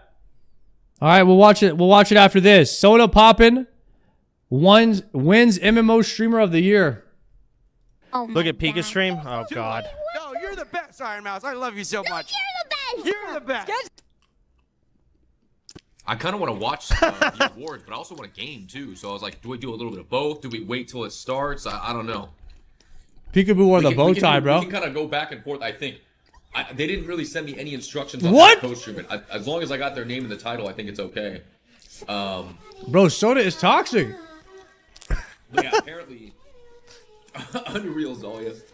You stupid bitch! Did you just have to lose? Soda, what's going on, man? I see you going sub only in the chat now, huh? What a weird. That was a last-ditch second. effort. That was a. Christ! After doing 5-6 spots. That wasn't for a bit because people were being transphobic or fucking. If Soda Poppin wins this shit. Phobic something. Okay, what? This guy, they announced new bots. He vanishes for months. He comes back. Everyone's viewership goes up. It's ridiculous. So we'll see if this shit's rigged, guys. Or if we do lose, it's not going to be my fault. It'll be your fault for not. Motherfucker got balloons and streamers. At this point in time. God, please lose.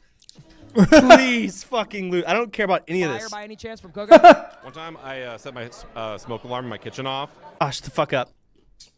Her family died, so it's what? Super tough. Brutal. Oh, Jesus.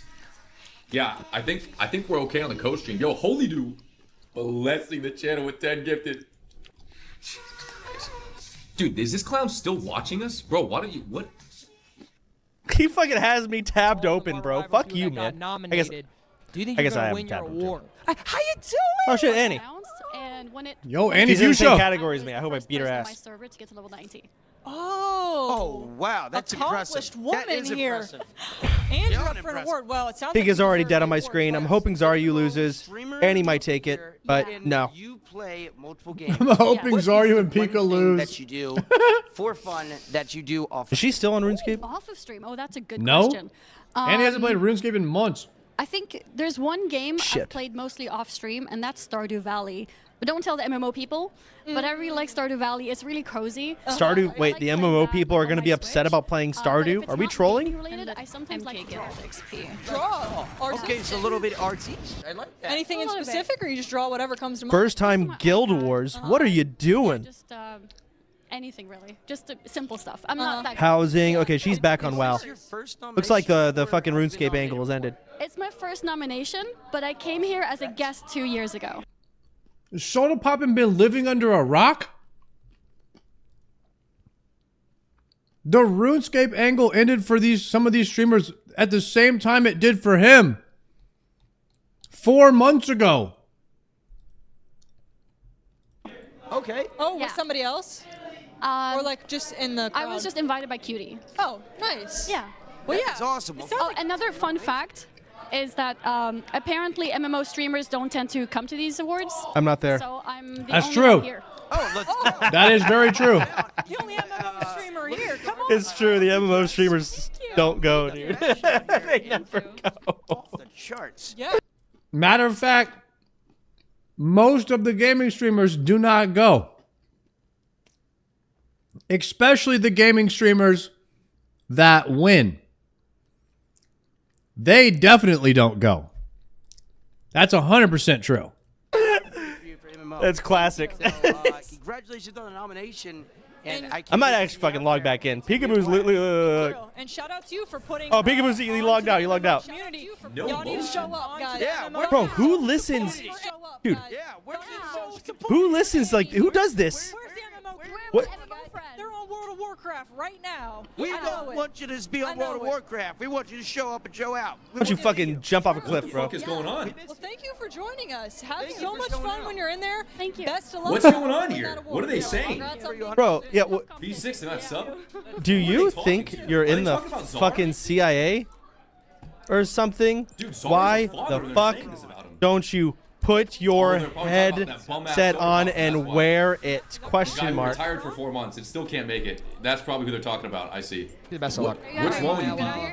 I don't Guys, know. Last year I- my hair looks Last year I best had you, now I after have 5 Fan, minutes and of Fan's styling. pissing me off a Then little, it but- just looks like shit. just kidding, I'm just okay, trying to but you look know what? cool It for is. the I'm just camera. gonna hold off. I'm gonna have to get some AirPods or something. All right. Thank you. Guys, Maya's outfit is looking insane. This is amazing, by the way. This is really love. I love the bag, by the way. Love it, love it. You know, I was a little bit unsure of the bag because the gold is Cute. It's so Cute. Tiny. A little you get it. I get it. I get it. I get it. Oh, Ron, you get the girls. You need to tell. You need to tell. I them right love now. the women. This guy and I has love his button everyone messed up in on the the world. sleeve. Everyone. Wow, guys, a lot of L spams. Kind of crazy. Awesome. When does Soda win the award? Can we get to that part? He's showing off the suit, thanking subs, and shit talking the people on the screen. This is crazy, dude. Which we have a lot of great people. I actually don't know who's gonna win, but I'm really excited. Who's your streamer of the year? Fuck, he's so funny. Oh my god. Don't say Emily or Jason. Anyways, and he left. My streamer of the year is this kind of Me. He's back. Damn, he's got a fucking pink ass drink So too. much fun when you're in there. Thank you for chatting with us. Yes, and enjoy the rest of your interviews. Yeah, congrats on your doing 2 great. nominations. Thank you. Wishing you the best. And I cannot wait to see. Bro, no way he put on earbuds to protect his hair. No. Yeah, Peekaboo does that. Fucking way. You got earbuds to protect a lot of your people stupid ass hair. Guys, a lot of streamers be doing that. Y'all notice that? A lot of streamers that care about like how their hair looks and stuff, they wear the earbuds. They don't want like to get the gamer den or whatever. I'm not so convinced that the gamer den is real. I mean, look at my perfectly shaped head. Look at that. Perfectly flat. I got no gamer den at all. He fucking. Oh, my camera's in the way.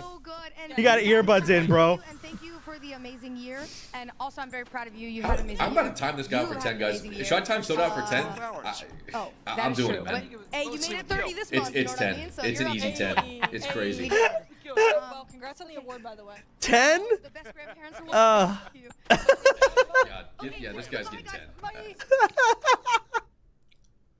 Don't even. I can't even see it. Worth it.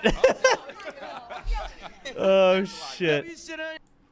Wait, it's happening right now. Oh no. Uh-oh. And you know what? I love multiplayer Is games, it? and we just did MOBA. But let's look at the nominees for the best MMORPG. Why did they give out the award like this? Just mid red carpet. It's because they didn't want to call up people onto the stage?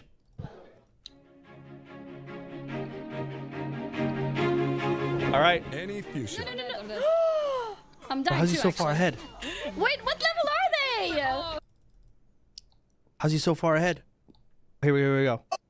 Look at this absolute sweat. This guy tried to snipe me. Look at his item. Show him dying. He dies all the time. Show clips of him dying. And he logs off in shame, ladies and gentlemen. I'm gonna drop in on his ass and smoke him. He's never gonna see it coming. Boom! It was much bigger than hitting 60 in the game. It was about the evolution of finally trying something new in my life for the first time in my please, streaming a career. clip of him dying. Having a chance to Show the truth. Show the Baron. Show the truth. One of the greatest decisions I ever made in my entire life. Soda poppin'. Fuck it, I walked through it. Fucking damn. They show Soda popping dying. So you show me dying. Racism has been pure. Yeah, that's been great. It's been abolished. We did it. Oh, Yeah, we all matured. Look at the hair evolution. No more racism. Racism. Stand.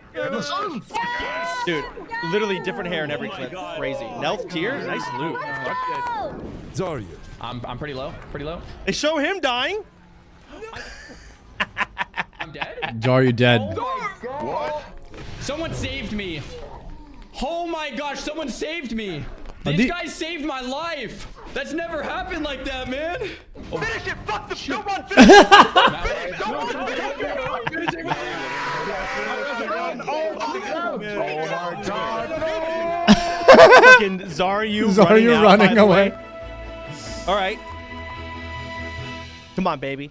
Did they even like scrub through the people's top clips? I feel like those were probably not any one of those streamers' top clips of the year. Wouldn't that be like a good place to start? I swear. I mean, the only clip that anybody knew about in any of those clips was probably the Tyler one, which was just Zar running away, which that one was funny. But I don't know if those were like big highlights of these streamers. Come on, baby. The drama. And the streamer award for best MMORPG streamer Come on, goes baby. to Soda Puppet! Let's go! Soda Hey, I don't care. This guy. Who is? Suck it, you stupid ass motherfucker. Not a single person is voting. You could win MMO streamer of the year, but He's you're even glazing me in the bitch clips. dying left and right. What is this rigged ass? Are you joking me? You're lucky they didn't show all your deaths in your. Here for the Nobody is sexy voting for cosplay? this guy. How's it Guys, look? put some L's for this, man. This is crazy. Flexing. Not a big deal. Hit him with it. Some L's. Look at this guy.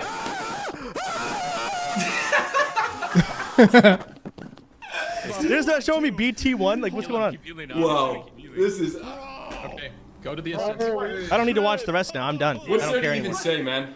It's so fun playing with friends. Wow. 100%. Right. Jeez. It's been nothing but fun here. Yeah, we've Guys. had a great time tonight. Just kind of riffing on the red carpet. I mean, it was so close. What did you like out there? It was so close. That was insane, guys. That was I have sick. to say, everyone smells and looks amazing tonight. They are all like. Soda doesn't even play MMOs. That was ridiculous. Crazy. Collectively bullying. Absolutely the streamer crazy. and anime I'm like turning. I still hear my ear. into using deodorant and perfume. Has Guys, been there's no way we got last though, right? I mean, we could have got last. That's crazy. And they all look absolutely amazing in Jesus real life. Christ. I've been noticing. I Pussy. smell amazing. I'm not Get gonna lie. fucked. Yeah, Suck it. So from you These three two got some. fashionistas, These two got some what is bromance a going on right here, huh? fashion no-no? Oh Don't my do it. god. Has to be just Wait. not showing yourself through your outfit. Okay. My award doesn't even make it on the fucking main page. See, I'm saying like character. Or like show the us stage? how you are. If you are bold, Is wear it just bold interviews the colors. whole way If through? you are a little Show shy your and thanking timid, video. It's okay to put I a mean, little shy and timid. All right. Where is Is that it? Is that it? Is there anything else going on? What they do? Chance hasn't left his house since 2021, and that's probably why he won. Why did Yeah. they get the most? Why did they put the most like retarded looking picture of Soda they could find? Streamer awards. Does Chance? Does he not have any photos? What is that? We got to do better, man. We got to do better next time. I don't leave. Show my video. Like, hello? Actual bot behavior. It's just ridiculous. It's ridiculous, guys. It's ridiculous. He's gonna get up, do a couple circles, show off his suit, sit back down, thank subs. Let's hit the rotation. Right. Yeah, show up the suit, button it up. Remember the stretch, Chief. Is anyone else still bevving at all? Saturday 7:15 out on a second place finish. Bro, I can barely hear This him. is crazy. This is insane. I'm still going, guys. It's barely 8 p.m. I'm so bevved up right now. Yo, WoW mentioned. Holy shit! Oh, World of Warcraft! We made it! Alright, you should have another, bro. Oh my god, they're You mentioning deserve WoW! it. Holy shit! Retail WoW! It's back! It's done! W's! Oh my god! How the fuck they got WoW Midnight on the goddamn Streamer Awards? It's over! It's done! Streamer award for best friend partner. It's done! WoW's back! Guys, WoW is not back. I really don't think housing is going to revive retail. I could be wrong. I'm more excited about maybe seeing all the add-ons and stuff getting removed from the game and making the classes simpler. I think that's a good step in the right direction here. You know, and housing is also another step in the right direction. But I'm still a little bit skeptical. I guess we're going to have to see. But that was, I don't think there's anything else. Okay, here it is. Here's the speech. Oh. Okay, sorry. Here we go. Here we go. It's important. Lock in. I did it.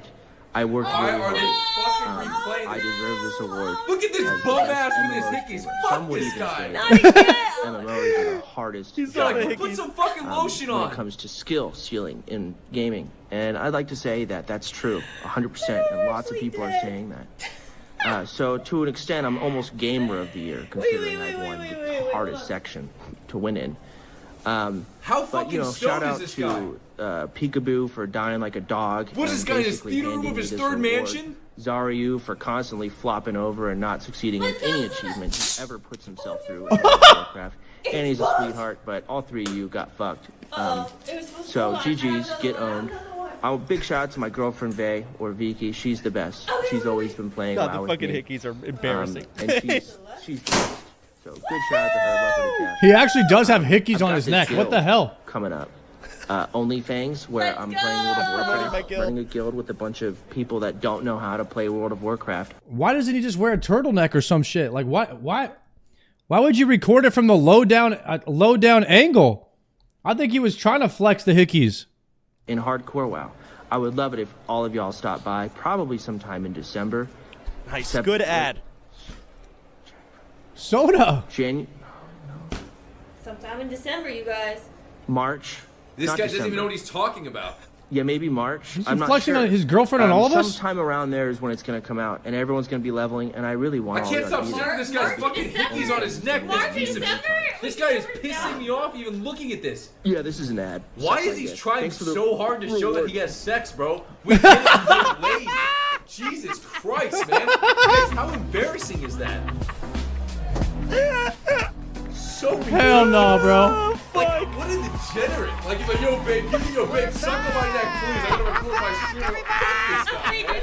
That's amazing. Oh, fuck, that's so funny. Soda on that. He had so many nice things to say about his fellow nominees. That was a long video. I didn't know it was that long. Fuck. That was a look Everyone at needs to World of log in right Warcraft's now. Way too long. Look at Maya. player housing system. I thought they'd at least trim it down. That was You funny. knew that word. Yeah, Yeah, she did.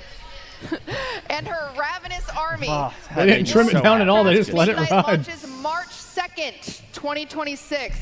We'll be dropping 10 game codes for the Epic Edition. How high were you? Of Yeah. the expansion in That's chat. the thing. If you missed You're the right. chance to snag one, you can pre-purchase the expansion now.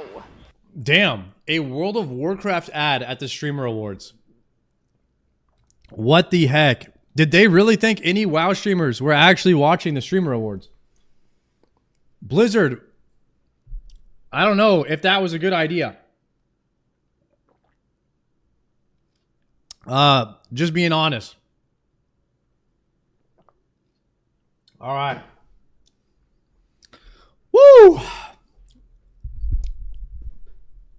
Okay, boys. That was the Soda Poppin' Congrats MMO Streamer of the Year. I don't know if we will see anybody beat Soda Poppin' in that award for many years to come. With the current way that the voting system is that they have in place, Soda's the most popular guy. Most popular guy wins. He's also been around the longest, and he plays MMOs. So I really don't know. I would be incredibly shocked if anybody beat Soda Poppin' for MMO Streamer of the Year. Besides Asmon. Unless Asmon plays MMOs, then he wins. If he doesn't, then Soda wins. I'm pretty sure that's just how it's going to be. He's the OG.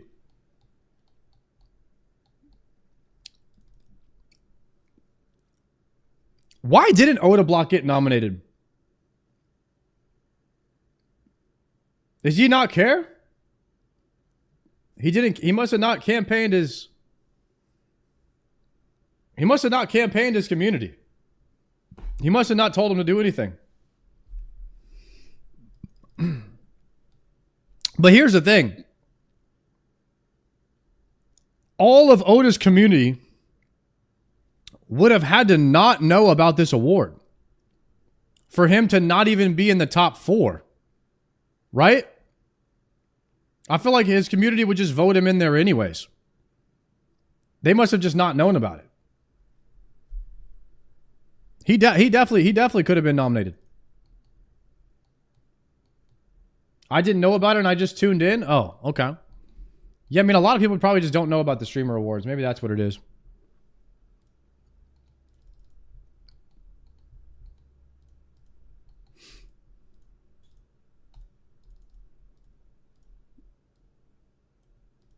All right, we got 22 more Tormented Demons to go.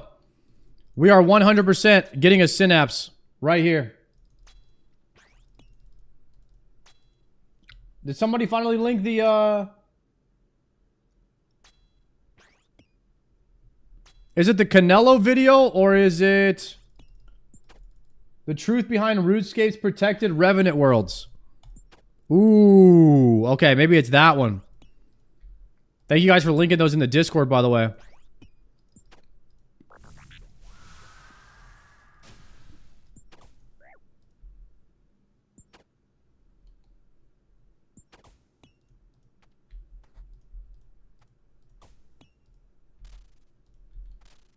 Back to full health.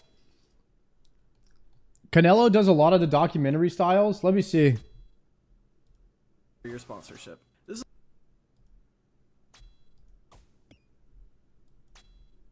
Did Canelo make a video on it? Lately, I'm sure you've seen a lot of stories of clans ruling the Rev Caves, the entire country of Venezuela basically creating their own new kingdom there, and clans making billions of GP off their backs. Now, what if I told you the caves are empty? That's right, every world that was previously protected is just completely abandoned. Today's story is about a clan leader who once had complete and total control over the Rev Caves before he ran. Nice! Canelo did make a video about it. And if you think that's a lot, just wait until you hear how much he actually made before that. Yeah, so we were talking about this, guys. We were talking about how the Rev Caves used to be popping. It used to be multi. There was like massive clan wars and clans protecting people and allowing them to farm on that world on the clan worlds that the clan owned. And then now the Rev Caves is just kind of like dead because it's single combat now. And this is the story of it. So let's do a quick refresher on what's going on in the Rev Caves right now. Revs are some of the most consistent money in the game, which is, as you'd guess, great for gold farming. However, it's a multi-combat area, so at any moment you could have an entire team of PKers log in on you, call you racial slurs, steal your stuff, and dip. Oh, so shit. protection clans arose. You pay a protection clan a few mil, and they'll protect you from other PKers for however long. Seems simple, right? Well, it was until these same clans became the PKers. They would hop around worlds where people weren't using protection, kill them, and go, oh no, how could this have happened? Who killed Hannibal? Here, Damn. my friend, just the small price of 1 million GP and my entire clan will protect you. They were Essentially, exploiting. It became, I'll break your kneecaps unless you pay me not to. But at the same time, I'll make sure nobody else breaks your kneecaps. Now, it's a lot more complicated than that, as you'll see in a minute. Okay, so I make a lot of videos about RuneScape's freaks and how to avoid them, right? But what about all the freaks on the rest of the internet? That is why I recommend you use Surfshark VPN. Not only do they have a Surfshark slick link, VPN? Surfshark VPN using the link in the description or on screen now, and enter the promo code NELLO for an 83% discount. This is and some 3 mafia shit extra right here, months for guys. free. Plus, if you don't like it, they have a 30-day money-back guarantee, so there's nothing to lose. Thank you, Surfshark, for your sponsorship. This is where Belle Delphine. Okay, after this video, guys, we're going to poll. Was the Rev Caves better back then, or is it better now? Okay, think about that question. Comes in. No, unfortunately not that one. He's pretty knowledgeable about the Rev Caves, and you've likely seen their posts on the top of Old School's Reddit. They got me in touch with someone who has asked to go by not Iblis. I know, real secretive. Okay, now keep in mind, all this information is from him. I only loosely knew the timeline of these events beforehand, but I can assure you he is who he says he is, and the events he's told me do line up with what I've seen. I was shown documents and messages that the average player wouldn't be able to get their hands on. Our story begins with a clan called Community PK, also known as CPK. Before protection was around, it was an open clan chat revolved around, well, you could probably guess it was PKing. Soon after protection services began, Not Iblis was approached by a clan called Moa World. They wanted to forge an alliance with CPK, which would A, keep their members off the worlds they protected, and B, kill their enemies. In return, they receive 150 mil to 230 mil every week. Yay, everyone's happy, happy fun making money time. So this worked great for half a year until CPK asked for more money.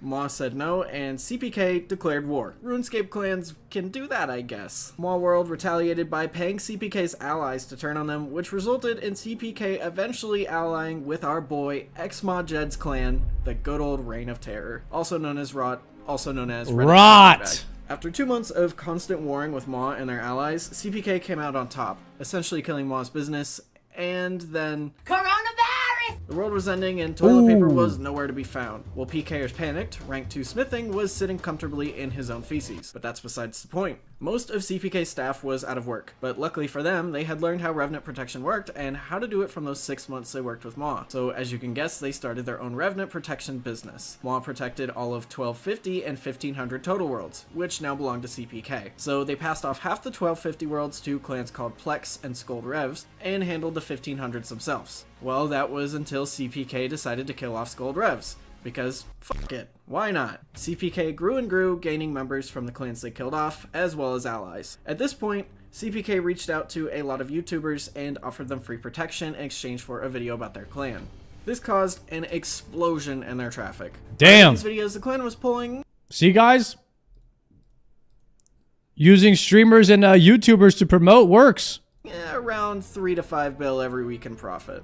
Afterwards, they had some weeks where they were hitting 10 billion GP. That's more than I have made in my, I don't know now, like 15 years of playing RuneScape. After PKers were paid their split, Not Iblis was pocketing around 500 mil to 1 billion GP a week. Soon after these videos, CPK and their allies worked together to forge an alliance called Welfarers. Each clan in the alliance managed different total level worlds. They had a Discord where they could communicate if an enemy clan was trying to crash a world. So over the Tropical Parrots, for a listening, they're being absolutely decimated. Let's see what I got to say.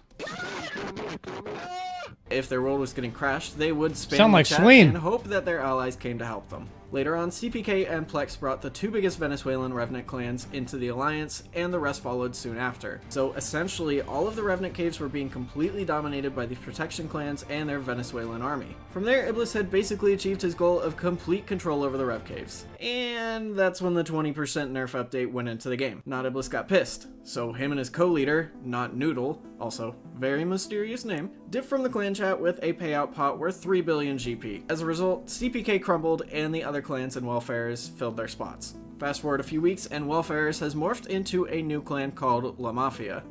Every world is under their control again with Rot at the top of it. Now Rot themselves can't run these caves, so who do they employ? I mean, it's a fairly obvious guess, it's Venezuela. Rot protects the 2k and 2.2k total worlds, while their quite literal endless armies of Venezuelans protect the other worlds. Damn! That didn't work out too well. At the time of me writing this video, the Venezuelans have revolted against Rot and are slamming them. This has essentially left most total worlds completely empty. There's still a couple protection worlds, but when I hopped around to try and find them, I could only find one, and I hopped off of it right away because I didn't want to die. So what's the point of the story? The caves aren't just the entire country of Venezuela ruining the old school economy. It's a weird mix of clans essentially tossing the Venezuelan army around like a deflated football. Except the football gets more and more upset every time you throw it. There's constant war in the caves, and rather than them being bearable with protection services, they're essentially unusable except for this brief period of peace, since there's really no consistent protection clans at the moment. It's kinda just a weird free-for-all in the caves right now. Now, there is another theory that the caves are empty because Jagex did say they are officially collecting data on them and investigating them to look for an actual solution. So some people think that every clan just... But isn't this what the Revenant caves were designed to be? A spot worth so much gold, but it would inspire so much PvP that it was a high risk, high reward situation. So if it really has that much gold there, then this kind of mafia activity would be happening because people like to control money. It's a struggle for power. That seems like it was working as intended. Decided, alright, we're going to stay out of the Rev caves and just wait for this whole situation to die down, which I don't think is the case because there's still wars going on in the caves over protected worlds, and I believe that... So it had it was too profitable to control the Rev caves gold-wise that it became a problem from real-world trading because people were making IRL money off of it. Is that kind of what we're saying here? So anything that's too profitable in a game becomes a problem for real-world trading. Yeah.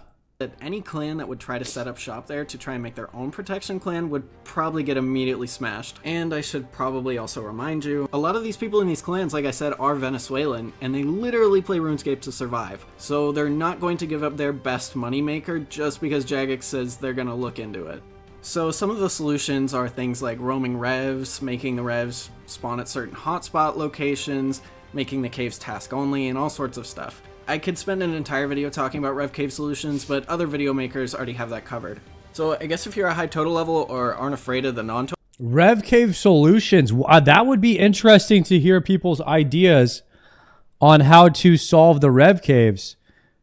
What if the revenants, the concept of it wasn't just inside of one cave, but it was the whole wilderness with rare spawns.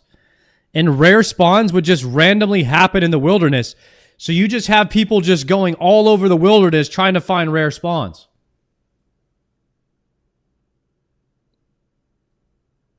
That was a thing? That's RuneScape 2? I never played RuneScape 2. I played Classic. Not a single day of RuneScape 2. And what was wrong with that? That's how Revs first released when they deleted the Wildy. Nobody did it. It was a big waste of time. There was no PvP. So you're telling me there was something called the Wilderness that had no PvP, but there was rare spawns.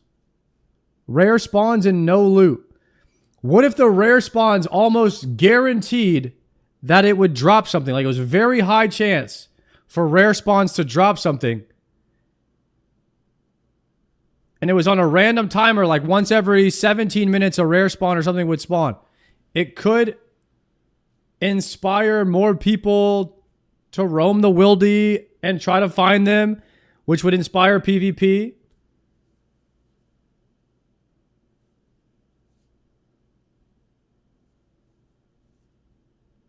He's describing a Wildy boss that got shut down earlier this year. They tried to get rid of world trading by making trading, even though PvP... Is PvP just cooked because of bots in RuneScape? Like, is there just no solution for it?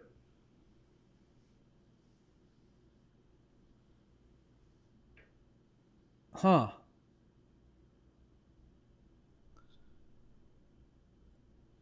There's bots and clans.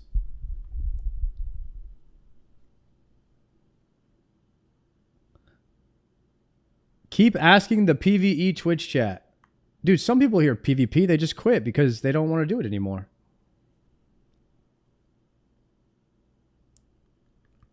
PvP in RuneScape is killing people who have no plans of fighting back. Okay.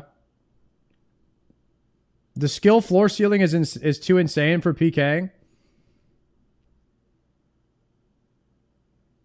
That's kind of how it that's kind of how the it's kind of how it's meant to be, I guess. High risk, high reward. You're going in there with minimal gear, trying to get maximum loot, and then get out. It's kind of like dropping into Arc Raiders with a basic kit. You know? There's a bunch of people with hella good kits trying to hunt you down and take what you have, too. That's why Arc Raiders is a pretty good game.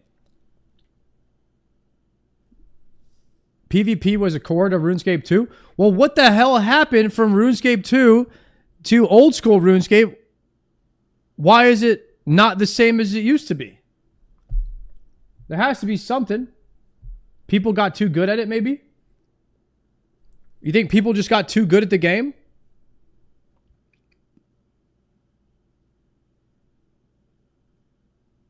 And Iron Man getting PK'd?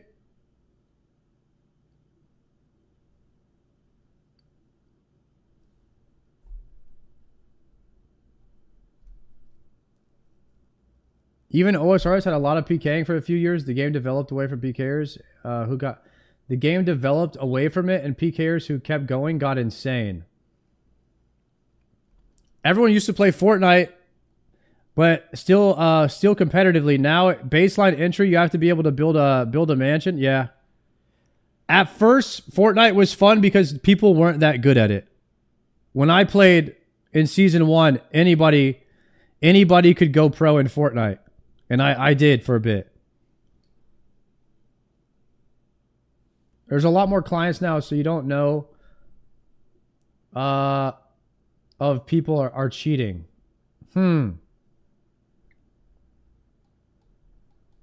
Okay. All right. I see where it's going. Total level worlds, you could go give revs a try, but now that this video's come out, I can't really promise that you won't die, so good luck. So do you think Jagex still needs to come up with a good solution, or is this fine for now? I want to know your thoughts in the comments below. I will see you in the next one. Yeah, I'm interested in this, guys. I don't PvP, but it would be cool if we could make the wilderness great again. I would love to see RuneScape, you know, PvP restored to its former glory. I don't know how to do it, but it's a conversation I'm willing to, like, you know, entertain. I think it would be great if we could get it back to somehow. And there's probably some good ideas out there that people have. But right now, it seems like you just go in there and kill bots. Or Iron Men.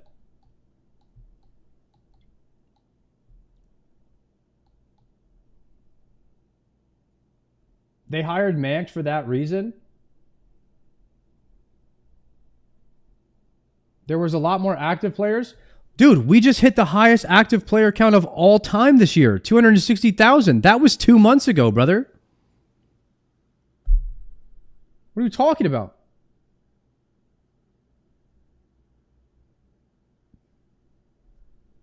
The solution is to lower the PvP skill ceiling, but that will never happen.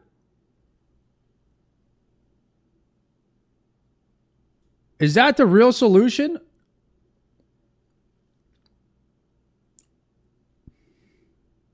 I don't know if you can make the wilderness pop again. I mean, this rare spawn idea would be pretty good. I think if implemented, you know, correctly, I think it could be a good idea.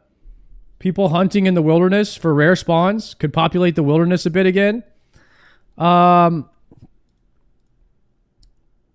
But also a rating system, some kind of like LMS rating system where you would play against people that are your skill level and you would rank up.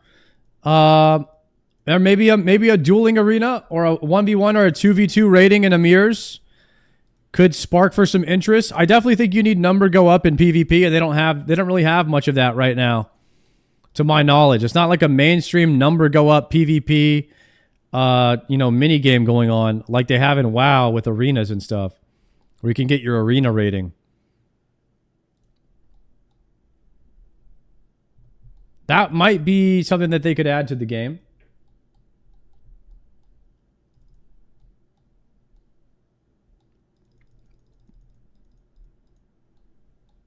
I know what bounty hunter worlds are,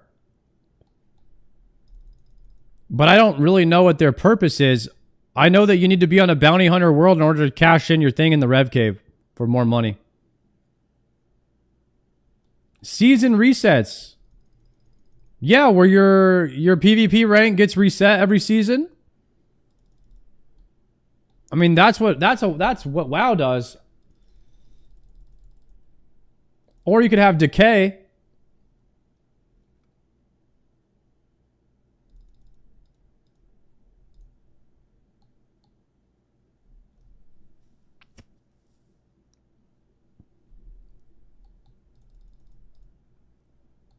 I think what we can all agree is whatever they're doing right now isn't working to inspire people to do PvP.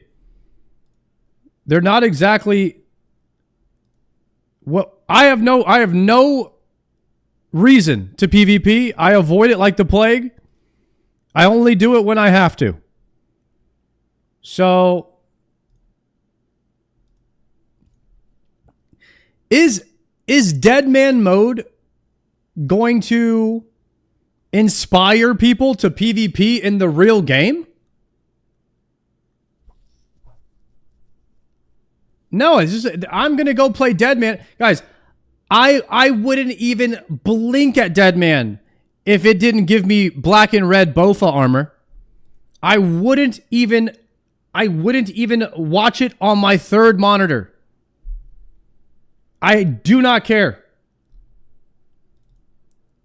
But it gives a good reward.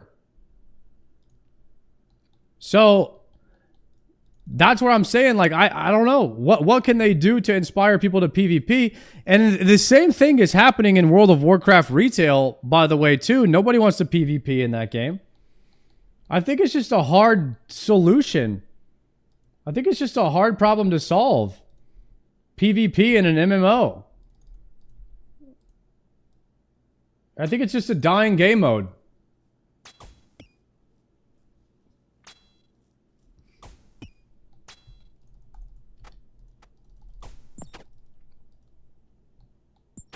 Most of it attributing to people being too good. But if I could queue into people at my rating, you know, a brand new character, maybe that would help. Then you do have to deal with Smurf accounts and people selling rating, and you get into those kinds of issues, but I don't know. Every time you create a solution, you also create new problems, so...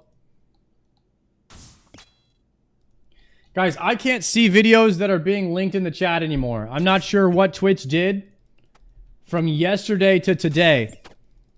But if you are linking a video in the chat, I cannot see it. It's literally 3 asterisks. That's all I see.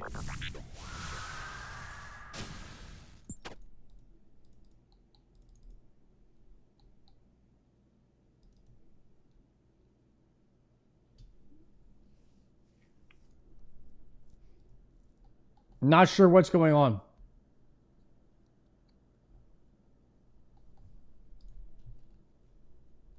I think DMM also introduces PvP to people who might not otherwise try it, and they find out they might like it.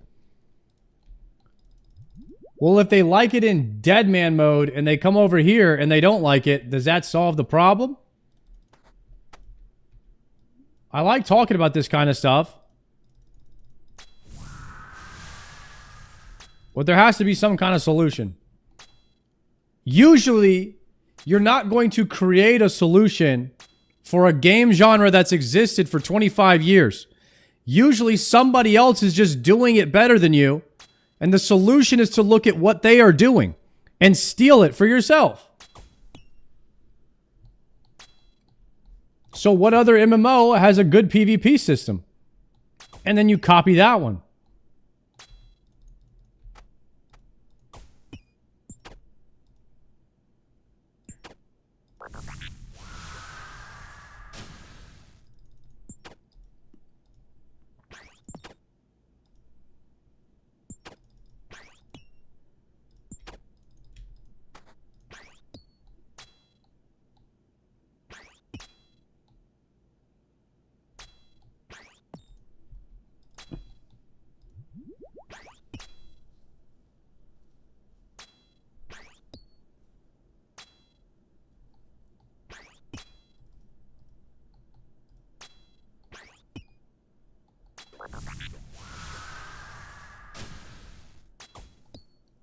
Is there a bit of a... I'm not really sure that you can make the wilderness. It's high risk, high reward out there in the wildy, you know? I'm not really sure you can make... I'm not really sure you can get an active wilderness game model. There's gonna be the top 0.1% of players just out there controlling everything. The only way you could beat Odablock is if you ganged up on him with some of your friends. So now that the wilderness is not multi, you can't do that. And if it was multi, it would be ran by the whole thing would be ran by clans. So you encounter a lot of problems no matter what the solution is. But if we take away the wilderness and we think, what can make PvP good? Then it's like rated arena system works pretty good in WoW. Maybe there could be a rated arena system. I don't know. I don't know if that would work. 1v1 duels are completely even. I would love a 1v1 dueling system where I got a rank and I could try to climb the ladder. That would inspire me maybe to give it a shot, especially if there was some rewards hidden behind certain rankings. WoW Arena is dead because it's not balanced. The game is completely balanced in RuneScape. Everybody's the same exact character, same exact gear. You don't have balancing issues. It would be just like in a Mirror's Arena that has rewards, and you queue into people that are your ranking.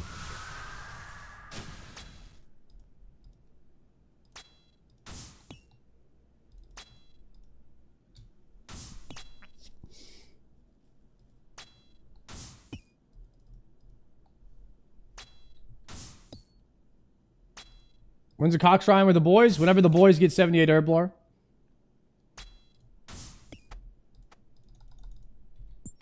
And enough gear to where we can kill the last boss without dying.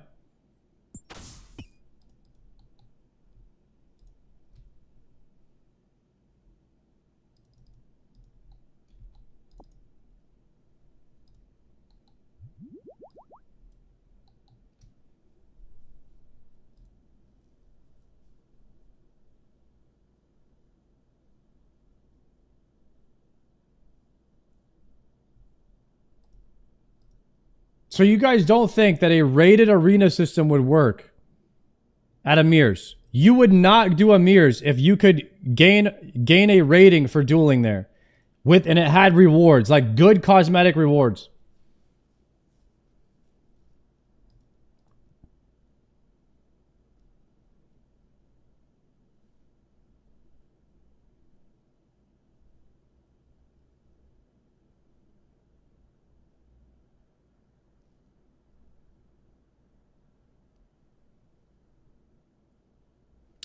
You guys realize that you would, with a rated system, you know you wouldn't play bots anymore at a certain point.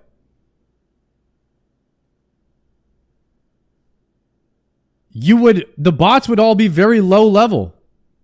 You would evolve past them, right?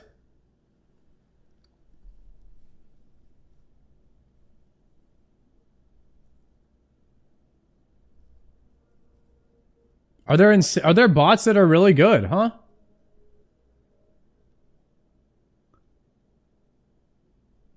You're telling me Oda Block loses to bots in PvP?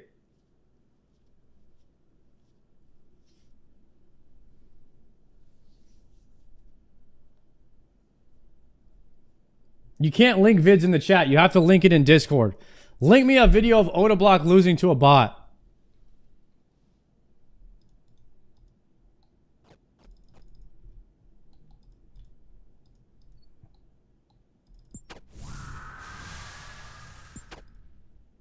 In the Discord.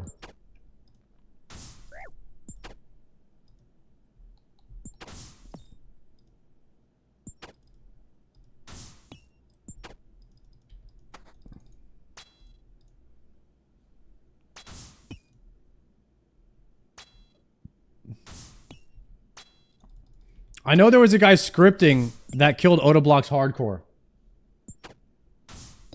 Oda, would All right, watch after this.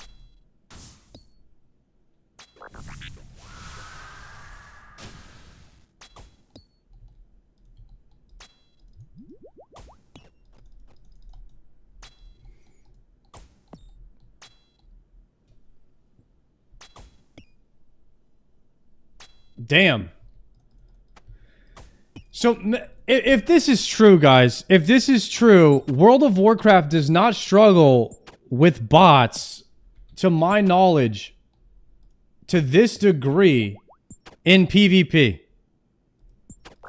Not in retail. I don't remember ever encountering this many bots. I just don't. It's not something, it's not even a conversation. Nobody really talks about rampant botting problems in arenas. Nobody really talks about this. So it must not be an issue.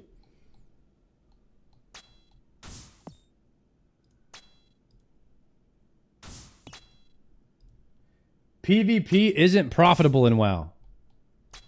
Is real-world trading still a big issue in RuneScape.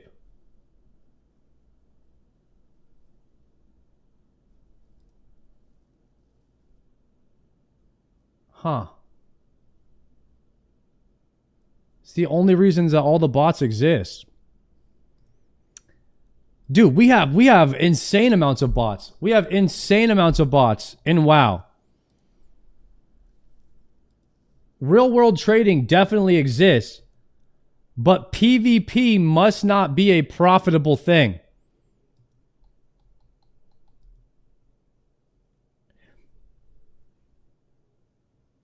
Then that's got to be the key. We just solved it. Make a PvP that has zero profitability, and bots will not be there. That has to be it.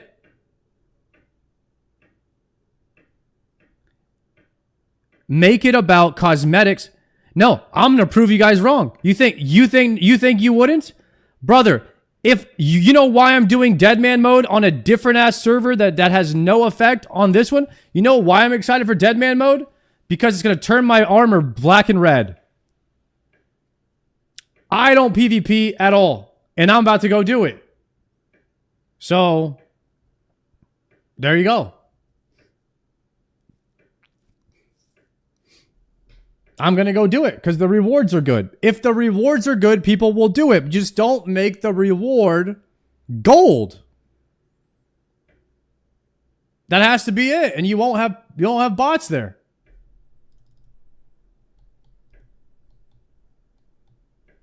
All right, let's see the video. Would you be interested in fighting my PvP bot inside the PvP arena? It is 6-0 against Ditter and 2-0 against Dino. Freezing him until like I'm a damn. To be honest. What?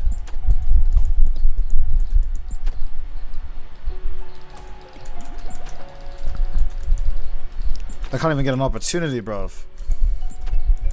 I'll go here. Oh, I'm dead. Oh my god. Wow. Bro. This kid, bro. This fucking bot. This guy's unsolvable, bro. Oh. Alright, I'll give you a chance. I'll fight your PvP bot. Where is it? I gotta show that I'm the best in the world if I beat everybody else, don't I? Oda, it's so nuts, trust me. It's not a normal bot, is it, Josh? It doesn't even, like, you can't fake it. It goes off what you're wearing and what you're doing, right? Or am I wrong? Oda, it's an AI. Let me see. I'd rather do it in main, though, no peer. Oda, you literally won't beat it unless it's RNG. It's that good? Like, really, that bot is that good? Are you sure? No way. Tell me, like, that bot has no weakness. You can't even one-tick anything. Let me see. I think I could beat your bot. There's no way, like, it's that good, is it? Can't you? I need to see it myself. I need to see. Okay, in PvP, am I wrong, guys? You can actually do an animation, swap your gear, and then the bot will not even... Is it possible to hit without the bot seeing your weapon, or is that impossible? Can you land a hit without the bot seeing what weapon you're on? If you one tick your weapon swaps behind an animation, it's pure RNG what you're getting attacked by. Pot trick and stuff like that, where you're completely hiding what weapon you're using. Let's see. I know Oda does this. See what it does. I'm curious to see how good it is. So this is a bot. Okay, good luck. Let's see.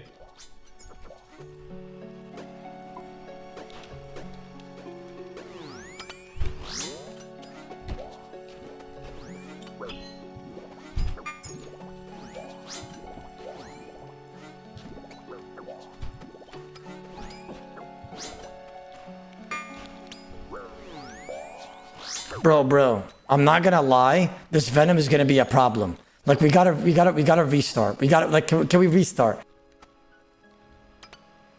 What? Continue this one, though. I'm down 100 damage, which is doable, I guess.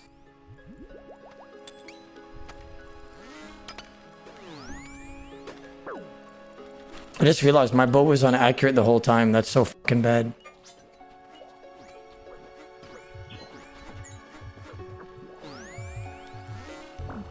Damn.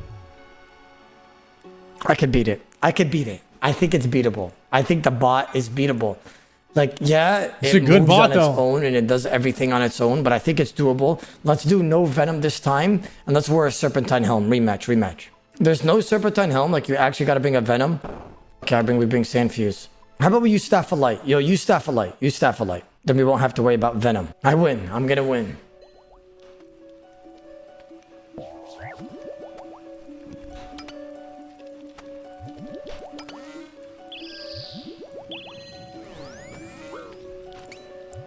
Let's see if he lands anything off hit. No, it swaps at the last second. No, he's not landing anything off. Mage, she got that. No, range, she got it.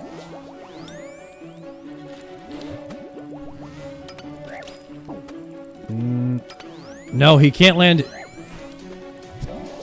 Immediately swap. This guy's overhead is just changing.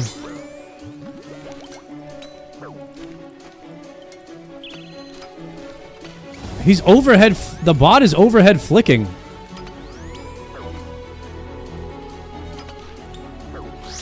Look at it. It just changes range, mate. Like.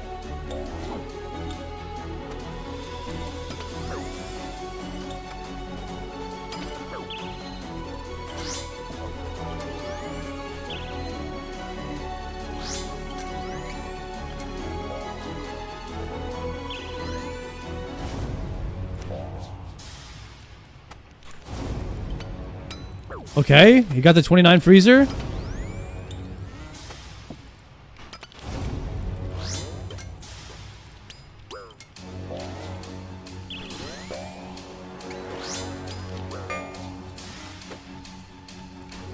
This is way too close.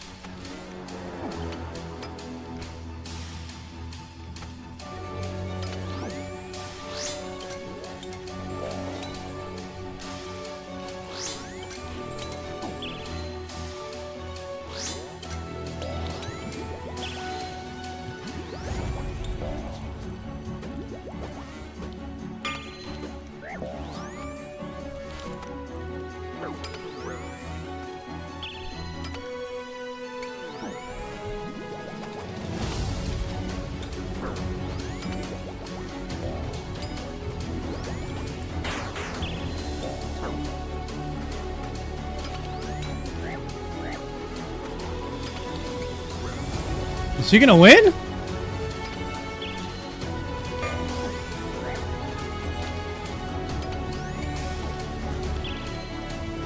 Damn! Your body's no match for me! You're Ziggy! Ah, yes, I'm happy I beat it. Damn! I was sweating so hard on that shit.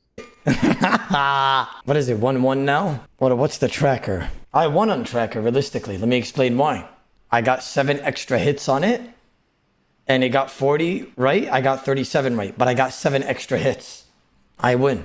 I even beat it on tracker, Kate, you know? That's how you know I'm a Z-man. I'm a fucking Z-man. I always win on tracker. Did you notice that? I always win. I figured out its weakness too. In the middle of the fight, I figured out its weakness.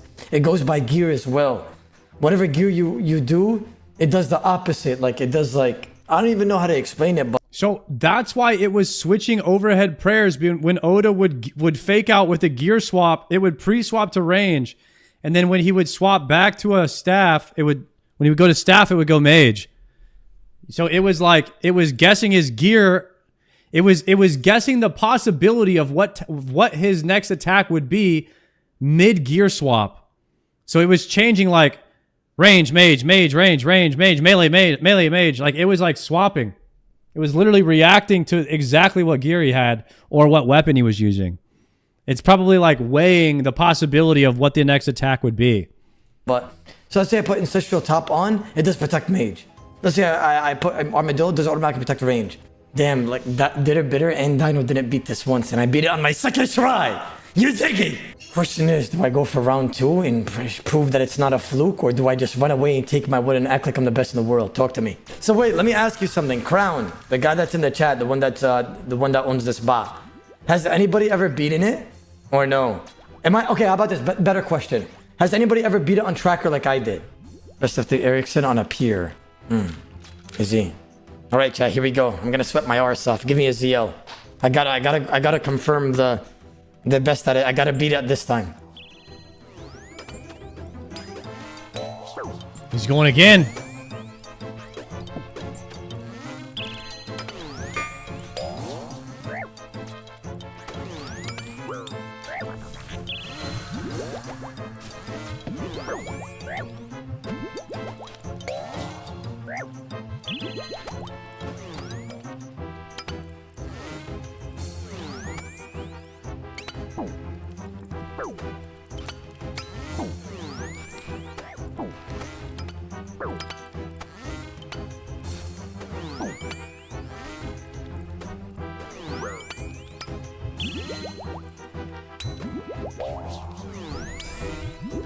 Damn. He's using literally everything in the bag.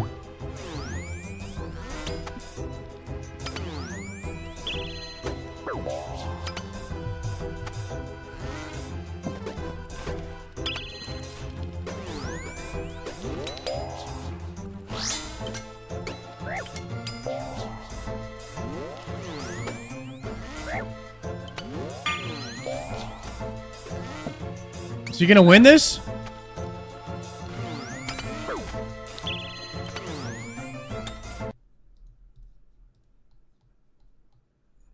Two years ago.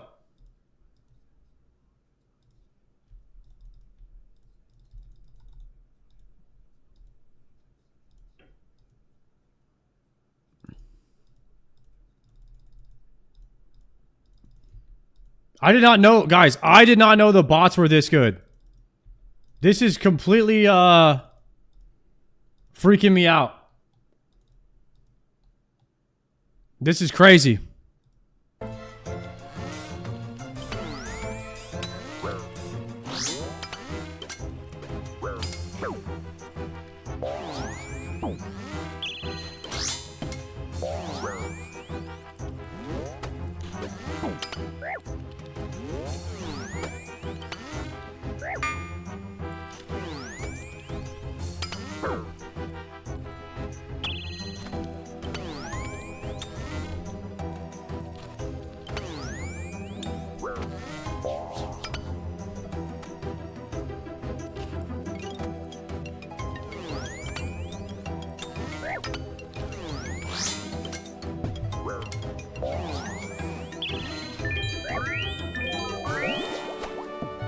Damn, with the Redeemer?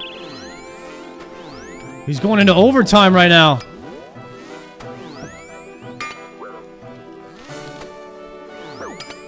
There's no way Oda wins this.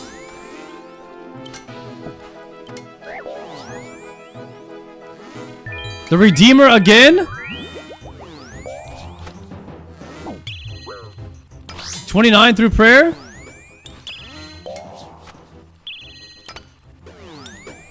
Oh! There's no way! Holy shit! There's no way he won that! Oh my god! Oh my god, bro. Honestly, it was like neck at neck the whole time. Look at the tracker. 52 out of 82, 54 out of 85. It did a little bit better. No time. It did a little bit better. 1%. The bot landed 1% more attacks. That's crazy. But I matched it. I matched. Dude, they made a bot that's as good as Oda Block. What the fuck? That's crazy. It for sure. He said, you know, the whole time I was minimized trying to add something. That's so cool how the bot can move on its own, predict with gear, and like that's actually so cool. Like, yeah, it's cancer, like if this gets used in the worldy, but I find it very cool that there's something this advanced to PKing. But you could definitely hit it off. Like, I'm gonna give you guys what I've learned so far. So, like for instance, when I wear Armadillo Top, it puts protective range even though I have a Staff of Light on. Which means if I one tick my Ancestral Top in Barage, I can hit it on every single time on protective range with Magic. Or if I wear Armadillo Top and Varrock Skirt, it does protective range and I could one tick Mage again. Or I could even have as long as you're not as long as you're not wearing the armor of the attack type you're going to attack with, then it's not able to predict quick enough what you're going to do. So you're going to have to attack with less accuracy, essentially. I see. You're going to have to barrage in range with the range top on. Already crossbow out, and then it's forced to use protect range, and I just one tick a Baraga. And then the AGS spec is always a one tick, so it never really predicts when I'm going to melee. Wow, I spec'd off the bat? Interesting.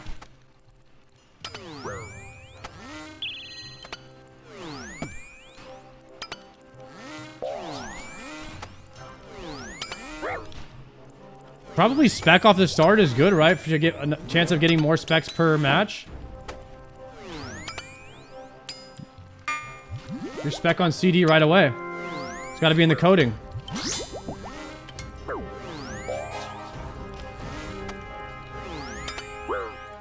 It's not thinking about a KO. It's thinking about winning the war of attrition. It's thinking about DPS.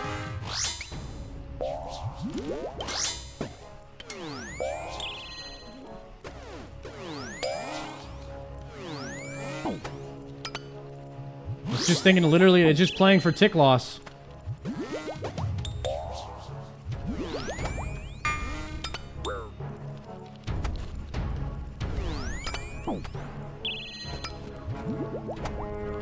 Guys, I actually see the future of PvP just being two guys that are bot makers battling their bots against each other to see who wins. And that's what we're going to be watching for sports.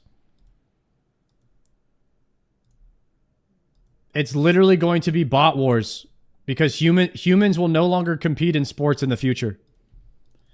The people that make the bots will be the celebrities. They will be the sports stars. The people that make the bots. That's where we're going. That's what it's going to be. It's not going to be Faker anymore. It's going to be the guy that makes a player that's better than Faker.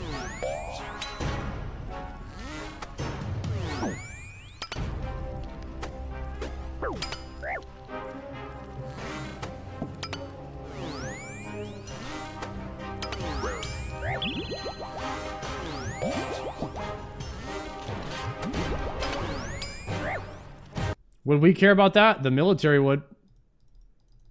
Because you can weaponize it.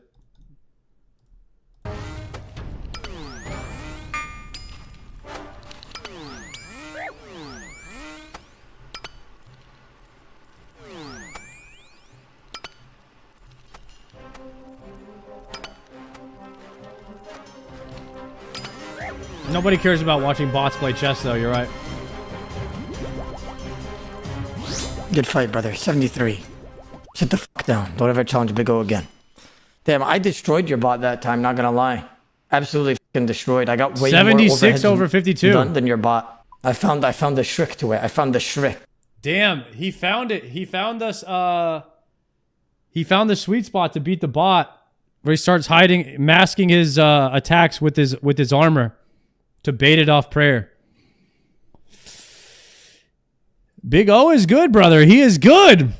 The bot is very good because it doesn't just go off with the weapon you're wielding. It goes off your gear. That's a big thing. Streaming sword, 2.5 years, less than 2.5 actually. Amazing, which means, let's be honest. Let's say if you're NHing somebody, and I don't know about you guys, but I use mouse scroll wheel to zoom in, zoom out, and then I use my arrow keys.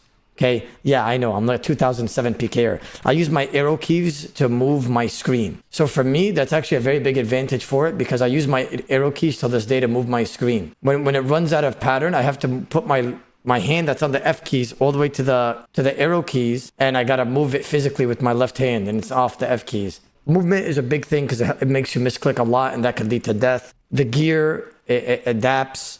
Like there, by the way, AGS, I got one question before you go. How the where's AGS? He's turning his keyboard like this. Does it adapt? Because did you make it OGS smack more? Because it didn't used to OGS smack, but I was predicting its bolts and mage hits because I would tick it right before it hit. He's actually keyboard turning. Or did it do it by itself? I need to know. Let me trade you and actually talk to you about that. Math random 1 and 3. Does it get anybody? Oh, so it's like a 1 out of 3, whatever it hits. I see. So it could hit me melee at any time or range any time, whatever I'm not protecting. It predicts a random number and then it does that attack. Wow. I would say that a very good PKer can definitely outplay it. Like, I feel like I extremely outdone it that fight. Because, like, let's say I'm doing range. It's either going to melee me or mage me. And that fight, if you look back at it, I would click range on purpose and then flick to mage as soon as it's about to hit. Because I'm guessing that it's going to either mage or range me. Just like if I had mage up, as soon as it's about to hit me the next tick, I put the range on to guess it's about to range me. So, you know, it's like you got to predict, right? So 1 out of 2 or 1 out of 3, whatever it is, either mage, melee, range. It says I got 15 more overheads right than it, and I did 76% better. I mean, well, 24% better, which is really good. I'm very proud of myself on that last one. Honestly, it's a very good bot. It does compare to Titans for sure. Very surprised, to be honest, that something like that exists. Damn, bro. I am also really surprised that something like that exists. I thought all the LMS bots were complete shit and I was the man because I was stomping them. But half of those bots don't even swap overheads. Damn. There's bots in there capable of like Oda level gameplay, dude. There's no way. This was 2 years ago. I bet you there's bots that are better than this now. Like everything gets better over time, not worse. We call these Terminator bots? Oh my god, dude. What are you even supposed to do? Okay. Back to the argument. If you had an arena, 1v1 arena, that was ranked, where you played against people that were only your skill level, and there was no way, there was no financial benefit of doing it other than cosmetics and personal ranking to show off, maybe it's something that could work for RuneScape. I don't know. It's basically just WoW arenas. There isn't a way anymore in video games, it seems, to have a financial incentive for you to do something because it gets botted. You have to take away the financial incentive to get rid of the bots. That's the only thing they care about. If you take that away, you get no bots.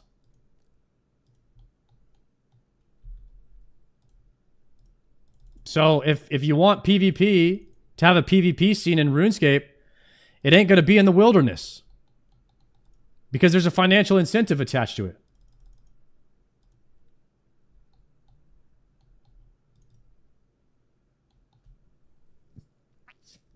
When you got your imbue scroll, that was ranked PvP. Yeah, but the only thing you can get from that is your imbue scroll. So you stop once you have it. If there were additional cosmetics in there and you queued up against a player that was your skill level, your rating, and you advanced and you fought better people as you advanced, could be a thing. So LMS, what does LMS give you besides a rune pouch? You stop. You stop doing it once you get a rune pouch, right? There has to be incentive to do it. But not financial. And the thing is, all of the items that LMS gives you, you can sell them on the auction house or whatever. That's why the bots are there. You got to get rid of it. You have to get rid of all of that to get rid of the bots. You need a rank. You need ranking. Cosmetics. WoW does titles. You don't necessarily need that. But you need stuff like that. Yeah, but okay, LMS has that stuff. Make the stuff better and get rid of anything that can be sold on the GE to get rid of the bots. Like, get rid of the reason the bots are there. That's all. That's the only thing that you can do, right? So it's very easy to say, oh, we already have that, but it's not working. There's bots there. So how do we get rid of them?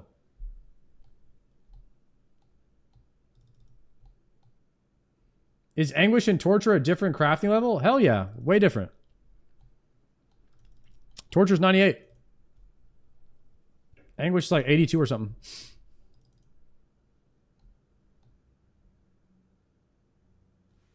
Bounty Hunter doesn't have bots. Really? Well, there you go. Bro is describing BH and Vesta armor. There you go. I don't know anything about PvP. I don't really do it. But to me, it seems like that's the simple solution if you don't want bots in the game. And you get rid of any reason for them to be there. Cheating is a different problem. There really isn't a solve for cheating. So if people are scripting their own accounts, that's when it becomes tough. And you have to ban those people. But everyone's going to do it. That's why PvE is better. Because the bot is not going to script against you. I mean, the NPC, the monster. The monster is not going to script against you. It's not going to cheat. That's why PvE, PvM is just the better version of the game. Cheaters have kind of ruined PvP. And bots in general. But you can always try. You can always try something to improve it, I guess. PvM will always be the superior game mode. For that. For that's one of the reasons, you know? If you get rid of bots, then there's cheaters. So there is no way to solve it. It's just cooked. It's just cooked. That's why video games were so good back in the day. We had cheaters, but not that many.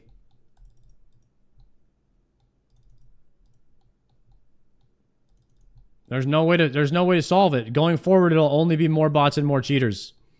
It will only get worse because it's cheaper to bot. In the future, everything gets cheaper and better. Unless there's a bot, unless they invent a bot that can ban bots instantly.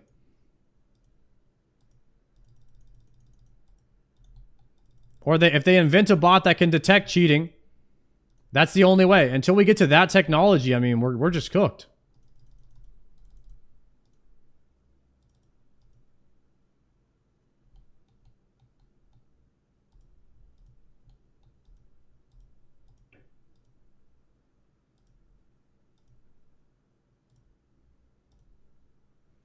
I do think that the ranking system has a way of filtering out cheaters. Because obviously Odablock would be at the top of the ladder for PvP. And if he's going against a bot or a cheater, he will know. He's able to detect it. And if Jagex can report that, then all the bots at the top, all the really good PvPers will be very suspicious of botters. Just like how they called out the one dude that everybody was saying is faster than Odablock. And then he got caught cheating. What was his name? It has a number in it. His name had a number in it.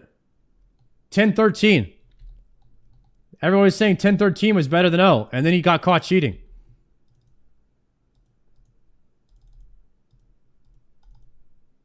That's how it goes, man. That's why the ranking system would expose people. It would expose people because you play against people that know what the hell they're talking about at the top.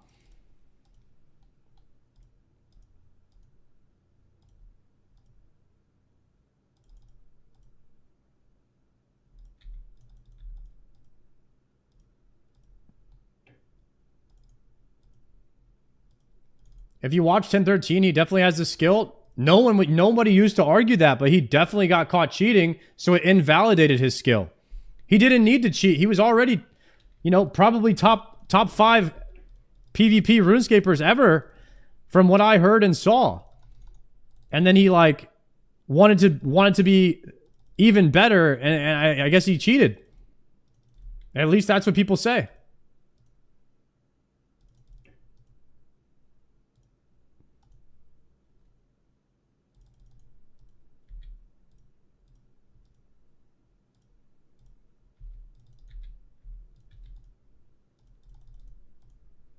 He just couldn't stand the thought of losing, so he had to use some assistance. More kills, more clips. Oh yeah. Even that's real world trading. Because the better you are at PvP, the more people will watch you play, right? That's a form of income. I don't even think about it like that. All right, boys, we got 5 more Tormented Demons. 5 more. And then we 100% get a Synapse. 100%. There's no way we go 675 without something. If Oda didn't stream, he might get banned for botting due to his skill level. People might report him.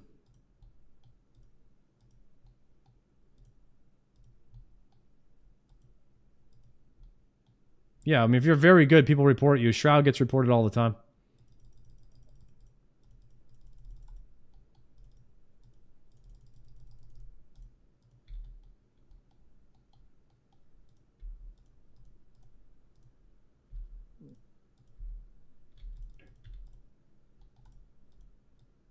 Put the effects back on here. It's just the way it is.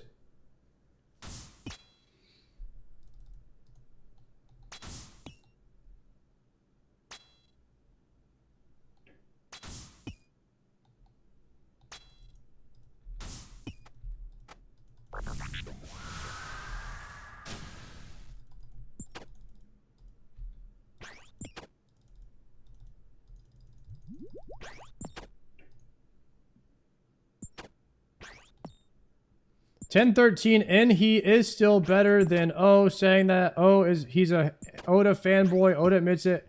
Has a video on his channel of $10.13 shredding him on tracker with screen share. Without cheats, right?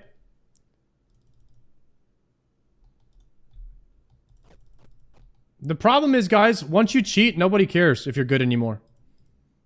They will only call you a cheater, and that's all that there is to it. You can never cheat. If you're ever caught cheating even once, your whole thing is gone. Once a cheater, always a cheater. Nobody fucking cares about that guy anymore. If you cheat, you get caught.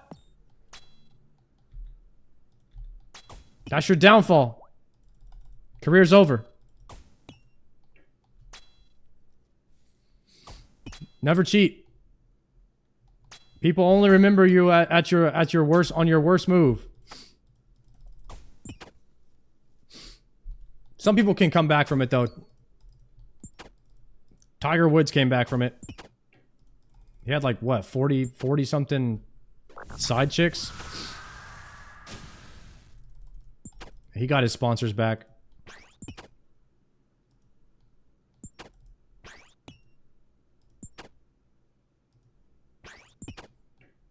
I think people care more, though, about cheating than they do about cheating on your wife. Is that a weird thing to say?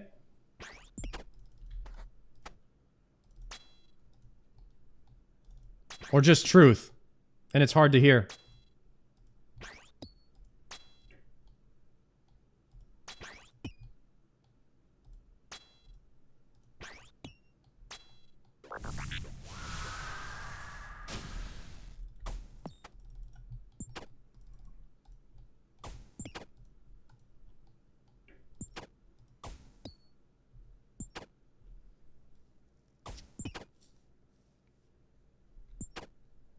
Aren't you cheating on your bagels when you eat pizza? What?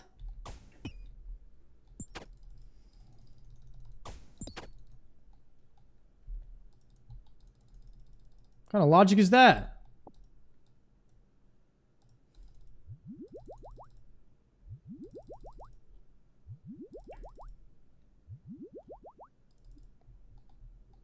Dude, I gotta get 3 more kills.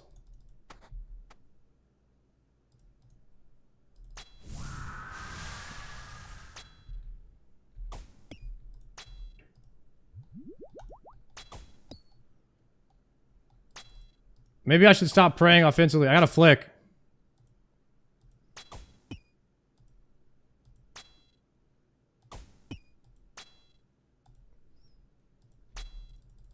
Guys, maybe I should do Tormented Demons off stream. I feel like I get way more loot when I play off stream.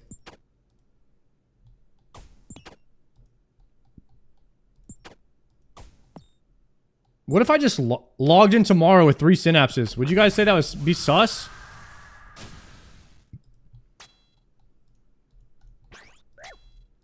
It can't even be sus. It's the Iron Man.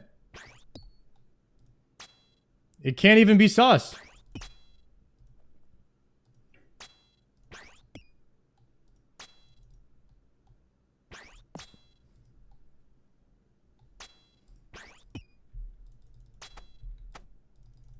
Has anybody ever got caught cheating on an Iron Man? That would be insane. If somebody figured out how to cheat on Iron. How do you cheat on Iron Man?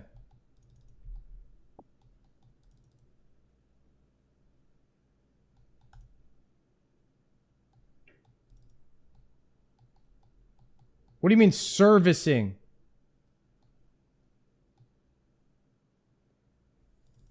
People pay for... Oh, I mean, that's just like piloting your account. People pay for someone to pilot their account.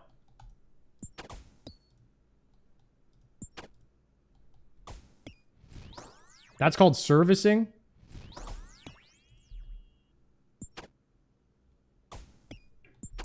We hit the raid off stream, we're guaranteed getting perps? Oh shit. Guaranteed purples if you raid off stream. Increased drop chance.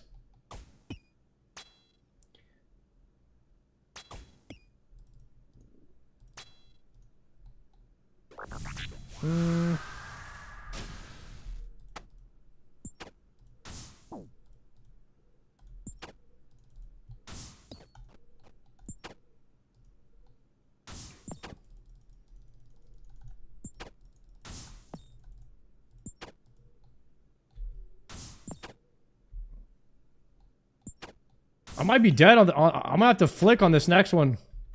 I might start flicking now. I need to kill one more after this.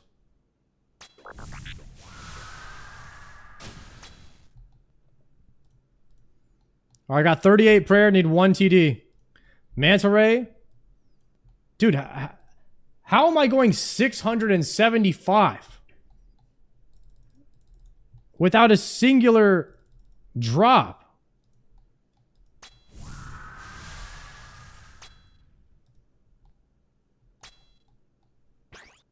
This is crazy.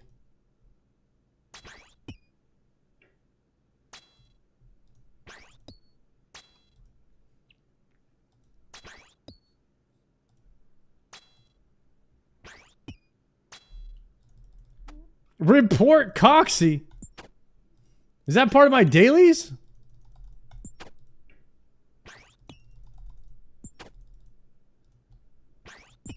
You had me until the last part.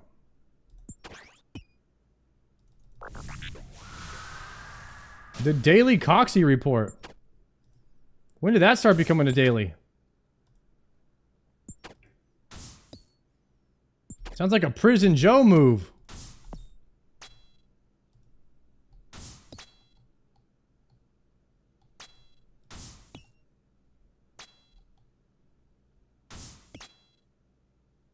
That's an old meme right there, huh?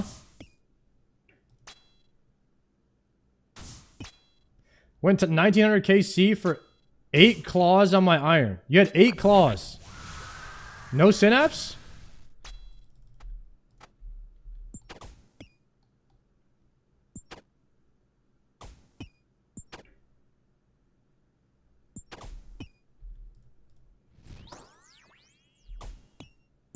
All right, here it is, guys. 675. Here comes the payout. Boom. There it is. Room plate body. How is this happening to me?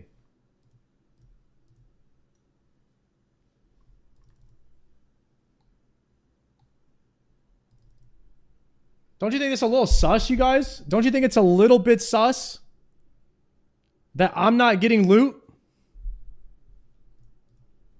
Is anybody seeing what's going on?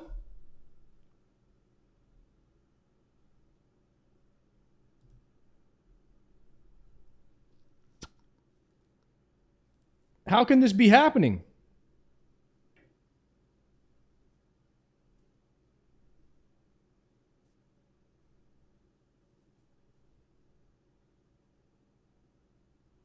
You spoon 2 Zenytes, now you have to pay the price?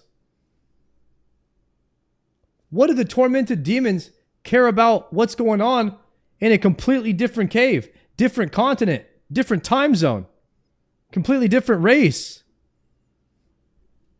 These guys need to pay up. They told me that the drop rate was 1 in 500. I'm on 675. I already got shafted by the gorillas. Okay? I had to annihilate their entire race almost before they started coughing them up.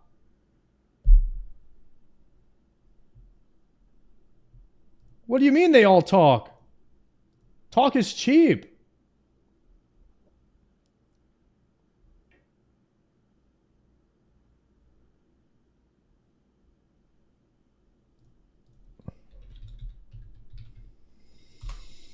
Guys, type of 07 in the chat right now. I'm out of here. I'm out of here, boys. Good night, everybody. These tormented demons ain't got shit.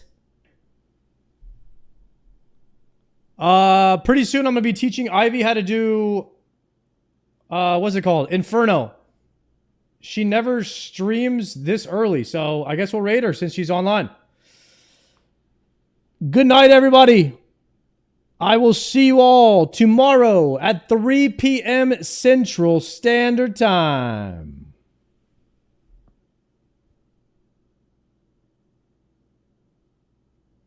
Be nice to people. Get your logs up, boys. Be positive.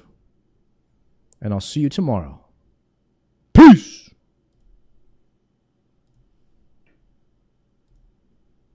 Oh my God.